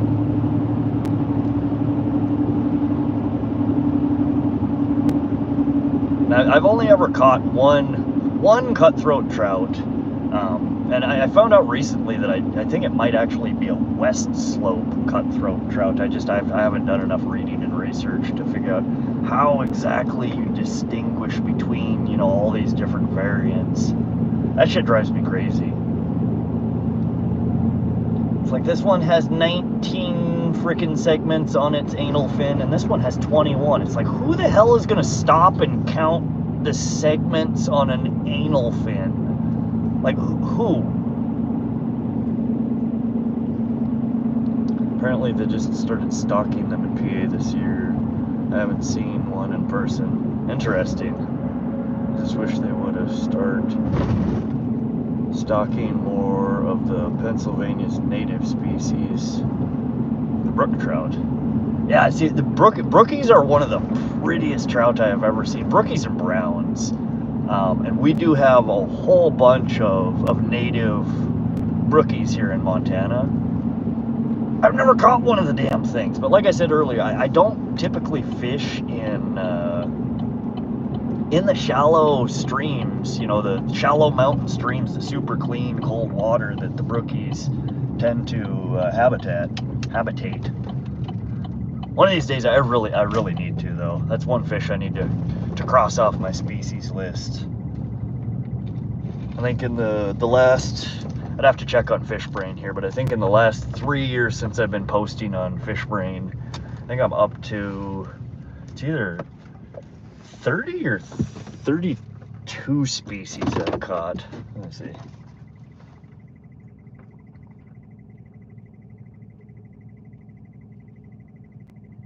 Oh, excuse me. 30. Yeah, so I'm up to 30 different species of fish that I've caught in Montana in the last 3 years. And there's so many more that I have not. They used to stock brooks and browns and some rainbows. Now it's mainly rainbows. I guess their survival rate is greater. Yeah, they stock rainbows frickin' everywhere here. They stock brookie in a lot of different water bodies here as well. I've literally never caught a brookie in any of the places that they stock. I fish a lot of them too, so I don't know if... I think the brookies are a lot more temperamental. So I think, poor water conditions, heat waves, things of that nature can oftentimes kill them off. And the size of them that they stock in a lot of these water bodies, I think oftentimes they're too damn small and they get eaten by everything else. I don't think a brookie is. I'm just talking out my ass here, but I don't know that they're a voracious predator, you know, like a brown trout is. I've always thought they were, you know, more of a timid trout species, and that they may not fend so well with other aggressive species in the water. You can drive 10 minutes from your house and drop a worm off a little bridge onto a 3-foot wide tributary and catch brookie right now. They're like little sharks. Oh, really? Huh. Man, yeah, I'm gonna have to go up to Belt Creek and see if I can pull one out. I know that one of the guys that I follow on FishBrain, Brian 406, he catches quite a few of them over that way. But he's fly fishing though. He does rod, you know, conventional rod fish, but I think most of his brookie catches that he posts is off his fly rod. But I didn't know they're. Oh, so they're just little ones, 3 to 4 inches, huh? What size hook are you using to catch itty bitties like that? Like a size 20, size 22, just the big ones are 5 to 7 inches. Yeah, I don't know how big they get here. I know that it's definitely one on the smaller side of the trout species here in Montana, but I want to say that they get bigger than that. We don't have any natural trout in our lakes. They're all farm-bred stockers. Huh. Yeah, I didn't know that about California. I guess it would make sense, though. I mean, so many of the water bodies in California with the weather patterns and the droughts, and like I would imagine a lot of those lakes and rivers and streams, and they dry out at certain points in the year. So without stocking them, a lot of them I think would be fishless. All right, anyways, guys, we have had a absolutely wonderful stream tonight. I appreciate all of you guys coming to hang out. Definitely enjoy the conversation, and especially when we're talking about stuff like this, learning about, you know, different fish and behaviors, and this is the stuff that I love. I'm always trying to learn. Usually you fish a 14 or a 16, somewhere in the middle. Okay. They're too warm for trout. Okay, that makes sense, SoCal. So yeah, those heat waves that y'all get there, I'm sure probably cause, I would imagine cause repeated fish kills. But anyways, I'm gonna get the flock out of here. I am starving. But yeah, thank y'all for coming to hang out and all the likes and the subscribes. We'll try and maybe do another stream tomorrow afternoon / evening. I'm trying to do a standing Sunday stream at the local pond. I don't know if that's going to work out or not. Saturday, though, I'm probably going to take the boat out.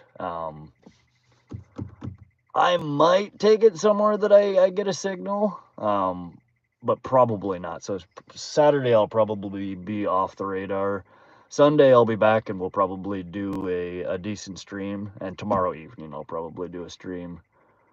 But thanks all for coming to hang out, keeping me company, and cheering me on for my my itty bitties that I catch. We'll try and get another live stream going here, and I'm sure I will see a lot of you in everybody else's stream that pops up. But thanks again, guys. It was a wonderful live. I will chat with y'all in the near future. Goodbye.